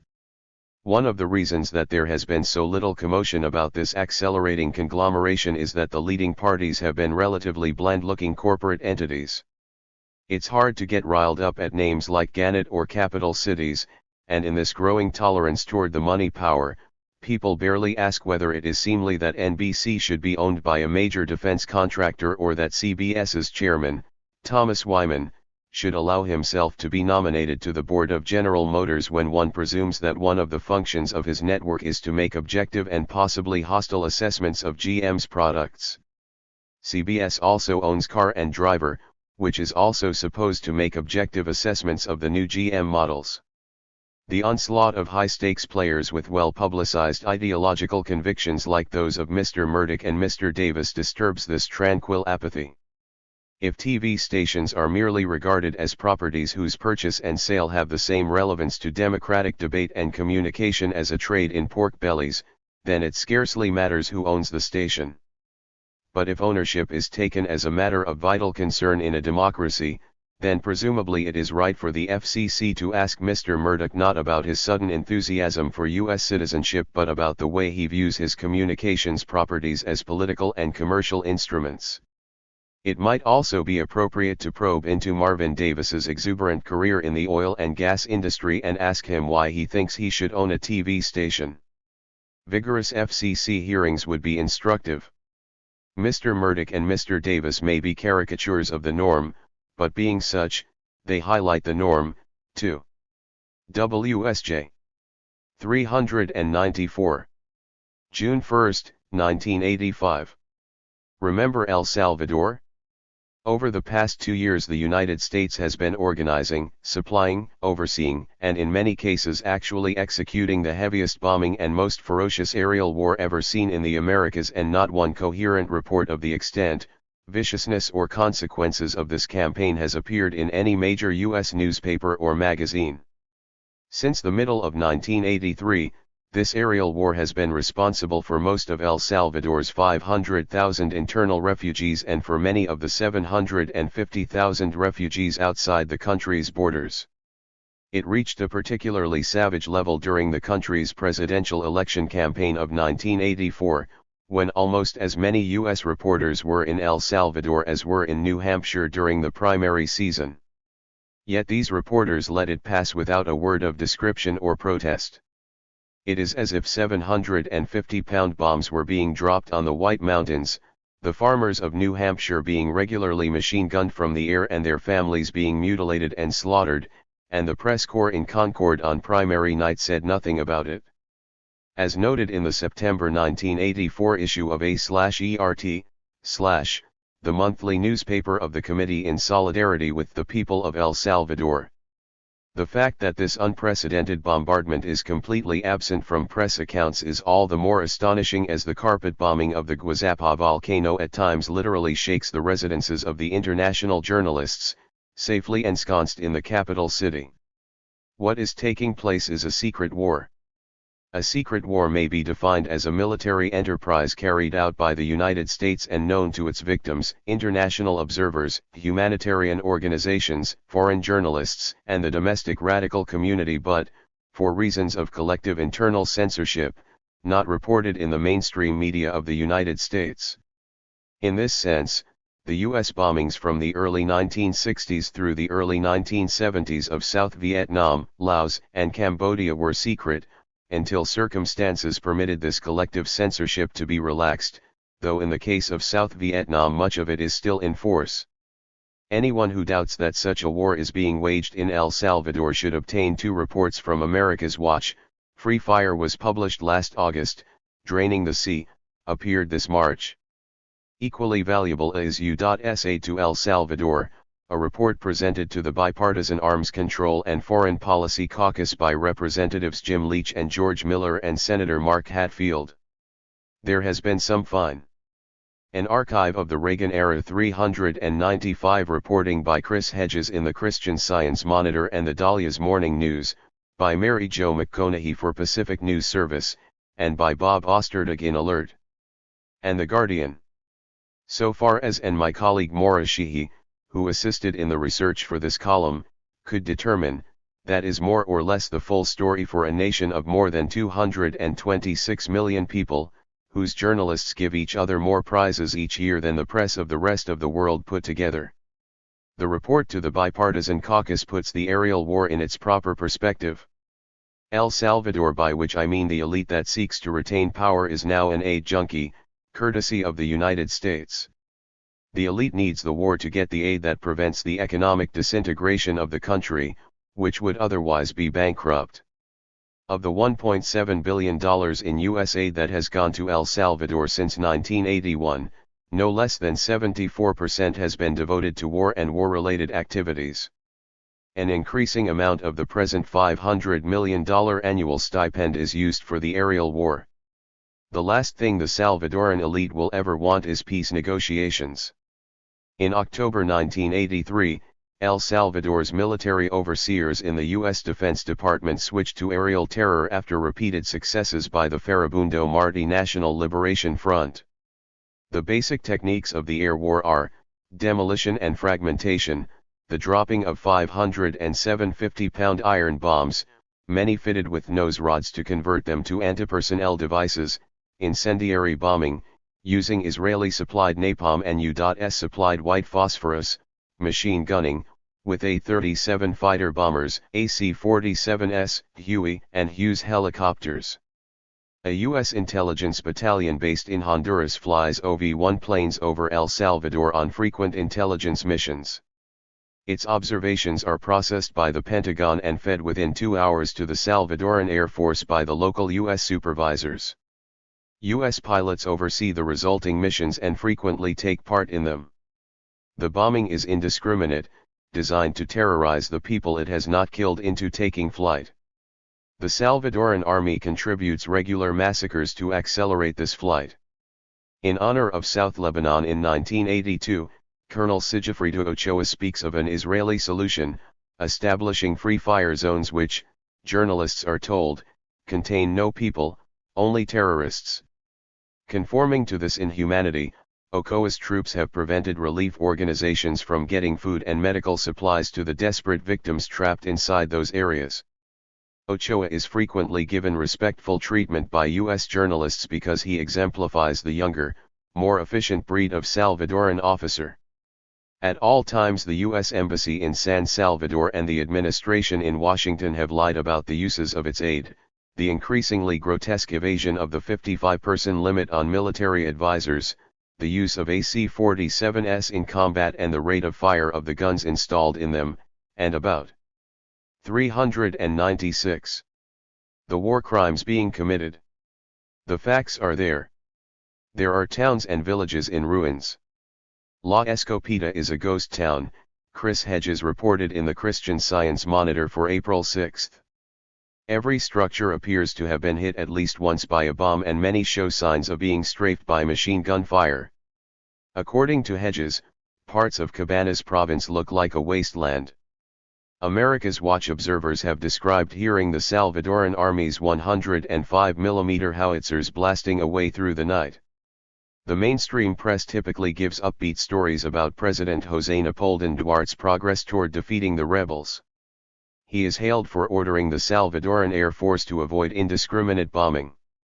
In January, James Lemoyne of the New York Times provided a straight-faced account of such an order given last fall, with absolutely no discussion of what the Air Force had been doing before that time and whether the order had any purpose, or result, other than to be faithfully transcribed by the U.S. Press Corps.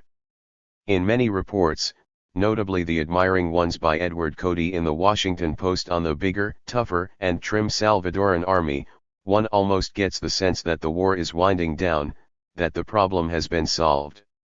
The concentration on Nicaragua by the U.S. left and left liberal community has contributed to this mood.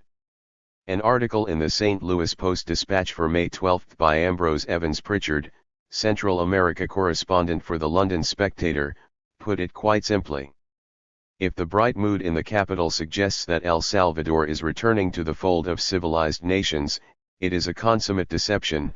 It is just that the war has moved from assassinations in the cities to indiscriminate bombing in the countryside. The strict rules about aerial bombardment introduced last September are scoffed at by the Army High Command and particularly by Gen. Juan Rafael Bustillo, the tough Air Force chief. That is the price Duarte has to pay to keep the loyalty of the armed forces and to stay in power. The supervisory criminals are ensconced in the Defense Department and the upper echelons of the Reagan administration, fully cognizant of what their executors Salvadorans working shoulder to shoulder with U.S. instructors are doing on the ground or in the air, bombing, machine gunning, and massacring. All you need is a complicit or cowed press and a mendacious State Department, and the American people need scarcely know that not far south of Miami their government is sponsoring the repeat of My Lai and Operation Speedy Express. The Nation.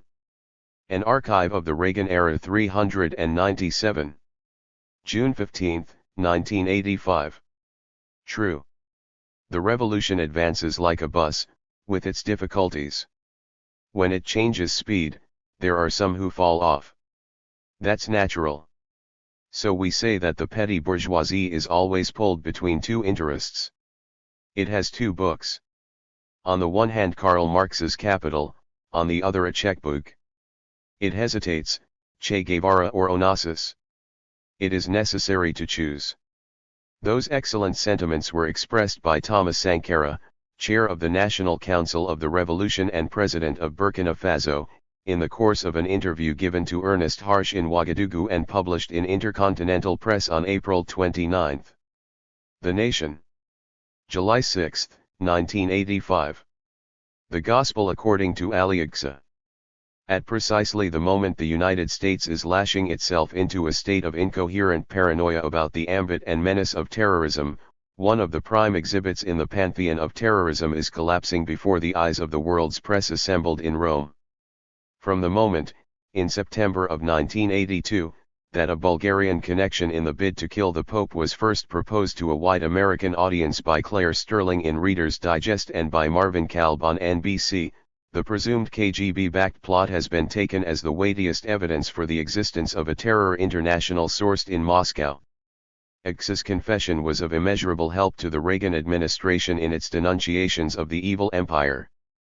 But ever since the most keenly anticipated show trial of our time began in Rome, on May 27, what has been emerging in outline is the story not of a KGB-inspired plot but of a right-wing conspiracy to bring off a major propaganda coup in the Cold War, throw some more dung on the already putrefying corpse of détente and, specifically, discredit the left in Italy.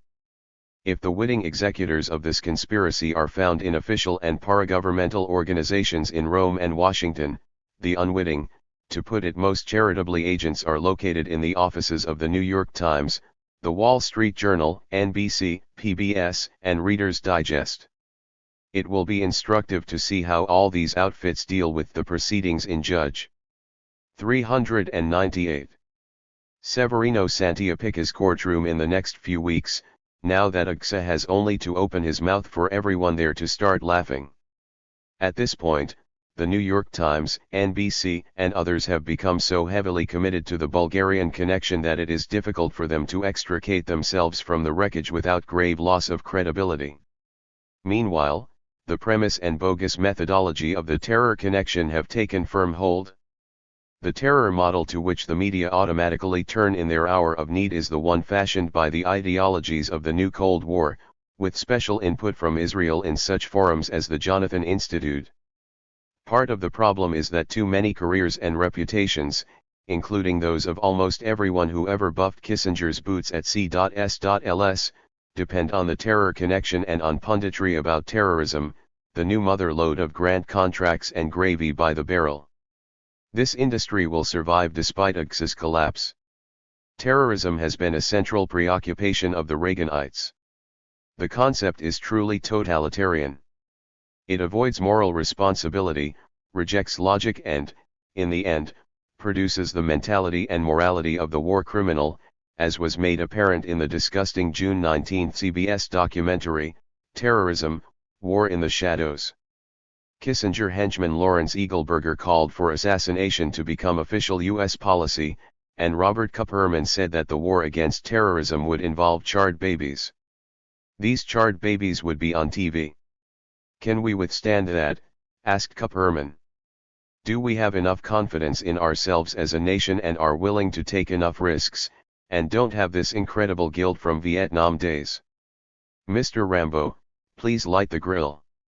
The Nation. September 7, 1985. Dead fish, live souls. Almost by definition a newspaper prefers to write about the day before yesterday on the ground that the present is too disturbing. In the August 25. New York Times Magazine, an exceptionally foolish piece by James Atlas about the changing world of New York intellectuals gave the general impression that the most important phenomenon this side of the Rocky Mountains is Hilton Kramer's new criterion. The article's subtitle said that the old school has been overtaken by dispersal and adrift to the right. An archive of the Reagan era 399. Gosh fellows, adrift to the right? The fact of the matter is that the so-called New York intellectuals, both then and now, from William Phillips through Lionel Trilling to Sidney Hook and such comic side acts as Norman Podhoretz and Midge Decter, were always irrelevant by any realistic measuring of the history of world consciousness or even of culture and politics between the Azores and the Hudson. The lunge of a tiny, self-promoting segment of the New York intelligentsia to the far right is scarcely news today, and Hilton Kramer's miserable little magazine is of interest only to its corporate patrons such as the Smith-Richardson Foundation and those who, like Atlas and the editors of the Times, wish to sustain the myth that Kramer, Podhoretz, and the others represent anything more than a paragraph or two in the history of public relations. The New Criterion is the only magazine of its kind that arrives at the bookstore covered in cobwebs. If Atlas had cared to, he could have found plenty of evidence across the terrain of American political culture that such life as is visible scarcely confirms his thesis. In terms of politico-cultural journalism, it seems that the cycle begun by the Village Voice in the late 1950s and, at various levels of exploitation and cynicism, carried forward by Rolling Stone and even New York is now well and truly dead, both in style and content. New York has long been without interest even as a model for regional magazines. Rolling Stone is a fanzine, and The Voice is so spavined with democratic reform politics and self-regard that it needs crutches to get out to the paddock. The publications that have vitality are poor and semi-underground, still, and perhaps always at the most basic level of production. The Nation. October 3, 1985. Terrorism is as terrorism does. Dusty, how about Pereira? Doris, what about Pereira? I don't care. T.S. Eliot, Sweeney Agonists. As France's guilt in the sinking of the Rainbow Warrior, the ship belonging to the environmentalist group Greenpeace, became increasingly manifest, I awaited with interest the considered views of the Wall Street Journal. On the face of it, the sinking seemed to be a terrorist act, 2 bombs, 1 death adding up, one would surmise, to a fairly thoroughgoing attempt. 400. On the part of the French government to terrorize those who would challenge its practice of testing nuclear devices in the South Pacific. All through September the French gave ground. The Trichet report, designed to exculpate the French Secret Service, quickly became inoperative. Then, just as the French government was nerving itself to fess up, the journal showed the way to the unmodified hangout posture, in an editorial on September 20 with another catchy title, The Wogs at Tahiti. The WSJ solution to the question of guilt allocation was breathtakingly simple: blame New Zealand. New Zealand. Of course. How could we have missed it? The editorial laid it out, fair and square. Nonetheless, the bottom line in the Greenpeace episode is that New Zealand Prime Minister David Lang wants nuclear tests to leave the South Pacific, and to take the French with them. The writer went on to make some dutiful bow to alleged French complicity, but then let /E-chat come frisking out of the bag with the thought that however stupid an event may be uncovered, France has not been moved to similar desperation in the harbors of more supportive nations. And this forgiving spirit from a page that edged in black its editorial in memory of the U.S. serviceman murdered in the recent TWA hostage affair. There was a man aboard the Greenpeace murdered by the French. He was a Portuguese photographer, his name was Fernando Pereira, and he leaves a wife and 2 children. At this point we must welcome Jean Kirkpatrick to our story. 6 days after the journal editorial about WOGs at Tahiti, the press reported that the former U.S. ambassador to the United Nations had discussed the Greenpeace sinking with Vice President Bush and apparently found an important distinction between international terrorism and the action of the French intelligence service, in that the French clearly did not intend to attack civilians and bystanders and maim, torture, or kill. I'd like to hear her outline this view to Mrs. Pereira. Let's see. The French government authorizes the attack on the Greenpeace ship. The ship is manned by civilians. The ship is not simply disabled by one explosive charge attached to its propeller. To the contrary, 2 bombs are used, with no warning given either before or between the 2 explosions. When bombers don't want to maim or kill, they use the telephone. 1 civilian is killed and a great many more would have been either maimed or killed had not a strategy meeting of the Greenpeace crew been moved ashore at the last minute. If this isn't terrorism, what is it? Perhaps Mrs. Kirkpatrick's point was that since the French government is not in the habit of exporting terrorism, it should be given the benefit of the doubt in the case of the Rainbow Warrior. The problem here is that the French Secret Intelligence Service has been practicing terrorism for years. An archive of the Reagan era 401. Mrs. Kirkpatrick can bring her discriminating moral intelligence to bear on such episodes as the poisoning of a Cameroonian opposition leader in Geneva in 1960, the abduction of the Algerian Ben Bella in 1956, the kidnapping of the Moroccan Ben Barka in 1965 and his subsequent delivery to the late and unlamented Col. Ufker, who tortured and then murdered him. WSJ. October 19, 1985. Down with even-handedness. The defeat sustained by Jesse Jackson at the hands of Jerry Falwell in the September 4 Nightline debate on South Africa provides a number of lessons. First, our side has simply got to stop apologizing. Every time Falwell invoked the communist menace and asked the audience if it would care to see the red flag flying over Cape Town, Jackson ran for cover.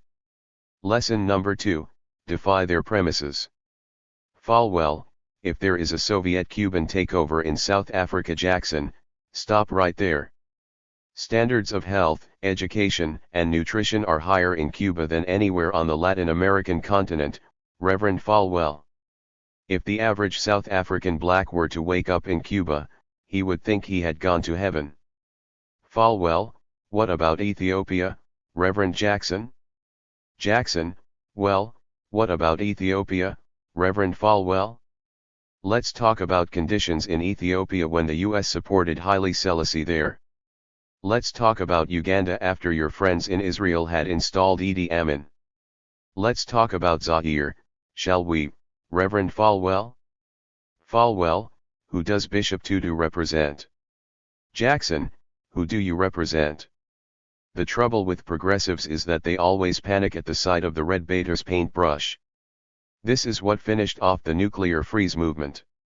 Lesson number 3, even-handedness becomes a degenerative disease. Consider Tom Wicker on September 9. He wrote, beginning with the Soviet leader's proposal for a moratorium on nuclear testing, hold it right there, Wicker. Gorbachev didn't propose a moratorium. He initiated a unilateral Soviet freeze on testing. Later on, Wicker wrote, the test proposal might be tricky and propagandistic. This, once again, is the sound of 2 even hands clapping. Why not say that the Soviet Union has 402.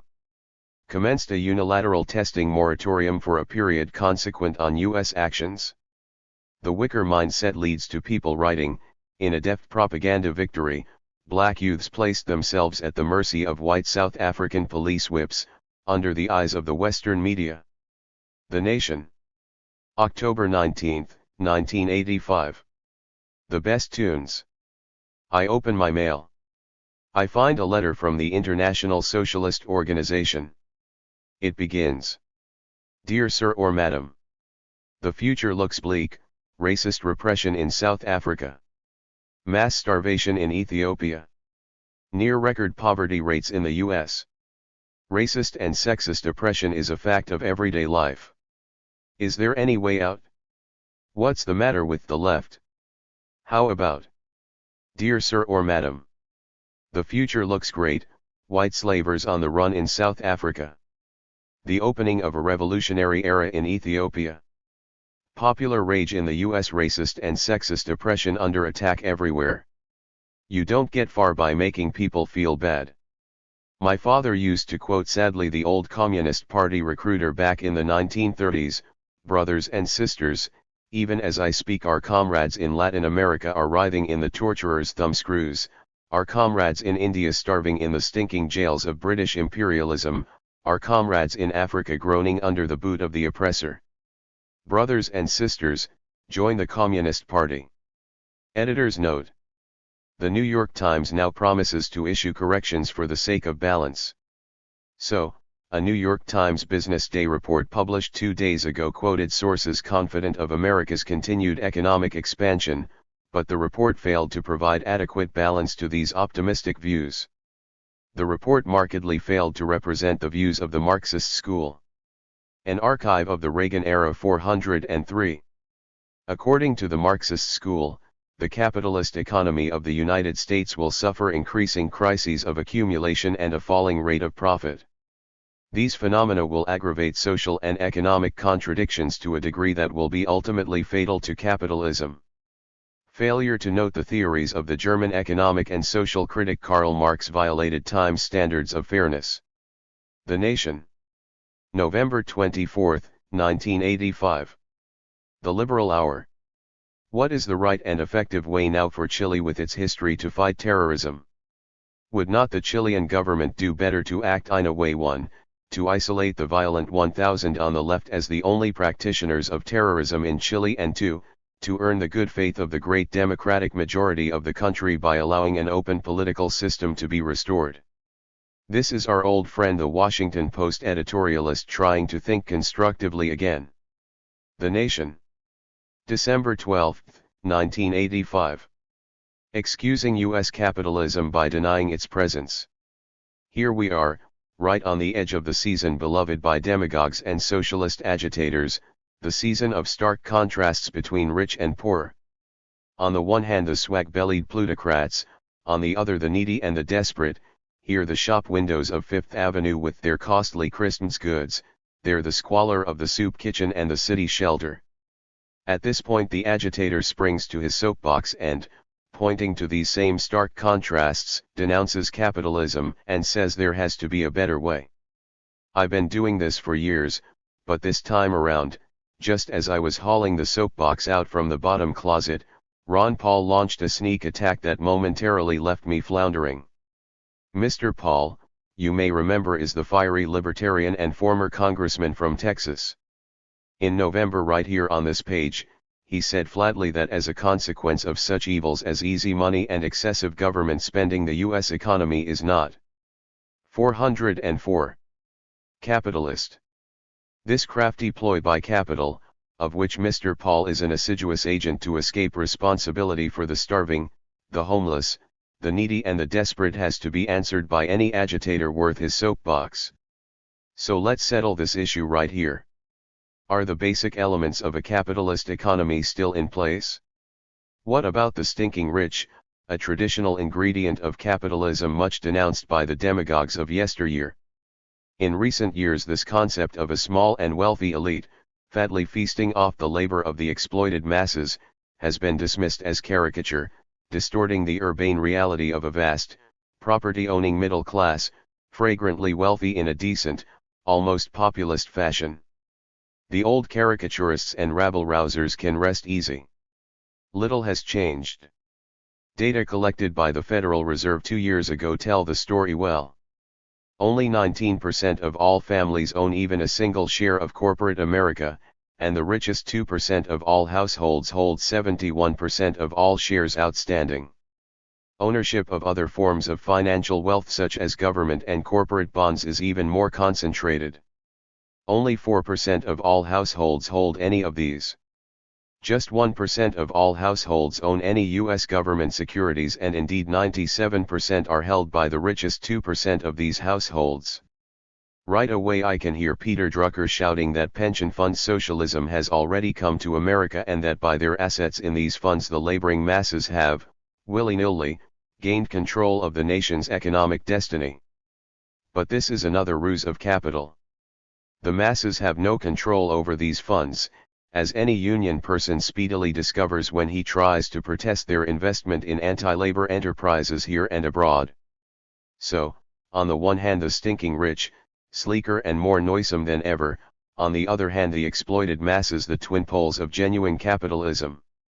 What else can we find wherewith to refute Mr. Paul? These same old socialist agitators used to insist that capitalism could not survive without a reserve army of the unemployed. The great late Polish economist Michael Kalecki, hardly a demagogue, explained this point eloquently in 1943. Indeed, under a regime of permanent full employment, the sack would cease to play its role as a disciplinary measure. The social position of the boss would be undermined, and the self-assurance and class consciousness of the working class would grow. It is true that profits would be higher under a regime of full employment. But discipline in the factories and political stability are more appreciated by the business leaders than profits. Their class instinct tells them that lasting full employment is unsound from their point of view, and that unemployment is an integral part of the normal capitalist system. This ingredient of capitalism, excellently defined by Kalecki, is as conspicuous as it ever was, and indeed is getting more potent as the years. An archive of the Reagan era 405. Flit by. Unemployment and underemployment have increased in each business cycle since the mid-1960s. In the depths of the last recession of 1982-83, official unemployment rose to more than 10% of the workforce, more than at any time since the 1930s. Wealth, unemployment, and, of course, crises. Where would capitalism be without them, even though there are those indomitable zealots who assert that U.S. capitalism has never been in crisis? Robert Lucas, high priest of the right-wing rational expectations revolution in economics, hails the incredible amount of stability he detects over the history of U.S. capitalism and, with a jolly laugh, predicts unending growth. Today, sitting in his office at the University of Chicago writing book reviews such as the one that appears in today's Wall Street Journal, Professor Lucas can throw one of his treatises out of the window and hit a genuine capitalist crisis right on the head in this instance belonging either to one of Chicago's 23% officially unemployed blacks or to one of the bankrupted 20% to 25% of all farmers who, as the journal's Alex Kotlowitz reported on December 3, have been driven off their land since 1981. And if Mr. Lucas tells the jobless black or the former farmer that his troubles stem from mere frictional adjustment within the capitalist economy, he must be prepared to experience a frictional adjustment between the fist of this interlocutor and his own nose. Capitalism has to endure crises, the better to purge itself and fulfill its ancient commitment to give the lion his predator's share. As Kalecki noted, there is a capitalist solution to crises and the other ills: falling rate of profit, weak markets for goods and so forth that plague any capitalist system. This solution is war, or military spending in preparation for war. Here again Mr. Paul and other doubters can restore their confidence in the functioning reality of U.S. capitalism by noting the level of U.S. military spending and the vigilance of the arms contractors, merchants of death, as they used to be called, in guarding against the true threat to capitalism, namely peace. In sum, peering from the soapbox across today's economic terrain, past the massed platoons of the masters of capital and the stinking rich, past the bread lines, past the crises that desolate the inner city streets and the Midwest prairies, Can I or Mr. Paul or anyone else doubt that it's capitalism and no other economic system that has this country by the throat? WSJ 406. February 1, 1986. Here is the news. My brother, Andrew, dug up the BBC's first report, at 6 p.m. on Monday, August 6, 1945, of the dropping of the A-bomb on Hiroshima. This newscast seemed a good example of how the state's imagination can work, given half a chance. Here is the news. President Truman has announced a tremendous achievement by Allied scientists. They have produced the atomic bomb. One has already been dropped on a Japanese army base. It alone contained as much explosive power as 2,000 of our great 10-tonners. The president has also foreshadowed the enormous peacetime value of this harnessing of atomic energy. At home, it's been a bank holiday of thunderstorms as well as sunshine. A record crowd at Lord's has seen Australia make 265 for 5 wickets. The Nation. February 15, 1986. The no-fault presidency. The news spasm, more frequent and more intense as the Reagan years progress, is becoming a frightening feature of the national political culture. Particularly memorable spasm events include the downing of KAL-007, the destruction of the U.S. Marine barracks at Beirut Airport, the TWA, and the Achille Lauro hijackings, and now the explosion of the space shuttle. These news spasms are totalitarian in structure and intent, obsessively monopolistic of newsprint and the airwaves, forcing a national mood or consensus in which rituals of grief and vengeance can be carried forward, with President Reagan as master of ceremonies in electronic equivalents of a Nuremberg rally. The cries of grief, the howls for vengeance, all obscure the fact that President Reagan has almost invariably been to blame for the events provoking the spasms. In the latest tumult over the loss of Christa McAuliffe and the others, the quest for vengeance centers on some faulty piece of equipment, such as the solid fuel booster.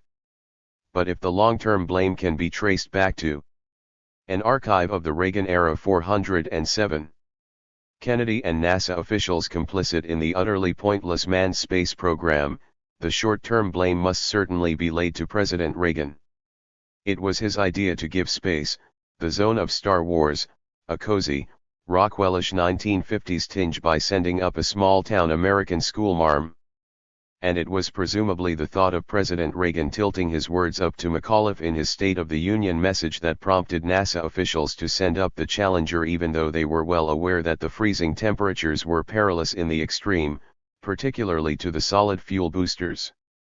All such unpleasing questions were overwhelmed by the spasm, which, as usual, was evangelical in its fervor to establish a mood of national unity and unanimity. Words were voided of meaning. School children, we were told, would need special counseling. As a lad who survived the death of Buddy Holly without the need for emergency therapy, I say that children are tougher than that. A New York Times poll further implicated the nation's youth in the spasm, reporting that they still favored space exploration.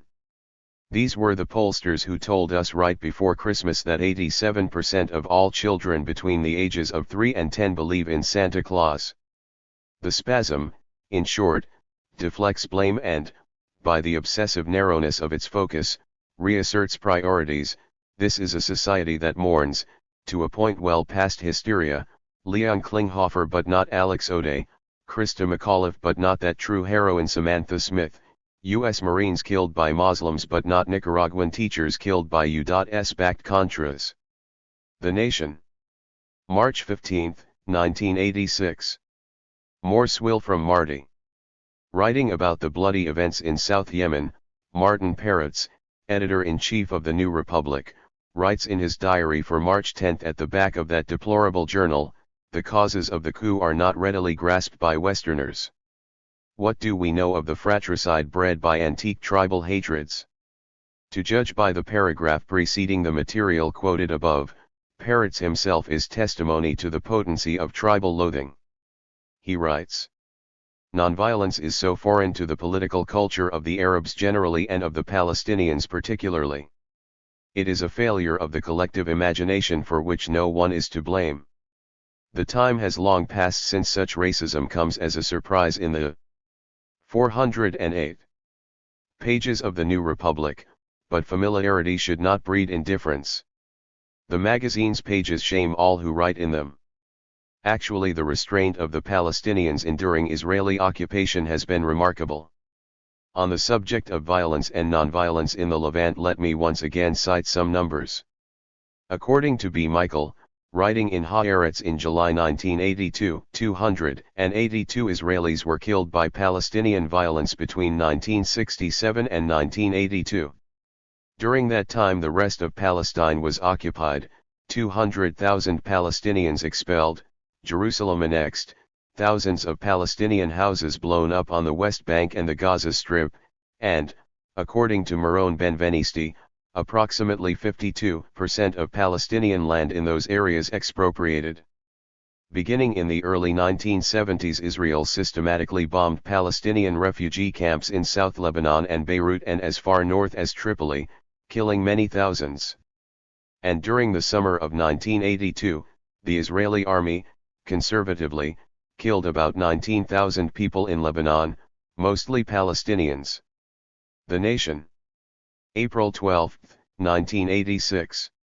Say hi to history. I jumped out of bed at 4:30 a.m. last week and drove down to the Key West State Beach to look at Halley's Comet. About 20 people were already there. My friend Irving Weinman was at the center of an admiring group, bellowing authoritative instructions, down from the bright star on top of the Teapot constellation, left a bit from the dim one, and so on. I couldn't see a thing, but everyone else said they'd spotted the comet, so I let out a few affirmative yips. Then an earnest fellow in wire-rimmed glasses who had been laboriously assembling a telescope pointed it at a different bit of the sky from Irving's favored patch and said, "There it is if you want to see it." It was thoroughly dissatisfying, a milky blur in the eyepiece, but I went home feeling I'd got my money's worth. The comet's appeal is presumably that its interim appearances give people a sense of intimacy with protracted time, at an angle to our normal experience of minutes, weeks, years, and so forth. It's like being asked to a party with all the other watchers of Halley's Comet throughout human history. I like skipping across the decades like that. My brother Andrew and I made a point last year of calling on Joe Vissel at his home near Carmel, California. Vissel was a witness to the murder of the Archduke Franz Ferdinand in Sarajevo on June 28, 1914, which prompted the outbreak of World War I, hence determining the destiny of our century.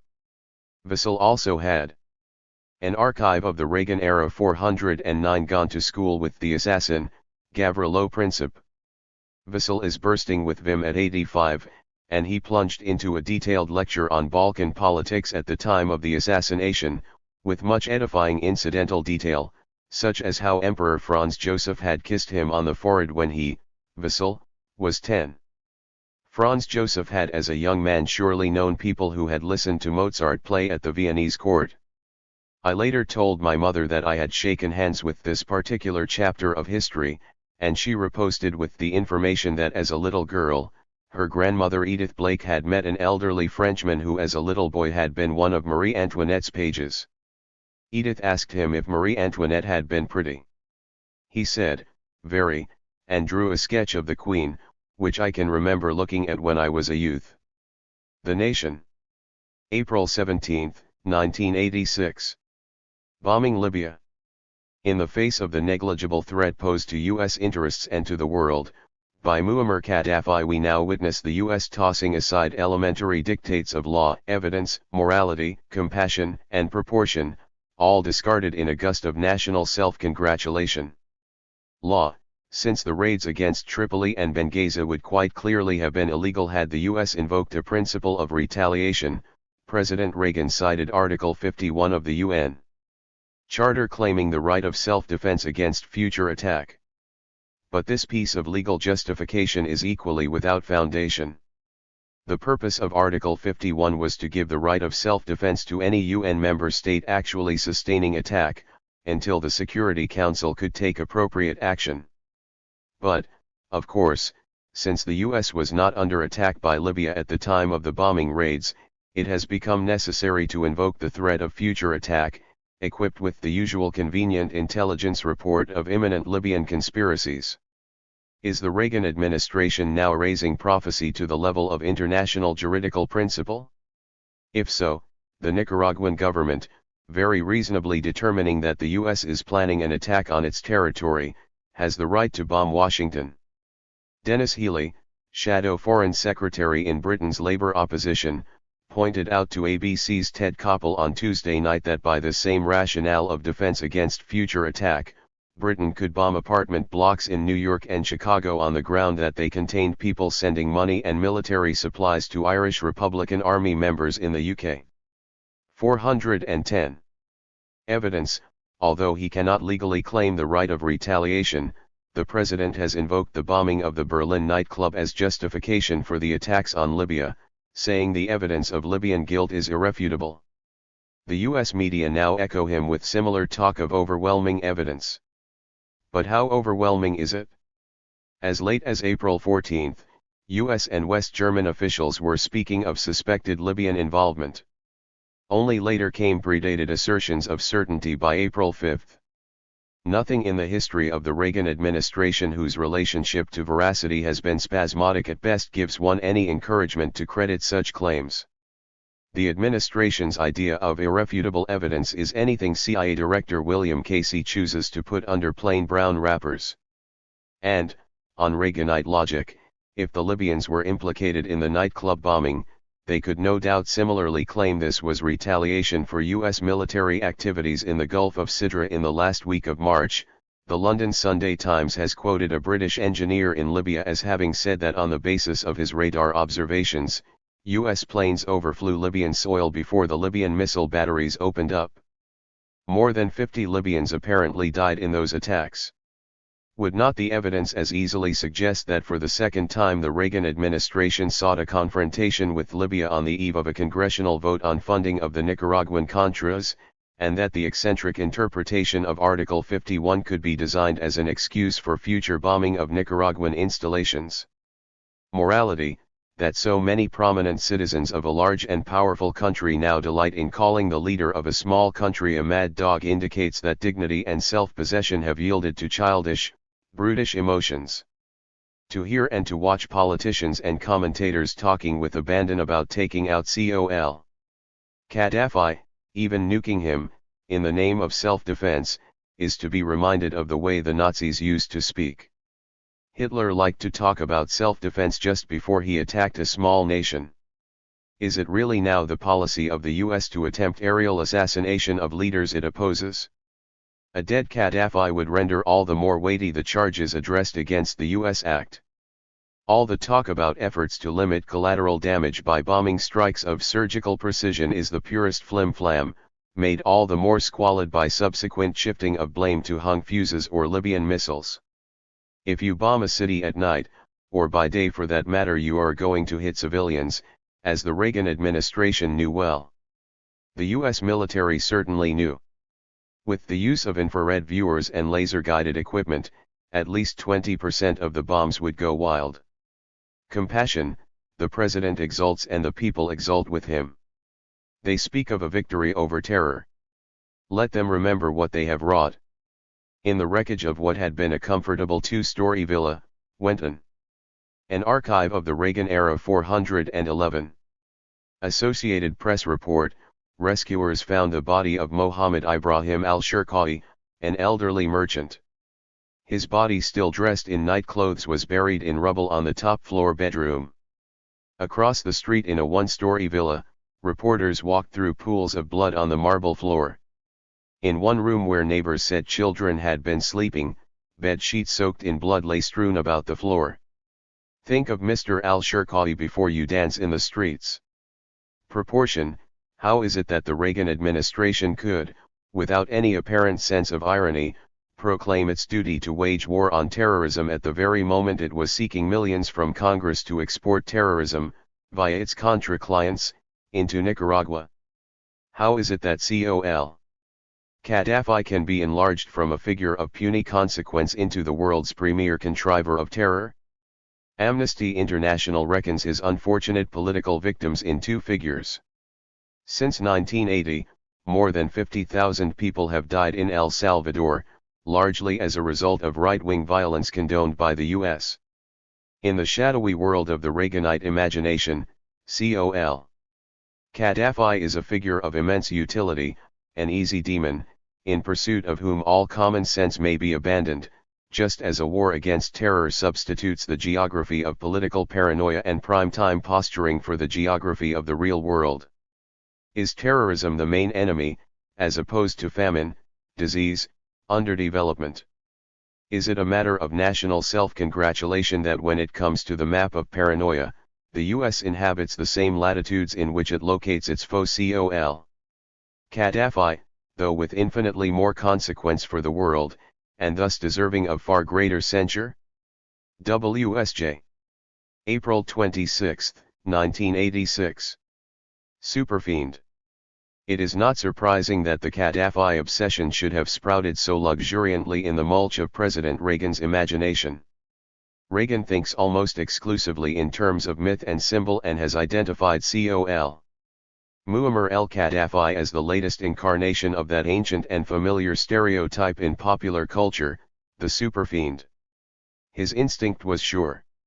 Only when we examine the roots of the Gaddafi obsession can we understand why press coverage of the Libyan leader has been so consistently appalling.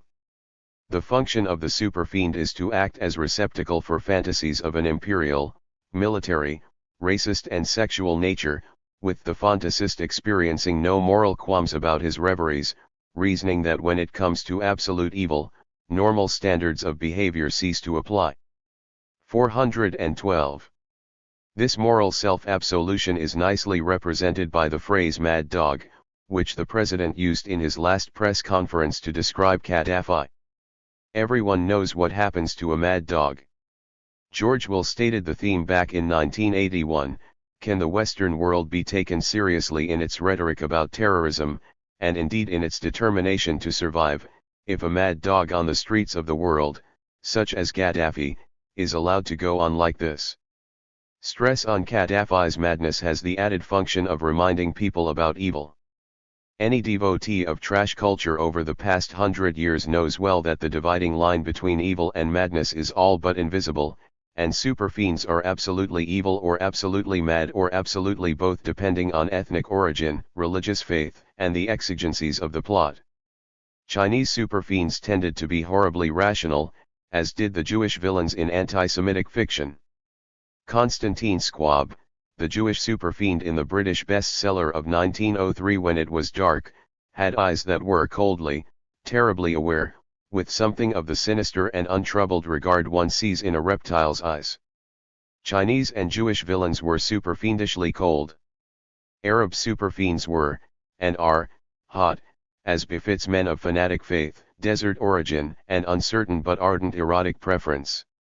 Back in 1973, Shauna Alexander touched on some of those attributes in a column in Newsweek.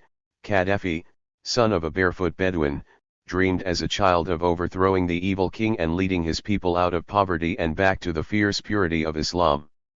The phrase fierce purity has the correct ethno-sensual frisson, which sends us back to T.E. Lawrence's reflections on Bedouin sexuality in The 7 Pillars of Wisdom and to that great bestseller of the 1920s The Sheik, by E.M. Hull. The theme of The Sheik was the subjugation of proud, upper-class, Western Diana Mayo by a fiery son of the desert, himself of impeccable lineage, as memorably established in Diana's tumultuous self-discovery. Quite suddenly she knew that she loved him, that she had loved him for a long time, even when she thought she hated him. Her heart was given for all time to the fierce desert man who was so different from all other men she had met, a lawless savage who had taken her to satisfy a passing fancy and who had treated her with merciless cruelty. He was a brute, but she loved him for his very brutality, and superb animal strength. And he was an Arab. A man of different race and color, a native. Aubrey would indiscriminately class him as a damned nigger. She did not care, she was deliriously, insanely happy. The superfiend has, naturally enough, a superplot. And where Gaddafi is concerned, Western popular culture has not failed its task. In an article titled Gaddafi, Man and Myth, in Africa Events for February, John Hyman and Anna Meigs make some incisive observations. There is, for example, the close identification of Gaddafi the superfiend with the super. An archive of the Reagan era 413. Fiends of James Bond movies and similar stereotypes in the great tradition. They cite recent comic strips that seem to have been mandatory reading in the National Security Council. In one of them, King Cybernoid plots world domination. His plan: kidnap the greatest minds of the free world, the commander of NATO, the chief FBI agent, the United States top nuclear scientist, and Dr. Gustav Nemhauser, the bacteriologist genius. The kidnappings go well, and it takes all Dr. Solar's ingenuity to rescue the cream of the military-industrial complex and thus save Western civilization. As Hyman and Meigs points out, the extreme puerility of the pseudo-sci-fi trappings of this tale accords with the equal puerility of its political and social assumptions. Yet, while we dismiss the first as merely silly, we find, surprisingly, that with the second we are on familiar and thus respectable ground. Gaddafi, as in The Fifth Horseman, becomes the nut with the bomb, stand-in for all the nuts in the world who actually have the bomb. Gaddafi's great contribution to the anatomy of superfiendishness has been his deliberate and indeed joyous acceptance of the role thrust upon him by Western fantasists, right down to a cultivation of sexual ambiguity. Sometimes he gives interviews only to women journalists or makes a pass at Imelda Marcos. At other times he dashes about in campy military attire or unisex kaftans. Bottom line, in terms of myth and symbol, Gaddafi is a youthful portrait of Reagan, the aging Dorian Gray, embodying in his eccentric person the old actor's own characteristics, off-the-cuff braggadocio, a highly personal and romantic conception of the nature and state of the universe, and a demagogic relationship, though socially far more constructive, with the masses. The U.S. press has given the administration free rein in deploying Gaddafi fantasies in the past few years. There was no scrutiny of the circumstances under which 2 Libyan planes were shot down in 1981 after firing at U.S. jets, although there is evidence that the United States contrived a provocation. A few months later the press gleefully accepted the concoction of a Libyan plot to invade the Sudan across 600 miles of desert. The absurd scenarios of Libyan hitmen infiltrating from Canada to murder President Reagan were given serious credence by the press, which then refused to print the facts, as exposed in the New Statesman of August 16, 1985, that the assassins on the official U.S. list were prominent members of the passionately anti-Libyan Lebanese Shiite Amal. The press partook in, and indeed willingly fostered, the administration's 414.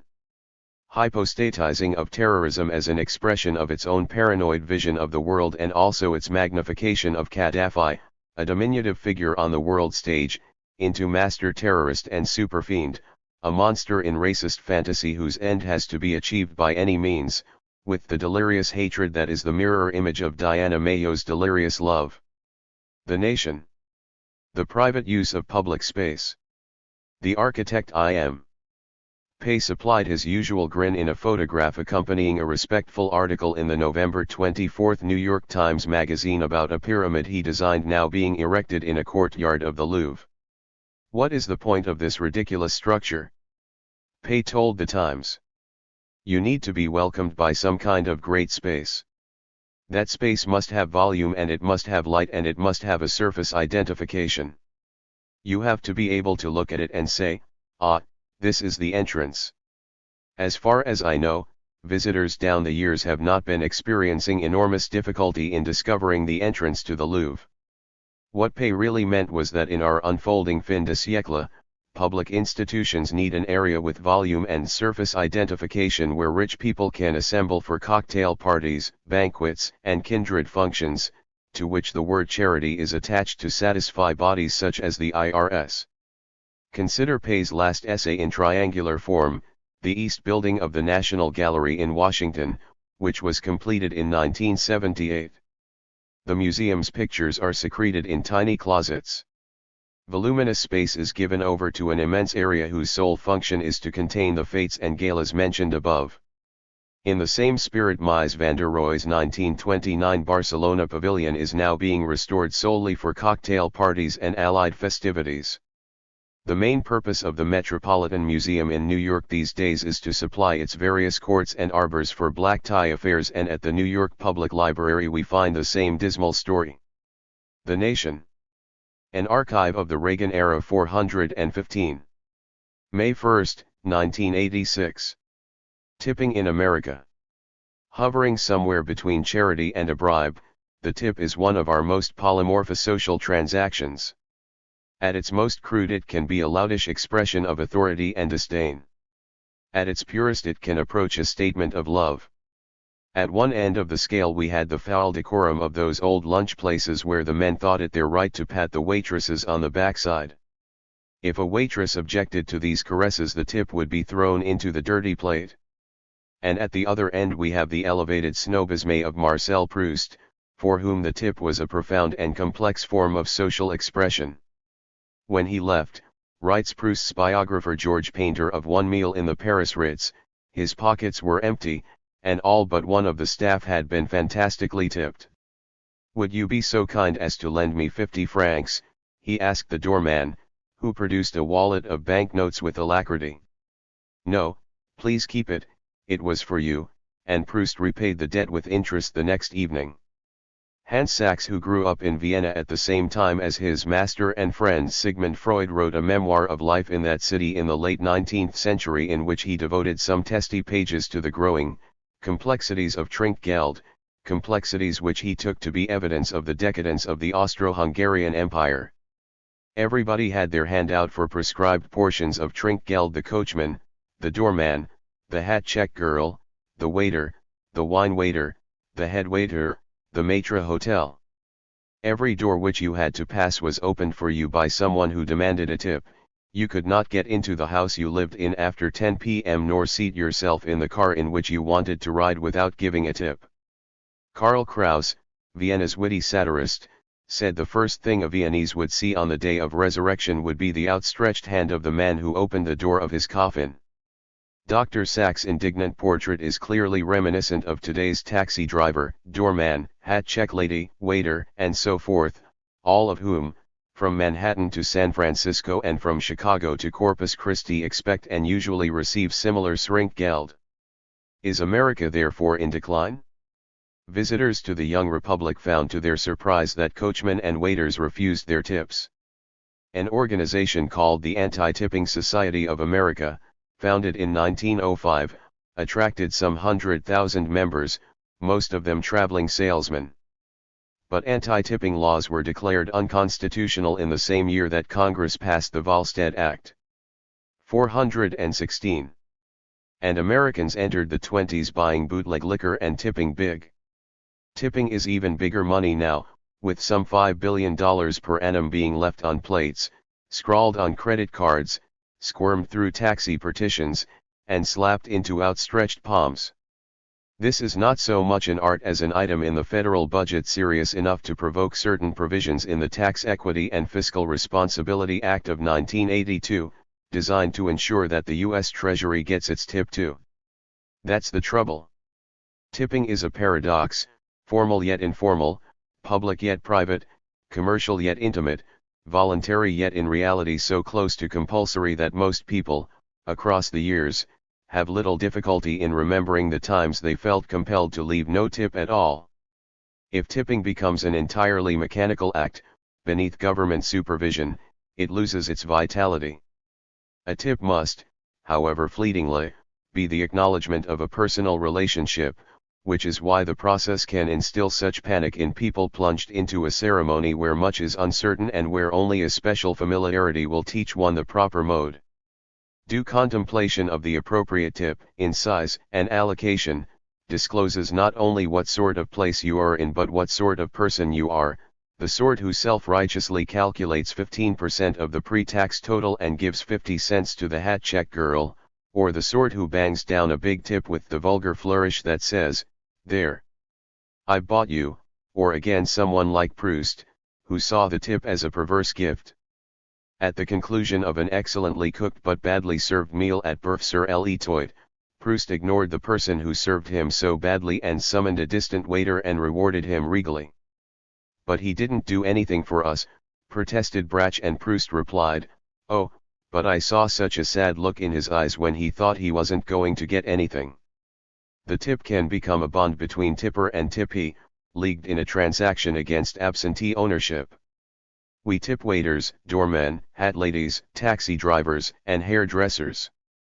We don't tip airline hostesses.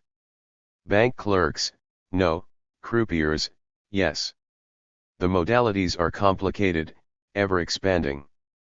The service economy, exploding decade by decade, will affect the tipping process.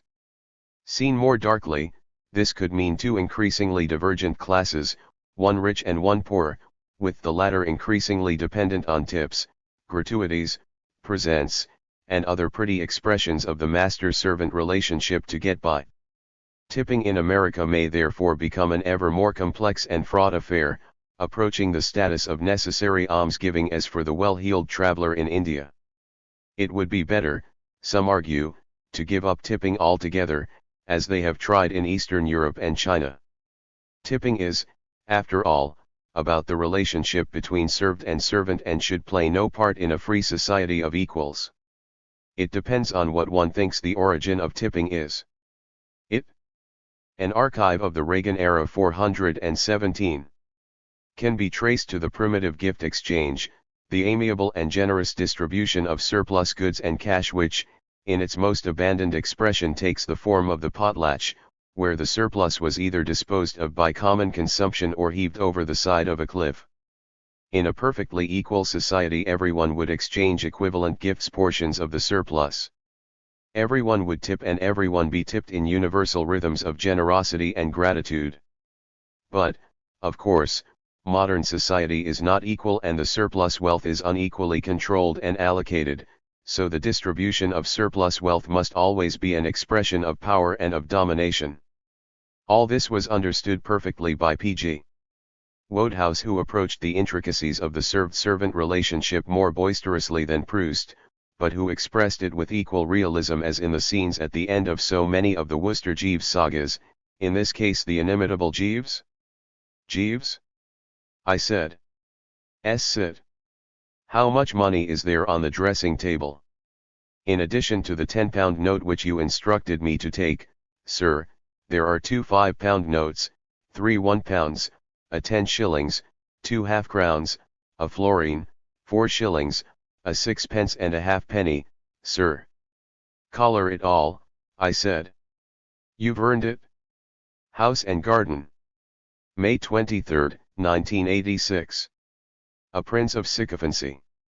The death of Theodore White provoked a predictable torrent of lamentation about the passing of a man one obituarist called the chronicler of U.S. politics. White's greatest journalistic fame came with his first making of the President account, of John F. Kennedy's campaign against Richard Nixon in 1960.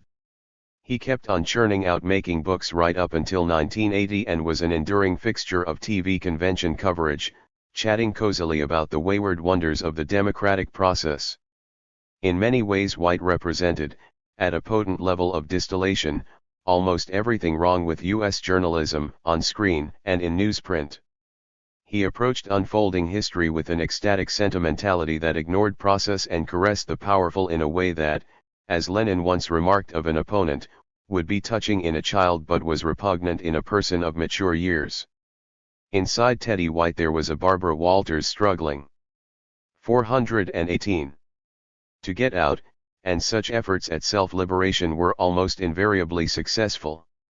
He was the spiritual father of the present panjandrums of screen and newsprint, careless of truth and servile to power. It is not surprising that in the wake of her husband's assassination, Jacqueline Kennedy was successful in persuading him to use the term Camelot in his Life magazine article describing the White House in the Kennedy years, and that famous PR man's touch is a true emblem of his function. 20 years ago I.F. Stone caught White perfectly. He quoted a typical White paean, "To a Rockefeller all things are possible."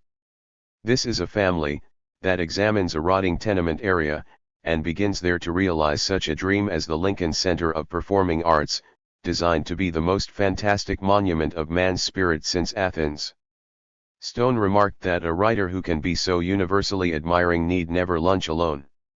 The kind of flattery at which White was so adept has now become so pervasive throughout U.S. journalism that it passes almost without comment. But perhaps future generations will gaze back at the present grotesque cult of Reagan's personality with the same wonder as we do now at the passages in The Making of the President 1964 in which White wrote that abundance and peace were the legacies Kennedy left Johnson, and that it was as if Kennedy, a younger Moses, had led an elderly Joshua to the height of Mount Nebo and there shown him the promised land which he himself would never enter but which Joshua would make his own. What Moses had actually shown Joshua from the top of Mount Nebo was the promised land of Indochina and a decade of horror leading to the expenditure of about 2 million lives. Here again White knew the language that would serve power. Of the Tonkin Bay reprisal raids that stampeded Congress into giving Johnson carte blanche to wage war, White wrote, "The deft response of American planes to the jabbing of North Vietnam's torpedo boats had been carried out with the nicest balance between boldness and precision." The last long piece of his I can recall reading was a racist distortion of reality on the 40th anniversary of the end of the war in the Pacific, printed in the New York Times Magazine and titled "The Danger from Japan." Now White is dead, but his influence on the corruption of language and thought survives in the TV chatter, still fresh in our ears, about the boldness and precision of the bombing raids on Libya. LA Weekly. An archive of the Reagan era 419. May 24, 1986. An ear for an ear.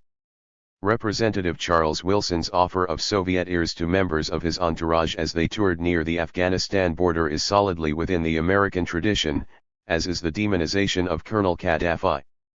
I urge anyone appalled by the idiom of the Reagan years to read John W. Dower's excellent book War Without Mercy, Race and Power in the Pacific War, published by Pantheon. This is a blood-chilling anatomy of racism and the fomentation of hatred, in which state-sponsored intellectuals played their usual shameful and willing role. Apropos ears, in April 1943 the Baltimore Sun told of a local woman who had petitioned authorities to let her son mail her an ear he had cut off a Japanese soldier. She wanted to nail it to her front door. Dower writes of thousands of Japanese prisoners of war or survivors of submarine sinkings being routinely machine-gunned to death, of bodies looted, gold fillings torn from the living, and the dead exhumed for plunder. On March 15, 1943, Time reported that low-flying fighters turned lifeboats towed by motor barges, and packed with Jap survivors, into bloody sieves.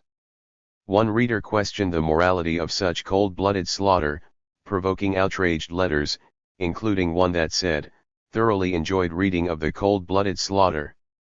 Another good old American custom I would like to see is nailing a Jap hide on every back house door in America." In 1945 the U.S. Office of War Information noted that 84% of one group of Japanese prisoners said they had expected to be killed or tortured when taken prisoner. The U.S. analysts commented that their fears were not irrational.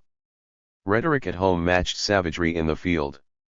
There was enthusiasm for genocide, with 13% of respondents in one 1944 poll wanting to kill all Japanese, and the chair of the War Manpower Commission, Paul V. McNutt, saying he favored the extermination of the Japanese in toto. The pathological Admiral Halsey had as his motto, kill Japs, kill more Japs. The Nation. 420. June 7, 1986. The likes of Sobran. William Buckley, editor of National Review and no slouch at imputing racism to others, such as myself, may wish to have a serious word with his columnist Joseph Sobran. On May 13 the New York City Tribune, a Muna newspaper, carried an article by Sobran in which he observed, "Our ethnic etiquette makes our ethnic problems pretty nearly insoluble. I know of only one magazine in America that faces the harder facts about race, a little magazine called Instauration. An often brilliant magazine covering a beat nobody else will touch, and doing so with intelligence, wide-ranging observation, and bitter wit. It is openly and almost unremittingly hostile to blacks, Jews, and Mexican and Oriental immigrants. Quite a testimonial. Janestouration is a monthly looking somewhat like The New Leader, published by Howard Allen Enterprises out of a box number in Cape Canaveral, edited pseudonymously, according to Sobran, and carrying unsigned articles. Its sense of humor recalls the American Spectator and the Dartmouth Review. The January 1982 issue had a story titled Rev. Jerry Falwell Majority Renegade of the Year. The word renegade is explained by Falwell's companion in the accompanying photograph, Menachem Begin. As Sobran said, the magazine doesn't like Jews. An article in the same issue announced, "We are pro-abortion, despite the aesthetic horror of it, because it is the only effective way to cut down on non-white proliferation, both here and abroad." Unfortunately, a greater proportion of whites in this country practice abortion than blacks. Instauration for February 1984 carried a reproduction of Sully's painting of a blond boy with a hat, with the line, "In praise of fair children." The June issue of that year hailed the war criminal Archbishop Valerian Trifau. The following year, in June, an article denounced the Heritage Foundation and Policy Review for being run by Jews. Burton Pines, Heritage Vice President, is singled out as a Jew, and the foundation's director, Ed Foylner, is identified as being the husband of the former Miss Linda Leventhal.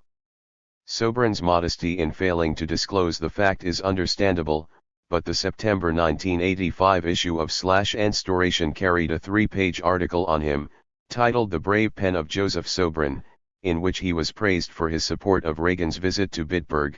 The man has repeatedly defended an archive of the Reagan-era 421 white racial pride and solidarity, despite the mounting campaign to get him. In the same issue of Instauration we find racist cartoons of Marv, a Jew, and Willie, a black. Marv is saying, "Not everyone at the Last Supper was Jewish. I am working on a book that will prove Judas was a goy." This is the brilliance, intelligence, and bitter wit Sobran recommends to his readers. The Nation. June 19, 1986. Maryland and the League of Decency. When the headlines told me at the start of this week that by persuading 8,000 convenience stores to stop carrying adult material, Attorney General Edwin Meese and his men had scored some victories in their war on porn, I hurried along to my news agent to check whether worried smuthounds were laying in emergency supplies. Over at Valadares, the news agent on Duval Street in Key West, FLA, people seemed calm. Make no mistake, Valadares is a serious news agent, so serious that the very first thing you see is David Stockman's book, right by the counter along with Time, Newsweek, and U.S. News and World Report. Opposite are piles of the Wall Street Journal and the other daily papers. All along one wall are magazines of unimpeachable decency, great racks full of magazines catering to home furnishers, wrestling fans, electronics buffs, diet freaks, and so forth. Round the corner of the newspaper racks is a secluded section with a little signpost saying adult material. Here the shelves have labels on them saying 15 minutes only and publications with such titles as Honcho, Hot Dream, Oral Hots, Forum, Overload, Cocoa Cups, and Iron Horse. As I scouted along these shelves, the woman at the counter called over to me that they had never had any trouble from agents of Mr. Meese's Commission on Pornography. A few years ago a Baptist minister from Stock Island, just north of Key West, had come by and removed, without making any payment, more than $100 worth of the adult magazines and taken them down to the police station. The court had determined that the adult material was properly secluded, that persons under 18 were denied access to it, and so the Baptist minister lost the day. About 10% of the magazine titles in the store were adult, even though they count for a far more substantial portion of the revenues. No, she didn't think porn led to violence. 422.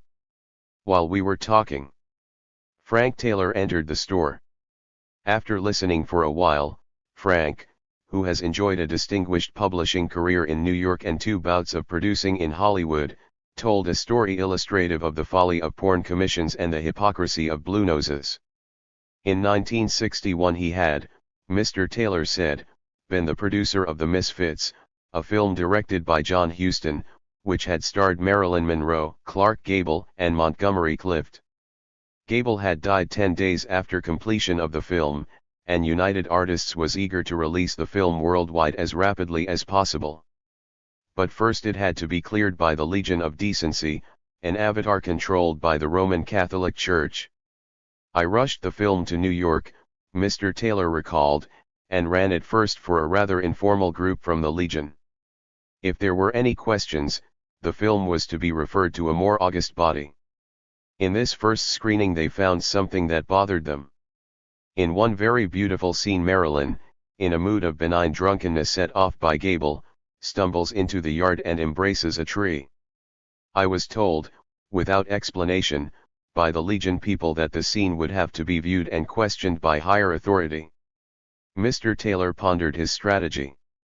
About halfway through the shooting of The Misfits, Monroe had remarked that the world was waiting for one thing in this movie, which was for Gable to kiss Monroe, but that so far they had barely touched one another. Gable agreed with her analysis. With some reluctance Huston was persuaded to add the desired embrace between the two great stars. But Monroe, Taylor recalled, took things further. In this scene where Gable is cooking her breakfast he walks over to kiss her awake. Marilyn opened her eyes, sat up in bed and did not hold the sheet up to herself when she did this. Marilyn argued that she was with a man she loved and had just slept with, and this was the natural and normal thing to do. Well, there was great horror on the set as well as titillation. When we ran the scene it was very beautiful, but Huston insisted that we had to have a different version, and he reshot it with Marilyn holding up the sheet to cover herself. So we had these two takes, the naked one and the discreet one. After my conversation with the first group of Catholics, when I knew I was in trouble, I cut in the original bare-breasted scene of Marilyn so I would have something to negotiate with, since I'd used the covered breast version at the first screening. At the second screening there was a Catholic bigwig, maybe a Monsignor, and a highly placed Catholic woman. They were both salivating somewhat, and when the tree embrace came they knew what they were looking for. They asked me to stop, and when I asked why they said, Marilyn is arousing herself against that tree, and we don't allow that in films. I said, what do you mean? She's embracing the tree in the darkness. So they said to run it back in slow motion. The two of an archive of the Reagan era 423. Them were fixed on Marilyn's beautiful behind and the tree in the lovely yard. See right there, they cried, she's pushing her pelvis up against the tree. That means only one thing. Let's put this on one side, I said, and go forward with the film. On we went and we got to the naked breast scene.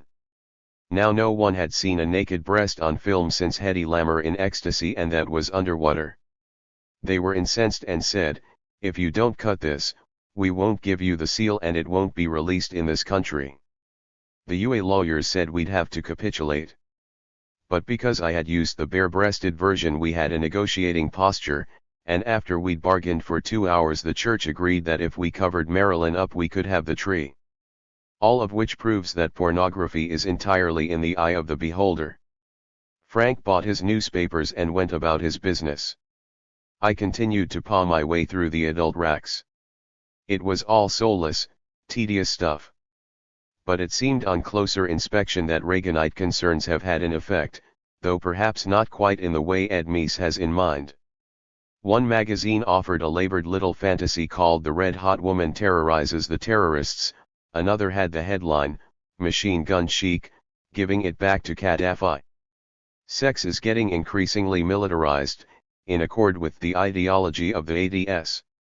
I walked down Duval past further testimony to the darker side of fantasy, a shop full of t-shirts with First Strike Now, and I'd rather be in Central America killing commies written on them.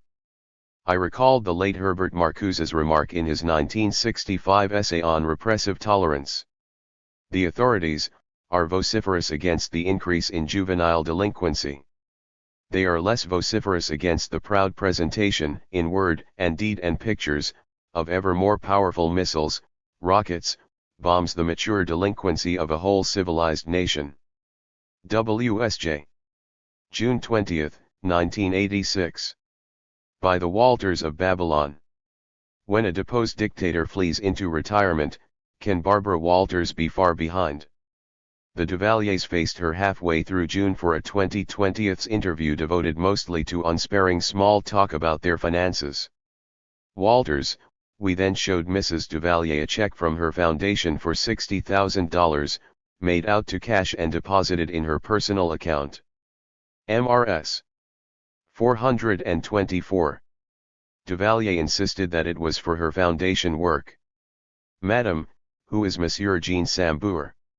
MRS. Duvalier, he is the one that decorated our apartment, and a good friend of ours. Walters, we have another document from the Bank of the Republic of Haiti, showing over $4 million being given to M. Jean Sambour on various government accounts. MRS. Duvalier, Jean Sambour is a friend of ours, and he decorated our apartment. He decorated our little villa that we had in the mountains, and he was also the one in charge of buying because I couldn't travel myself things for the official house, and also he's the one that decorated the airport when the Pope came. Walters, and that money would also have come out of the National Defense account? Duvalier, it couldn't come out of my own pocket, because it wasn't for my own purpose. Walters, but the National Defense account, one would think, was for defense of the country, not for decorating airports. And $4 million. Isn't that a little high? If Mrs. Duvalier had been on the ball at this point, she'd have said, well, Barbara, you know how interior decorators are, a chair here, a chintz there, it soon adds up to real money. How much did it cost to decorate your apartment, Barbara? After about 2 minutes of this I felt a profound sympathy for the Haitian exiles, stained with larceny, cocaine, and blood though they may be. As always, Walters managed to be both cringing and arrogant at the same time, an imperial plenipotentiary slapping around a help, recently retired after years of faithful service. And naturally enough, Walters played up the Dragon Lady theme, the sexist inference that misrule in Haiti and the Philippines can be traced to shoe-crazed strong women dominating their compliant mates. One day, after a bloodless seizure of power by the Revolutionary Committee, I hope to see an interview conducted in the south of France with the exiled Barbara Walters and Hugh Downs. Interviewer, Mr. Downs, forgive me for the impertinence, but while apparently anchoring the 2020's program you seem to have surrendered real power to the Dragon Ladies, Barbara Walters, and executive producer Pam Hill. Downs, I have no regrets. If I had to do it all over again, I would change nothing about my behavior. Interviewer, but we have here copies of checks showing that you were paid more than $750,000 a year. For what? A few banal words a week for only a part of the year. Downs, I distributed much of the money privately around Christmas. And besides, the government took so much of it in taxes.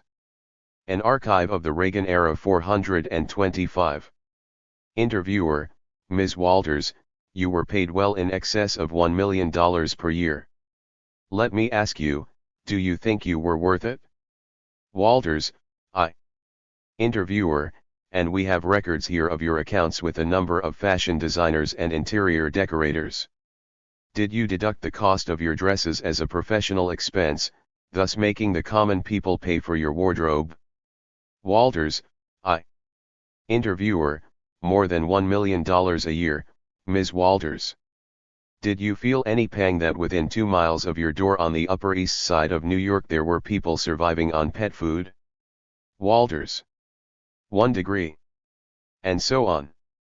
The U.S., to use a phrase coined by Edward Herman and Frank Broadhead, sponsors demonstration elections from time to time, as in El Salvador in 1982, which are devoid of real democratic content. In the same manner, Walters conducts demonstration interviews designed to show her as probing, incisive, pitiless in her inquisitions. In practice, Walters trembles before the powerful and is impudent only to those unable to defend themselves with much conviction. I can't believe why they would agree to do this interview, cried Walters to Downes. Of course the Duvaliers agreed to be interviewed by Barbara Walters. She's a star. In the third world, the big question is how many pairs of shoes Barbara Walters has. In the US, the news interview, and this is not true merely of Walters, is not designed to elicit information but to be a mime show, displaying the star as interviewer. To the Duvaliers, an interview with Barbara Walters was ratification that they existed, that they still meant something in the real first world of network stars and network TV. In the same manner, towards the end, President Anwar Sadat communed with BABARRRA in those showcase interviews about the peace process. In their total seclusion from reality, Sadat and Walters were probably equally surprised when the assassins struck, and scarcely anyone in Egypt shed a tear. As much as anyone, Walters helped kill Sadat, and when I see her I am reminded of some words by Edward said in the London Review of Books of May 8, 1986, reflecting in the wake of the US raid on Libya. The gigantism and inflation of the current impasse is not only due to the media's gross distortions, it derives from a sort of ideological surplus, an unhealthy swelling which, on the one hand, is the effect of history avoided and transgressed and, on the other, of the failure of rational secular politics. We can now see the imperialist legacy in its interdependent aspects on both sides of the great cultural divide between the West and the Third World. Domination of non-whites by whites simply didn't end, and it won't go away with decolonization or independence. It persists with 426 extraordinary tenacity, and with much generosity it animates all those institutions designed for violence and forgetfulness. LA Weekly. June 21, 1986. From Maids to Old Maids. First People, then Newsweek sank its teeth into the season's best chewed bone, the marriage crunch. The crunch clamor stems from the suggestion of a couple of sociologists at Yale and an economist at Harvard that college-educated women who are still single at the age of 35 have only a 5% chance of getting married. People put the unpublished study on its cover of March 31, with pictures of Donna Mills, Diane Sawyer, Sharon Gless, and Linda Ronstadt under the title "Are These Old Maids?" Translation: If these people aren't married, what hope have you got? Newsweek put the same study on its June 2 cover.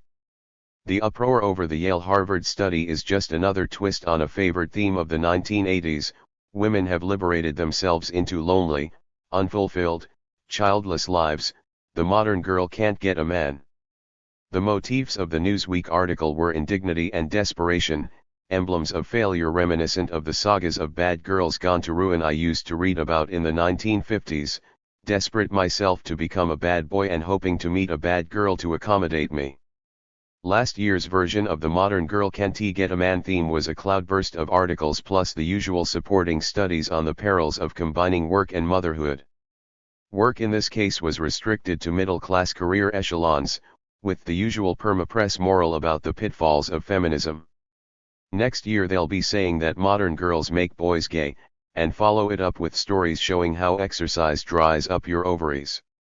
Contrary to the marriage is back stories, also a staple of the 1980s, there were fewer marriages in 1985 than in 1984, all of which is causing heartache to the marriage apparel industry and to all the other magazine advertisers who see the married state as the catalyst for the all-important circulation of commodities.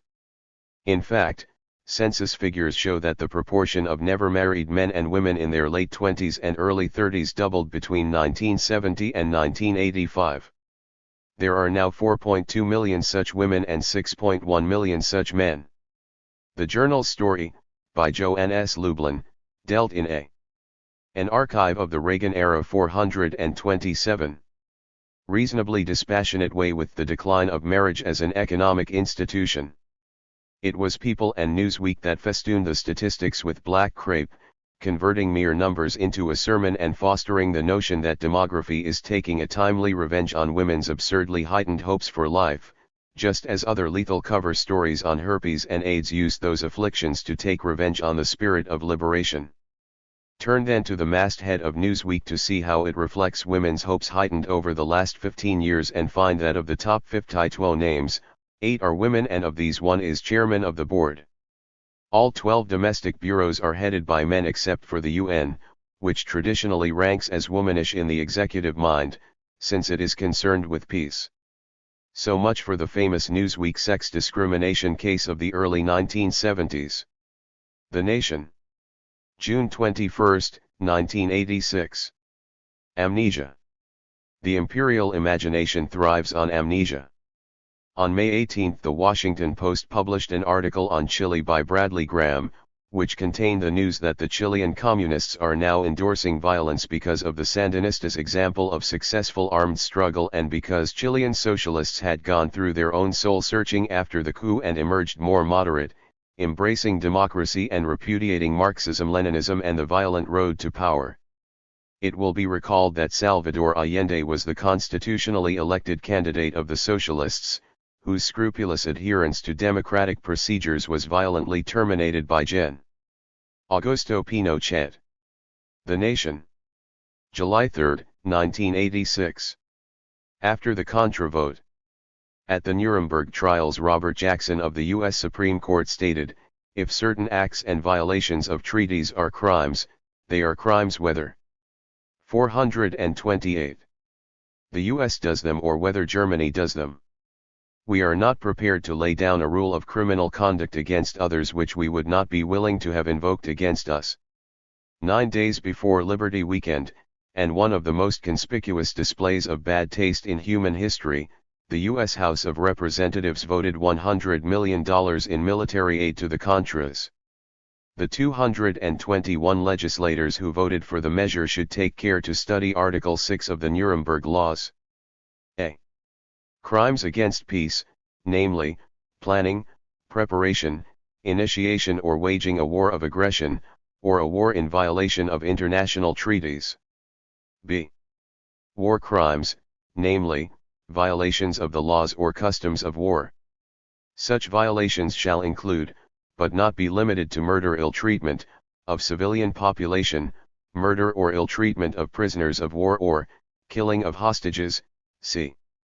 Crimes against humanity, namely, murder, and other inhumane acts committed against any civilian population. Leaders, organizers, instigators, and accomplices participating in the formulation or execution of a common plan or conspiracy to commit any of the foregoing crimes are responsible for all acts performed by any persons in execution of such plan. And having read Article 6, they should then read the Treaty of the Organization of American States and the United Nations Charter. No state or group of states has the right to intervene, directly or indirectly, for any reason whatever, in the internal or external affairs of any other state. The foregoing principle prohibits not only armed force but also any other form of interference or attempted threat against the personality of the state or against its political, economic, and cultural elements. OAS Treaty, Chapter 3, Article 15.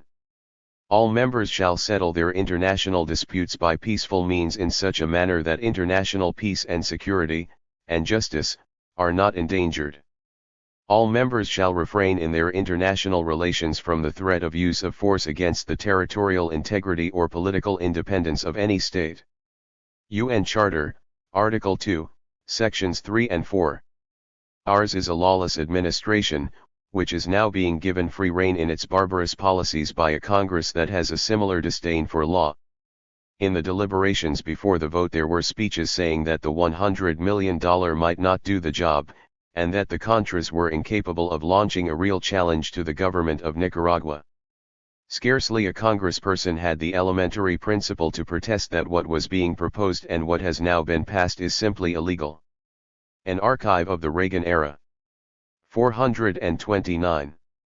Did the newspapers and television channels offer a corrective to this blindness? Scarcely. The unanimity with which the anti-Sandinista consensus has been carried forward is truly totalitarian. Of the 85 columns and op-ed pieces discussing Nicaragua in the Washington Post and the New York Times in the first 3 months of this year, not one was anything but hostile to the Sandinistas. Precisely 2 conceded that the Sandinistas had carried out social reforms. To be sure, the papers will carry stories of Contra drug running, and there may even be hearings about it in the Senate Foreign Relations Committee. But the Rubicon has been crossed. The way is now clear to steady escalation of war in Central America, to increasing direct CIA and other U.S. military participation in organization of the Contra war. The media will take an intermittent interest, but at the crucial moment they have failed in their proper role. The consequences will be with us and with Central America for many years to come. LA Weekly. July 10, 1986. The ban on Irish divorce. Ardmore, Ireland. Far into the night a week ago we sat up in Gallagher's bar here and poked about amid the ashes of the Irish government's failed attempt to alter the constitutional ban on divorce. Nuala, a young woman of progressive views, down from Dublin on holiday, attributed the defeat to priestcraft, the power of Rome. Her friend Helen said it was the turnips naggers, Ireland's conservative rural voters. In Dublin the voters split 50-50 on the referendum, in the rest of the country 69% to 31% against. A local Ardmore man asked the group why in heaven's name a man would vote for divorce if he could enjoy himself in Gallagher's bar while his wife minded the home. And my friend Tony the fisherman said the effect of American television should not be discounted. Everyone watches Dallas and Dynasty. They watched and they said, we don't want those morals here. Handing me a couple of aspirin the next morning and admiring the 10-pound salmon that had been Tony's parting gift, my mother said there was no need to talk about priestcraft or turnips naggers and reminded me that she had correctly predicted the result 2 months earlier. By and large, women voted against divorce for entirely logical reasons.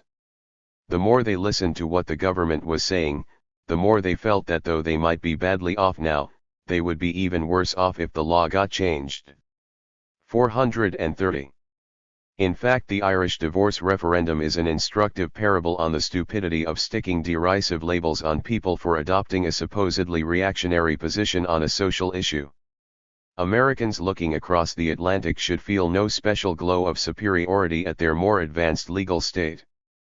And in their present debates on the future course of the feminist movement, American women should study the Irish divorce campaign and ponder anew the ways in which it is possible to be liberated into slavery as well as out of it.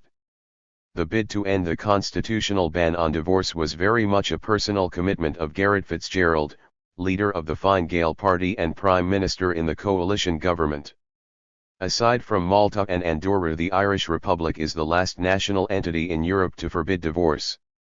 If the Protestants in Northern Ireland were ever to support any form of federal association with the Republic, then they must be satisfied that there would be legal sanctuary in the United 32 countries for a religious or social minority.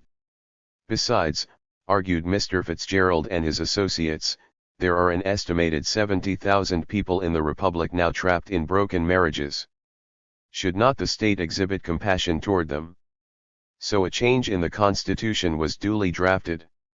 It proposed that the courts could dissolve a marriage, provided that the partners had been separated for 5 years, that there was no hope of reconciliation, and that adequate provision was made for the dependants. Battle was joined. The Roman Catholic Church was obviously opposed to it. Charles Haughey, leader of the Fianna Fáil party, declared that for his party's members the vote would be a matter of individual conscience. Irish women began to ask about the fine print. In the main, they saw themselves left rather than leaving. They raised some very pertinent questions about succession rights, about property, and about maintenance. Who would stay on the family farm? Who would run the farm? Which widow would inherit a pension? Since, under Irish law, no heir can be disinherited, would not this mean that the farm would have to be sold off to satisfy the claims of 2 sets of claimants?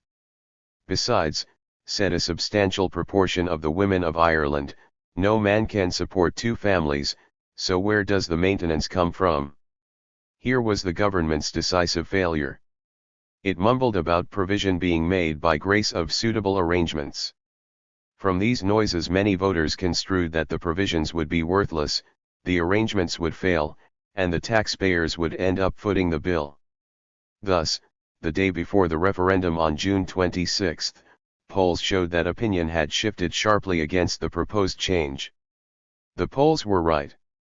And if, of the 63.5% who voted no, many opposed divorce on principle, there were many more who felt quite simply that under the terms of the government's An archive of the Reagan era 431 proposals, the first family, stranded by divorce, would get the dirty end of the stick. It's not as though the Irish Republic is immune to the notions of the heart or to the moral climate of the late 20th century. For those who can afford it, state-sanctioned divorce can be acquired by establishing a THIRD foreign domicile, getting divorced and remarried abroad, and then moving back to Ireland.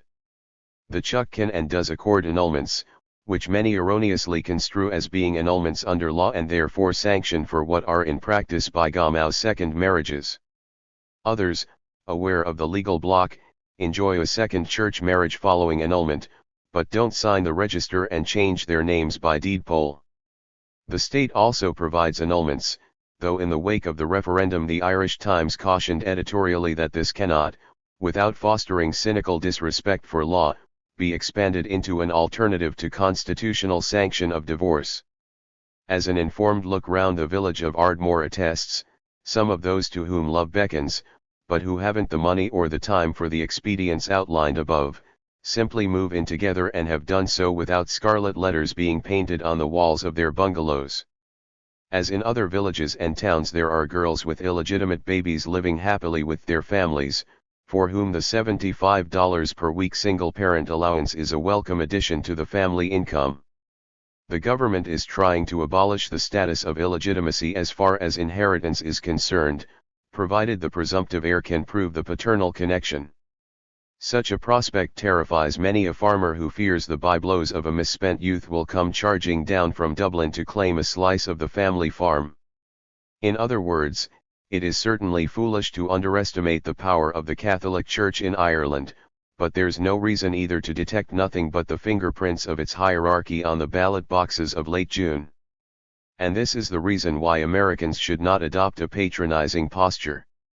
Granted that people should have a right to divorce, such freedom should be rooted in reality. There are millions of American women bringing up children alone, for whom legal provision has been made but who are not getting a penny in child support.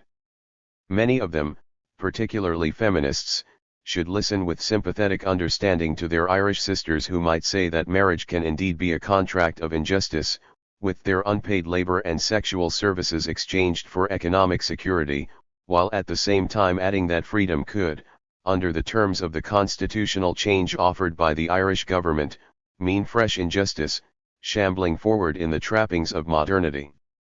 WSJ 432. July 25, 1986. Remembrance of Cock-Snook's past. There seem to have been remarkably few signs of disrespect evinced by the British people toward the costly nuptials. It was not thus in the old days. My father Claude used to describe in triumph his successful intervention in the hugely pompous silver jubilee of George V's uninspiring reign. He and a fellow conspirator studied the intended route of the procession of carriages travelling through central London. Then, attired as workmen employed by the City of London, they entered a newspaper office on Fleet Street which was on the route, carrying a banner they announced had to be strung across the street in company with the profuse bunting already deployed. The newspaper's staff gazed with satisfaction upon the banner's patriotic message, "Long live our King," and watched with pleasure as my father and his friend managed to get it hoisted over the road. On the day of the procession the crowds in Fleet Street were vast, and it was only with difficulty that the two were able to reach the string running down from the banner and round a corner into an alley. Choosing their moment by the enthusiastic bellowing of the throng, they pulled the string. After a slight pause there was a rolling howl of outrage, and they took to their heels. The banner had opened in timely fashion right in front of the royal coach, to reveal the words 25 years of hunger, misery, and war. The movie news cameras traveling right behind the coach caught the moment satisfactorily, and it is thus preserved on film. George V did have a humane side. aides once came upon him peering gloomily at a report indicating that a senior police officer of whom the king was fond had been discovered in St. James Park in compromising circumstances with another man. He had it in his hand. The king sighed regretfully. "That looks bad, that looks bad." LA Weekly.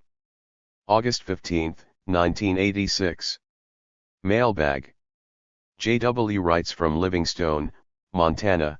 You seem to use the word liberal as a term of abuse, loaded with negative overtones. But surely liberals are more on our side than theirs. Please explain. An archive of the Reagan era 433. Dear J.W., it is true that there are many decent liberals in the world with whom we should be glad to make cause against the common foe. But very often the liberal is nothing much more than an ideological policeman working on behalf of the right. His or her crucial function is to mark off the acceptable limits of political discourse and pronounce anathema on all those who transgress them. Thus the liberal is the right's watchdog, alert for signs of lefty infiltration. Consider this very fine example of liberal think, culled from the Fence Stradlers Gazette.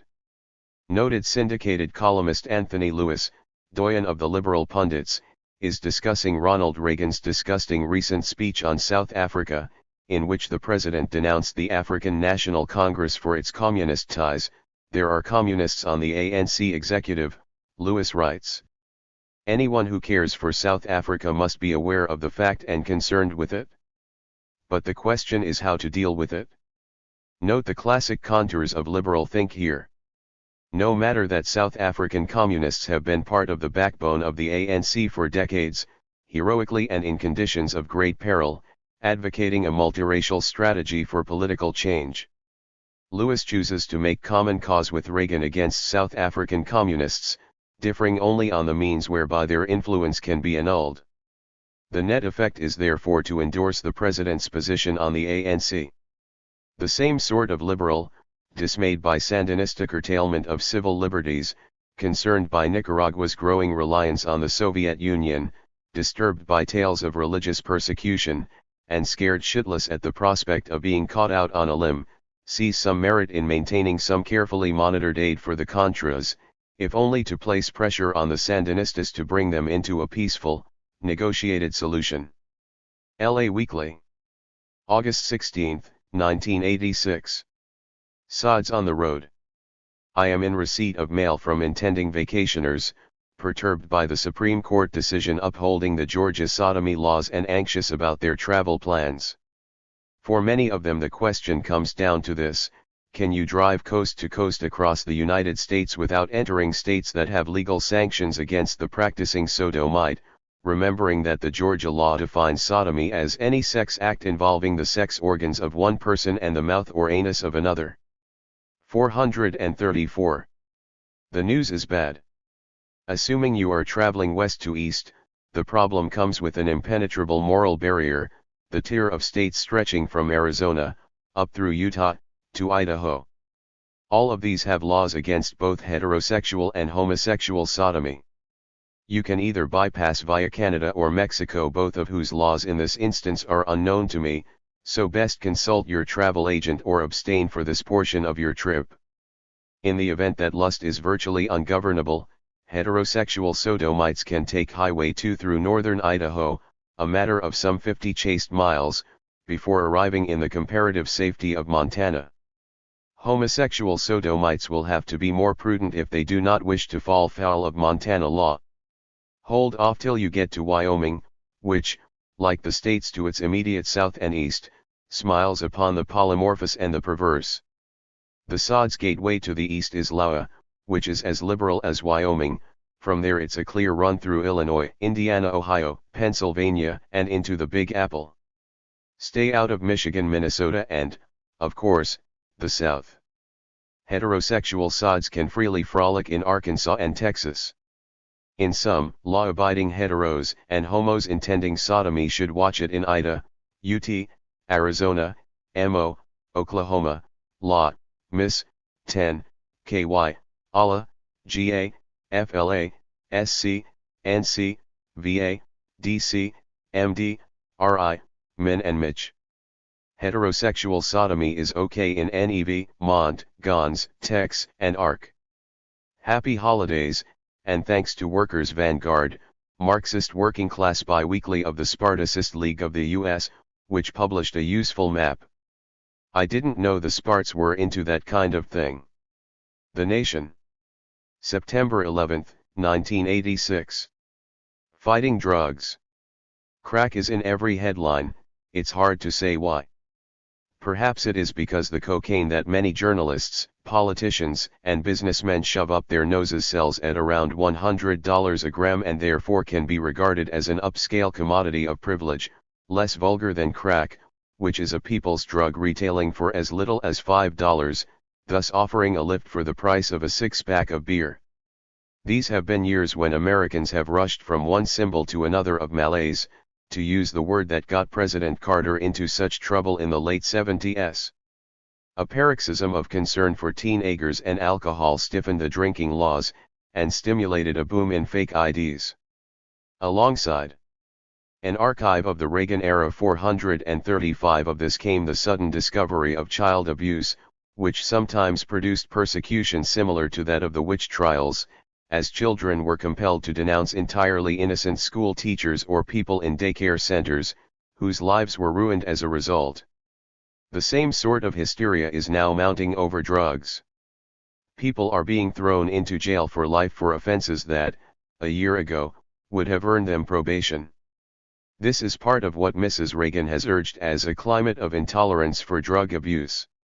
Drug testing is advancing steadily through offices and plants. The computer checkup, the lie detector and the urine sample are fast becoming the sine qua non of gainful employment. Suddenly drugs have become the objective correlative of everything that is wrong with society. Benjamin Ward, the New York City Police Commissioner, says in all seriousness, "I believe the crime problem in America today is the drug problem," thus proposing the absurd thesis that if there were no drugs there would be no crimes. Do illegal drugs have any social utility? At one level I suppose one could argue that the wholesaling and retailing of these drugs have had a beneficial counter-cyclical economic effect. Many a depressed Main Street in America today can boast stores and restaurants set up to wash drug money or to shelter it. At a deeper level, drugs are useful in the subjugation and atomization of the dangerous classes, meaning the potentially disruptive poor. A narcotized underclass can be comfortingly defined solely in terms of its addictions. The current Time magazine, in its cover story on drugs, features a large photograph of a black youth spray painting an X on the door of an abandoned building used as a crack house in Harlem. There's another picture of an abandoned house 2 pages later.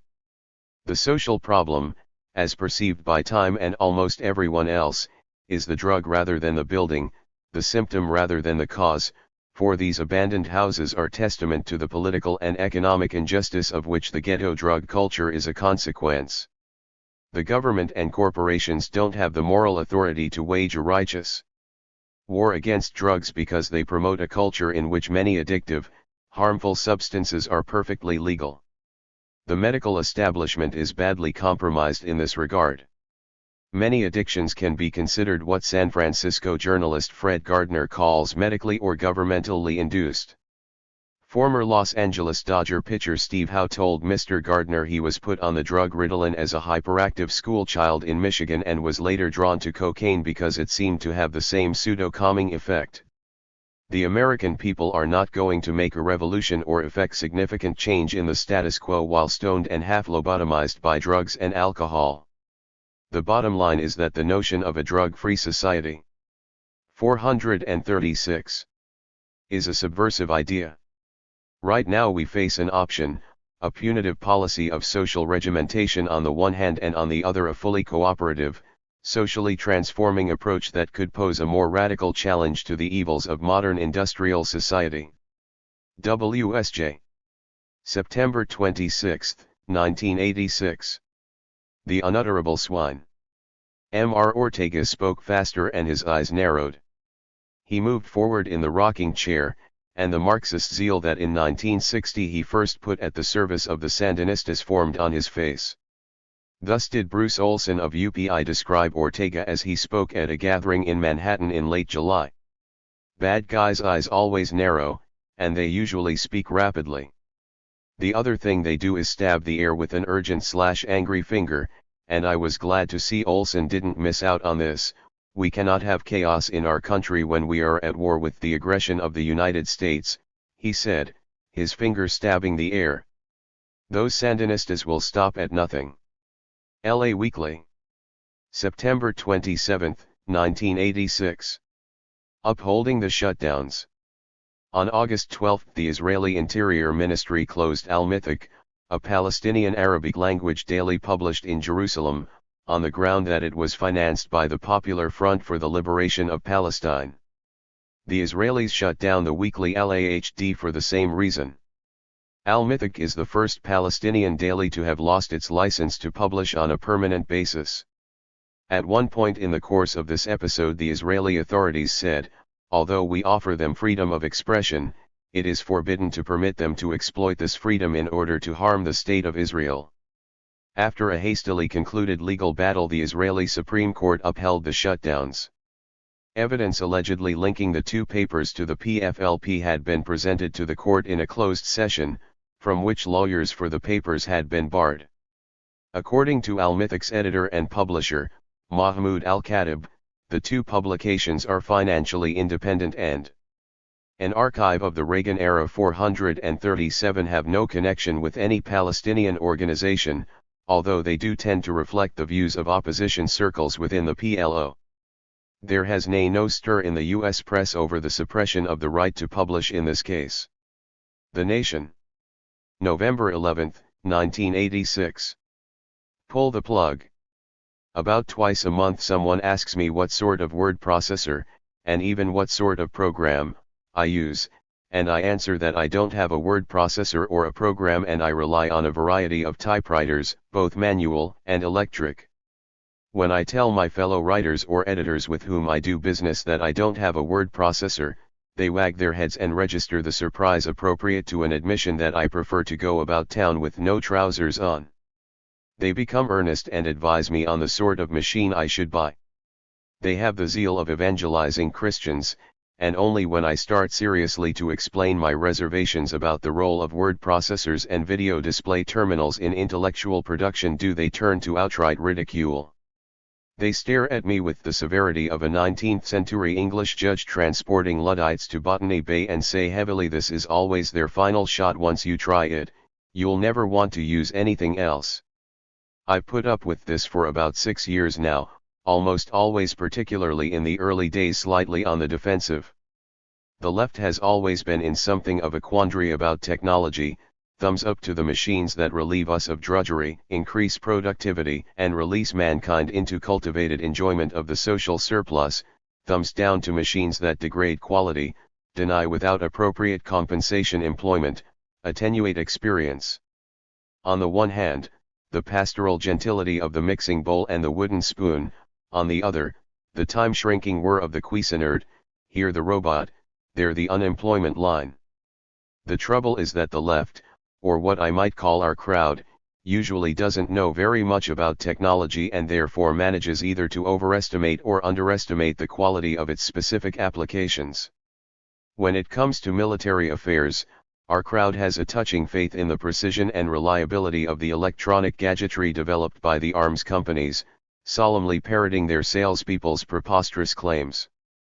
And on the other side of the ledger, our crowd is often oblivious to the more subtle threats technology poses. No one wants to look as though he or she is opposed to progress. When Alf Landon ran against FDR in 1936, Landon and his supporters hotly denounced Social Security. Those numbers, they said, are the numbers of the modern police state. They will follow you from cradle to grave. They are the emblems of totalitarianism. How our crowd laughed. And just as our crowd welcomed transistorized amplifiers, which produce worse sound than the old tubes, and now hurry to buy compact discs, which produce worse sound than the old records, so too have they, or those with the remotest occasion to use them, welcomed the word processor and the computerized office almost without reservation. I suppose I should add for the record that I am not against any use of computers, nor am I hostile to some time-saving, knowledge-expanding databases. I am not an enemy of the 20th century, but we have to retain the necessary discrimination. It goes without saying that there has always been a strong element of cargo cult among devotees of the word processor. Poorer by some $2,000 or $3,000, writers crouch reverently before their new deployment of screen, computer, and printer as though the mere arrival of this equipment, massive and unsightly on the desk, will prompt an effortless flow of literary production. By way of justification, they then launch into the familiar patter. I heard it just the other day from my friends Ellen Ray and Bill Shop, publishers of Covert Action Information Bulletin, and Mustard Keen on their word processors. With pity, Bill eyed the 5 typewritten pages of a column I happened to have with me. With a word processor, he cried, you could move paragraphs around. They always say this. To which the answer is twofold. With scissors and Scotch tape, the same miracles of paragraph transfer can be achieved, and indeed achieved far more easily. Suppose I am reading over a draft of a 15-page typewritten article. I can glance rapidly from page to page, from beginning to end and back. The word processor doggedly scrolls his or her article on the VDT screen in a process that is far more cumbersome and time-consuming, and if he or she wants to get an overview of the article, it has to be printed out, thus turning it back into a despised typewritten product. So then the writer makes marks on the printout, enters these corrections into the word processor, prints the article out again, thus deriving the dubious gratification of being able to furnish his or her editor with an entirely clean manuscript, which this editor has now been conditioned to expect as his or her due. All the while our word processee is writing worse than he or she did before. Computers degrade the prose style of those who use them. The syntax takes on a listless quality and, as they do in extemporaneous human speech, the rhythms become nerveless. The reason is surely that what is an archive of the Reagan era 439 produced is not script but transcript, the self-indulgent flow of someone assured that the cursor, bustling about the screen, emending, transposing, obliterating, is emulating the justice and finality of properly accomplished prose. But the emulation is spurious. There is never finality in the display terminal's screen, but an irresponsible whimsicality, as words, sentences, and paragraphs are negated at the touch of a key. The significance of the past, as expressed in the manuscript by a deleted word or an inserted correction, is annulled in idle gusts of electronic massacre. Thus far we have been talking of the writer, now immobilized in the garret by this supposedly time-saving machinery. But the essential function of the computer is revealed in group production, as on a newspaper or magazine. Over the past few months I've been observing all the usual depressing signs of conversion to electronic procedures at the nation. The villain of the party here is, as always, the publisher or office manager who has nothing better to do with his time than attend computer courses and spend long days in confabulation with salespeople and advisors from the industry. It is he who speaks of the inevitability of conversion and who wags his head comically at anyone saying everything seemed to be working okay in the first place. So at the nation, first the accounting was computerized, with the result that it took longer to get paid. The aim in view is of course productivity, in whose cause are recruited the procedures of deskilling typical of the development of mass production in the early 20th century. At the moment I, a nation writer, furnish my copy to an editor, who gives it scrutiny, comments on external and internal contradictions, logical fallacies, libels on the Catholic Church, and processes it onto the typesetter, who punches it in on his or her computron. The galley proof is then perused by intern researchers, by the copy department, by me, and finally by the editor, who assembles all the corrections and returns the proof to the typesetter, who inserts the corrections and produces a fresh text that is pasted up on the sheets awaiting the photographer and ultimately the printer. The dream of the publisher is naturally to abolish these varying and important functions unpleasantly reminiscent of a medieval guild by having the article punched once, preferably by the originating writer, after which point all changes are made on the screen in a series of electronic interpolations. To the dismay of union representatives and the joy of management, role and function become blurred as the galley ceases to have a history, revealed in the discrete markings of the various parties. Instead, the galley becomes a notation of an electronic collective, which views the article as a series of VDT screen bytes, thus perceiving it in a manner entirely different from either that of the writer or the reader. 440. Thus is the mind industrialized. The form of the article is amended by the dictates and limitations of the tiny viewing screen. Its syntax and spelling are supervised by the appropriate program. The producers are chained to terminals that are physically dangerous, and indeed susceptible of being monitored by supervisors for evidence of productivity, worker enthusiasm, and so forth. On an amplified scale, we have here the mode of production of a modern newspaper, whose reporters in the field carry smaller terminals with tiny display screens, through which they communicate to headquarters. Under such conditions they cease to be writers in any traditional sense of the word and become information inputters, in a properly industrialized fashion. Extended syntax and narrative structure become a thing of the past, and with them disappears the possibility of any ample individual vision. The editor's authority is vastly increased. The collective with obscured lines of individual responsibility gains power at the expense of the individual writer. As Hans Magnus Enzensberger remarks in The Industrialization of the Mind industry's main business and concern is not to sell its product, it is to sell the existing order, to perpetuate the prevailing pattern of man's domination by man, no matter who runs the society and no matter by what means. Its main task is to expand and train our consciousness in order to exploit it. The day I bought my 6th typewriter, my daughter and I visited the Huntington Library near Pasadena, California.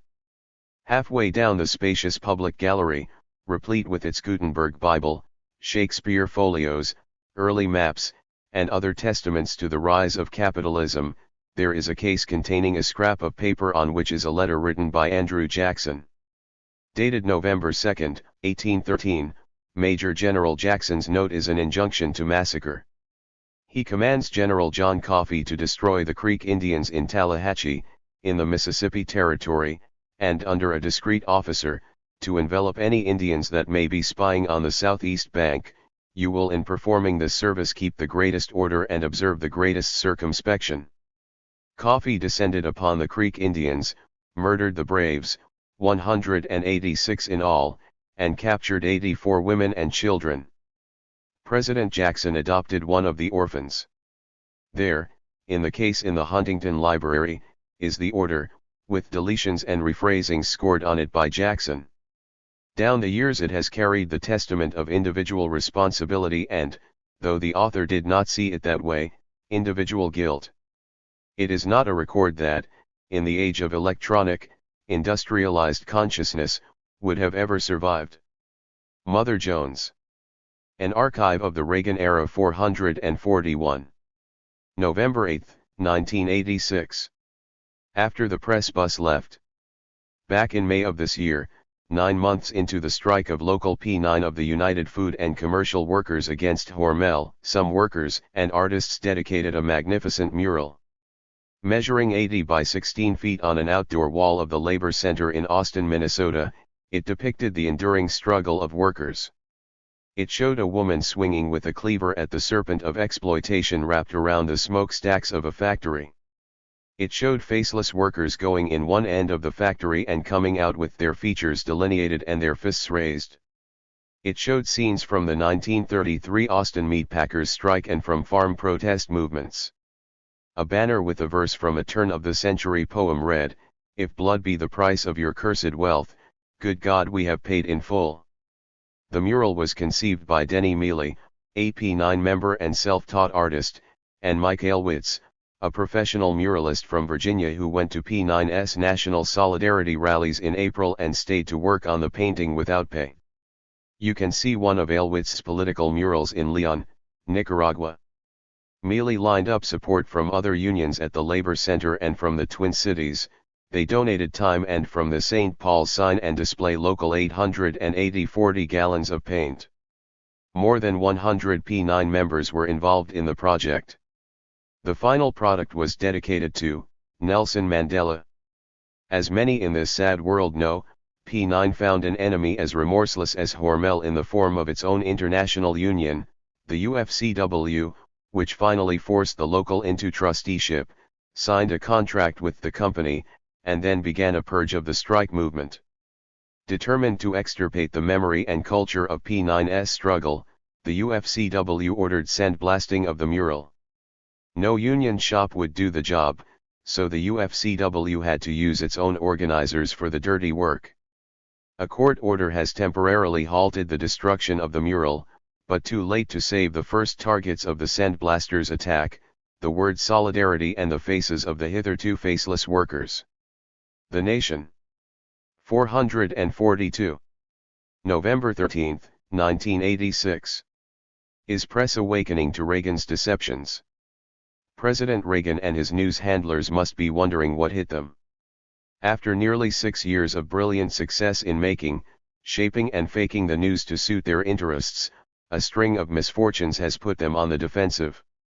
On October 2, disclosure of the White House disinformation campaign concerning Libya. On October 5, the crash in Nicaragua of the C-123 cargo plane containing the voluble Eugene Hasenfuss and documents linking officials including Vice President Bush to an illegal arms smuggling operation. In the weeks that followed, the confusions at Reykjavik and, most recently, Robert McFarlane's Guns for Terrorists mission to Iran. The press, emboldened by the sequence of mishaps and also by Republican reverses in the midterm elections, is now showing some signs of coming to life. Is it conceivable that the charmed existence so far as critical coverage is concerned enjoyed by this president is coming to an end, that the lapdogs will at last become watchdogs? It is not as though the press has been uniformly and utterly bad. There's usually someone, somewhere trying to tear the lid off the bad news and expose the evil men. But what's one watchdog on the edge of town? It's the steady canine chorus that restrains government and serves the public weal. What we need now is a bit of pack journalism, baying along the fragrant spoor, but judging by present form we have a while to wait. Disinformation. When Bob Woodward of the Washington Post disclosed the program developed in August under the supervision of ADM.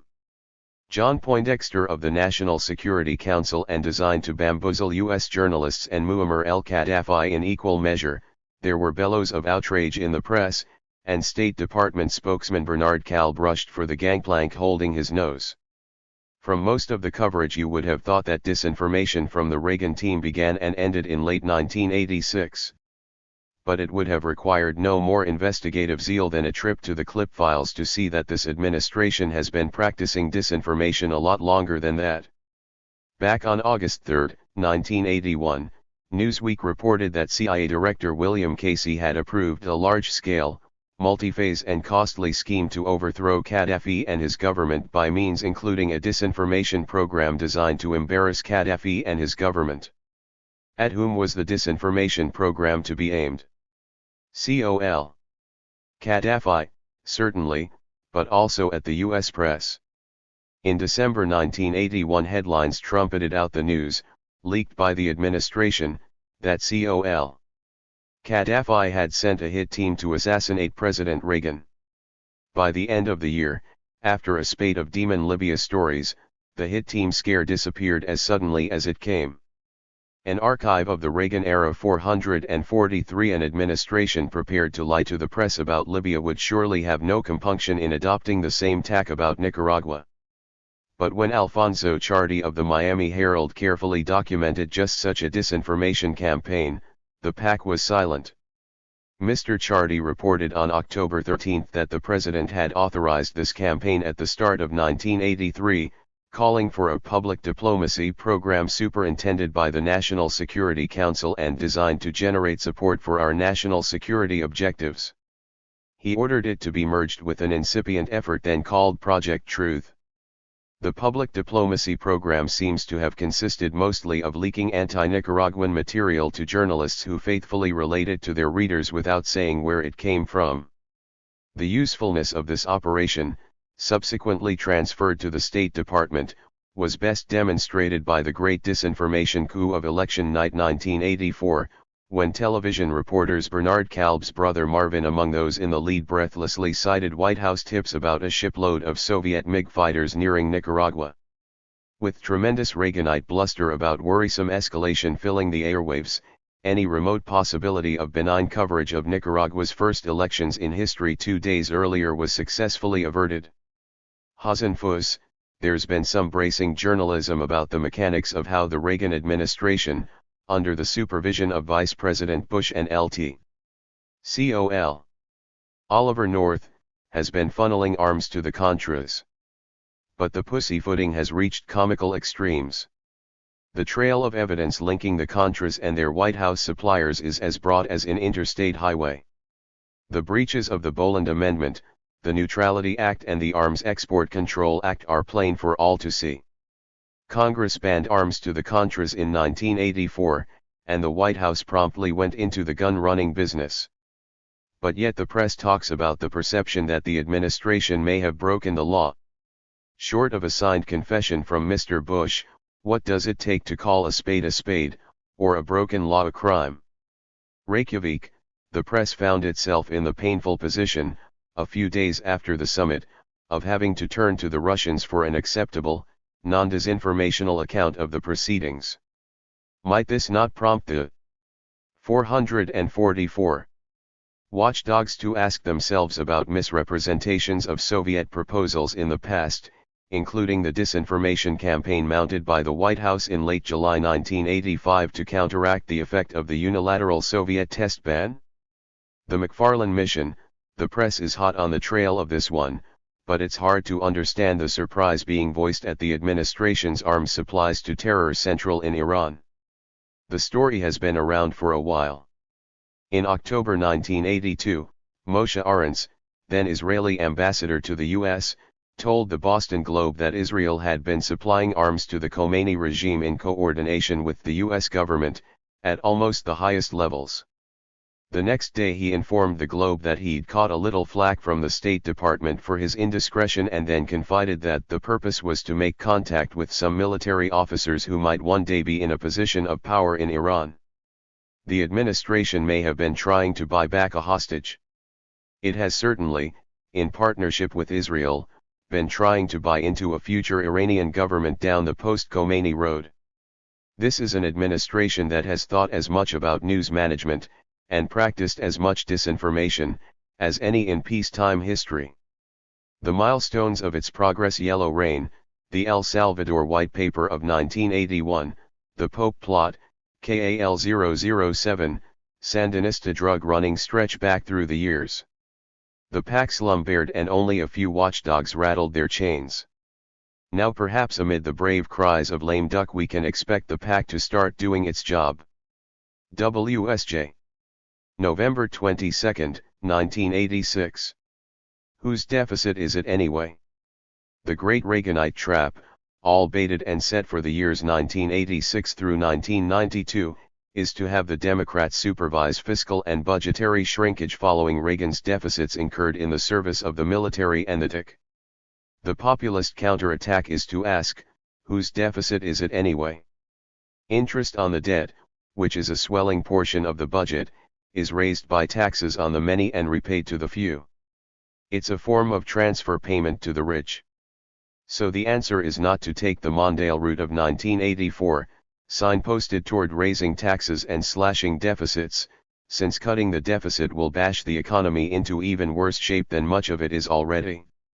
The populist way out is to urge socialization of the debt, deficit spending for the common good through an archive of the Reagan era 445. Public housing and the like. The corollary, redistribution of wealth through progressive taxation, is, thanks to Bill Bradley et al.'s preemption of true tax reform, off the agenda. The Nation. December 6, 1986. The shit hits the fan. Critical mass in a scandal is achieved when half of the wild rumors turn out to be true, and people start giving the other half their undivided attention. This is when official denials have the same effect as matches on gasoline. Up to the amazing Reagan/Mies press conference of November 25, the turmoil over the administration's dealings with Iran had not yet spilled over to its Central American operations. In all the uproar over McFarlane's mission, scarcely one of the clamant pundits and politicos bothered to point out that when it came to disdain for U.S. law, the record of Vice President Bush, Director of Central Intelligence Casey, Secretary of State Schultz and his equerry Elliott Abrams was already a matter of public knowledge, as were many of Lieutenant Col. Oliver North's dealings with the Contras. All of them have been deeply involved in the illegal supply of money and arms to the Contras, despite a congressional ban in the form of the Boland Amendment, not to mention the Neutrality Act and the Arms Export Control Act. The mathematics of the illegalities have never been complicated. Military funding of the Contras was illegal between November 1984 and April 1986, but the Contras continued to operate militarily, and clearly had the money to do so. For 2 years the press mostly solved this equation by speaking of private funding or of aid from other countries. In short, the lawless behavior of the administration, not just Poindexter, North, and the so-called cowboys in the NSC, has been evident for months. Another indication of critical mass is that the press stops ignoring the obvious. This is why the present scandal has swollen so rapidly. The press had a lot of the obvious to catch up on. Today it's the shady career of Oliver North that holds the attention of the press. But what of tomorrow? How about a detailed account of the dealings and influence of the Pentagon's Richard Perle and such associates as Stephen Bryan? When it comes to sagas of arms and technology transfers, there are years left in the story. The Nation. 446. More shit, more fans. I consider the fall of Ivan Boesky to be a benchmark signaling the demise of the Roaring '80s and the vindication of the notions of Uncle Whiskers, aka Karl Marx. Boesky, Goldsmith, Pickens, Icahn, and others have flourished by takeover, green mail, junk bonds, leveraged buyouts and the rest because their corporate targets have often had a stock price below the value of their fixed assets. Why has this been so? The stock prices have reflected the poor performance of these companies, consequent upon the falling rate of profit, which Uncle Whiskers reckoned to be prominent among the symptoms of capitalism's final slide toward the dustbin of age. Contemplating Boesky, those with a mind for historical parallel may recall the fall of Clarence Hatry. Hatry was a British entrepreneur of the late 1920s, highly esteemed for his financial acumen. They said the same sorts of things about him that they later said about Boesky. He soared higher and higher. Then he tried to buy United Steel for £8 million. His collateral turned out to be fraudulent. His fall, in September of 1929, led to the tightening of the British money market, the withdrawal of call loans from the New York market and, as an assisting fact, the topping out of the stock market and, in October 1929, the crash. The Nation. January 24, 1987. Dolan and AIDS. The right, never famed for its protective zeal in this regard, has developed a veneration for privacy where conservative AIDS victims are concerned. When Roy Cohn, a lifelong gay basher, died of AIDS, there was much murmuring in conservative circles about the indecency of reporting what the man had died of. It's been the same with Terry Dolan, the right-wing organizer who died at the age of 36 of congestive heart failure after a long illness. The Washington Post said it was AIDS. The New York Times merely quoted Dolan's doctors as saying the heart failure could be attributed to diabetes and pernicious anemia. Conservatives rushed in, shouting the Post had no right to print unfounded rumor. The paper is sticking by its story. It certainly seems relevant to say how Dolan met his end. For one thing, it cannot be conducive to proper public sensitivity to the AIDS crisis if the disease seems, at least in the news headlines, to strike down only the an archive of the Reagan era 447.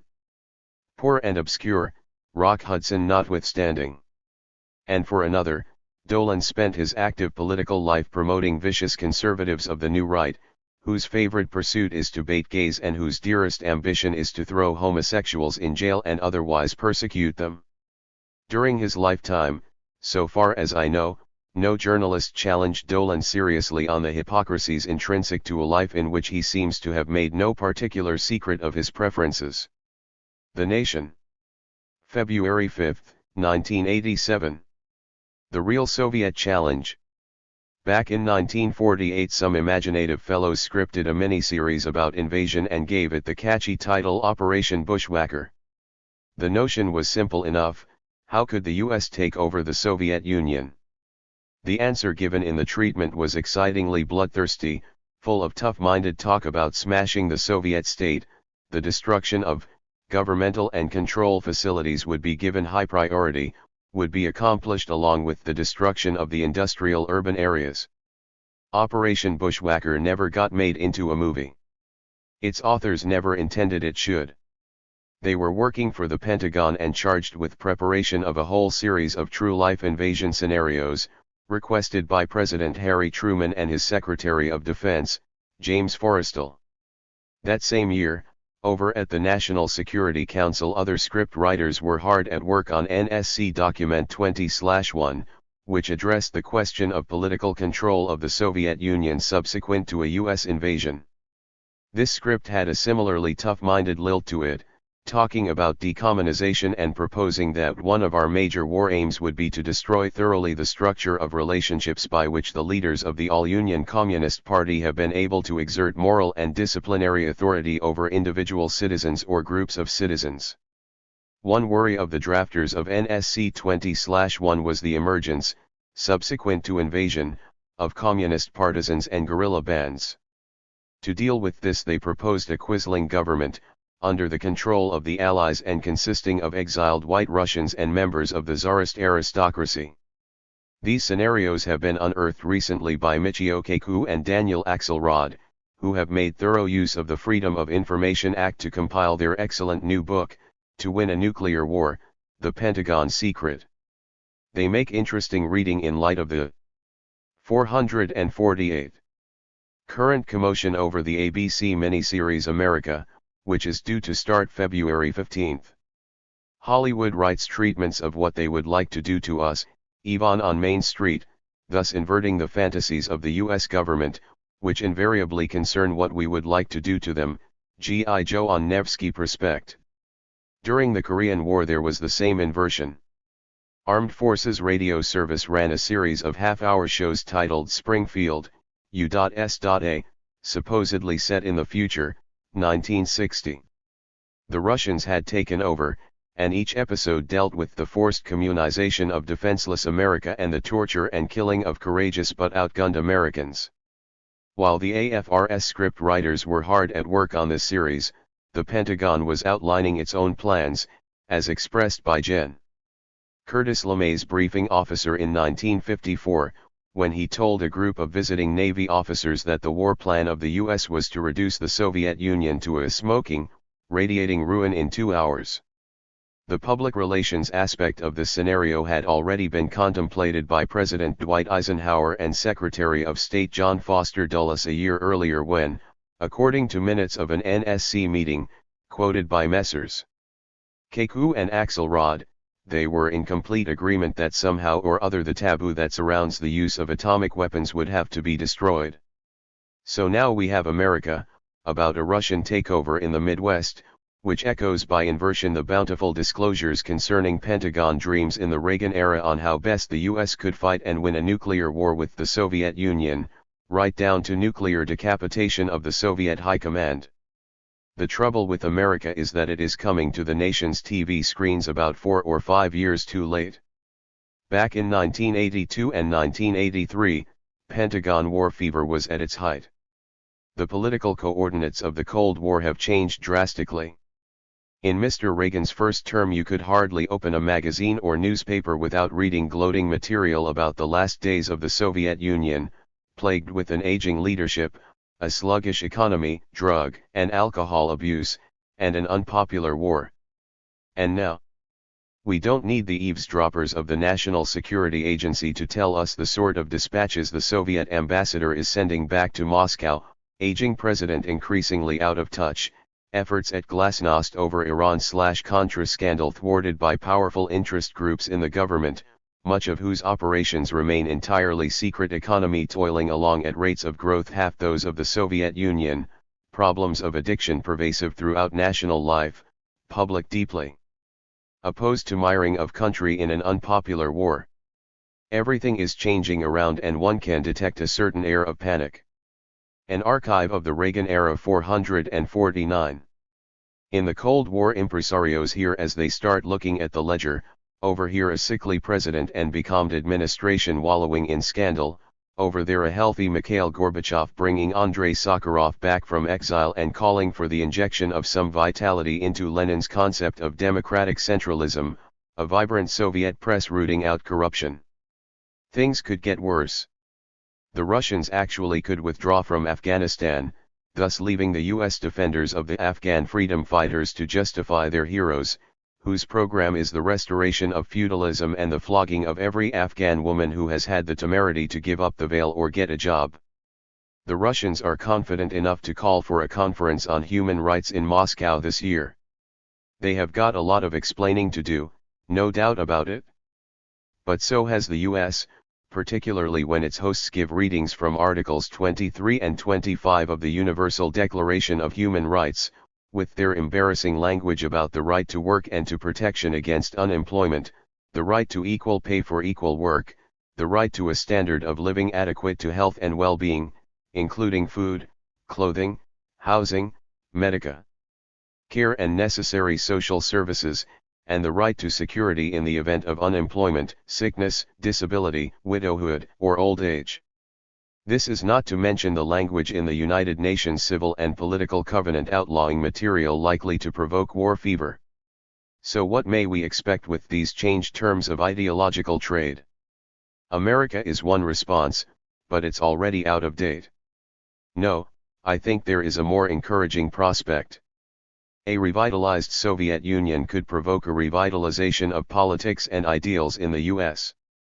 At the end of the 1950s came Sputnik and a bustling Nikita Khrushchev, talking of reform and vying with John Kennedy for the admiration of the rest of the world. That challenge prompted some of the most creative years the US has ever seen. This is the scenario all the political script writers should now be working on. WSJ. February 26, 1987. Reagan's reversals uplift the left in the Northwest. I have bad news for President Reagan. Having spent many evenings in my life addressing left-of-center audiences, I think I'm not too bad a judge of morale, and on the evidence of 6 straight nights of podium pounding this past week to crowds in Southern California, Washington, and Oregon, Mr. 450. Reagan's misfortunes have come as a splendid tonic. Too often, alas, it is the fate of a radical speaker to gaze out at a sea of faces doleful at the size of the obstructions in the path of a successful march toward the commonwealth of enlightened ideals. And over the past 6 years, amid the incense of the Reagan cult wreathing the mainstream media, it has sometimes been hard to strike a convincing note of optimism. But now the mood, as I've encountered it in San Diego, in Eugene, in Seattle, in Spokane, and in Moscow, is one of positive exuberance.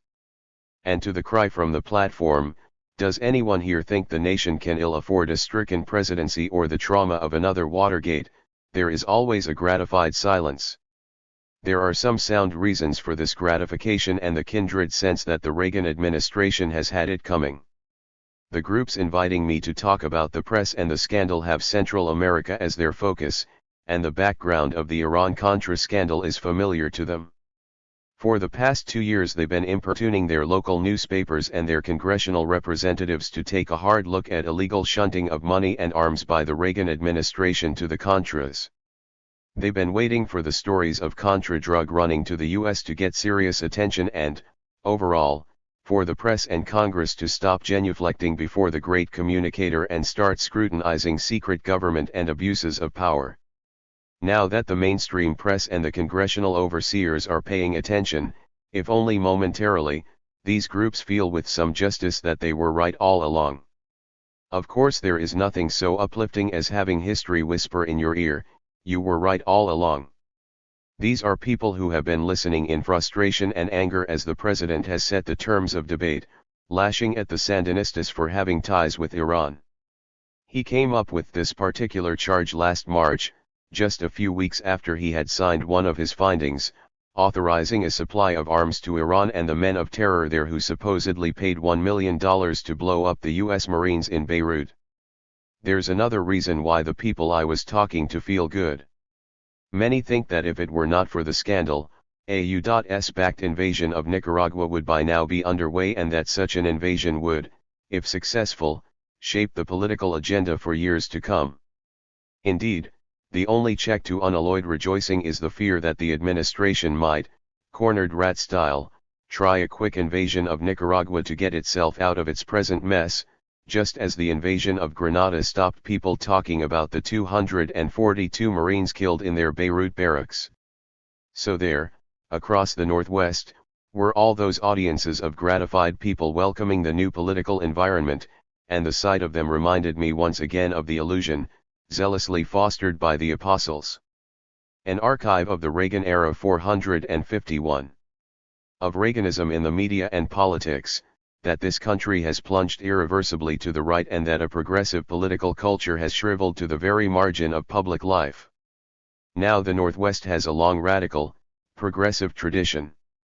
In the Spokane meeting I met Maury and Margaret Hagen, a spry couple still highly active in political life who fondly recalled organizing a local chapter of the National Association for the Advancement of Atheism back in the early 1930s and mounting at the Masonic Temple in Spokane a debate between Clarence Darrow and the evangelist Amy Semple McPherson.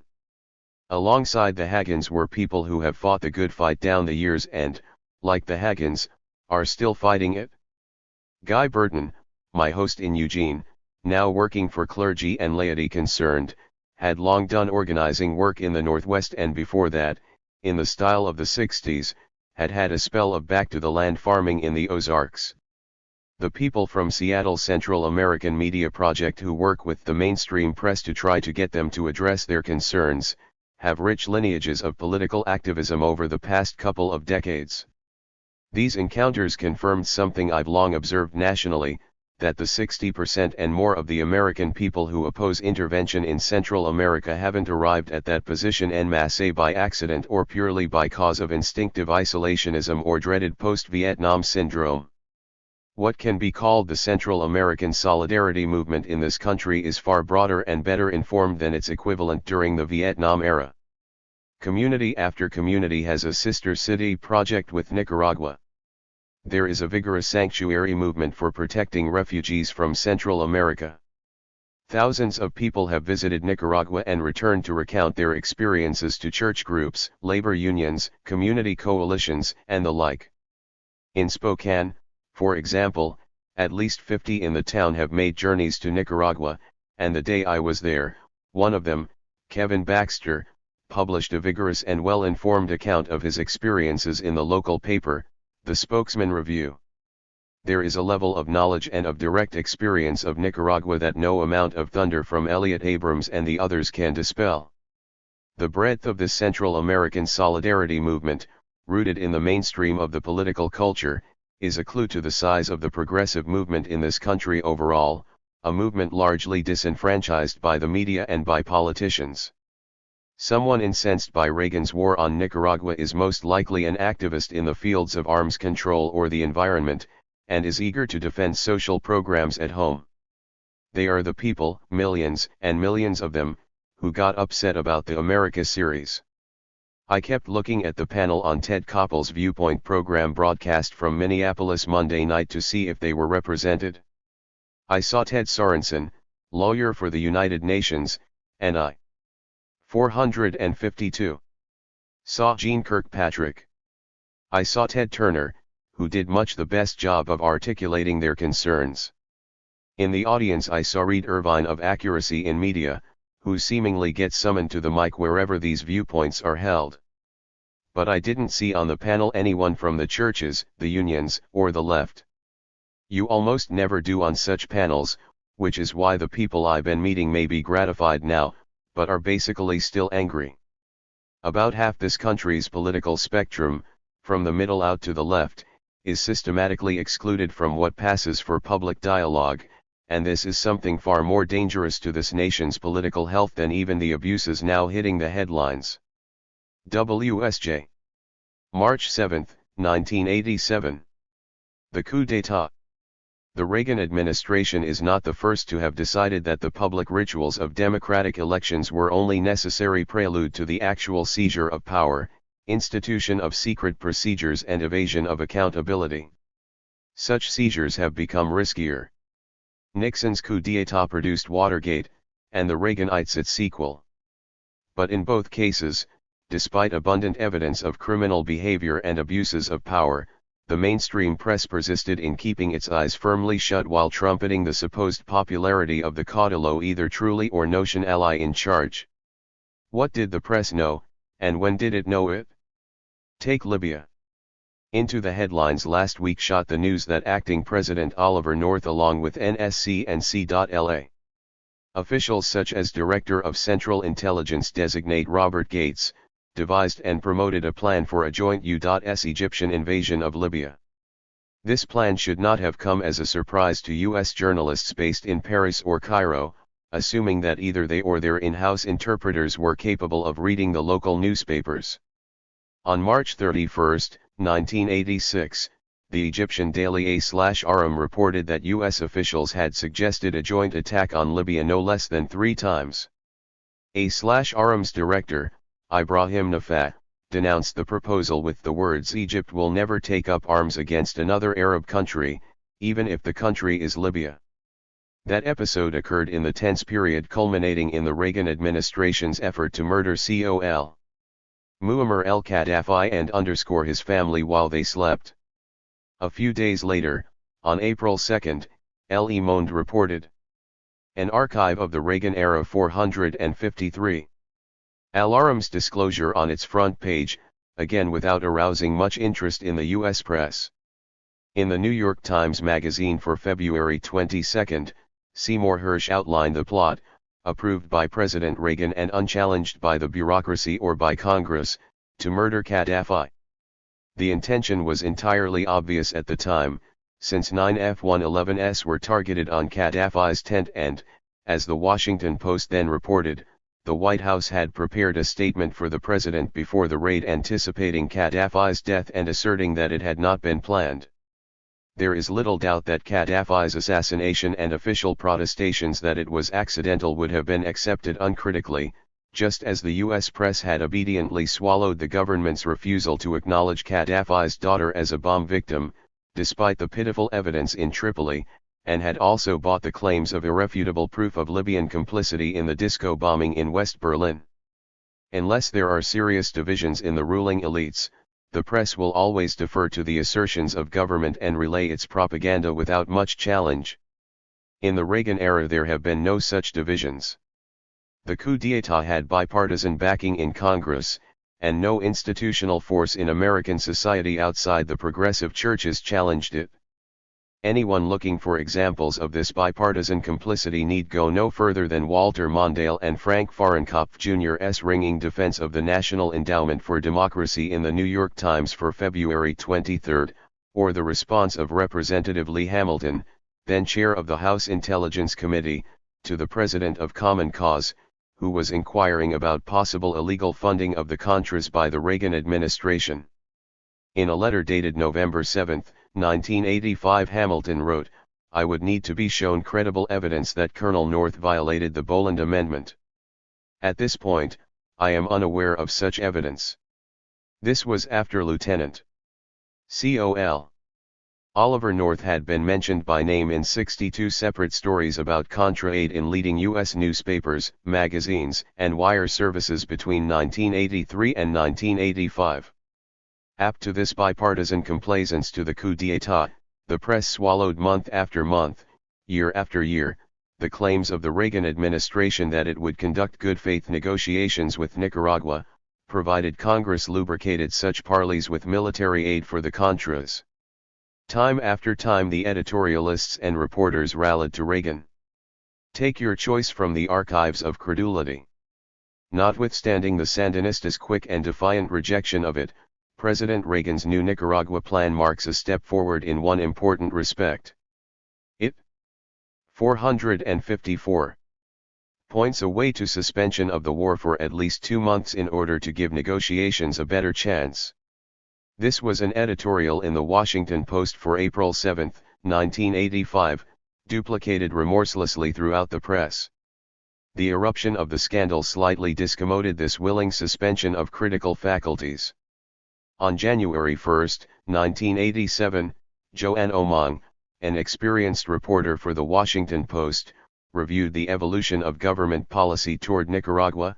First, the idea of negotiating a peaceful settlement with Nicaragua was rejected in early 1983 after a fierce struggle within the administration. Any agreement that would leave the leftist Sandinistas in power has not been seriously considered since. That is, everything the left in this country said about Reaganite intentions was true, and everything the editorialists and reporters have written since 1983 was bunk.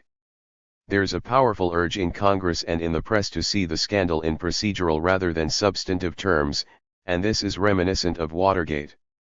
When the articles of impeachment were being prepared in 1974, the secret bombing of Cambodia was considered in the moral candlelight of the question, why had Congress not been properly consulted before the United States showered Cambodian peasants with high explosives? The crime of killing those peasants was not in itself on the agenda. Today, the fact that the United States breached international law in attacking Nicaragua and then fled the World Court has not caused Congress or the press to charge the administration with piracy. Once again, the concerns are couched in procedural terms. Nor does there seem to be much desire to prowl down some of the darker alleyways of the coup d'état. In the New York Times for February 15, Joel Brinkley reported the Tower Commission's uncovering of this coup's pulsing engine, the secret side of Project Democracy, a bipartisan affair if ever there was one.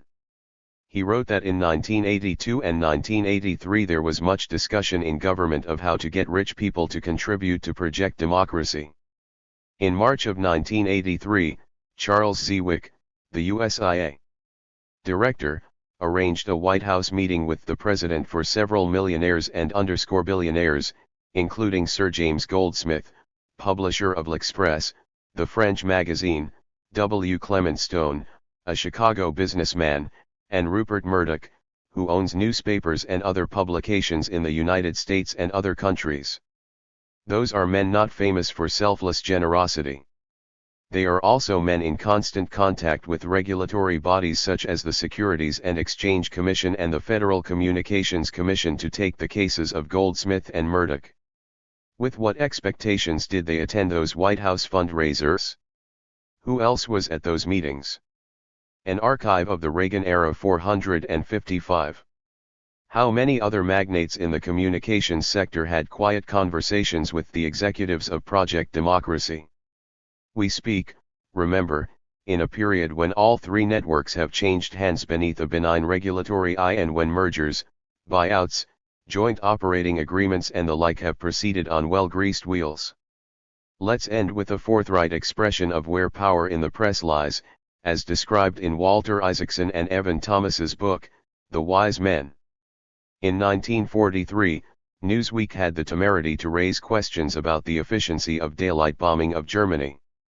One of the artificers of that policy, Robert Lovett, then in the War Department, asked Averell Harriman, then in London, to help out.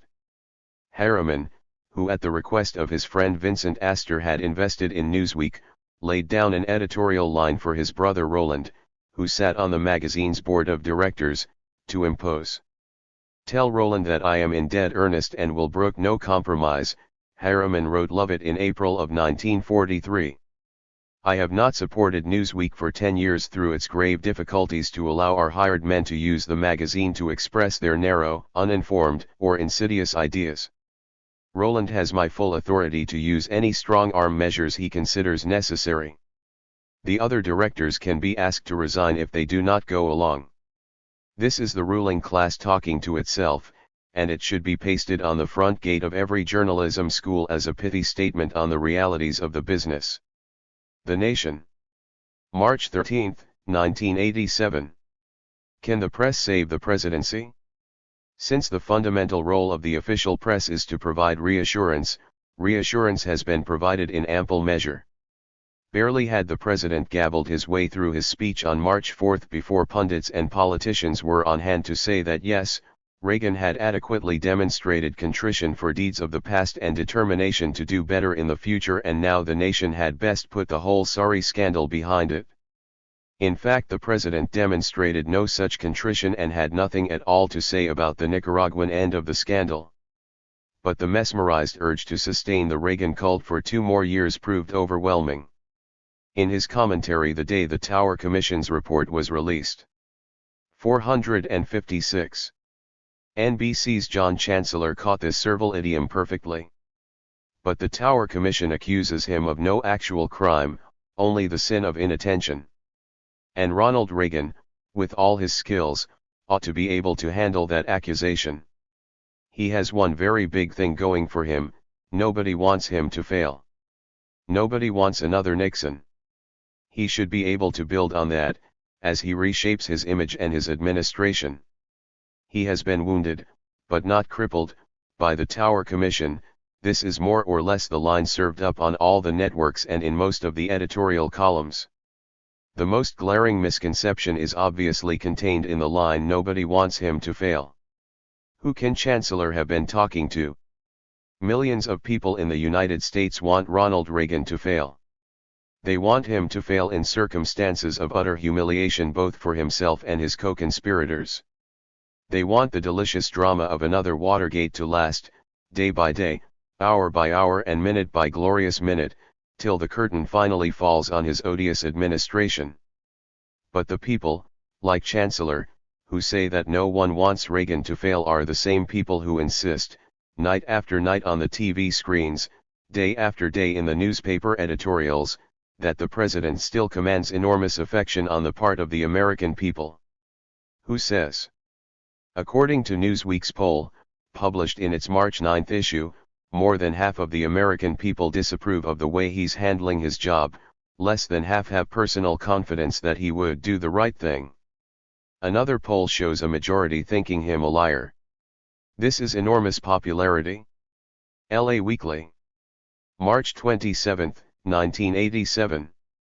Buckley's confession. Prime among the mysteries of the Iran/Contra scandal is the question of William Buckley's possible confession. Buckley was the CIA station chief in Beirut, kidnapped in 1984 and presumed murdered by Islamic Jihad.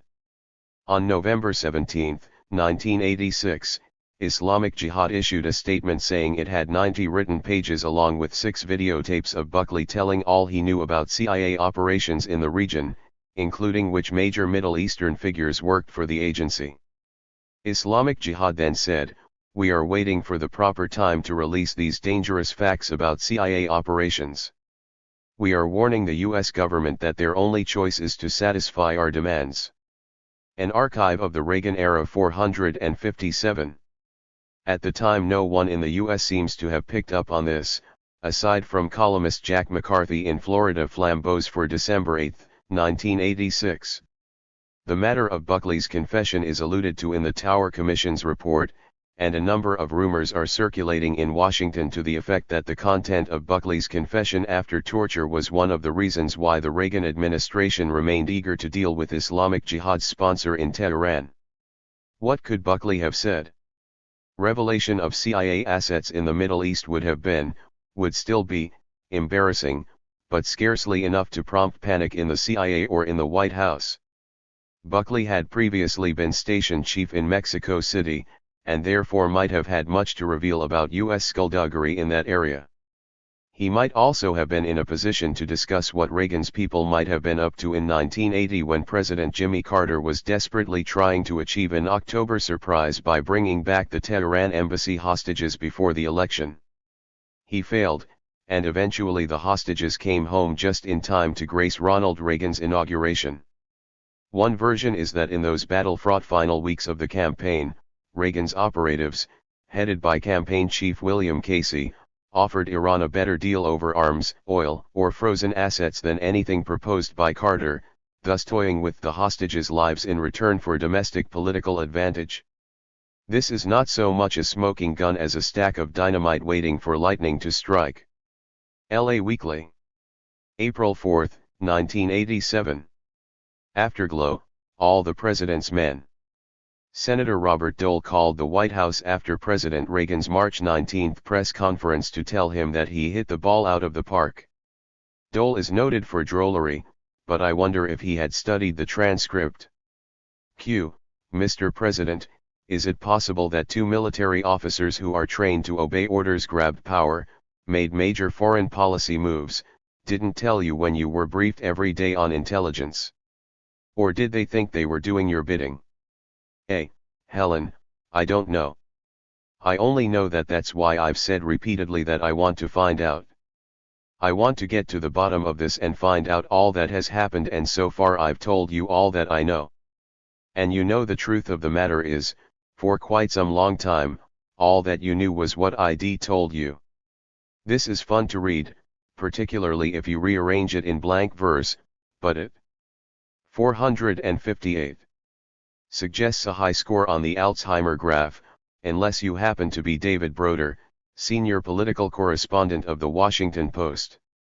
He hastened to tell the readers of his nationally syndicated column that the press conference provided the strongest evidence yet that the proprietor of the shop has regained a good measure of his emotional balance and is ready to reclaim his role at the center of government.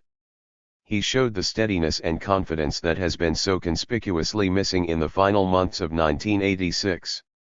This is the most startling example yet of the official press's determination, against all the available evidence, to fulfill its fundamental role of providing reassurance rather than news. Broder was not alone. I came brow to brow with this mindset back in December, when I appeared on the Donahue Show with Richard Cohen and Mark Shields, two columnists for the Washington Post, both of liberal reputation. They hastened to defend Reagan. Cohen insisted that the president had been surrounded by a closed circle of advisers, who have made foreign policy, and Shields agreed that the president had been the victim of a bloodless coup in the White House, which he didn't know about. They firmly maintained that Reagan had never been involved in such distasteful activities as attempting to murder Col. Muammar el-Gaddafi by targeting 9 F-111s on his tent. When Seymour Hersh later published a long article in the New York Times Magazine for February 22 underlining that this is exactly what Reagan had done, I was interested to see a remarkable coincidence between the excuses offered by the Reaganites that Gaddafi's death would have been welcome but had not been specifically sought, that he was nomadic and hard to locate, and what Cohen and Shields had to say on the matter. The best apologists need no briefing. This instinctive flackery for Reagan diminishes sharply once one gets clear of the editorial pages of the Washington Post and the New York Times and the analysts on the networks. On March 23, 4 days after the press conference, USA Today had a strong editorial, saying, "At his primetime press conference, President Reagan showed he was unable to answer the questions that would help us get to the bottom of this mess. Many in the USA think he's unwilling. Polls show that most voters think he has got his head in the sand." 2 days earlier, on March 21, the Cleveland Plain Dealer was even tougher. Its lead editorial said that the reporters' questions at the press conference sounded too mild and that they no longer are opportunities for the public to gain added understanding of the president's thoughts. Instead, they are opportunities for Reagan to deploy his patented look-good, feel-good defense. Several questions. An archive of the Reagan era 459. Deserved special attention, especially those dealing with the president's obvious misstatements regarding the role of Israel, and the nature of the arms deal itself. His answers to both were unsatisfactory. But again, answers weren't the point. Appearance was, and for the most part, the press seemed alternately crippled by fear that it would look bad, and driven by some atavistic urge to ignore that fear. The Nation. April 10, 1987. Détente and dirty tricks. Now that People magazine has visited the Soviet Union, we can say definitively that détente is back in style again. The Cold Warriors must be getting desperate, since détente is bad for arms companies. Every time Raisa Gorbachev smiles, the Senate Armed Services Committee gets heart failure. and the Soviets have thrown themselves into peaceful competition with a will. We have Fahnhal, and before you can say Tovarich, they have Violetta Sena, the Messalina of the Marine Corps. Expect the CIA to try to make Boris look bad. Back in the mid-1960s, when the Vietnam War was giving Uncle Sam a poor image across the world, the CIA, as Time magazine revealed a few weeks ago, performed the exceptionally dirty trick of telling the KGB the true identity of a couple of dissidents who had smuggled material out to the West, where it had been published under pseudonyms. The KGB promptly did exactly what the CIA hoped it would, arresting Andrei Sinyavsky and Yuli Daniel, placing them on trial in 1966 and then giving them lengthy prison terms. When the Soviet poet Yevgeny Yevtushenko visited the U.S. shortly thereafter, he called on Robert Kennedy, then a U.S. Senator. To my surprise, Yevtushenko wrote in Time, Kennedy invited me into his bathroom, turned on the shower, and in a lowered voice he said, I would like to tell your government that the names of Sinyavsky and Daniel were given to your agents by our agents. I was amazed, and I asked him why they would have done that. He smiled at my naivete and said, because our people wanted to take advantage of the situation, and your people took the bait. Because of Vietnam, our standing had begun to diminish at home and abroad. We needed a propaganda counterweight. The Times story was confirmed by Dus Rododen of the Washington Post, who got extra corroboration from Kennedy's Russian translator, Professor Albert Todd of Queens College. LA Weekly. 460. Straight bull from Biden. Coming your way in the near future will be Senator Joseph Biden, one of the many awful Democrats planning to seek the presidential nomination of his party. Since you may have only glimpsed Biden on primetime network newscasts posturing in some congressional committee hearing for the benefit of the TV cameras, you may be wondering who he is. Biden is the senator from Delaware who took over chairmanship of the Senate Judiciary Committee when Senator Edward Kennedy chose to lead the Labor and Human Resources Committee instead. Thus, if a seat on the Supreme Court becomes vacant, Biden will be bathed in the limelight as he grills any Reagan nominee. The Senate Judiciary Committee, Democrats included, has over the past 6 years been mostly complacent about Reagan's appointments. As to Biden's worldview, it was adequately represented by a speech he gave in early February at Northwestern University in which he hailed the triumphs of the invasion of Grenada and the bombing of Tripoli. He said the Democrats must now cure the paralysis of the Vietnam syndrome and must not cringe at the use of force to protect American lives. As Gary Wills remarked in his column, Biden is still making the Democratic Party safe for the Reagan era. What else? Biden assured his audience he would not stand idly by while tyrants impose their will in Nicaragua. He hailed the way Kennedy defied international law in the case of the Cuban Missile Crisis. In other words, Biden is another Cold War Democrat proving he's got hair on his chest and sawdust in his brain. You have been warned. LA Weekly. May 16, 1987. The assassination of Ben Linder. I left Nicaragua on the morning of April 28, the day Ben Linder was killed. The next morning I woke up in Florida to find that the most prominent story on the front page of the Miami Herald, from its correspondent in Managua, Sam Dillon, was headed Sandinistas limit news on Contras. The Herald's report of the first killing of a U.S. peace volunteer in Nicaragua was tucked in below this dispatch about the difficulties of a journalist's life and was uninspired, ill-researched and therefore emblematic of much of the mainstream newspaper coverage concerning Linder's assassination. An archive of the Reagan era. 461. Under the headline American Died in Rebel Ambush, Nicaragua says, Stephen Kinzer's dispatch from Managua in the New York Times made it clear that Kinzer had concentrated most of his energies on calling Miami and Honduras to get the reactions of Contras spokespersons, whose self-serving remarks were quoted early and at length. Kinzer reported that Linder had been living in LQ, and stated, several landmines have exploded under vehicles passing through the area, including one on July 3 that took 34 lives. According to diplomats, the mines were planted by Contras squads. The episode to which Kinzer was referring here was the horrifying U.S.-inspired Contra murder of men, women, and children that took place just as the Reaganite orgy known as Liberty Weekend was getting underway last summer. Kinzer preferred to stay in Managua rather than visit the wreckage of the truck and the bodies of the 34, and fell back on his old friends, diplomatic sources. And what did he quote them as saying then? On July 11, Kinzer wrote, "There are reports circulating in the diplomatic community here that at least some of the victims of the explosion last week were members of the Sandinista militia who may have been wearing olive green clothing. Neither diplomats who believed the Sandinista version nor those who doubted it could offer concrete evidence for their theories. They said their conclusions were based solely on speculation and deduction, and they agreed that the truth would be almost impossible to determine."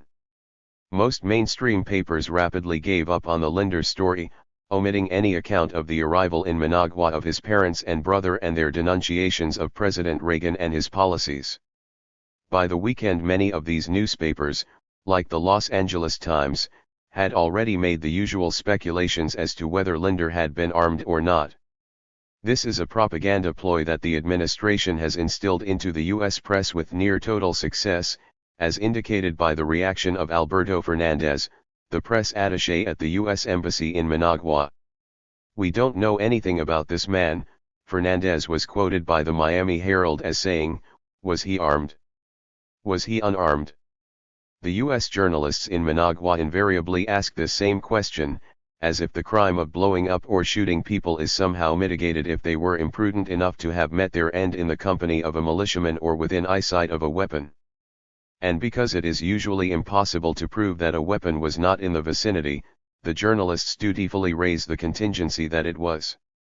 Now, let us suppose that a gang of U.S. neo-Nazis commissioned by Gen. Augusto Pinochet of Chile blew up a busload of men, women, and children trundling along a U.S. highway.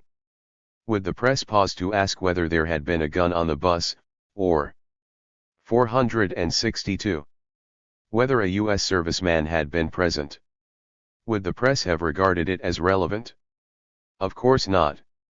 They would say that it was a terrorist crime, an outrage under national and international law, which is exactly what these Contra attacks are in Nicaragua, specifically categorized as U.S.-sponsored crimes by the World Court. The full laxity of Kinzer and his colleagues was strikingly revealed in the coverage of Linder's death by a newspaper whose reporters were several thousand miles from the scene of the crime. The Daily, a student paper at the University of Washington in Seattle, from which Linder graduated in 1983, carried in its issue for April 30 a detailed reconstruction of the attack, complete with a diagram illustrating the position of Linder and his companions beside a stream at the time of the ambush. I quote from the story by Kurt Jensen. "Now, as he sat recording the readings from the weir in the minutes before 8 o'clock in the morning, a group of between 7 and 10 men, U.S.-backed Contras, crept up a small outcropping of rocks that rose behind Linder and the 6 Nicaraguan civilians seated in a small circle beside the weir. There's no doubt these were the Contra," said Myra Brown, a close friend and colleague of Linder's, recounting the attack which had occurred 15 miles away and 36 hours before. "Ben was in a kind of gully, and they came from above and behind him." Speaking from a room adjacent to the one which held the coffin of Benjamin Linder, Brown continued.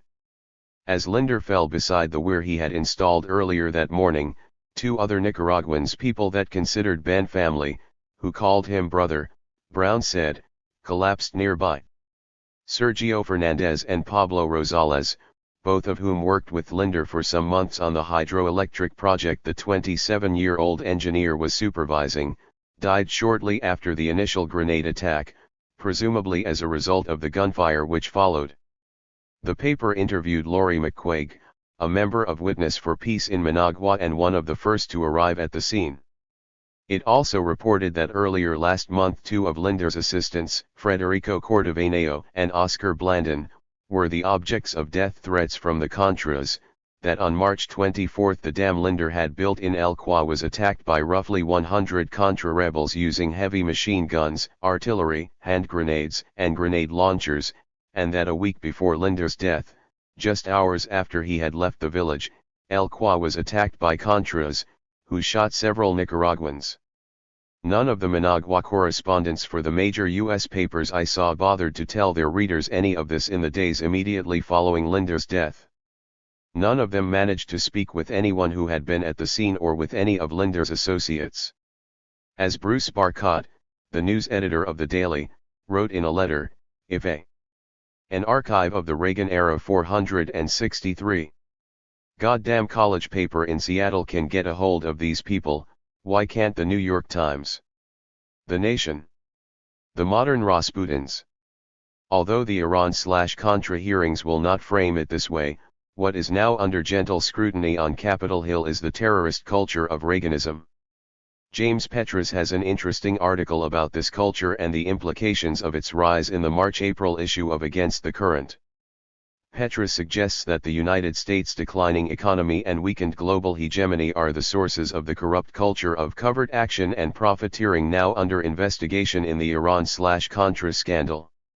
With the decline of productive capital, the reason for empire domination of productive resources changes. The clandestine intelligence apparatuses, initiated as the instruments of capital, become more institutionally autonomous. The ascent of the repressive apparatus at a time of declining hegemony and increasing use of state terror has created a new historical conjuncture, and evoked a new political type, the military adventurer as presidential advisor, the ideologue and political thug as Undersecretary of Latin American Affairs. North and Abrams embody the new political ethos, the lumpen intellectuals. The ascent of speculator capital and the decline of productive capital in the economy is based on the same, illegal, clandestine, insider strategy and activities so characteristic of the lumpen intellectuals who occupy the netherworld between the White House and the Central American jungle airstrips of the narco-contras. The ascent of the modern Rasputins and the routinization of terror, the increasing tendency to submerge ideology to illicit transactions defines this critical juncture in the slide of U.S. power. The Nation. May 22, 1987. The smoking gun that doesn't smoke. The hearings are frustrating, much more so than their Watergate equivalent because their structure permits no sustained offensive. What is 464 actually going on is something akin to vaccination against disease. Vaccination is essentially a process of habituation, in which the patients are inoculated with safe doses of the disease against which they are to be protected. Thus, in the case of the Iran-Contra scandal, the public has to be inoculated against the idea that the president is a liar who knowingly broke the law over a protracted period. Inoculation takes the form of revealing that the president is indeed a criminal liar, while at the same time stoutly maintaining that no proofs are available for this conclusion. The first stage in this particular program of vaccination was the report of the Tower Commission. It published abundant material showing that the president had day-to-day knowledge of the illegal activities and had authorized them. Simultaneously, the commissioners and the press announced that the report showed that the president did not have day-to-day knowledge of the illegal activities and had not authorized them. Thus we have the familiar spectacle of the politicians, editorialists, and commentators examining a gun from whose barrel smoke is visibly leaking, while unanimously announcing that the weapon has not been fired in years. So Secord's and North's testimony, seesawing between frank admission and coy retraction, slowly habituate the public to the paradox that although the president knew everything, he knew nothing. The end result will be a conditioned response, wherein North will say he spent 10 minutes each day with the president getting authorizations for each weapon and dollar transfer. The White House will issue a denial, and the Congress and the press will agree that the SG is nowhere in sight. This is what happened in the Watergate investigations, and by midsummer of 1974, after an avalanche of evidence of Nixon's guilt, Time magazine had solemnly asked the question, "Is the press going too far?" and answered, "Yes." Then a tape surfaced that was so incriminating, so palpably the SG, that all normal vaccination procedures were useless and Nixon had to resign. But this time it is unlikely that such a tape exists, and the public has already been inoculated against the idea that Reagan's written authorizations might have been physically destroyed. McFarland's disclosure of the shredding party, which did precisely this destruction, can now be dismissed as not another S.G. The Reagan administration has always had a particularly sophisticated grasp of these procedures. Consider the degrees by which the press was conditioned to accept the idea that President Reagan is hoping to restore democracy in Nicaragua, even though the press would also concede, if pressed, that democracy never existed in Nicaragua prior to the revolution of 1979 and the elections of 1984, and therefore by definition cannot be restored, and that, furthermore, Reagan wants to return a bunch of former National Guardsmen to power.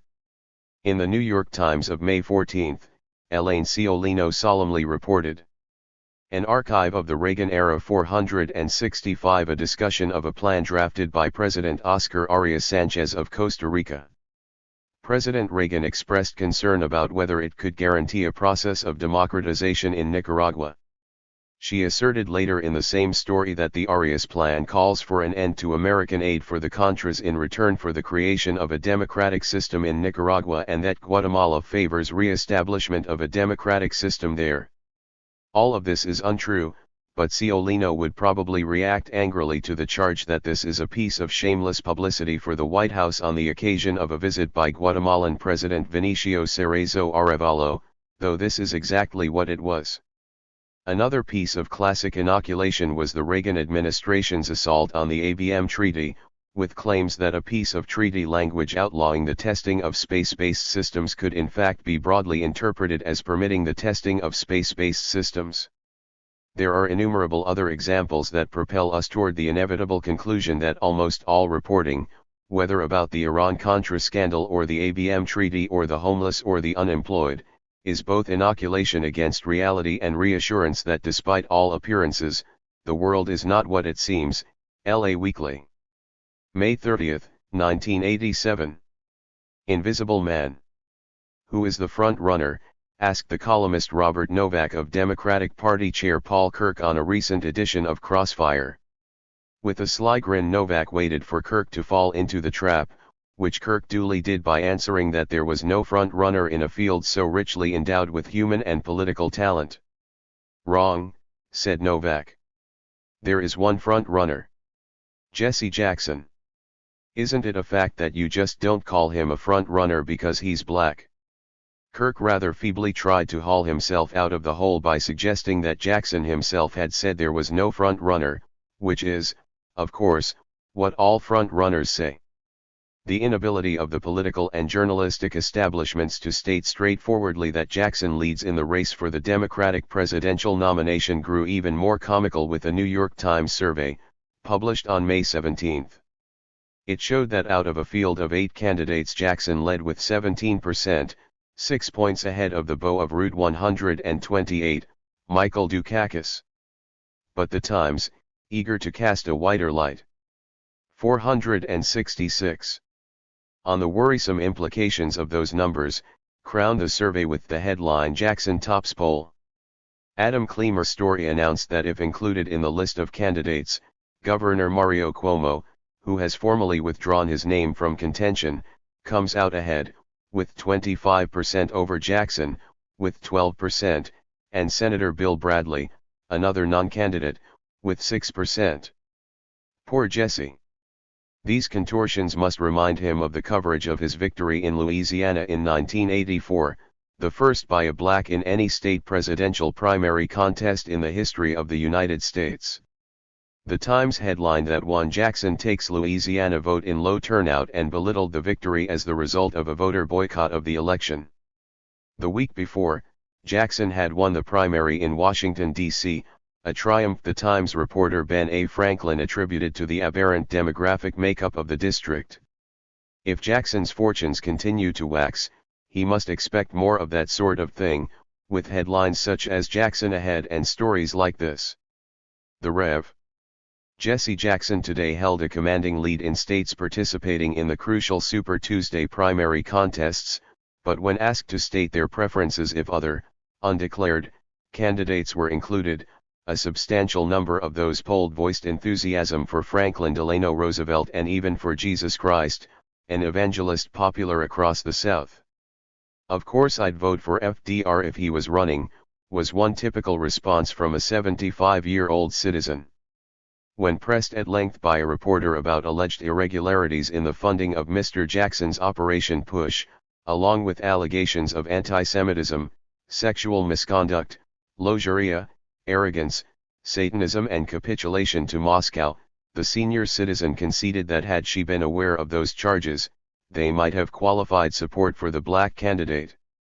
If people think the preceding quotation a somewhat far-fetched parody, I forgive them. I thought so myself until, the day after writing it, I came across a couple of columns by our old friends Mark Shields and Richard Cohen in the Washington Post for May 19.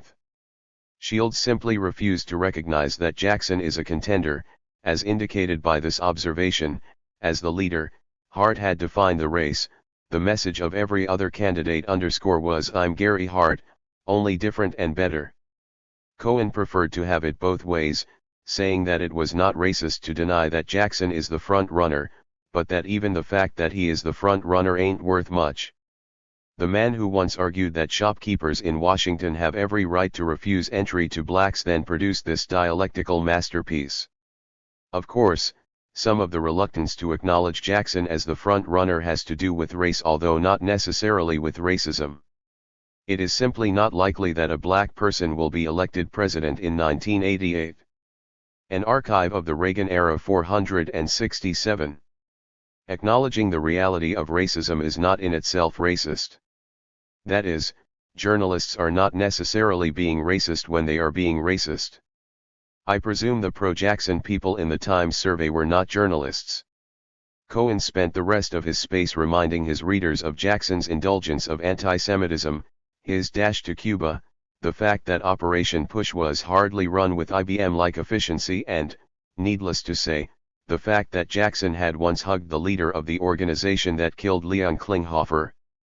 The Anyone But Jackson coalition, teetering between Cuomo and Bradley, extends clear across the political spectrum, nowhere more snappishly than in the tendencies associated with the Democratic Socialists of America and JND's Times. On January 21 of this year, John Judas, the political correspondent for JND's Times, dismissed Jackson as the black candidate and directed his readers' attention to the following robust political vista. "The Democratic ticket that I believe has the best chance of winning and governing is Hart as president with Sam Nunn as vice president. Nunn, the chairman of the Senate Armed Services Committee, would be a good choice because he is a Southerner, a conservative by reputation and also a man of great intelligence. If ever given the chance of representing the entire nation, he could surprise. With social democrats like this, who needs Chuck Robb?" Heading into election 88, there will be those like Judas to remind us that there is such a thing as the lesser of two evils, and, besides, there is the Supreme Court to think about. So think about it. If the Democratic invocation of the lesser of two evils argument had been heeded in 1948 and voters for Henry Wallace had supported Harry Truman, we would have been spared Tom's Dewey. This Republican president gave the go-ahead to the H-bomb, plunged the United States into Korea, stoked the anti-communist witch hunts of the period and, by so doing, distorted the politics of a generation. The Dewey years led to the rabid interventionism of President Adlai Stevenson, and in disgust some Democrats went for Richard Nixon in 1960. Had John F. Kennedy become president in 1961, we would have avoided involvement in Southeast Asia and the horrors of the Alliance for Progress. And so on down the years. Would not Jimmy Carter have been better able than the victorious Gerald Ford to resist the late 1970s push for a military buildup? As things stand, with Walter Mondale in the White House, we have a vast improvement over a second Reagan term. Mondale, by refusing a meretricious treaty of medium-range missiles, has successfully 468 finessed Gorbachev's attempts to split the NATO alliance. His refusal to abandon the Nicaraguan Contras has been balanced by eloquent rhetorical support for the idea of a Contadora Treaty and, latterly, the so-called Arias Plan. The Nation. Reagan and Hagel. Recall that at the time of the release of the Tower Commission's report, the president's claims of having been on permanent mental vacation were taken at face value, and he was chided for his management style. The hearings have established that, to the contrary, Reagan exercised a handsome attention to detail that would have been the envy of Jimmy Carter. He personally approved the mining of Nicaragua's harbors, personally urged the president of Honduras to release one arms shipment to the Contras, personally urged King Fahd to double his donation to Contra freedom fighters, as Judy Woodruff cravenly called them a couple of weeks ago. So are the editorialists now calling him a liar?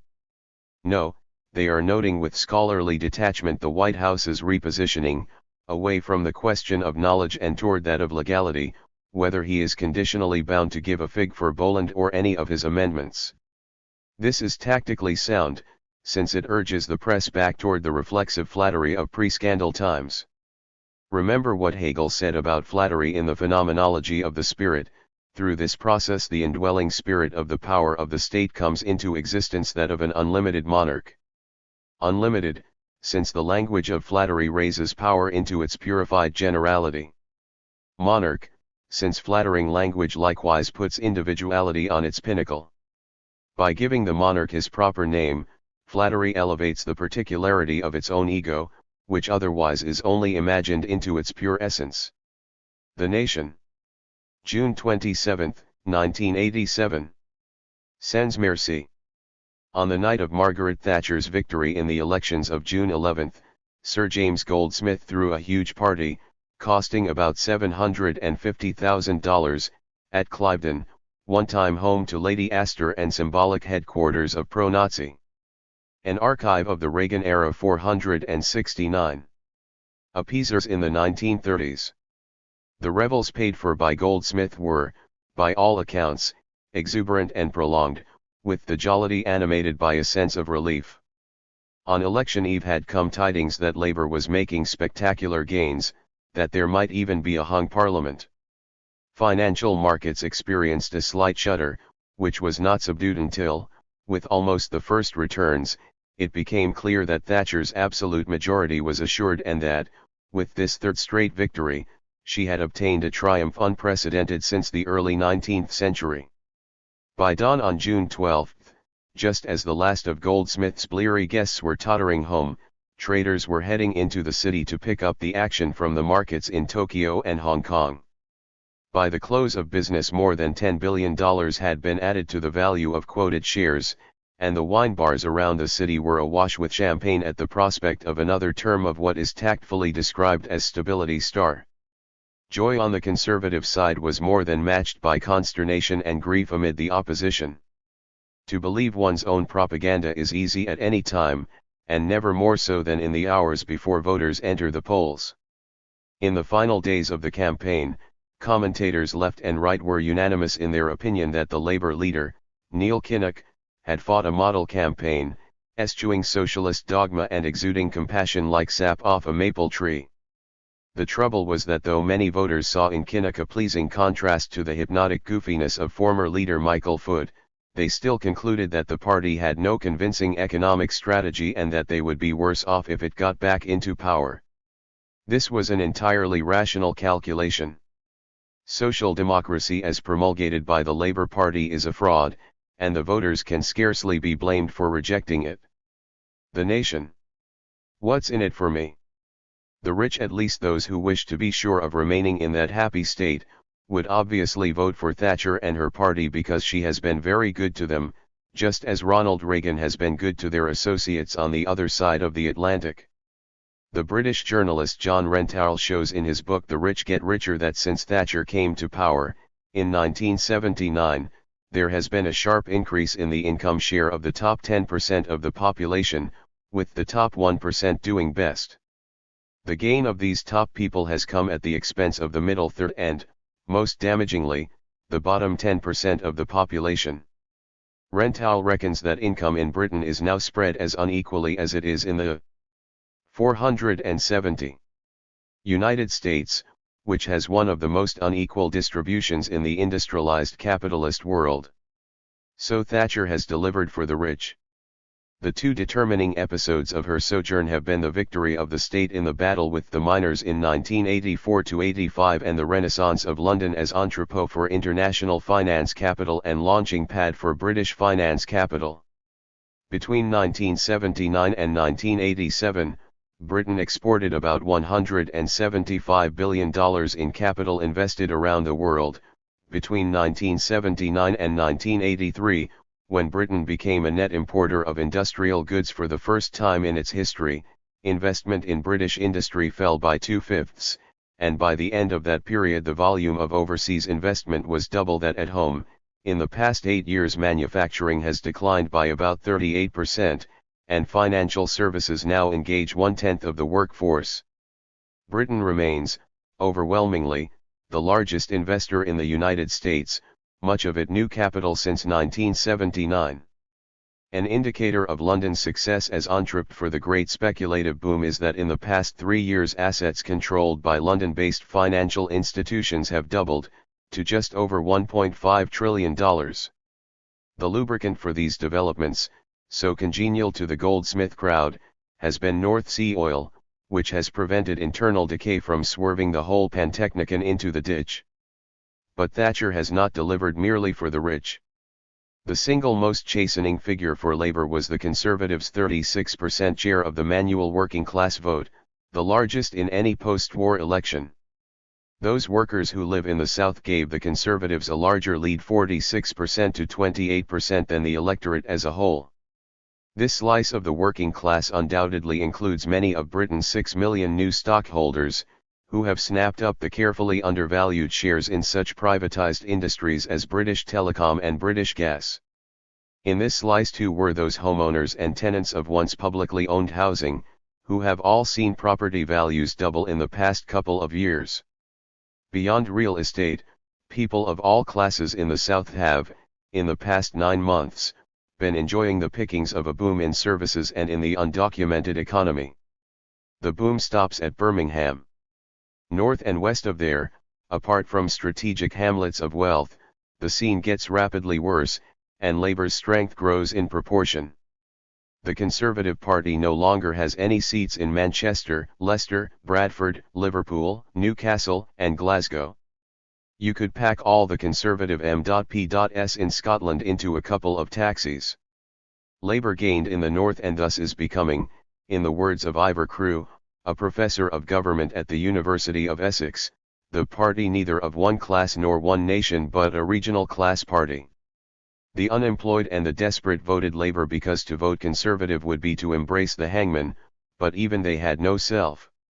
An archive of the Reagan era 471 interested reason to vote for Kinnock-style social democracy.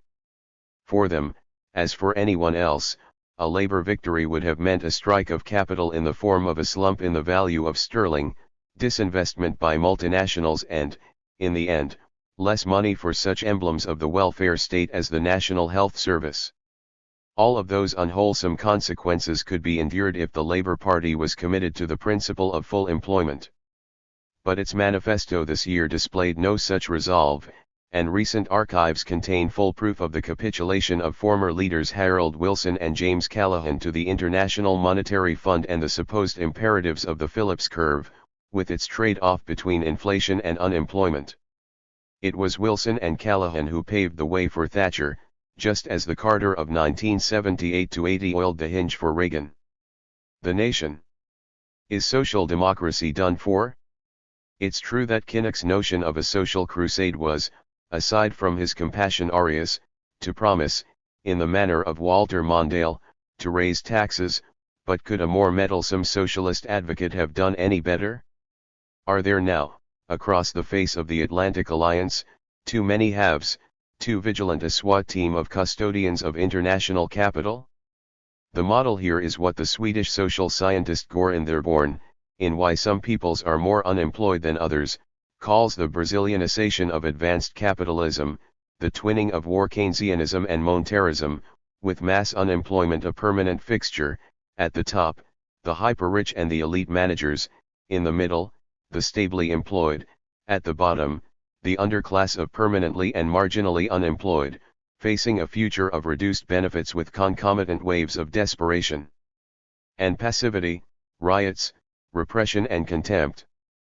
This, as Third-World points out, is the society envisaged, designed, and blueprinted in Reagan's America and Thatcher's Britain. The draftsmen have been at work since 1973, the dawn of the present era of mass unemployment. After Thatcher won a second term, in 1983, the Times of London said, "Surely this election victory has shown that the tired attempts to invest the phenomenon of unemployment with some statistical morality have not taken in the electors. Nevertheless, statistical unemployment is here to stay.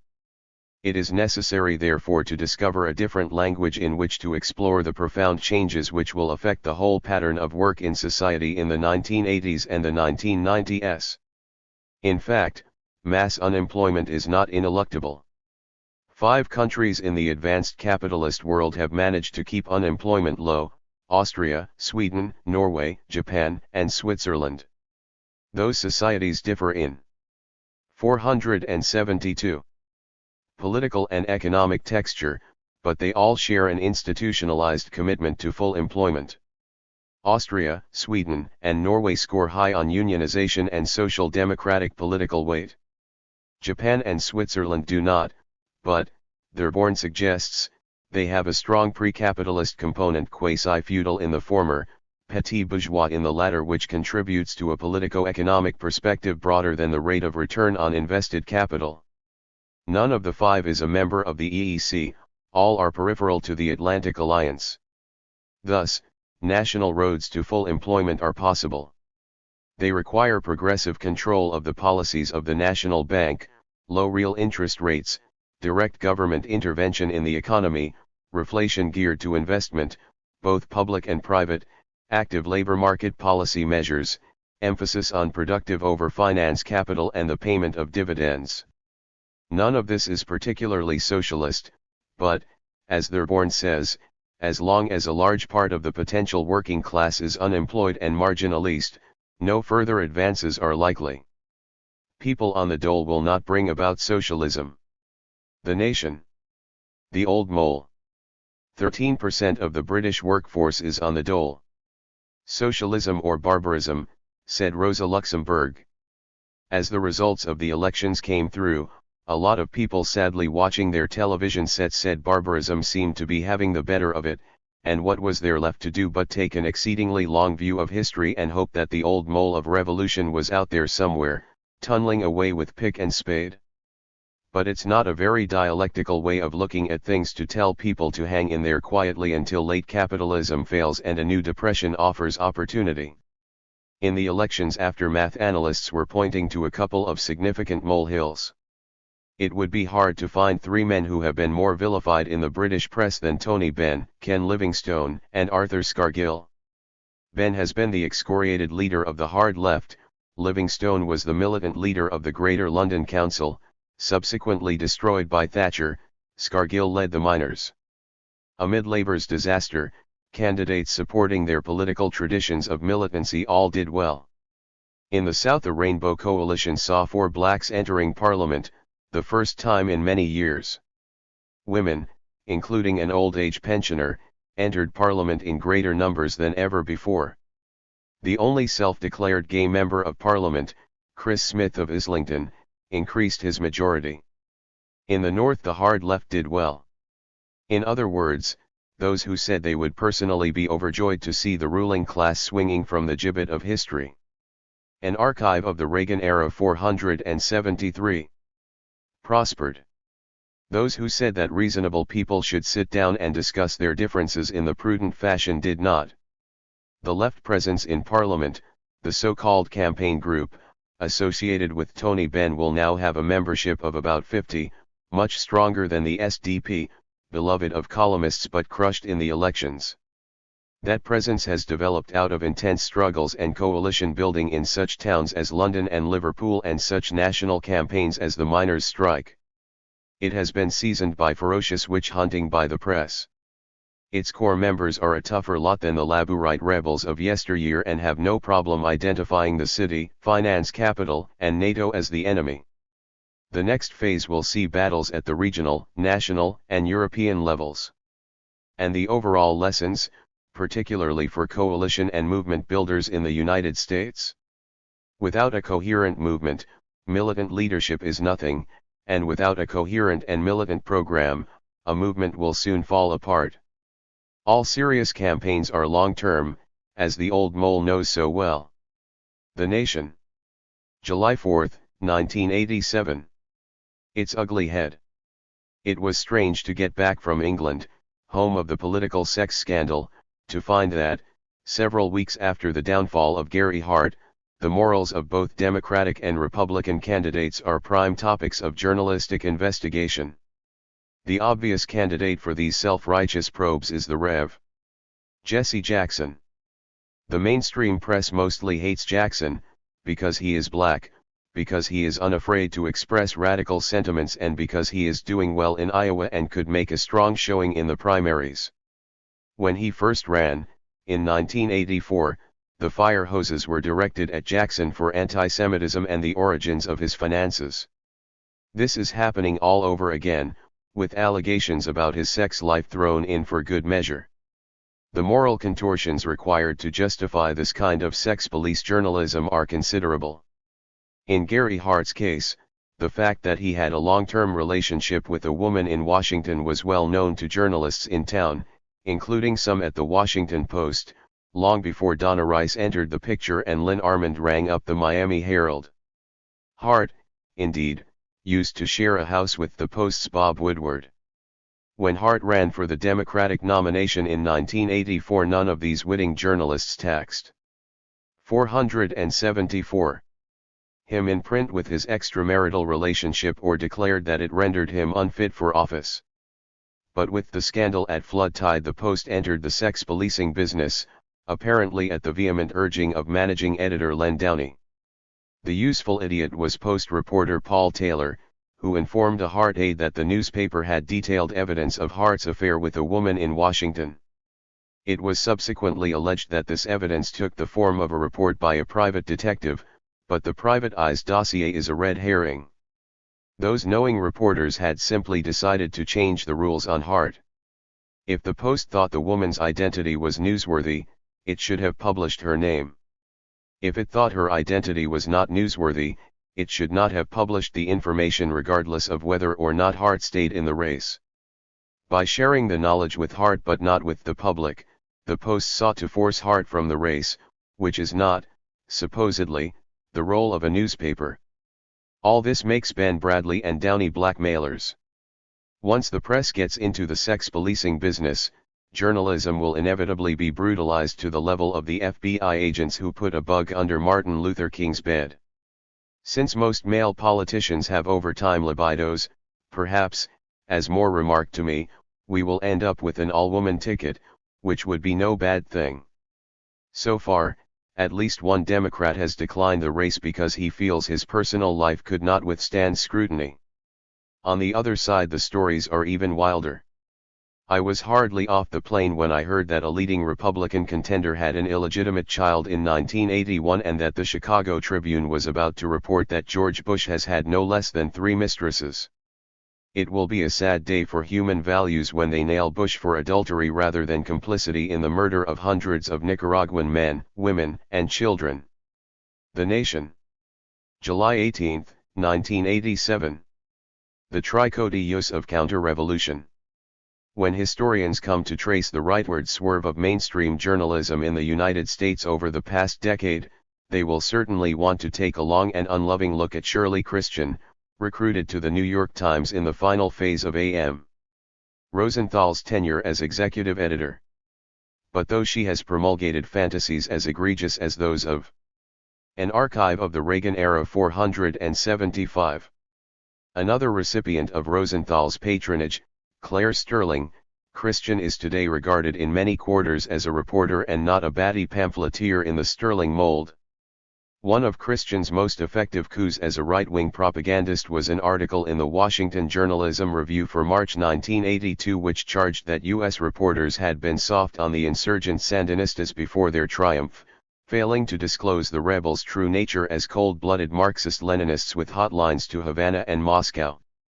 This was widely read by publishers and editors, with the result that many reporters in Central America went through shameful contortions to avoid accusations that they were agents of a communist conspiracy. All, in her stints at the Miami Herald and the New York Times, Christian has proved herself to be as rapturous an apologist for Latin American fascism as you will find writing in a major U.S. newspaper. By way of evidence, consider a June 7 report in the Times devoted to the proposition that the Argentine officers who murdered more than 10,000 people in the late 1970s were merely doing their best under trying circumstances and are now under siege by a society reacting ungratefully. Consider also her horrifying June 21 article about Chile headed an unlikely lab for free markets. Christian's theme in the latter piece was that the Chicago Boys economists associated with the conservative school of Milton Friedman have finally turned Chile around and thus their free market policies have been vindicated. Readers probably nodded approvingly at the bland recitation of auspicious data: GNP up 5.7% last year, unemployment down, at 8.8%. Christian noted decorously that some analysts question the merits of some of the free market policies and wonder whether Chile's poor have actually shared in the economic revival, then moved on to quote such Christian Democrats as Andrés Zaldívar, to the effect that the economy is successful, and such ultra-rightists as Pablo Barahona, who said that the situation in 1973 was so chaotic that 80% of the people found it completely legitimate for the armed forces to take power, and completely legitimate that the armed forces put down the centers of resistance. What one would not know from this love poem is that the Chicago Boys ran the economy into the ground with such effect that GNP sank 15% in 1982 and another 0.7% in 1983. It had nowhere to go but up. And that was Chile's second depression, since GNP had crashed by 13% in 1975. Essentially, the Chilean economy has been stagnating for 14 years, with national output per capita 20% lower than it was at the time of the U.S. supported coup. Consumption levels have fallen 8% since 1973. Per capita income, adjusted for inflation, has dropped sharply, and the manufacturing sector has grown at a rate of 1.476% since the coup, as opposed to 4.1% in the 8 years preceding the coup. What is happening is that the World Bank, the IMF, and Chile's private creditors are financing a short-term boom to help Gen. Augusto Pinochet's pre-election campaign, Chile's debt having just been renegotiated on extremely generous terms. As a flack for Pinochet, Christian naturally excludes from the unemployment figures the 11% who are underemployed, that is, skilled workers selling trinkets on street corners. She cites a stingy public works program as accommodating 4% of the workforce, a statistic considered low by sources consulted in researching this column. Unemployment in some poor neighborhoods of Santiago is running at 40 to 60%, and 10,000 people rely on soup kitchens. 30% of the city's population has inadequate housing. Throughout the country, 46% of children under the age of 10 are malnourished. More than a quarter of all Chileans live in extreme poverty. The economic miracle touted by Christian has been the familiar one of a transfer of income from poor to rich. The slice going to the richest 20% has risen by almost one-third since 1970, the poorest 40% of Chileans make half what they did then. Between 1973 and 1980 the minimum salary was halved in real terms and has declined markedly in the past 5 years. Annual social spending has dropped about 20% from what it was in 1970, and the military budget has soared.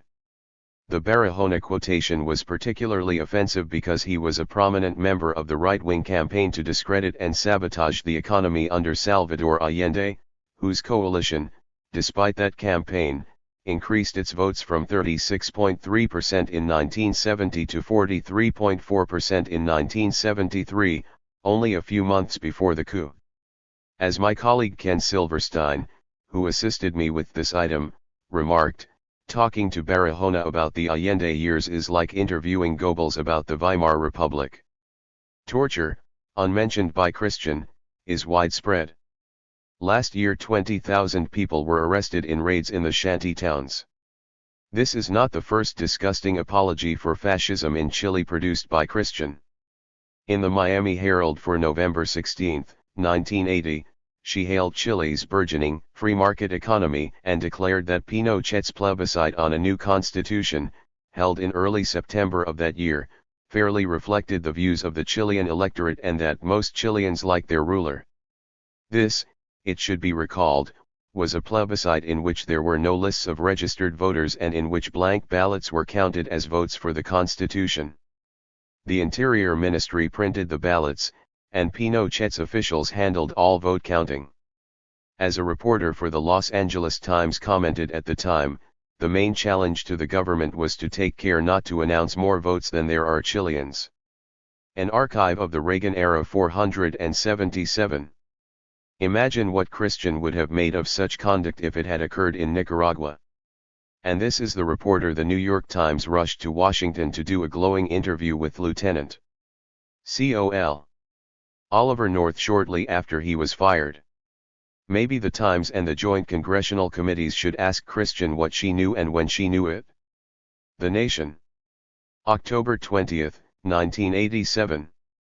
René's new legs. Managua.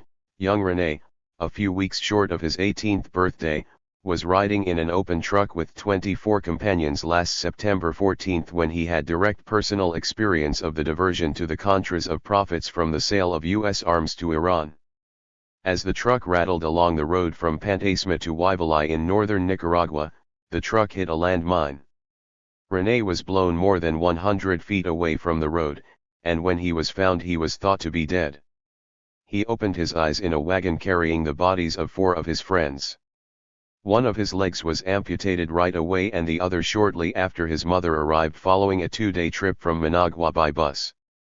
René grew up in a very poor neighborhood in Managua called San Judas, and by last Christmas he was back there to recuperate after spending the previous 3 months in a hospital 4 miles north of Jinotega. Then, 2 weeks ago, he went to the Hospital de Rehabilitación Alito Chavarria, which is where I saw him Monday. René's legs end just about where he puts his hands in his trouser pockets. He's a few inches shorter than he used to be because the false limbs he is now perched on are designed to lower his center of gravity. On Monday he was doing well. In the previous 2 weeks he had graduated from beginner's stumps, low to the ground, through knee-high limbs, to his present eminence. Now he was strutting awkwardly through parallel bars to the applause of the physiotherapist, Rosa Olivares, who handles 40 patients a day. As René clomped about, he crossed paths with Melba Campo, a woman in her late 30s trying out her new legs. Melba, mother of 8 children ranging from 4 to 22 years of age, had been riding in a truck last September when she, too, had first-hand experience of the efforts of President Reagan. 478. Lieutenant Col. Oliver North and others to outflank the Boland Amendment. The truck she was in drove into an ambush, and a bullet went through her knee. Amputation followed soon after. Watching René and Melba from the sidelines were 4 other Nicaraguans minus 1 or more of their limbs. They looked somewhat surreal since, resting after their exertions with the therapist, they had unstrapped their false legs and arms and held them casually, like soldiers at ease on the parade ground. In fact, some of them were soldiers. René, for example, had been doing his 2-year stint of militia duty, incumbent on all young Nicaraguans, when he was blown up. The truck Melba was in also had contained some militia people, which, in the bizarre value system of many North American observers of Contra conduct, somehow makes it okay for Melba to be now less one leg as she looks after her ample family. The rules of this particular game dictate that if Nicaraguans drive along the back roads unarmed, and not in the company of anyone who might protect them, they may die or be maimed at the hands of the Contras, but they can at least be confident that in the eyes of caring North Americans their human rights were abused. Melba, on the other hand, made the fateful mistake of climbing into a truck with militiamen rather than setting off along the moonlit road, alone and on foot. François Muller and Esteban Barahina, a Dutchman and a Guatemalan who run the only leg and arm factory in Nicaragua, at the Alito Chavarria Hospital, under the auspices of the Red Cross, are now working hard to train a permanent Nicaraguan staff to turn out prosthetic devices and make their country self-sufficient in this regard. They are making good progress. A metal knee joint from the United States used to cost $250 and took a year to get to Managua. The locally made one costs $25. Over in the foot shop, Juan Loch was bonding rubber and cedar wood and producing 40 prosthetic feet a week, as nice an example of import substitution as one could hope to see, at a fraction of the cost of the American product. The arm and leg factory is already working at full tilt, and even if the U.S. Congress kills funding for the Contras tomorrow, Juan and his colleagues will have lifetime employment to look forward to, since Rene and Melba and the others will need to replace their false limbs every 4 years. Children, some 10% of the factory's clientele, need a refit every 6 months. I asked Rene how he felt about the men who had blown his legs off.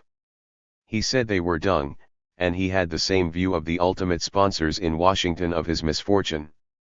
He said he wasn't surprised though. Rene smiled so much that he almost made one overlook the mutilation of a life now back in the wheelchair. An archive of the Reagan era 479.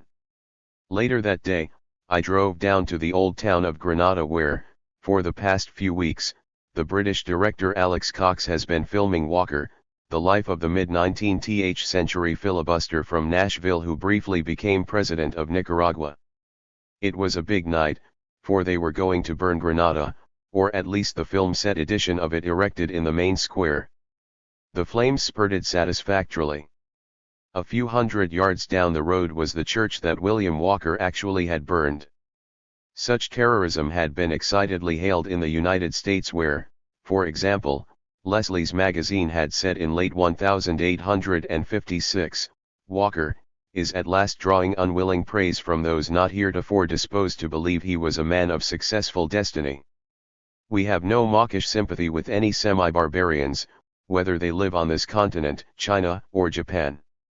The only way to purify and enlighten such people is with powder and ball. They are the great corrective and reformatory measures of the age. Walker has done more for Nicaragua, for its real independence and final success as an independent country, than could have been accomplished by the ordinary moral suasion means in a century. I had asked Rene as I left whether he had any final message for the readers of the Wall Street Journal, and he said to tell them that Nicaragua will prevail, that the moral will always outweigh the material forces.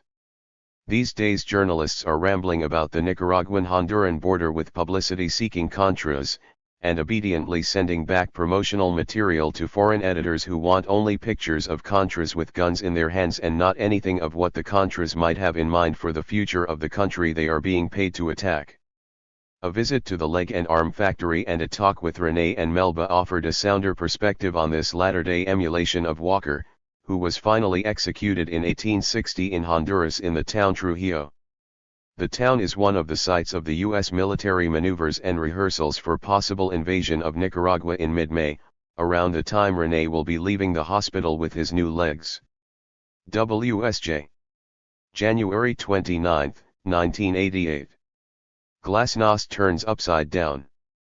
In Moscow this week, under conditions of official sanction that have remained open to doubt until the very moment the participants are brought to order, a momentous gathering is taking place, the first conference of the 480 Federation of Socialist Clubs, which saw its public political birth at the end of last summer.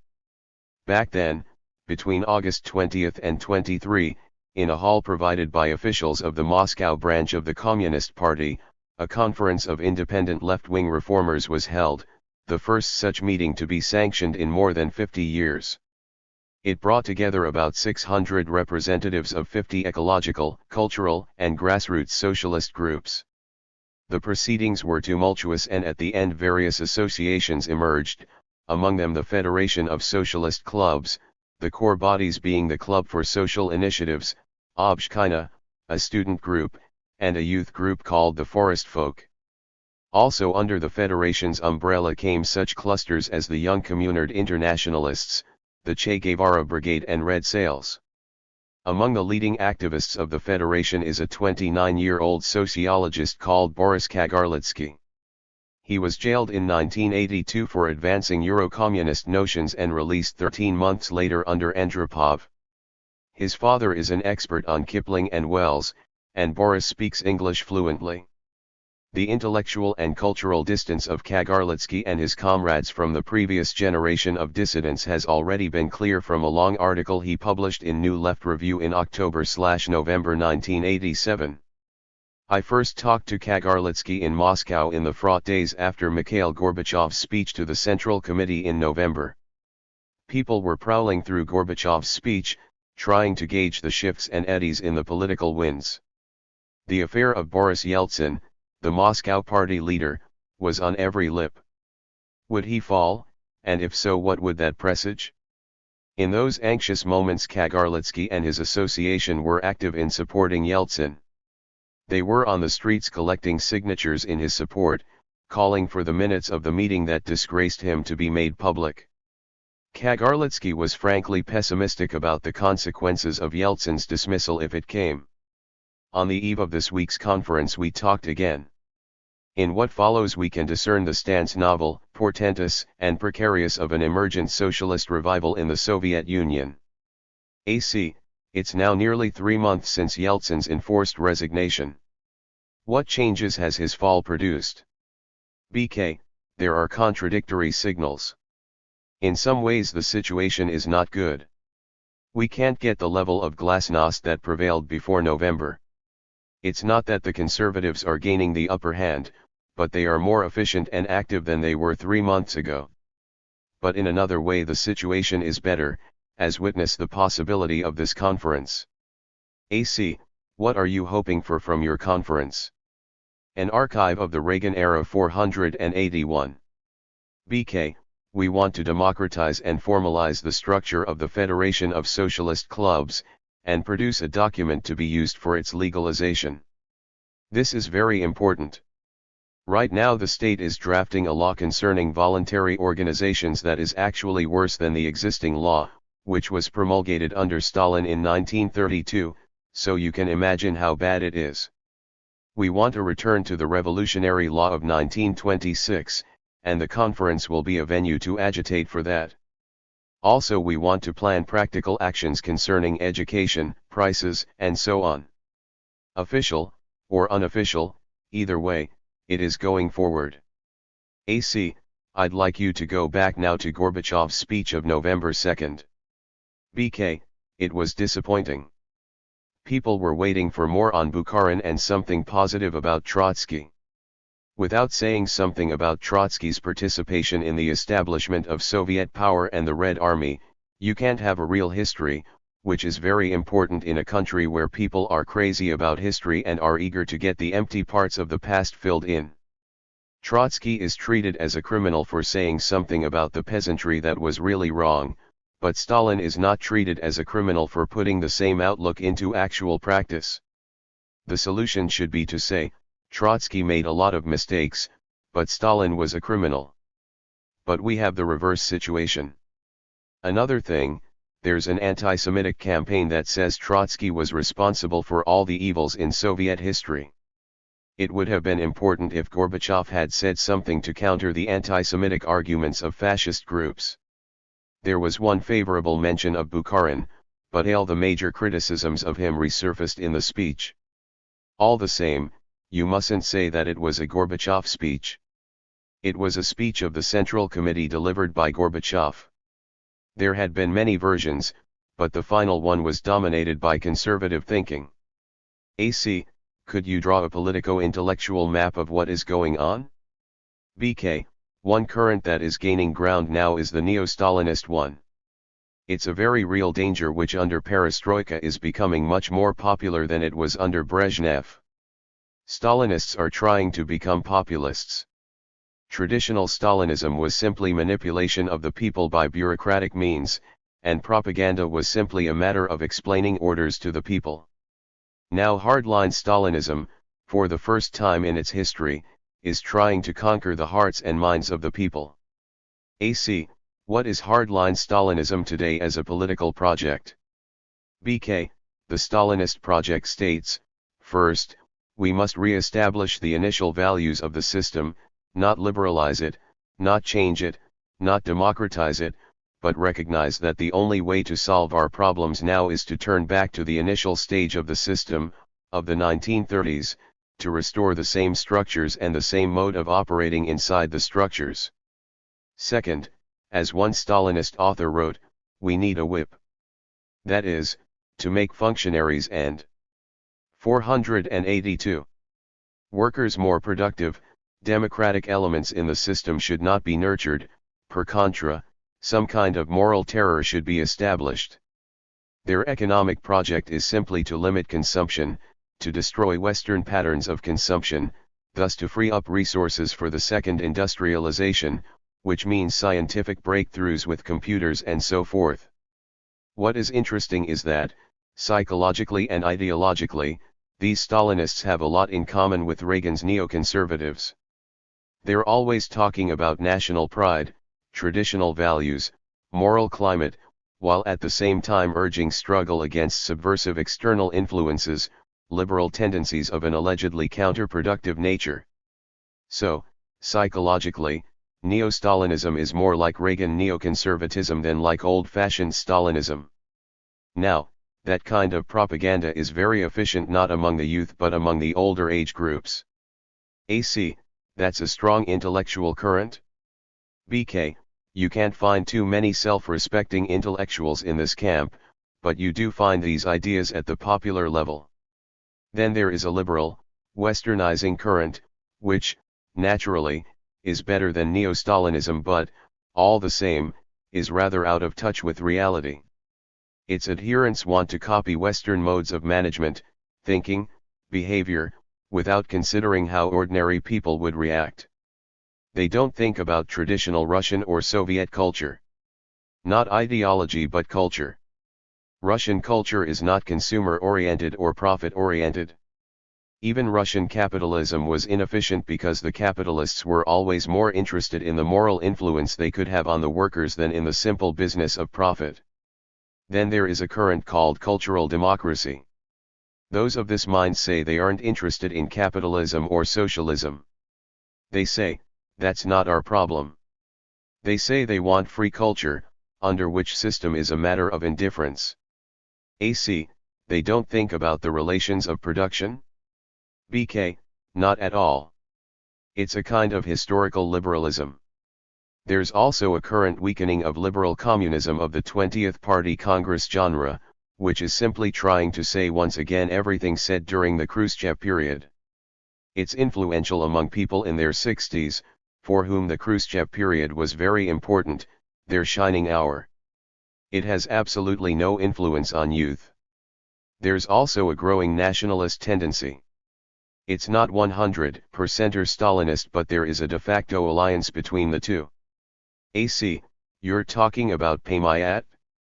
BK, they're anti-Semitic, saying the Jews are responsible for things that go wrong, force them to pay and so on, but the most important thing is that it is based on some feelings of frustration, especially among the petty.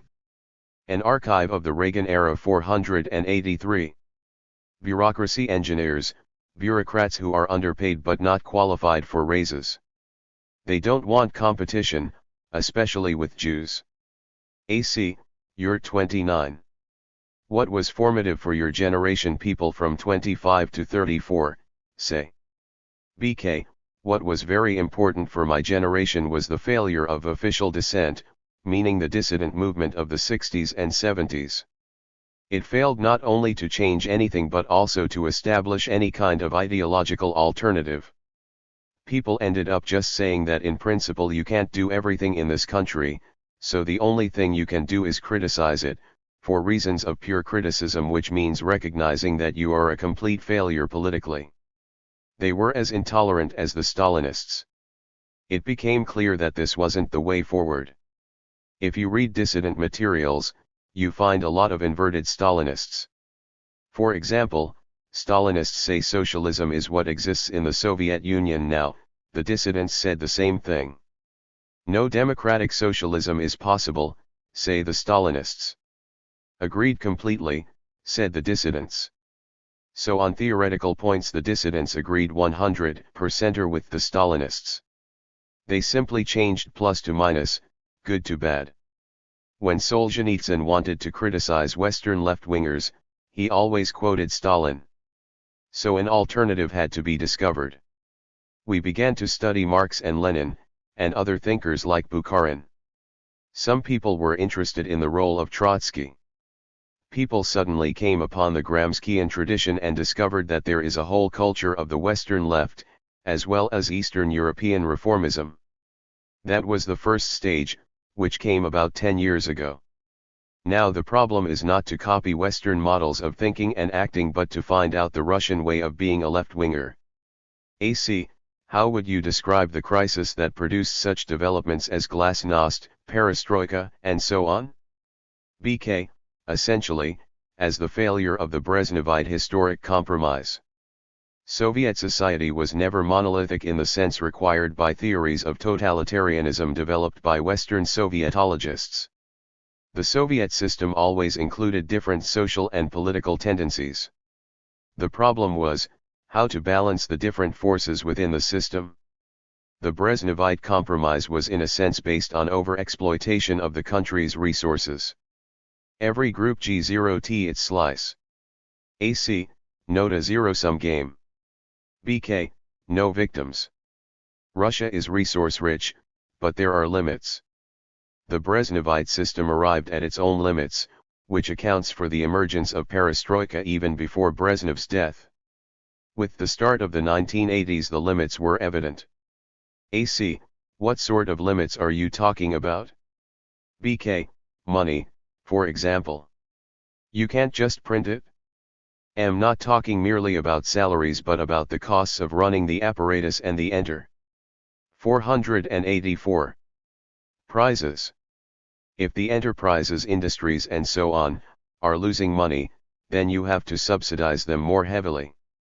And if each enterprise or sector wants to expand, and thus acquire more bureaucratic influence, you have to find even more money. So there was a financial crisis. AC, what does economic reform really add up to? BK, there are two concepts of economic reform. One is a kind of technocratic imposition of capitalist elements onto the existing system. AC, material incentives. BK, material incentives are not necessarily capitalist. When you think that human beings are animated only by material incentives, that is capitalism. For that matter one could ask, what is the alternative to the material incentives of the westernizers? The major incentive for Russian workers should be more free time. AC, that reminds me of a West Indian organizer in London, Darcus Howe, who once said to me, less work, more leisure. BK, people should have some say in how much they work. Given the choice, they may not work more but they will work better. The quality of their work will improve tremendously. Free time, incidentally, means a better quality of life, which in itself is much more than a matter of living standards. AC, what do the technocratic reformers want? BK, more power to managers, more strength to market forces but without abolishing the system of centralized bureaucratic planning, centralized distribution of resources. They just want to give managers more power in establishing prices for the final product. That's a bureaucratic capitalist mix. The technocratic conservative faction says, let us do everything we did before, but better managers, better computers. One of our people said that these reformers are serf-owning liberals, as in the 19th century. They want some kind of feudal capitalism, that is, manipulative elitism. This means forcing ordinary people to pay for the crisis produced by bureaucratic management.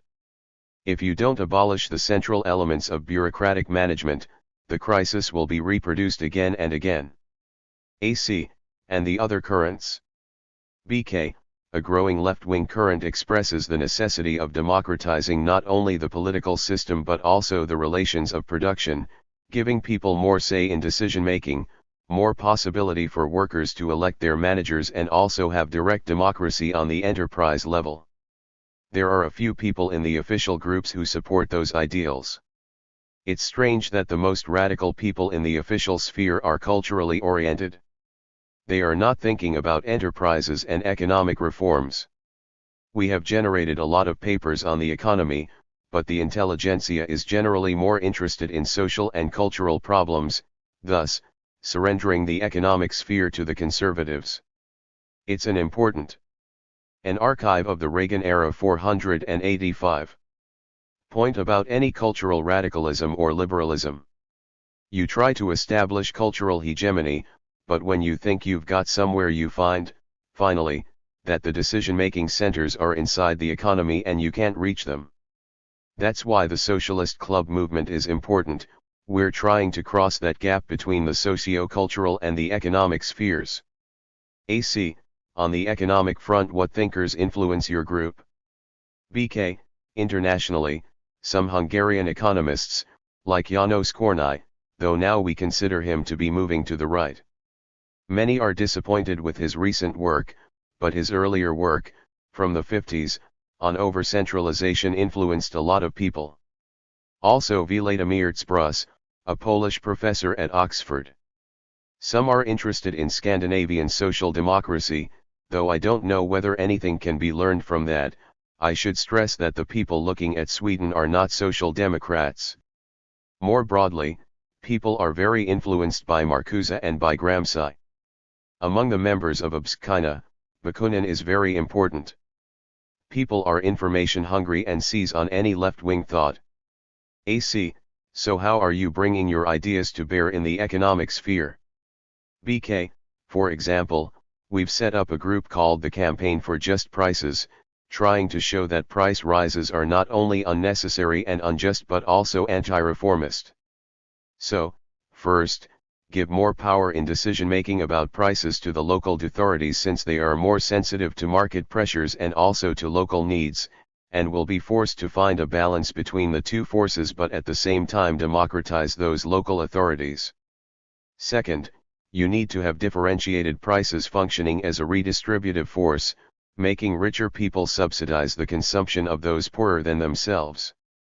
That means higher prices for luxury goods, restaurant meals, and so on. So far as distribution is concerned, we must move toward the market, which is the natural framework because it's the only way to establish the sovereignty of the consumer over the producer in the Soviet economy, which is producer-dominated. So in that sense some movement toward the market is needed. But the problem is to accompany that with a movement toward producers' democracy, toward more participation of the people in decision-making, with some redistributive mechanism which should be democratic. AC, there's a tendency in the West to read all recent Soviet developments in terms of Gorbachev's initiatives, which is surely a naive way of looking at events. BK, under Brezhnev there was already some kind of bureaucratic pluralism, and today the power struggle is not more intense than in Brezhnev's last years, but it is more visible, because now we have glasnost. 486. There are bureaucratic institutions and groupings that have different political concepts. It's rather more of an American than a Western European type of pluralism.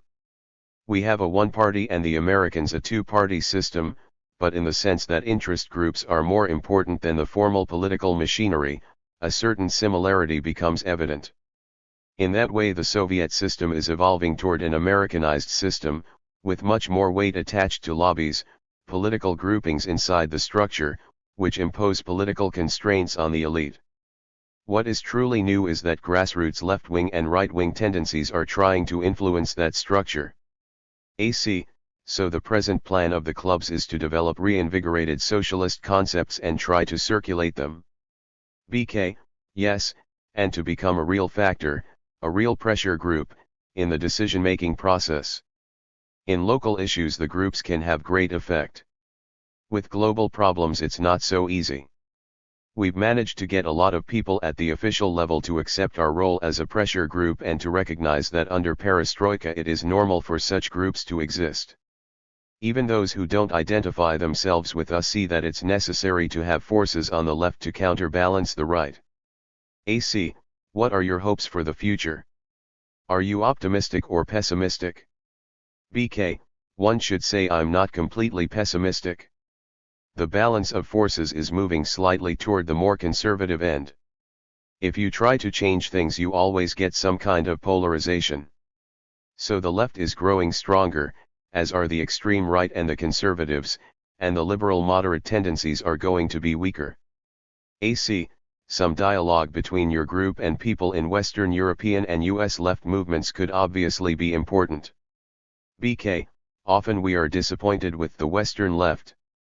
It is pragmatic and ideologized, whereas Russian culture is ideological and value-oriented. We're interested in the history of the New Left, also in the present peace groupings and the Green Movement, because they are also value-oriented. Of course, to those Western value-oriented movements the Soviet left-wing groups must seem rather pragmatic, since we must necessarily avoid demagogy and formulate concepts engaging seriously with economic shortcomings and contradictions. Value-oriented groups in the West sometimes forget about practical contradictions. In principle, we're open to dialogue with the Western left. The Nation. An archive of the Reagan era 487. January 30, 1988. War on Peace. Where were you hurt?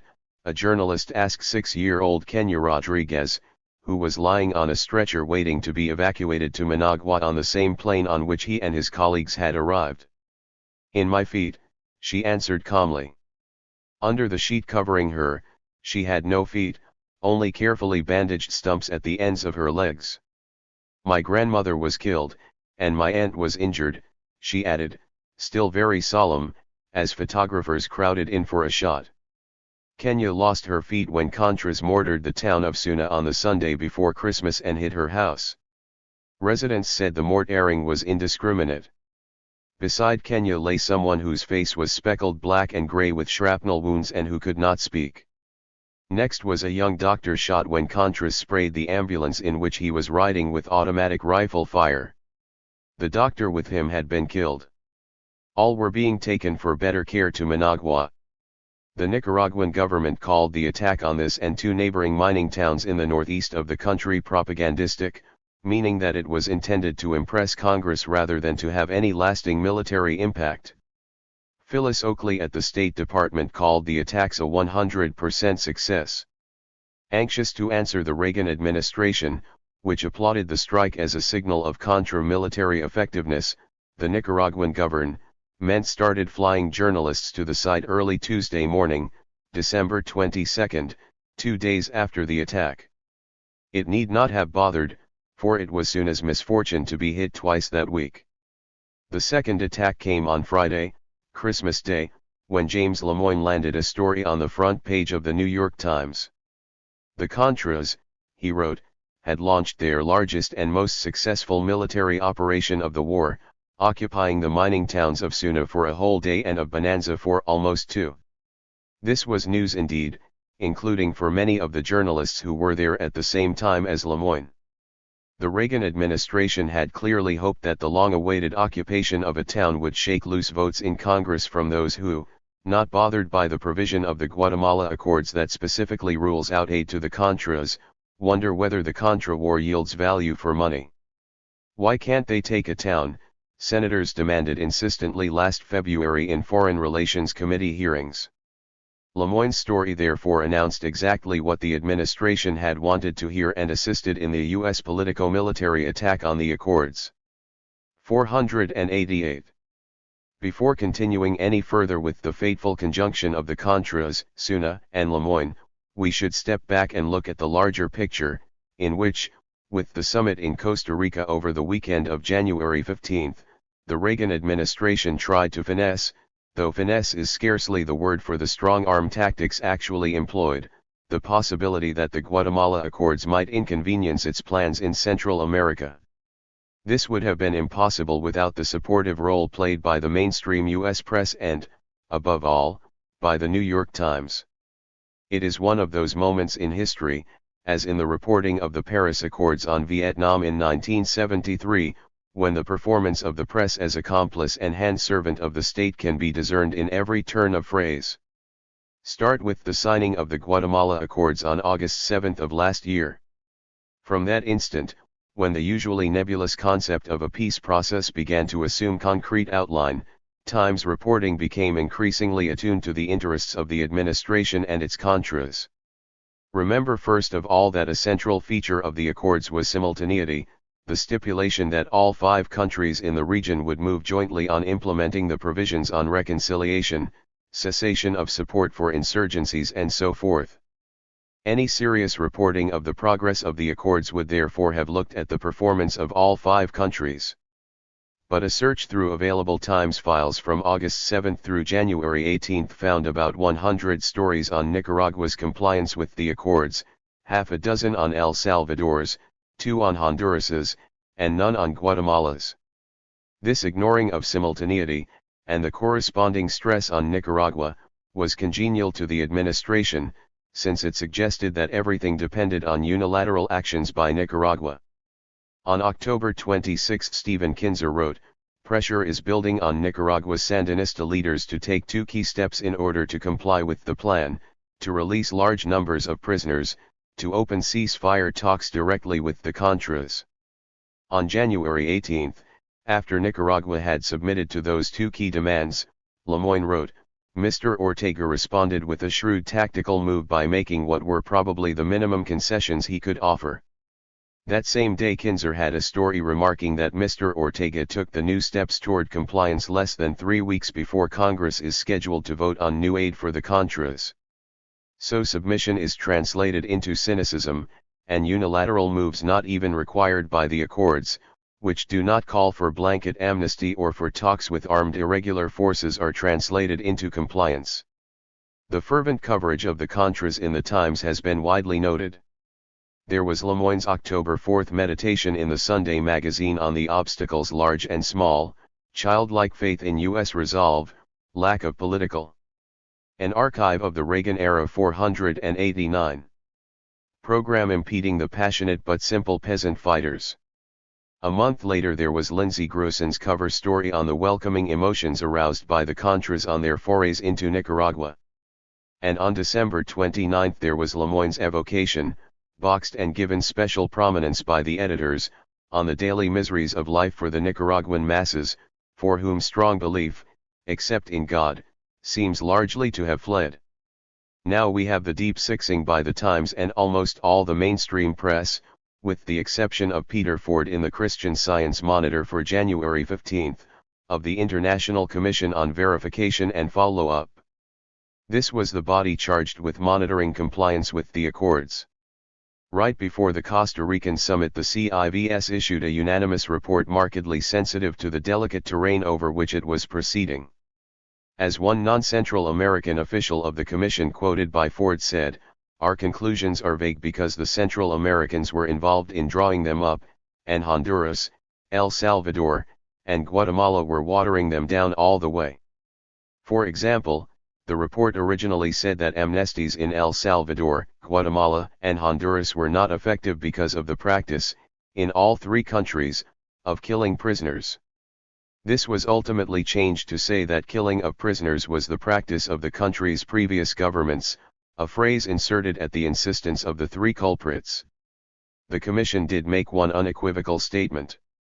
In spite of the exhortations of the Central American presidents, the government of the United States of America maintains its policy and practice of providing assistance, military in particular, to the irregular forces operating against the government of Nicaragua. The definitive cessation of this assistance continues to be an indispensable requirement for the success of the peace efforts and of this procedure as a whole. This was reported by Ford, and Julia Preston made a slight mention of it in the Washington Post. Lemoyne, in an incredible lie, had only this to say about the CIVS report. A meeting of the Verification Commission ended last weekend with little agreement. The Commission is made up of members of the United Nations, the Organization of American States, the so-called Contadora group of Latin countries, and the 5 Central American signers of the peace treaty. That was it, completely false on the matter of little agreement, since the document was a unanimous release, reprehensible in its failure to mention the explicit statement against U.S. aid. The final CIVS report should not have discommoded the administration's four proxy states in Central America, yet they have effectively put 490.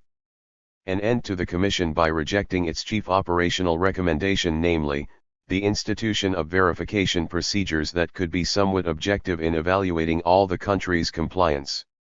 The report suggested that teams from the UN and the OAS might be set up to carry out on-site inspections. This is unacceptable to the United States, so it is unacceptable to its dependencies. Therefore, the summit in Costa Rica ended with El Salvador and Honduras refusing any outside presence and saying that only the presidents of the countries could decide whether they were complying. With the burial of the International Commission, the administration has succeeded in eliminating every independent actor who might mediate in Central America, this campaign beginning with the scuttling of Contadora and ending with the total exclusion of non-client states from the peace process. So much for the larger picture. Now back to Suna. Lemoyne was not the only journalist to visit the town just before Christmas. Among those making the trip was Mark Cook, the person inquiring of little Kenya Rodriguez where she had been hurt. Cook has been living in Nicaragua off and on since 1982, and permanently since 1985. He is a freelance journalist, inter alia sending reports to WBAI's Contract Agate program. What follows is essentially his commentary on the attack, and on Lemoyne's coverage of it. Problematic for Lemoyne was that there is no material evidence that the Contras did occupy the town, and plenty that they did not. For reasons that are not clear, Lemoyne wrote, they did not destroy several heavy trucks and the mine works here. They also failed to attack or shell the headquarters of the 366th Sandinista Army Brigade, even though it was immediately in front of them. The reason was clear enough to residents whom Cook and other journalists interviewed. The Contras did not occupy the town, they mortared it from surrounding hills. They did enter two barrios and briefly passed one entrance to the huge mine during the fighting, but fled when shooting picked up. They forced terrified people who had taken refuge in the La Luz church to chant Contra slogans while a film crew recorded the event, residents report. Lemoyne quotes one of his sources as saying that people implored the rebels not to destroy the mine works, a major source of work here. Probably they did. Did the Sandinista army commanders also implore them not to destroy the army command post, which is in the center of town? 10 residents said in separate interviews, Lemoyne goes on, that the rebels held the town for about 8 hours and walked around the center talking to civilians. They said there was no looting or abuse of civilians. An archive of the Reagan era 491. What was the Sandinista army doing during all this time? Lemoyne's article doesn't say, but on the plane taking him and the other reporters back to Managua, he said he had been told that 40 Sandinistas had been killed on the outskirts of the town and the rest had fled, leaving the Contras to have the run of the town. But how could they have fled, since, according to Lemoyne, the Contras had attacked the village from 5 directions? Witnesses other journalists spoke with said fighting continued without interruption. As for abuses, Lemoyne conceded at the end of the story that the rebels appear to have won few friends in the towns by causing so many civilian casualties, 19 killed and 100 wounded. He did not report that people living in an isolated cooperative a few miles outside of town told journalists that the Contras, unable to find the residents, who were hiding, destroyed most of their food supply, setting fire to bags of rice and bayoneting cans of lard that went rancid in the heat. In another incident, they opened fire on civilians hiding in a tunnel, killing 2 adults and 5 children. The rebels occupied Suna and Bonanza, where they engaged government troops and destroyed an important radar station, a large arms and munitions warehouse, among other targets, Lemoyne wrote. Those 2 targets, however, were not, as is implied, inside the town. The radar was on a high hill almost a mile from Suna, from which the Contras were raining down mortars, and the weapons warehouse, which he did not visit, was about 3.5 miles outside the town. Their destruction does not support his claim that the Contras occupied Suna. On the contrary, the extraordinary violence inflicted by the Contras on the outskirts of the town and the indiscriminate mortaring of residential districts suggests the usual Contra tactic of molesting relatively unprotected areas. Lemoyne's claim that Zuna was occupied is rendered all the more bizarre given that residents were burying Contra bodies in common graves while the journalists were in the town. Cook says that had Contras been even temporarily in control, they would have followed their invariable practice of burying the bodies separately and secretly, in respect for their fellows and for the sake of military security. Lemoyne claims that reporters could not go to Suna until Wednesday. Untrue. One batch of reporters flew from Managua to the site early Tuesday morning and were there when Cook, Lemoyne, and the others arrived. That second contingent left Managua Tuesday afternoon, but because the landing strip at Suna cannot handle a jet, the reporters had to fly to Puerto Cabezas and there wait for a propeller plane to go the rest of the trip. The government was trying to evacuate the wounded and fly in troops to pursue the retreating Contras, thus the delay until Wednesday is hardly surprising. 492. Lemoyne also says that reporters were not allowed to visit Rosita or Bonanza and were permitted only a few hours in Suna. Completely false, says Cook. The journalists, offered the opportunity to visit all three towns, asked to visit only one because they wanted to get back to Managua to file their stories on an already old event. The military imposed no restrictions on the visit to Suna and provided trucks to take journalists where they wanted to go. Several asked and were taken to the destroyed arms and ammunition shed, considering it the best photo opportunity. Despite the mortar attacks that inadvertently hit a lot of homes, Lemoyne considers it credible that the Contras have extensive support in this area and that local peasants provided them with key intelligence to prepare the surprise attacks. Accounts by soldiers and villagers indicate that the guerrillas dominate this zone of Zelaya department. This is typical of the Times's propaganda on behalf of the Contras, recommending itself with the word dominate and avoiding any distracting facts, that Zelaya is thinly populated, thick with virgin forests, relatively undefended by Sandinista army regulars and near to the Contras' Honduras lifeline, also that in exercising their dominance the Contras have twice kidnapped Sister Sandra Price, a Catholic nun from the United States in Suna, that last year they kidnapped a pro-revolution lay church worker, later found castrated and otherwise mutilated, that at about the same time they burned a Catholic mission to the ground. Cook says that sympathy with the Contras among what rural population there is has been declining, not increasing. Much of the rural area around the mines is populated by Sumo and Mosquito Indians, whose support for US-controlled forces has dropped off in recent years because of the government's Atlantic Coast Autonomy Project, which encompasses the mining region, and because of Contra abuses, including those by the now virtually defunct Indian Contras. Every now and again the artful accomplices of the Reagan administration do a minor course correction to show an independent turn of mind. On January 20, Lemoyne cited diplomats and government officials in Costa Rica as contending that the peace treaty is in danger of being converted into a series of demands directed only at Nicaragua. This is what Noam Chomsky calls safe criticism, salve on a reality already savaged beyond recognition. Thus the occasional proposition that U.S. plans to continue aiding the Contras appear to inhibit peace.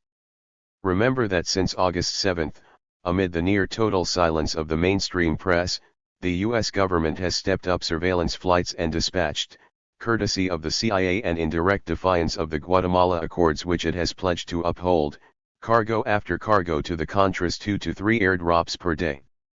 One small component of those supplies probably blew off Kenya Rodriguez's feet. As she hobbles through life on her wooden stumps, an archive of the Reagan era 493, will have every right to blame the free press of the United States for being among those responsible for her condition. The Nation. April 9, 1988. What did you say he wanted?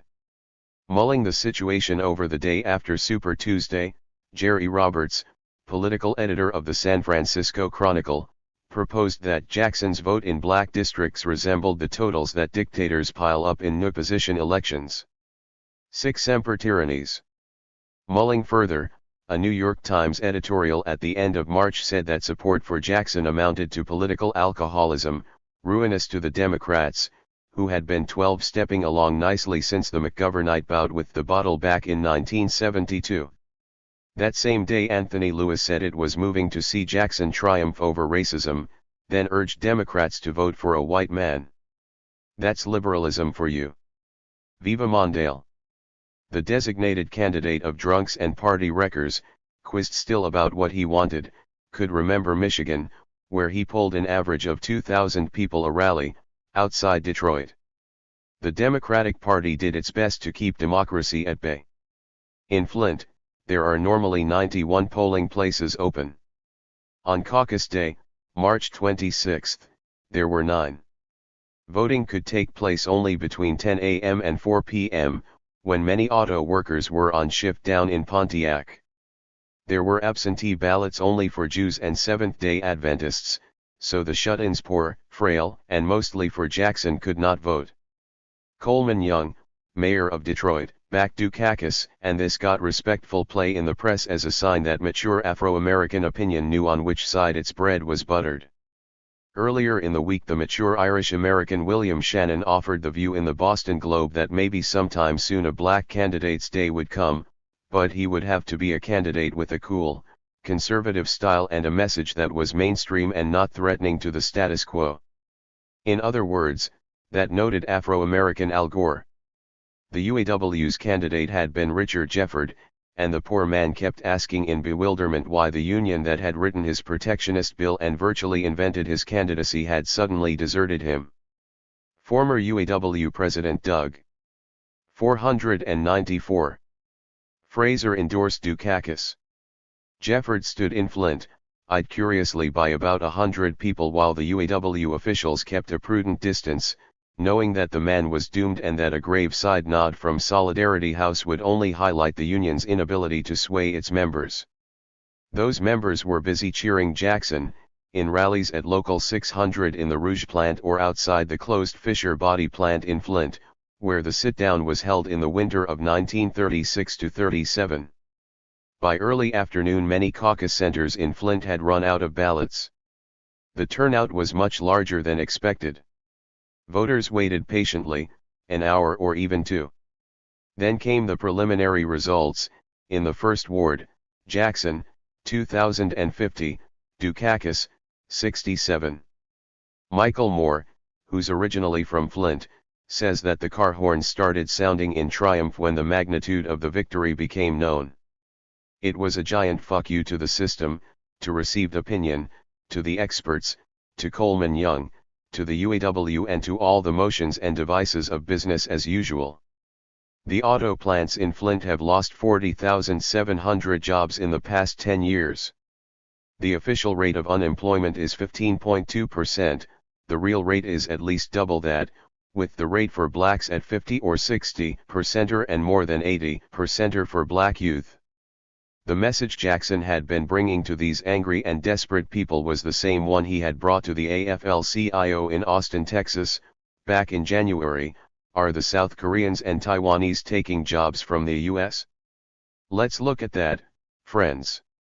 GM announced it was closing 7 plants and 30,000 jobs last November, then announced 30,000 jobs in Korea. The South Koreans are not taking jobs from us. GM took jobs to them. The number one exporter from Taiwan is not the Taiwanese. It's GE, which owns RCA, which owns NBC, which advertises Buy American. Makes you feel guilty if you don't. While they take jobs from America to Taiwan, make the product with cheap labor there, sell for high prices here.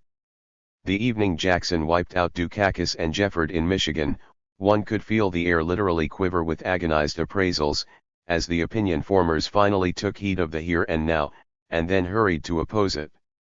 While the horns were honking in Flint, a few hundred miles southeast in Washington the political and journalistic elites were resplendent in white ties and long dresses at the Gridiron Club dinner, poking decorous fun at one another. The vote from Michigan came as the finger writing on the wall at Belshazzar's feast: many, tickle, up Harsin, which translates roughly as the game is up. The first thought was to inject Dukakis with powerful rhetorical vitamins, the second, that this was impossible and that the only viable Democrat with enough blarney in him to save the day was Mario Cuomo, God from the machine. In their agony, the gridiron Democrats urged journalists to turn up. An archive of the Reagan era 495. The heat on Jackson. In this endeavor there are a number of approaches. First, urgent stress on the fact that Jackson should never have been born. For by being born, he ultimately ended up winning the Michigan caucuses, thus facing the Democratic leadership with the prospect of denying the nomination to the most popular candidate or, supposedly, losing in November to George Bush. The second approach is to stress that Jackson has thus far been the beneficiary of racial politesse, with reporters too sensitive to his ethnic identity to give him the same sort of pitiless leathering accorded Dukakis or Gore. The Wall Street Journal quoted Mark Siegel, a Democratic National Committee member, as saying, "It's time for the press to scrutinize Jackson as a serious potential nominee." Siegel is an Israel right or wrong man, and his remark translates as "it's time to give Jackson another serious going over as an anti-Semitic malfeasant of federal funds whose campaign platform has been drafted by Arafat and Soviet moles working in the Institute for Policy Studies." This approach, by traditional dialectical entrechats performed by the Ben Wuttenberg Corps de Ballet, becomes the third line of action against Jackson, serious red baiting as a Castro-loving comsimp who will, if blessed with any further irresponsible support in the polling booth, cause the Dow Jones Index to drop 200 points just as a warning of what could happen if he continues his mad chatter about raising marginal and corporate tax rates. Wall Street has not been deeply uneasy about any candidate for a long time. If Jackson continues to prosper, the uproar at Belshazzar's Place all those years ago will be mild by comparison, however many times he appears at a window with Clark Clifford, and even though the more far-sighted strategists of capital should realize that, given the new terms of global competition drawn by Gorbachev, a populist black candidate, safely lodged in the Democratic Party, is exactly what the U.S. system needs for renewed validation in the eyes of the world. The Nation. April 23, 1988. The Kiss of Death. It should not, at least in theory, require a Democratic presidential primary to remind one of the foulness of New York City's political culture, which is now of unmatched toxicity.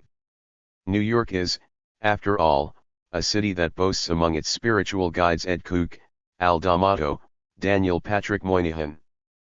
496. Cardinal O'Connor, George Steinbrenner, Morton Downey, Jr., Howard Stern, and A.M. Rosenthal. No other town in the United States condemns its inhabitants to listen to men like these on a virtually daily basis. Hardened though one might be, seasoned by the memory of similar primaries in years gone by, the effect of New York on the campaign has been striking nonetheless. The place really does bring out the worst in people. Only New York provokes, at this most morally degraded intensity, the sickening rhetorical rituals mandatory in grubbing for the Jewish vote.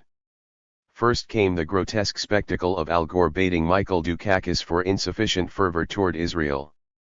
Everyone knows that Dukakis has been a model of traditional Democratic cowardice on this issue, though less craven than Gore, who openly went begging to pro-Likud contributors, from whom Dukakis kept his distance. Then Gore got respectful attention in the press for proclaiming that Jesse Jackson had disqualified himself from pretension to high office by placing Israeli and Palestinian aspirations on the same moral plane. Was it not possible for one of those editorialists, columnists, or reporters to ask Gore and Dukakis how they felt about Israeli soldiers forcing an Arab up a telegraph pole until finally he was electrocuted? Or to ask if Gore or Dukakis was prepared to condemn the Israeli army for blowing up houses in the village of Baida after the army had established that Tirza Porat had been killed by a shot from the Gush Emunim fanatic Rumam al-Jabai? Does anyone feel any qualm that here are men seeking high office who have nothing to say about the forcible internment without trial of almost 5,000 people, who have felt themselves unable to criticize the Israeli Prime Minister, Yitzhak Shamir, for calling Palestinians grasshoppers? Why doesn't the press, eager to remind the world for the millionth time about Jackson's Himiatown, challenge the two white candidates to speak out on this or any of the innumerable racist statements from Israeli leaders about Palestinians. In the end, New York showed that in a crunch Jackson could be as spineless as his rivals. On Face the Nation on April 10 he was asked by Leslie Stahl, "Would you sit down with Arafat?" Jackson, "I would not. It is not necessary to do that. We must not equate Arafat and the PLO with the sovereign people, the Palestinian people. We have to search for the quality and combination of leadership on both sides, whether it's Abba Eban or Paris on the one hand, or more sensitive Arabs or Palestinians on the other." His concern, Jackson told Stahl, was that we must somehow get Israel beyond the burden of occupation, and the Palestinians beyond the pain of being occupied. Jackson made these even-handed observations shortly after Porat's funeral, at which Israel's Minister of Religious Affairs, Zevulun Hammer, said, "Bida does not exist on the map of Israel. A settlement should be built there and be named Tirzah Porat." Shamir said an archive of the Reagan era 497. Killing strengthened the determination to hold on to all of the land of Israel. Some burden. If Jackson ends up talking like a New York Times editorial, then what is the point of the Jackson campaign? A lot of American Jews have supported Jackson precisely because he has, though decreasingly so in recent weeks, refused to abide by the moral double standard endemic to all discussion of Israel and the Palestinians. Which is the more morally compromising embrace for an American politician, a hug from Arafat or one from Shamir? It is Shamir and his Likud associates who speak of obliterating Palestinians, of deporting them. It is Labor's Rabin who approves the internments, curfews, mutilations, blowings up, deportations. How many U.S. politicians feel compromised by their embraces? Jackson told Leslie Stahl he would not talk to Arafat until the PLO leader voiced explicit recognition of Israel's right to exist. A few weeks ago I wrote here that Arafat should be clearer about this, if only to overwhelm by repetition the refusal of the U.S. press to recognize recent PLO statements on this subject. But Arafat was explicit shortly thereafter in an interview on March 12 with Yosef Ibrahim and Anthony Lewis, both of the New York Times. As Ibrahim wrote, when Mr. Arafat was asked again if he was prepared to make peace with the Israeli government, he responded, "Yes, definitely," reiterating respect for the relevant UN resolutions. Anthony Lewis confirmed this the following day. Jackson may be short on advice, but surely someone can clip the papers for him. When the candidates sitting in the New York Times offices urge Arafat to accept 242 and 338, why don't their interviewers remind them of Arafat's recognition of same, recorded in the Question's own newspaper? The candidates' miserable performance with Stahl provoked a hail of furious phone calls to the Jackson campaign. Hani Masri, an Arab American and Republican, debated whether to cancel a big fundraiser for Jackson in Washington. James Aburazq, head of the American Arab Anti-Discrimination Committee, said, "If you're going to give up your principles, get something out of it." Jackson got nothing. He can't just slowly back away from what he said to Stahl, he has to make a substantive correction. By the next morning Jackson had invited Edward Said to stand by his side at a political breakfast and subsequent press conference, and when asked by Gabe Pressman of the NBC affiliate in New York whether he supported the idea of a Palestinian state, Jackson said absolutely, without equivocation. But neither then nor in subsequent debates did he correct his statements on Face the Nation. The Jackson campaign should stop being defensive and remember some important points. A Gallup poll in March showed that 58% of all 498 Americans believe that Israel should recognize the PLO, 53% say the United States should deal with the PLO, 42% say US aid to Israel should be decreased, while only 7% say it should be increased. Second, as a sovereign people, which Jackson says they are, the Palestinians should be able to select their own representatives. No one tells Israel who should represent it. Third, on the issues of land for peace and self-determination, the United States is outside the world consensus of common market countries, the African bloc, the Islamic bloc, the non-aligned countries, the socialist bloc. Finally, Jackson should remind the country that it is the Palestinians who are being interned, expelled, and tortured. The Nation. May 26, 1988. Death squads in Northern Ireland. Say the words death squad in Ireland and people won't automatically conjure up Central America. Chances are they will think about Northern Ireland and Mrs. Thatcher and what her government has been sanctioning and condoning. Writing as one who grew up in County Cork, I don't think there have been many moments in my lifetime, certainly not since Bloody Sunday 1972, when troops shot unarmed people in the streets of Derry, that the British state has been held in lower esteem by Irish people. Why is Britain so unpopular? 3-word stalker, Birmingham, and Gibraltar gesture to the reasons. First, the British policeman John Stalker has said that the inquiry bearing his name turned up evidence that a policy of state-sanctioned murder death squads in fact was operating in Northern Ireland, in which suspects were being gunned down without benefit of arrest, interrogation, or trial. A British government official conceded to Parliament the disturbing implications of the inquiry but proclaimed that national security compelled it to be closed off.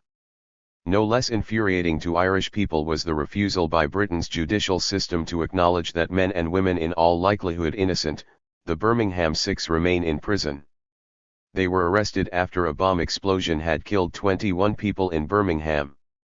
Subsequent investigation has shown that confessions were consequent upon beatings, that forensic evidence was dubious, that the guilty parties are at large. But a British judge rejected convincing indications of a terrible miscarriage of justice.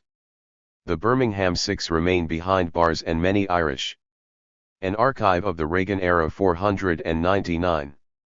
People think national security is the decisive factor in their continued incarceration. The killings in Gibraltar are freshest in mind. 3 members of the Irish Republican Army, 2 men and a woman, were shot to death by British security forces, who claimed their victims were about to detonate a terrorist bomb. But the British government's account turned out to be false. A British TV network aired over fierce pressure from Mrs. Thatcher and her forces, eyewitness accounts indicating that the unarmed trio were murdered, and the BBC, increasingly gagged and servile in the Thatcher years, has come up with similarly disturbing accounts. The fury in Ireland is echoed by Irish Americans, who are baffled by the extraordinarily genteel way these episodes have been handled by the press here. Now the role of the US press is of great importance, as the British will understand. An alert press means an alerted public, hence responsive politicians and ultimately pressure on the British government to clean up its act. Any equitable political solution in Northern Ireland depends in part upon the confidence of all parties, Catholic as well as Protestant, in the lawfulness and impartiality of government. As the foregoing material suggests, no such confidence now exists, nor will it till the British government stops flouting elementary justice, whether with a shoot first, ask questions afterward policy, or with its diplock courts where people in Northern Ireland can be bundled into prison virtually without due process. Well aware of the importance of the US press, the British run an efficient public relations campaign, blessed with great cooperation on the part of American journalists, as a remarkable account by Joe Thomas in the May/June issue of the Columbia Journalism Review underlines. Ms. Thomas, now teaching at a journalism school in Illinois, was previously a correspondent for the New York Times and a journalist for 18 years. From 1984 to early 1986 she was based in the Times's London bureau, making forays to Northern Ireland. Ms. Thomas narrates how she began investigating the involvement of police and British Army undercover units in what she calls questionable shootings. She completed 2 stories before, as she says, I was abruptly ordered home. By her count, between 1982 and 1987 there were at least 47 suspicious shootings by police or undercover army units. At least 21 of the victims were unarmed and the rest, in Ms. Thomas's opinion, were probably given no opportunity to surrender before being killed. Why was she suddenly recalled?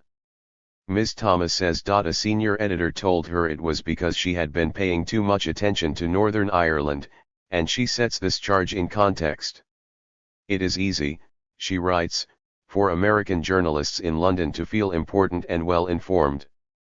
They get their weekly confidential briefing at 10 Downing Street. They are 500. Invited to dinner at the best places. No one understands hierarchies better than the British, and they are careful to make close personal friendships with members of important American news organizations. It makes us reluctant to offend, especially to bring up the touchy subject of the war, which they refuse to call a war, in Northern Ireland. Anyone following U.S. reporting from Britain will recognize the accuracy of this. Anthony Lewis, a former New York Times bureau chief in London, still visits Glyndebourne every year and remits to his readers paeans to the British way of life of a sentimentality unrivaled since Rupert Brooke's World War I poem Grantchester. A subsequent bureau chief, R.W. Apple Jr., seemed as determined as Mr. Lewis to savor an England perfumed with fine claret and the values of an 18th-century squire. When American journalists meet British bobbies or members of the upper classes, their backbones and prose turn to the neurophysiological equivalent of a British nursery pudding staple, junket. Ms. Thomas says that the good favor of her colleagues and hosts subsided abruptly as she embarked upon her inquiries in Northern Ireland. A senior editor, who kept a home in London as well as New York, began telling me to stay out of Northern Ireland. A high-ranking British official, who in the past had close ties to the intelligence community in Northern Ireland, took me to lunch and suggested that I drop my investigation in exchange for a lot of access to the Secretary of State for Northern Ireland. Her mail arrived opened. Finally she was recalled. Reflecting upon her experience, Ms. Thomas analyses acutely the biases afflicting most American reporting on Northern Ireland, from the political reverberations of using Ulster to denote 6 counties, to the way in which a crime by British security forces is often described not as such, but as a propaganda victory for Sinn Féin. It is rare for a mainstream journalist to be so forthright, and perhaps it will have an effect. If a police force of the United Kingdom could, in cold blood, kill a 17-year-old youth with no terrorist or criminal convictions, and then plot to hide the evidence from a senior policeman deputed to investigate it, then a shame belonged to us all, former Deputy Chief Constable John Stalker writes. This is the act of a Central American assassination squad, truly of a police force out of control. Mr. Stalker took his responsibilities seriously, and so, too, should the U.S. press. It would make a difference. WSJ. An archive of the Reagan era 501. May 27, 1988. Where was George? Now, you can deny U.S. government involvement in drugs all you want, but the patterns are there and the players are there popping up again, and, you know, eventually somebody's going to realize what the truth is. Ramon Millian Rodriguez, PBS, Frontline, May 17. These are difficult days for Vice President George Bush. Even as he goes about the country promoting the administration's anti-drug campaign, evidence rolls forth demonstrating the involvement of his office and, informants vigorously suggest, himself with drug smugglers in the efforts to supply the Nicaraguan Contras. Last week, Daryl Gates, the police chief of Los Angeles, accompanied Bush and platoons of photographers to a crack house recently stormed by the LA police. Bush peered earnestly at the wreckage and claimed that in the war with the narco-terrorists there would be, at least from him, no quarter, no truce. But the headlines from Washington the same day carried more news to the effect that the Reagan administration was trying to extricate something from the far more serious wreckage of its efforts to unseat General Tony Noriega, by offering Tony a deal whereby he leaves office for a brief spell, having nominated his own successor. The trouble is that far too many people in the United States for the vice president's political comfort think that somehow he's been involved in monkey business with the same narco-terrorists he denounces. Pollsters chatting to their cluster groups found about a month ago that Bush and drugs seem somehow to have got unwholesomely welded in the popular mind. This helps explain why he is now 10 points behind Michael Dukakis, the likely Democratic nominee, in the polls, though I don't think it needs the drug smuggling imputation to explain Bush's low standing. I've never met an audience that likes the man. Right-wing Republicans think he's a stooge for the trilateralist banking conspiracy. Liberal Republicans think he's a sellout to the right. Bush's spirits cannot have been refreshed by a story in the U.S. edition of Newsweek for May 23, partly echoing a piece by Alan Nairn in The Progressive a couple of months ago. Richard Brennicke, an Oregon businessman with previous connections to both the CIA and the Israeli Mossad, has now publicly disclosed that he was a point man in an operation called the Arms Supermarket. In this affair, the Colombian Medellin cocaine cartel, hoping for political advantage, put up money and planes to fly arms to the Contras. The arms came from Eastern Europe, acquired 502 there by Brennicke, and were flown to Panama under the supervision of General Noriega's confidant, the former Mossad man Michael Harari. The drug cartel used the same planes to fly drugs to the United States. In a sworn deposition, Brennicke has told a Senate Foreign Relations Subcommittee, headed by Massachusetts Senator John Kerry, that Bush's national security aide Donald Gregg was the Washington contact for the operation, and that when he first queried the Israeli contacts on the propriety of the deal, they gave him Gregg's office number to call. Brennicke, who says that one of the reasons he is surfacing this information is because of a young relative's drug addiction, discloses that he flew with one such drug shipment to Amarillo, Texas, in mid-1985 and tried to tell Gregg what was going on, but received the curt response, "You do what you were assigned to do. Don't question the decision of your betters." Kerry's investigators say they have corroborated part of Brennicke's story from Noriega's former head of political intelligence, Jose Blandon, and from another former Mossad agent. In his personal notebooks, Oliver North made frequent references to the Arms Supermarket.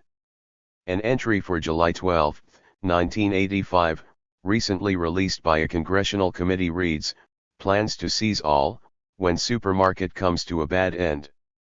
$14 to finance came from drugs."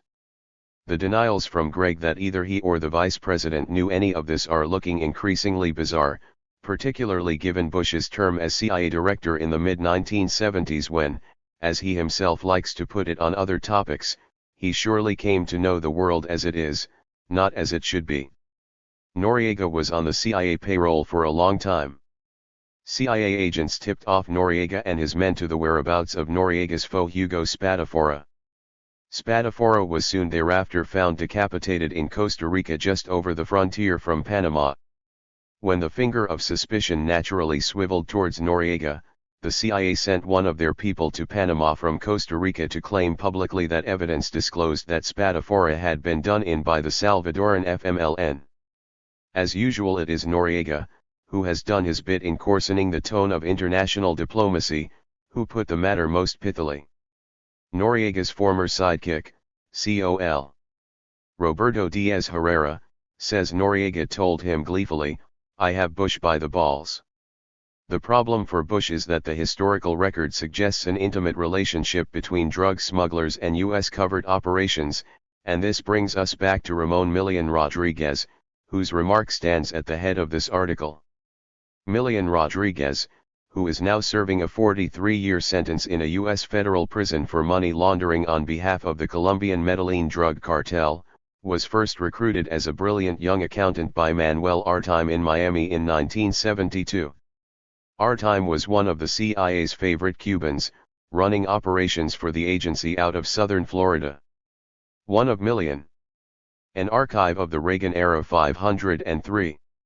Rodriguez's early assignments was to arrange the payments for the Watergate burglars, and one of his last tasks, before going behind bars in January 1986, was to pass just under $10 million from the cartel to the Contras, via Vice President George Bush's man on the spot, an old CIA colleague Felix Rodriguez. One of the virtues of a recent public television documentary, commissioned by WGBH and written and directed by Andrew and Leslie Cockburn, is that it approached the always interesting matter of the consanguinity of drug trading and covert operations in a structural rather than purely anecdotal fashion. The activity of drug smuggling draws together people of criminal disposition who are philosophically and pragmatically devoted to the free market in its fullest amoral stretch, generates large amounts of unregistered money, and is at a strategic angle of contact between the first world and the third, like slavery and the strategic spices in an earlier era. These are all properties alluring to secret services, who will therefore gravitate towards the illegal drug trade unless detained by powerful bureaucratic or ideological considerations. The first half of Drugs, Guns, and the CIA clarifies long-held allegations about CIA involvement in opium and heroin trafficking in Southeast Asia, amplifying and hardening the pioneering work done in this area by Al McCoy in his book The Politics of Heroin in Southeast Asia. The mathematics of the CIA's secret war in Laos are compelling. By 1970 the Pentagon's contribution to the war in Laos was running at $146 million, but the same secret document furnishing that figure also noted that the CIA was spending up to $60 million more than its official appropriation. Thus the question put to Victor Marchetti, who as a CIA officer helped assemble the agency's official budget, Q. Is it conceivable the CIA would fight a war with dope money? Marchetti, well, yes, in the sense that they would not sell dope to earn money to support an operation, but they would look the other way if the people they were supporting were financing themselves by selling dope. This looking the other way included provisioning the CIA's client Vangpao with an airline to ship opium from Long Chen, in Laos, to sites further south. The airline was entirely controlled by the CIA. As former aid official Ron Rickenbach says, I was in the areas where opium was transshipped. I personally was a witness to opium being placed on aircraft, American aircraft. I witnessed it being taken off smaller aircraft that were coming in from outlying sites. Part of the aftermath is supplied by the legendary CIA officer Tony Poe, who was the prototype for the Brando character in Apocalypse Now. Poe. 504. Lives in Thailand and has hitherto kept his mouth firmly shut. He describes how Vangpao would load up a DC-3 with heroin. They were flying it in a big wet-wing airplane that could fly for 13 hours, a DC-3, and all the wings were filled with gas. They fly down to Paxi, and then they fly over to Da Nang, and then the number 2 guy to President Thieu would receive it. By the end of 1970 there were 30,000 Americans in Vietnam addicted to heroin, and President Nixon asked the CIA to get involved in limiting the drug traffic. In 1972 a U.S. intelligence agent in Southeast Asia sent a secret field report to Customs, suggesting a serious conflict of interest. It was ironic, the agent wrote, that the CIA should be given the responsibility of narcotics intelligence, particularly since they were supporting the prime movers. Even though the CIA was, in fact, facilitating the movement of opiates to the U.S., they steadfastly hid behind the shield of secrecy and said that all was done in the interest of national security. Among those who began to realize the moral perspectives of what was going on was Rickenbach, who finally woke up to the rather horrible implications of what we were doing and stopped working for the government. By this time, in the wake of Watergate, the CIA had allowed Artime and his network to go to an independent, consultative status, and Milian Rodriguez was working for the Medellin cartel, supervising the washing and investing of $200 million a month, with a total capital fund of $11 billion. At the time of his arrest in 1983 he was carrying $5 million, a fact that brought Vice President George Bush to pose with what the money launderer called his petty cash. In Drugs, Guns, and the CIA he is asked, Q. How much money was actually contributed by you or through you to the Contras, total? Milian Rodriguez, it was a little under $10 million. It was delivered on a per-need basis. Exactly as in Laos, the drug money filled the funding gap. The documentary then turns to Noriega's former aide Jose Blandon, Q. When General Noriega told you Felix Rodriguez was friendly with Ramon Milian Rodriguez, were you surprised to hear that Felix Rodriguez would be involved with a drug trafficker? Blandon, surprised. Why? According to Blandon, while Felix Rodriguez was supplying the Contras from Ilopango base in El Salvador, he was getting arms shipments with the help of Mike Harari, the former Israeli intelligence agent and key aide to Noriega. Then, once again some problems arise for the vice president. Q, who was Felix Rodriguez working for, or with, when he approached you? An archive of the Reagan era 505 million. Rodriguez, well, the only government mention he made was Vice President Bush. Q, and what was his relationship with Bush as you understood it? Million. Rodriguez, he was reporting directly to Bush. I was led to believe he was reporting regularly to the Vice President. The request for the contribution made a lot more sense because Felix was reporting to George Bush. If Felix had come to me and said I'm reporting to anyone else, let's say, Oliver North, I might have been more skeptical. I didn't know who Oliver North was and I didn't know his background. But if you have let's say we'll call him an ex-CIA operative, even though it's not true he's a current operative, Q, who is? Million. Rodriguez, Felix. Yeah, there's nothing X about him. But if you have a CIA, what you consider to be a CIA man coming to you saying I want to fight this war, we're out of funds, can you help us out? I'm reporting directly to Bush on it, I mean it's very believable. Here you have a CIA guy reporting to his old boss. In fact, Felix Rodriguez's relationship with Bush goes back to when Bush was CIA director in the mid-1970s. A February 1985 memo from General Paul Gorman said that Rodriguez is operating as a private citizen, but his acquaintanceship with the vice president is real enough, going back to the latter's days as Director of Central Intelligence. During the 1980 campaign, Felix Rodriguez was in contact with Bush, who was particularly active campaigning in southern Florida, both in the primary race against Reagan and in the election battle with Carter.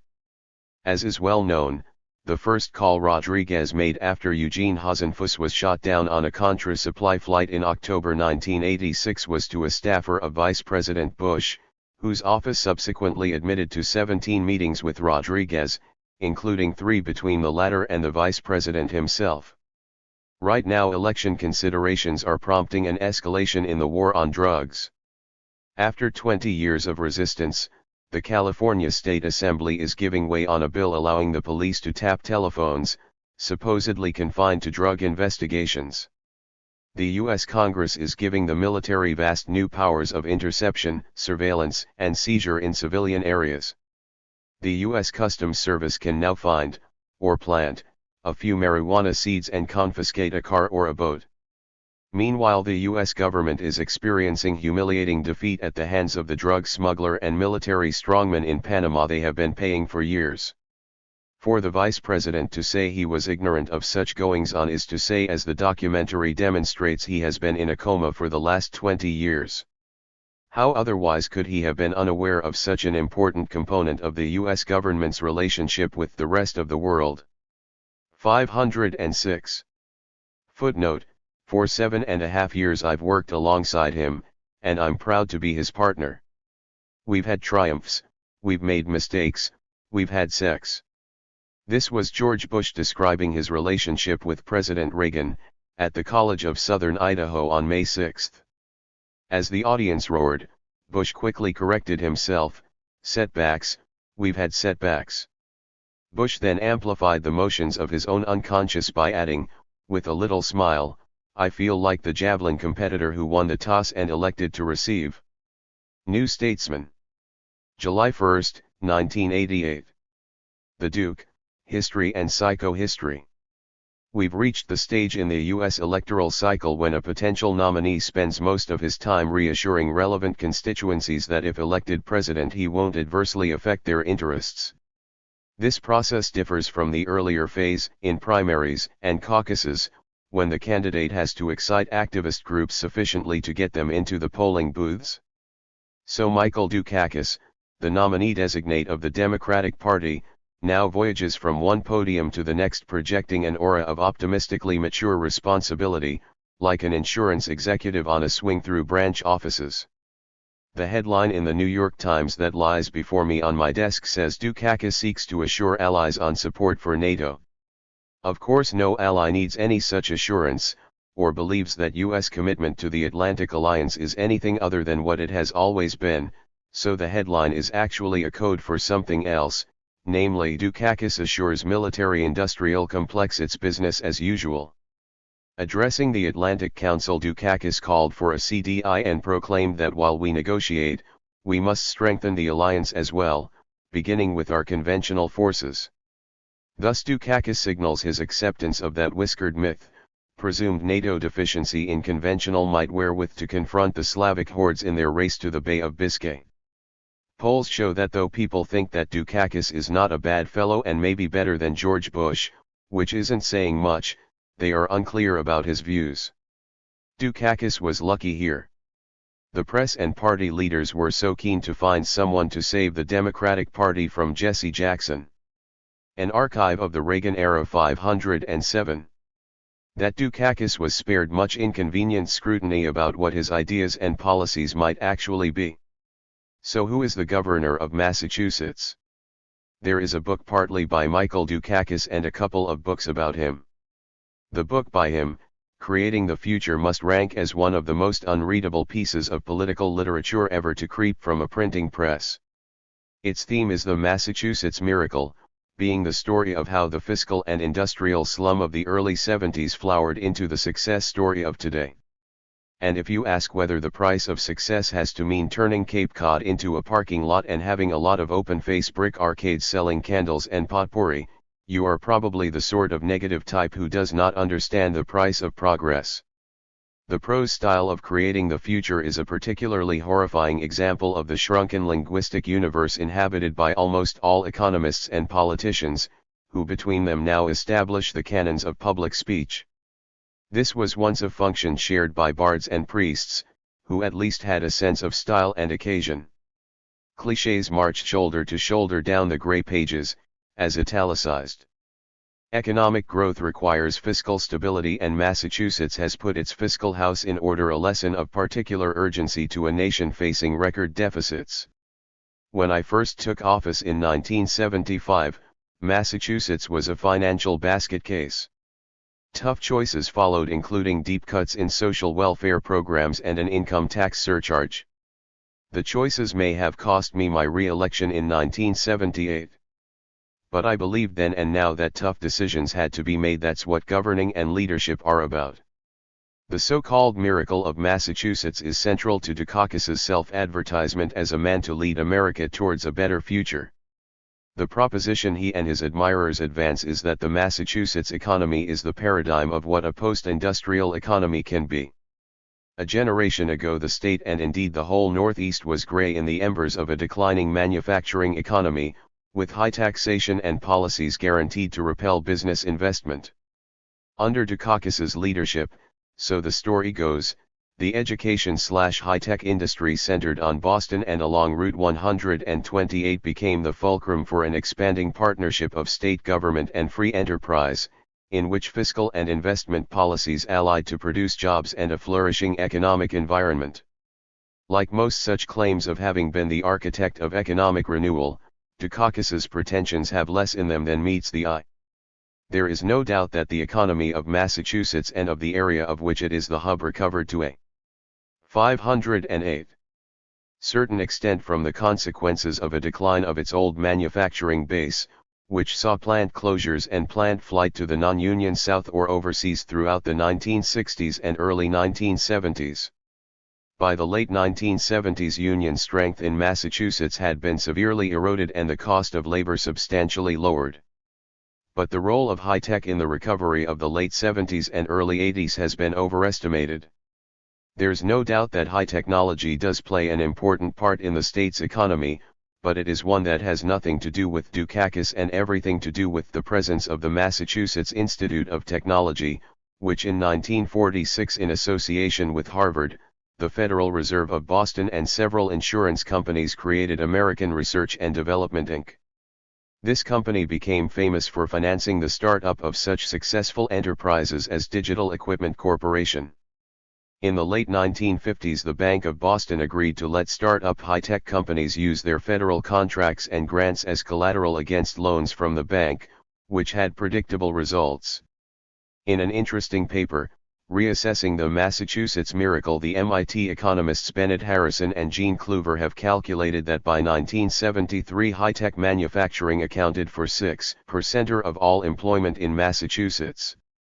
Between 1979 and 1984 it rose to 9% but has now started falling back.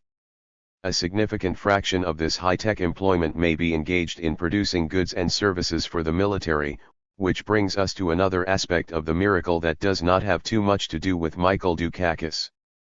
Massachusetts has always been one of the top defense contracting states, particularly in proportion to its population, with a tradition of arms production stretching back to the American Revolution.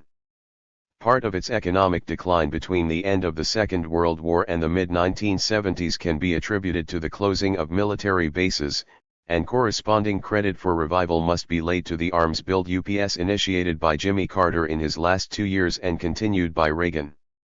From 1980 to 1985 Massachusetts' prime military contracts rose from $3.7 billion to $7.7 billion, accounting for 7% of gross state product in 1987, which was more than the share back in 1968 at the height of Vietnam War spending. In sum, much of the Massachusetts miracle is, in miniature, a paradigm of what happened in the national economy.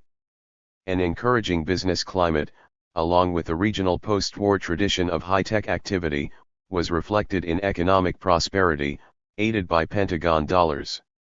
But such growth has been lopsidedly at the eastern end of the state, around Boston, and there have been growing disparities within a wage structure that is now at about national levels, having been lower for many years. There is low unemployment in Massachusetts, but it can be chiefly traced to the very low rate in expansion. An archive of the Reagan era 509. Of the labor force.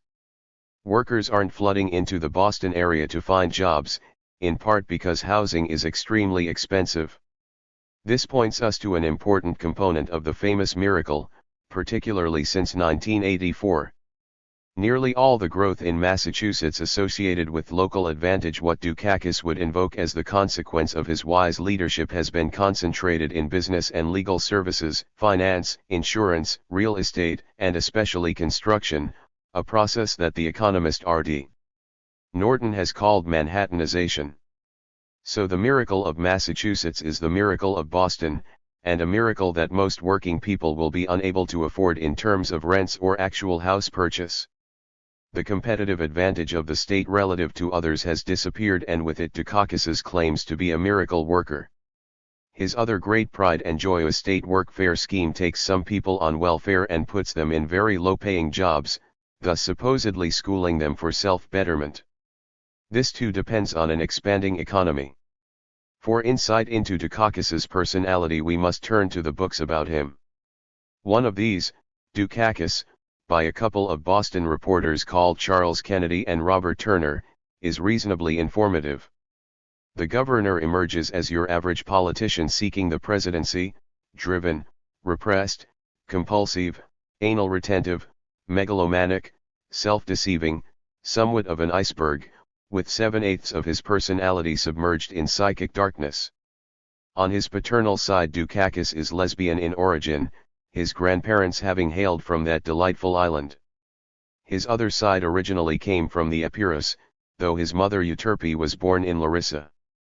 The values imbued in the son of immigrants were frigidly petit bourgeois, reverence for education, all-important adjunct of assiduous self-betterment, manic thrift, rigorous purging of dysfunctional emotion, reverence for the self-made man, contempt for failure. The end impression is of a cloistered, somewhat Robespierrean virtue occasionally adorned with lunges at the common touch, whether with Zorba-like caperings at ethnic feasts or confessions of newfound humility and respect for the opinions of others, particularly after the traumatic defeat by Ed King in the Massachusetts gubernatorial race in 1978. Jimmy Carter, another person who took failure very, very hard, says in Nothing But the Best that he burst into tears after losing an early political race. Tears seem to be elements unfamiliar to Michael's countenance. Mothers' tales of the early characteristics of their offspring are always revealing. The one about the infant Mike is of first Greek words being monos mao and of high-octane self-confidence, otherwise known as thinking you are right all of the time. He did well at school, in the classroom and on the playing field, and was in general the sort of son self-betterers dream of having. The strain took its toll on Michael's elder brother Stelian, who had a nervous breakdown in his late teens and tried 510 to do himself in with pills. Incredibly, Kenny and Turner rather naively write, Michael says he does not remember whether Stelian tried to kill himself. Michael also doesn't remember whether or not Stelian was at the 1960 Democratic Convention in Los Angeles working for Adlai Stevenson while he, Michael, was naturally working for the great new frontiersman. Stelian was, as they say, never quite the same after the breakdown and bobbed along in Michael's triumphant wake, trying to keep on an even keel. One time he let it all hang out, and during one of his brother's campaigns started stuffing mailboxes with leaflets suggesting that people voting for M. Dukakis should have their heads examined. Finally the poor man was knocked off his bicycle by a hit-and-run driver and, after a period in coma, died. As one might expect from such a positivist, Michael now thinks his brother's problem may have been physiological in nature, and thus presumably amenable to a rational fix-it solution with a squirt of lithium or some high-tech equivalent. Dukakis's Robespierrean self-assurance sufficiently pissed off the voters of Massachusetts for them to turf him out of office in 1978, and after a period of lying low at the Kennedy School where he alienated students with his mad reformers' insistence that every problem must have a solution and only one solution, he came back into the public arena with unconvincing assertions that he would henceforth be humble and court the opinion of others. He returned to the State House in 1982 and was re-elected in 1986. There's not much sign of the new Dukakis at any level beyond the gestural. Aside from the fate of Stelian, big blips on Michael's psychograph come when his relationship with his political intimates is displayed. All of them have departed abruptly, mostly because Dukakis gave no sign of rewarding them for their efforts on his behalf, an ascetic expression of megalomania. One of them, Fran Meany, now tells Kenny and Turner that Dukakis is the #1 master of self-delusion I have ever met in my life. John Sasso, Dukakis's most recent political advisor, left because he apparently failed to be frank with his boss about distributing a disobliging tape concerning Joe Biden on the campaign trail. Sasso took the fall while Dukakis proclaimed that no dirty trick would mar his cause. Back during his late 1970s exile at the Kennedy School, he urged an aide to plant a compromising story about Ed King in the Boston Globe, later claiming he had no memory of having done so. Repression is a big item with Michael, as one might gather from this terse description of his father's death. It was just a long, slow process. It was sad to watch, in a way. We were all very supportive and were as helpful as we could possibly be. At one time I thought the fact that Dukakis failed to notice for 25 years that his wife Kitty was on speed did not bode well, but again there may be less to this than meets the eye. She apparently started taking diet pills. An archive of the Reagan-era 511 during her first marriage, and I kept up with a reasonably Spartan daily regimen of amphetamine down the years until she went off for a detox session at a place in Minnesota in 1982. That's the story anyway. Call it Michael's admitted flaw, though it has the convenience of being his wife's. Kitty, half Jewish, half Irish, seems to have performed with ability the usual wifely role of ego buttressing and general care and upkeep of the crazy man of the house. Kenny and Turner say she's a keen shopper, thus balancing the prodigious stinginess of the Duke. So much for clues to Dukakis's personality. What about his political destiny and that of the Democratic Party? In an interview with Jesse Jackson published in the Los Angeles Times on May 27, the reporter Robert Scheer had the following exchange with the candidate. Scheer, if I understand you, you're saying that in this presidential campaign the Cold War wing of the Democratic Party and the anti-affirmative action people, the neoliberals and neoconservatives have lost. Jackson, they all lost. They were stung in Iowa, stymied in New Hampshire, lost at home on Super Tuesday, and after Super Tuesday, they just disintegrated. But they didn't disintegrate, even though their ideas suffered popular rejection. To the extent that they got Jackson to announce he would not meet with Arafat, they managed to integrate him. The first third of this year of the campaign for the presidency showed that the American people were ready for radical change. The second third is being spent ensuring that radical change does not make it onto the agenda, and the final third will be the traditional democratic coup de grace, two candidates espousing mostly similar positions, battling it out for leadership of the free world. Jackson is now vowing to try and extend Phase 1 at least into Phase 2. Culturally, the Jackson campaign has been an unqualified plus. It's been good for the country, good for the left, and especially mobilizing and empowering for black people to have a black man taken seriously as a presidential candidate. Jackson has been uncompromising about his blackness. No Ralph Bunche he. But institutionally, the main meaning of his campaign has been to reinforce the hold of the two-party system by bringing disaffected people into the Democratic Party. Hence the contradiction. To be taken seriously, Jackson had to run as a Democrat. This contradiction resides in the power the mass media have over American culture. In a companion, and very revealing, interview with Dukakis, Scheer elicited two particularly conspicuous intellectual traits of the governor, namely unconditional support for whatever Israel may decide in the matter of situating its capital in either Tel Aviv or Jerusalem, and refusal to reject a first-strike nuclear policy. On the latter issue, the best he can offer is the 2. Pledge of no early first use of nuclear weapons, which is no doubt a source of encouragement and comfort to one and all. Liberals, trying to like Dukakis, say hopefully that at least he is not a cold warrior. This seems to me to be far from clear. His speeches are, when the occasion calls for it, studded with alarmist phraseology about Soviet beachheads, and to Scheer he said flatly that so far as the Western Hemisphere is concerned, if you have a Soviet satellite, at least as that phrase is commonly defined, then you'll have both a foreign military presence, which threatens our security, and an ideology which systematically attempts to subvert neighbors. We can't tolerate either one. Oliver North would find little to object to there, and neither would the 2506 Brigade. Pressed by Scheer on whether the Soviets have an equivalent right to announce a principle of non-toleration of foreign military bases on their borders, Dukakis declined any such equivalence. Perhaps one of those advisors from the Kennedy School can lend him a copy of the UN Charter.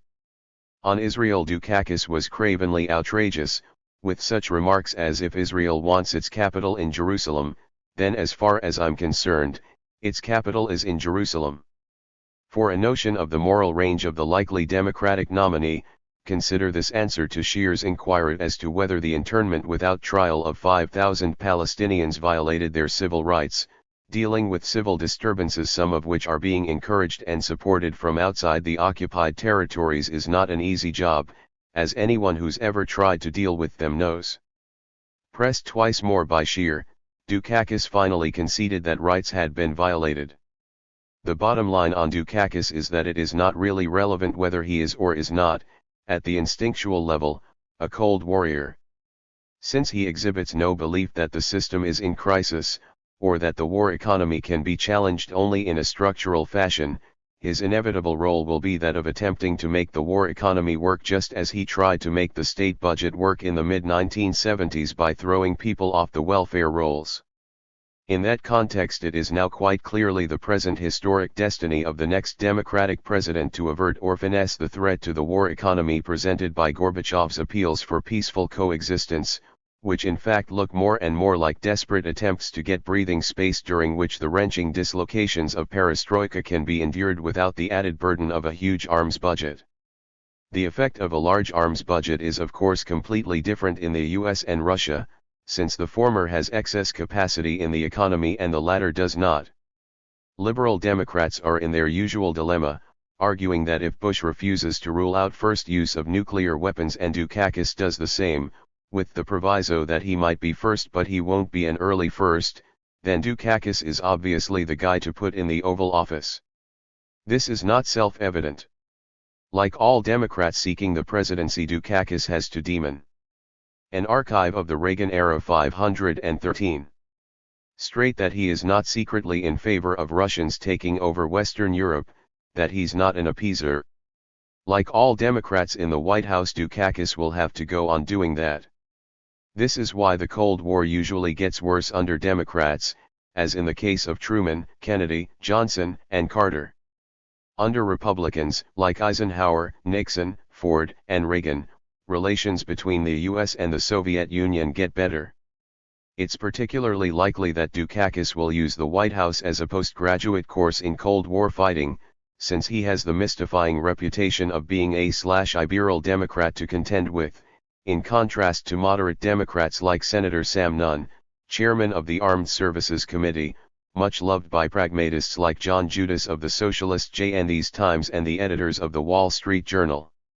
Therefore Dukakis will have to reassure the ruling class that he agrees with its axioms in foreign policy, as set forth earlier this summer in Newsweek and subsequently in Foreign Affairs by Henry Kissinger and Cyrus Vance in their joint statement of the bipartisan agenda. Vance, it should be remembered, was installed by Carter as Secretary of State and then, because he was somehow regarded as liberal, immediately balanced by the crazed Brzezinski as National Security Advisor. Kissinger-Vance bluntly advised that future agreements with the Soviet Union will be difficult to conclude, agree that research and development of SDI should continue, and reject the notion of a pledge against nuclear first use or of the denuclearization of Europe. Both agree that our economy and consumption have become so overextended that the remedies will involve sacrifice and slower growth in our standard of living. There is no evidence that Dukakis has the intellectual background or the political coalition necessary to contest such an agenda. His prime foreign policy advisor is Madeleine Albright, a former assistant to Brzezinski, and he is surrounded by many Bestand-Breitniks. His chief economic advisor is the utterly conventional Lawrence Summers, who is even more orthodox than Bush's man, Martin Feldstein, who at least says that real interest rates are a problem. Liberal admirers say that Dukakis believes in the rule of law, thus distinguishing him from Reagan's Bush, who went along with defiance of the World Court, abuse of legality in Central America and complicity with drug runners, Contra murderers, and the CIA.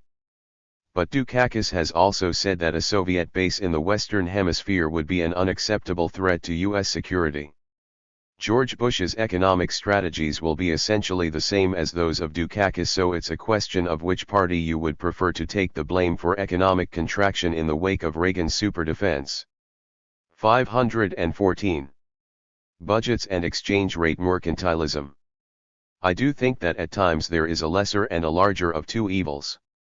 If Carter rather than Reagan had won in 1980, I doubt there would have been such an immediate and exuberant paroxysm of slaughter by the right in El Salvador in 1981, though of course Carter would have been as assiduous a promoter of Duarte as fig leaf for the Army and Treasury Police. The figures are as follows: 10,000 killings in El Salvador by the right in Carter's last year, 1980, 13,000 killings in Reagan's first year, 1981, 10,000 to 11,000 killings in 1982. In 1983, some decent reporting by Ray Bonner in the New York Times helped fuel congressional threats to stop funding unless death squad activity diminished. Bush flew down and told the generals to cut out killings in El Salvador, which they promptly did and, once again with U.S. patronage, started bombing the countryside instead. In Nicaragua, it's less likely that Carter would have worked so unstintingly at creating the Contras or at promoting their cause with the same demonizing energy. Carter's strategy would have been, indeed already was, to undermine the Nicaraguan economy. You could argue that such a strategy might in the end have been more successful in undermining the Nicaraguan revolution than Reagan's approach, which resulted in thousands of deaths and mutilations, but also probably firmed up revolutionary fiber, not least in the training of thousands of young cadres in the army and militia. This is of course all in the area of the grand perhaps. Africa. Hard to say. Invasion of Lebanon in 1982? Who knows? It should be noted that Reagan's defense spending is more or less, maybe a little less in line with Carter's budgetary projections, even though the curve is differently shaped. SDI is plainly better than impending substitute since it has no useful military application and therefore was purely a device of military Keynesianism. Would Carter have been as successful, even as eager, to distribute income upward, to the top 20%er? Probably not. On the other hand, it was Carter who installed Volcker, thus unleashing the contraction of the early 1980s and high real interest rates ever since. Reagan's budgets have stunted lives, shortened them, despoiled them, whether by ketchup as lunch on a cookid's plate or by toxins sanctioned by Reagan's EPA seeping into the groundwater. But then again, Volcker's interest rates, multiplying through the Third World's debt burden, have ruined lives in the Third World too. Truth be told, under two-party rules you get Carter and you get Reagan. Over 2 or 3 terms there's no either/or, only both/and. New Statesman. An archive of the Reagan era 515. July 7, 1988. Great Balls of Fire *. Not for the first time in the career of the Reagan administration, physical disaster and political setback have come in the form of a fiery explosion in the heavens, followed by the grim culling of human remains and mechanical debris from the sea. The explosion of the Space Shuttle Challenger spelled the end of the heroic phase of the space fantasy engendered in the Kennedy era. And if some blame for that catastrophe attaches to the political pressures surrounding NASA's eagerness to get the shuttle up in time for President Reagan's 1986 State of the Union message, the direct cause lay in the contractual procedures and bottom-line priorities of the aerospace industry and its contract issuing opposite numbers in government. The destruction of Iran Air Flight 655 provokes a similar set of consequences and conclusions, the definitive end of a particularly high-strutting phase of American moral self-righteousness, stoked to white heat in the post-Afghanistan invasion period by the downing of Korean Airlines Flight 007. Attachment of blame must go to the U.S. government for sending the missile cruiser Vincennes to those troubled waters, but the primary responsibility rests with the military-industrial complex that produced the equipment that caused an entirely avoidable loss of 290 lives. 9 hours after either 1 or 2 missiles from the Vincennes disposed of the Iranian A300 Airbus, ADM. William J. Crowe, chairman of the Joint Chiefs of Staff, proposed the official line, which was that the Iranians, those flying the Airbus carrying 290 people and those who let it ply between Bandar Abbas and Dubai under such conditions, brought it on themselves. The Airbus was off course. It was descending toward the Vincennes on a presumptively hostile flight path. Its transponder, designed to identify its civilian status and course, was not switched on. The crew failed to respond to 7 distinct warnings on both civilian and military radio channels. There were electronic indications suggesting that an attack by an F-14 was starting. On such analysis, regrets but not apologies were in order, and this, so far, has been the Reagan administration's posture. The press, mostly performing its fundamental role of offering support to the government and reassure. This column, written within 2 days of the event, was mostly on mark. In fact, however, the Airbus was not off course at all, but well within its recognized air corridor.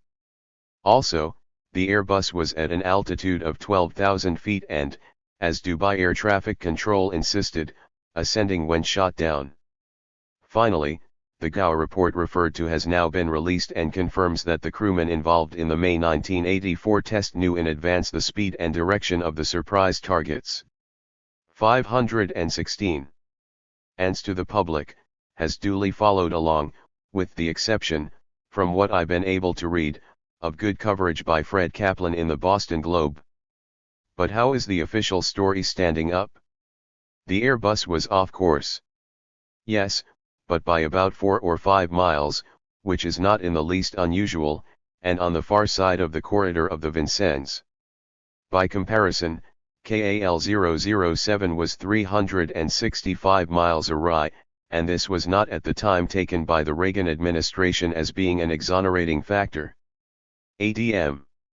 Crowe also made much of the fact that the plane was at an altitude of 9,000 feet, unusually low for a commercial flight. And he claimed the plane had a threatening flight profile, notably in the alleged fact that it was descending. He was correct in saying the plane was at 9,000 feet, but this was not peculiar, given that the Airbus had taken off only 7 minutes earlier, and thus the normal flight profile would have been to keep climbing steadily to 25,000 feet before leveling off. Assertions of a menacing descent notwithstanding, there is nothing to suggest the Airbus was doing other than what it intended, which was to fly straight from Bandar Abbas to Dubai. This suggests a panicky response from the Vincennes, particularly since a Pentagon air combat specialist quoted by Mr. Kaplan in the Boston Globe said that an attacking F-14 probably would be traveling at least 550 to 580 knots, 100 knots faster than ADM. Crow says the Airbus was flying, and well under 1,000 feet. Someone flying straight and level at 9,000 feet ain't hostile. It seems, by the way, that the height-finding ability on all radar systems is their weakest function. Much has been made of the fact that the Vincennes sent 4 warnings on a military radio channel and 3 on a civilian one. The military warnings are irrelevant since only a military aircraft would have been monitoring such a frequency. A common thread to such shoot-down incidents is that the attacker always claims to have given plenty of warning. It's not rare for pilots to be lazy about listening to emergency channels, and the Airbus pilots could have had the relevant equipment down or off. The Russians made similar sorts of efforts to contact KAL-007. The transponder is an automatic device that gets queried by air traffic control and responds automatically with pertinent data. The Vincennes was equipped with the same querying device. If transponder and interrogator are both working, there can be no misidentification. The US's initial claim that the Airbus's transponder was off was acceptable in all U.S. press accounts, but there was no compelling reason for such credulity. The A300 Airbus is equipped with a backup transponder, and the chances of both being either turned off or broken are remote. Indeed, U.S. government officials are now sending out clouds of answer. An archive of the Reagan-era 517. Tainty on the matter of the transponder. Maybe it wasn't off, after all. Maybe the ambiguous signals were coming from another plane. And on the crucial matter of whether the plane was going up or down, Dubai Air Traffic Control insists it was ascending. Suppose we abandon the theory very naturally espoused by the U.S., that the Iranians and their Airbus were either incompetent, malevolent, or both, and instead consider the theory that the Vincennes equipment is an extrusion of the corrupt, inefficient and profiteering system now under major investigation by the FBI. The Vincennes is an Aegis-class cruiser, billed by the Navy as the last word in high-tech wizardry in its ability to track and identify dozens of planes and missiles at the same time. But congressional suspicions of the Aegis radar system was once so high that the whole program was in trouble.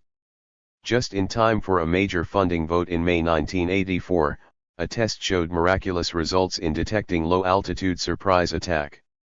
Critics at the time said the actual element of surprise in this test was highly questionable, and the General Accounting Office recently concluded a report on the matter that hasn't yet been declassified. The joy of Aegis from the contracting point of view is that it is extremely expensive. Along with associated systems, it accounts for half the $1 billion cost of the ship on which it is installed. The Aegis system is known to be unreliable, and the Allied Electronic Warfare System, the SLQ-32, whose job is to sort out incoming transmissions and determine which aircraft are friend or foe, is notoriously unreliable. The Vincennes couldn't tell the difference between the Airbus and an F-14, despite being loaded with equipment for high-tech fighting via radar screen, supposedly more reliable than a man standing on the bridge with binoculars announcing the passage of an Airbus flying south at 9,000 feet.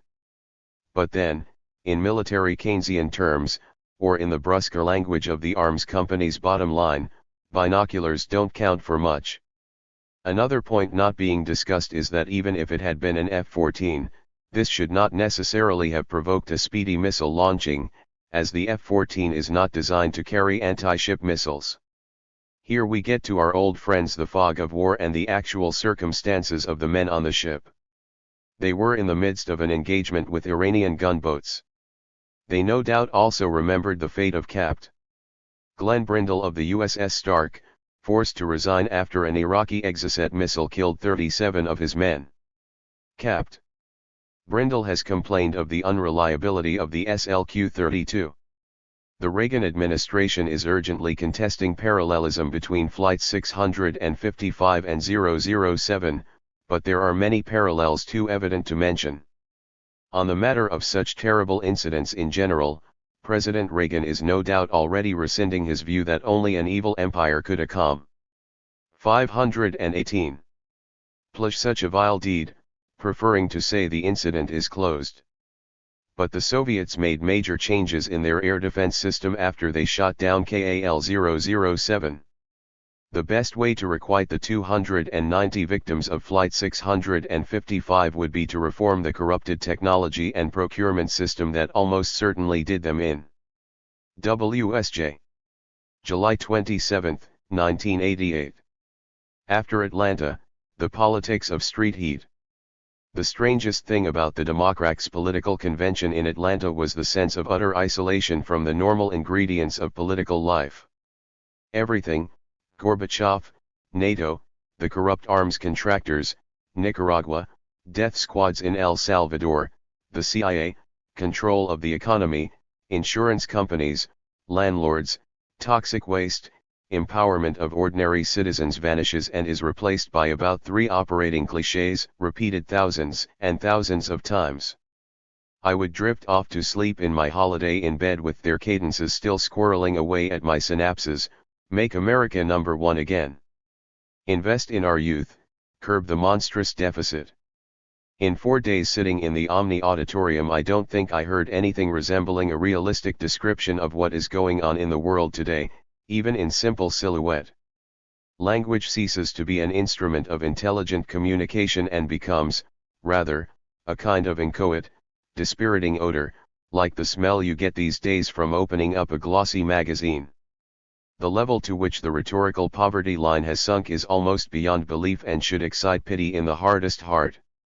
Many of the nation's most prominent politicians support themselves with as few as one idea and one joke.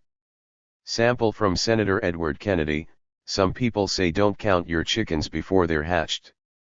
Well, the Republicans have already hatched their chickens this campaign and George Bush is a dead duck.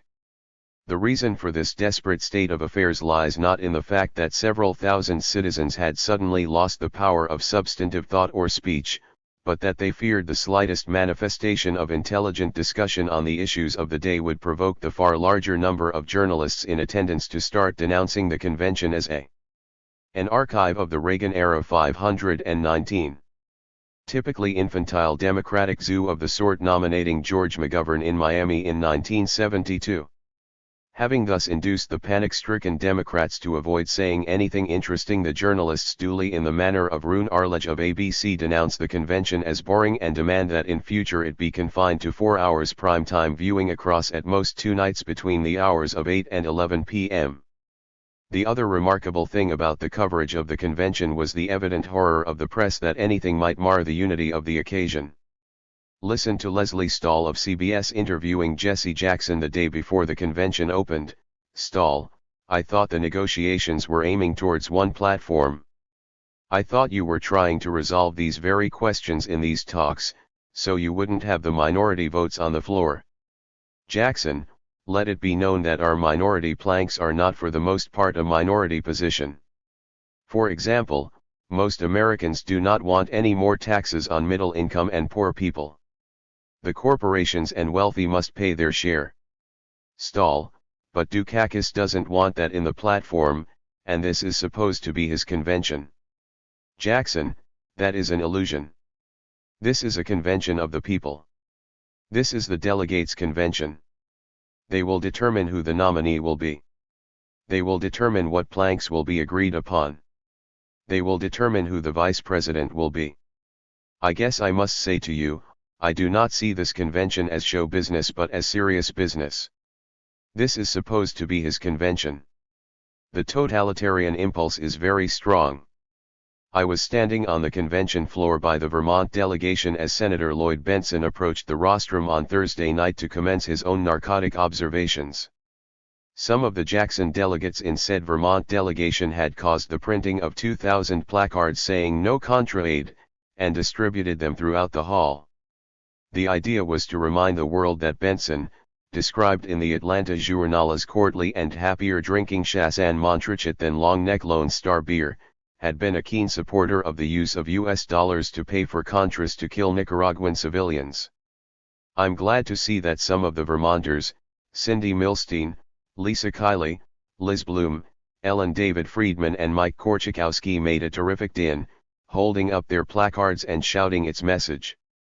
Theirs was almost the only exhibition of the placards throughout the hall.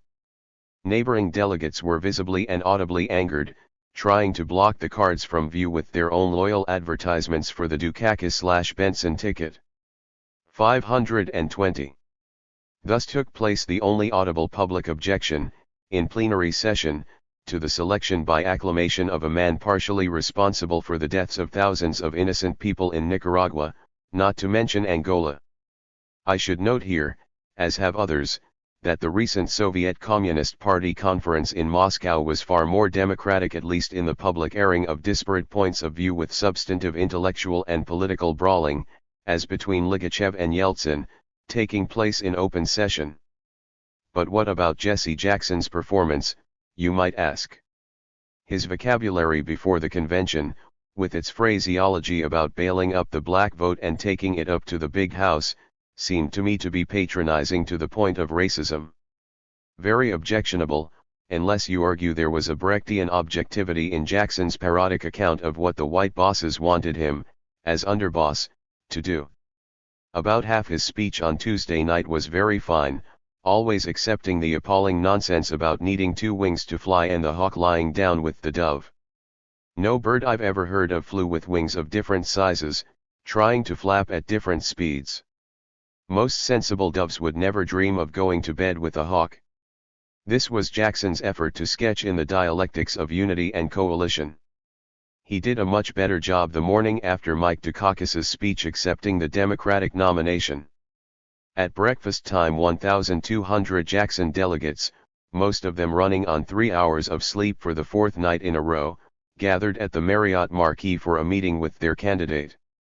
Finally Jackson walked in with Dukakis and Benson to argue the case for working with the ticket, for working within the Democratic Party, for accepting the Benson nomination without terminal uproar, and to show Dukakis and Benson that here were 1,200 activists with minds of their own. The rhetoric was more relaxed than the prime-time style as Jackson, in front of Dukakis and Benson, made his case for a dialectical relationship to power, close enough to serve, far enough to challenge. Martin Luther King, Jackson said, had asked Lyndon Johnson to put through civil rights legislation.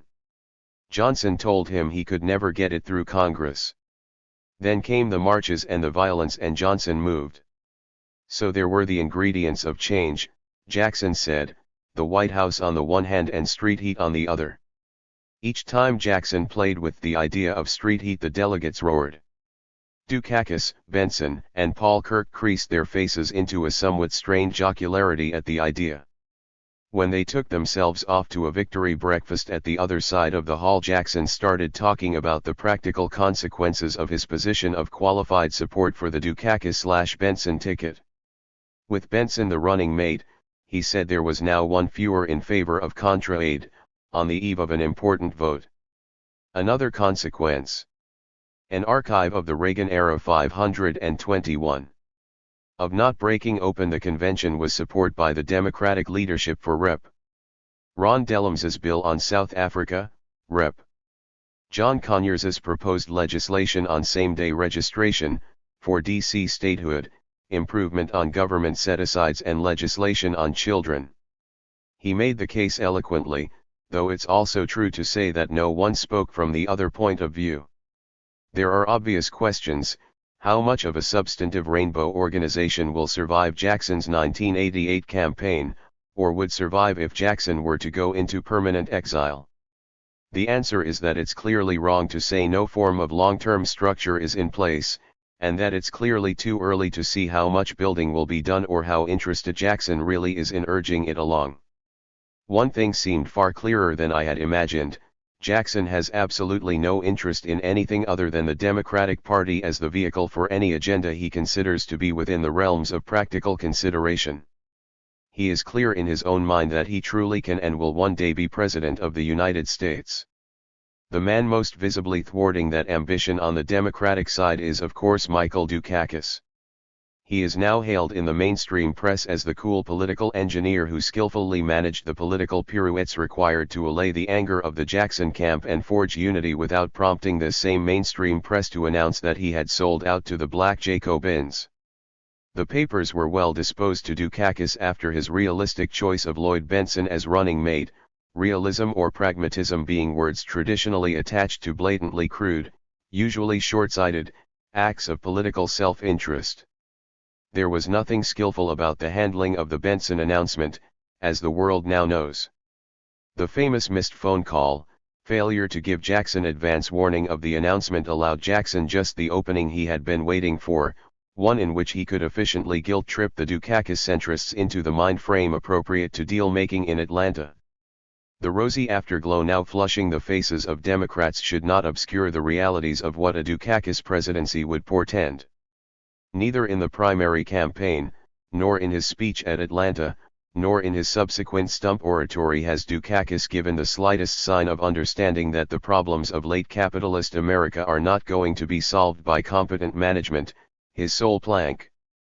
Within the terms of the system, the United States has been run pretty competently for the last 8 years. The country is in its 67th month of continuous growth. Granted, the average rate of growth is 2%, but even so the line has gone gradually up rather than down. Deficit spending permitted the surge in military appropriations that have been the engine of this, indeed of the capitalist world's, economy. What George S. 22. Gilder has termed exchange rate mercantilism, fixing exchange rates relative to West Germany and Japan in particular to the US advantage, has once again worked well, even producing signs of revival in the Rust Belt, notably in the steel industry. Such success has been accompanied by the unpleasant consequences much touted in Atlanta: transfer of wealth from poor and middle income to rich, the injustice of beggar thy neighbor exchange rates, the immorality of running the economy as a war machine. Competence won't fix the war economy or reform the international economic system.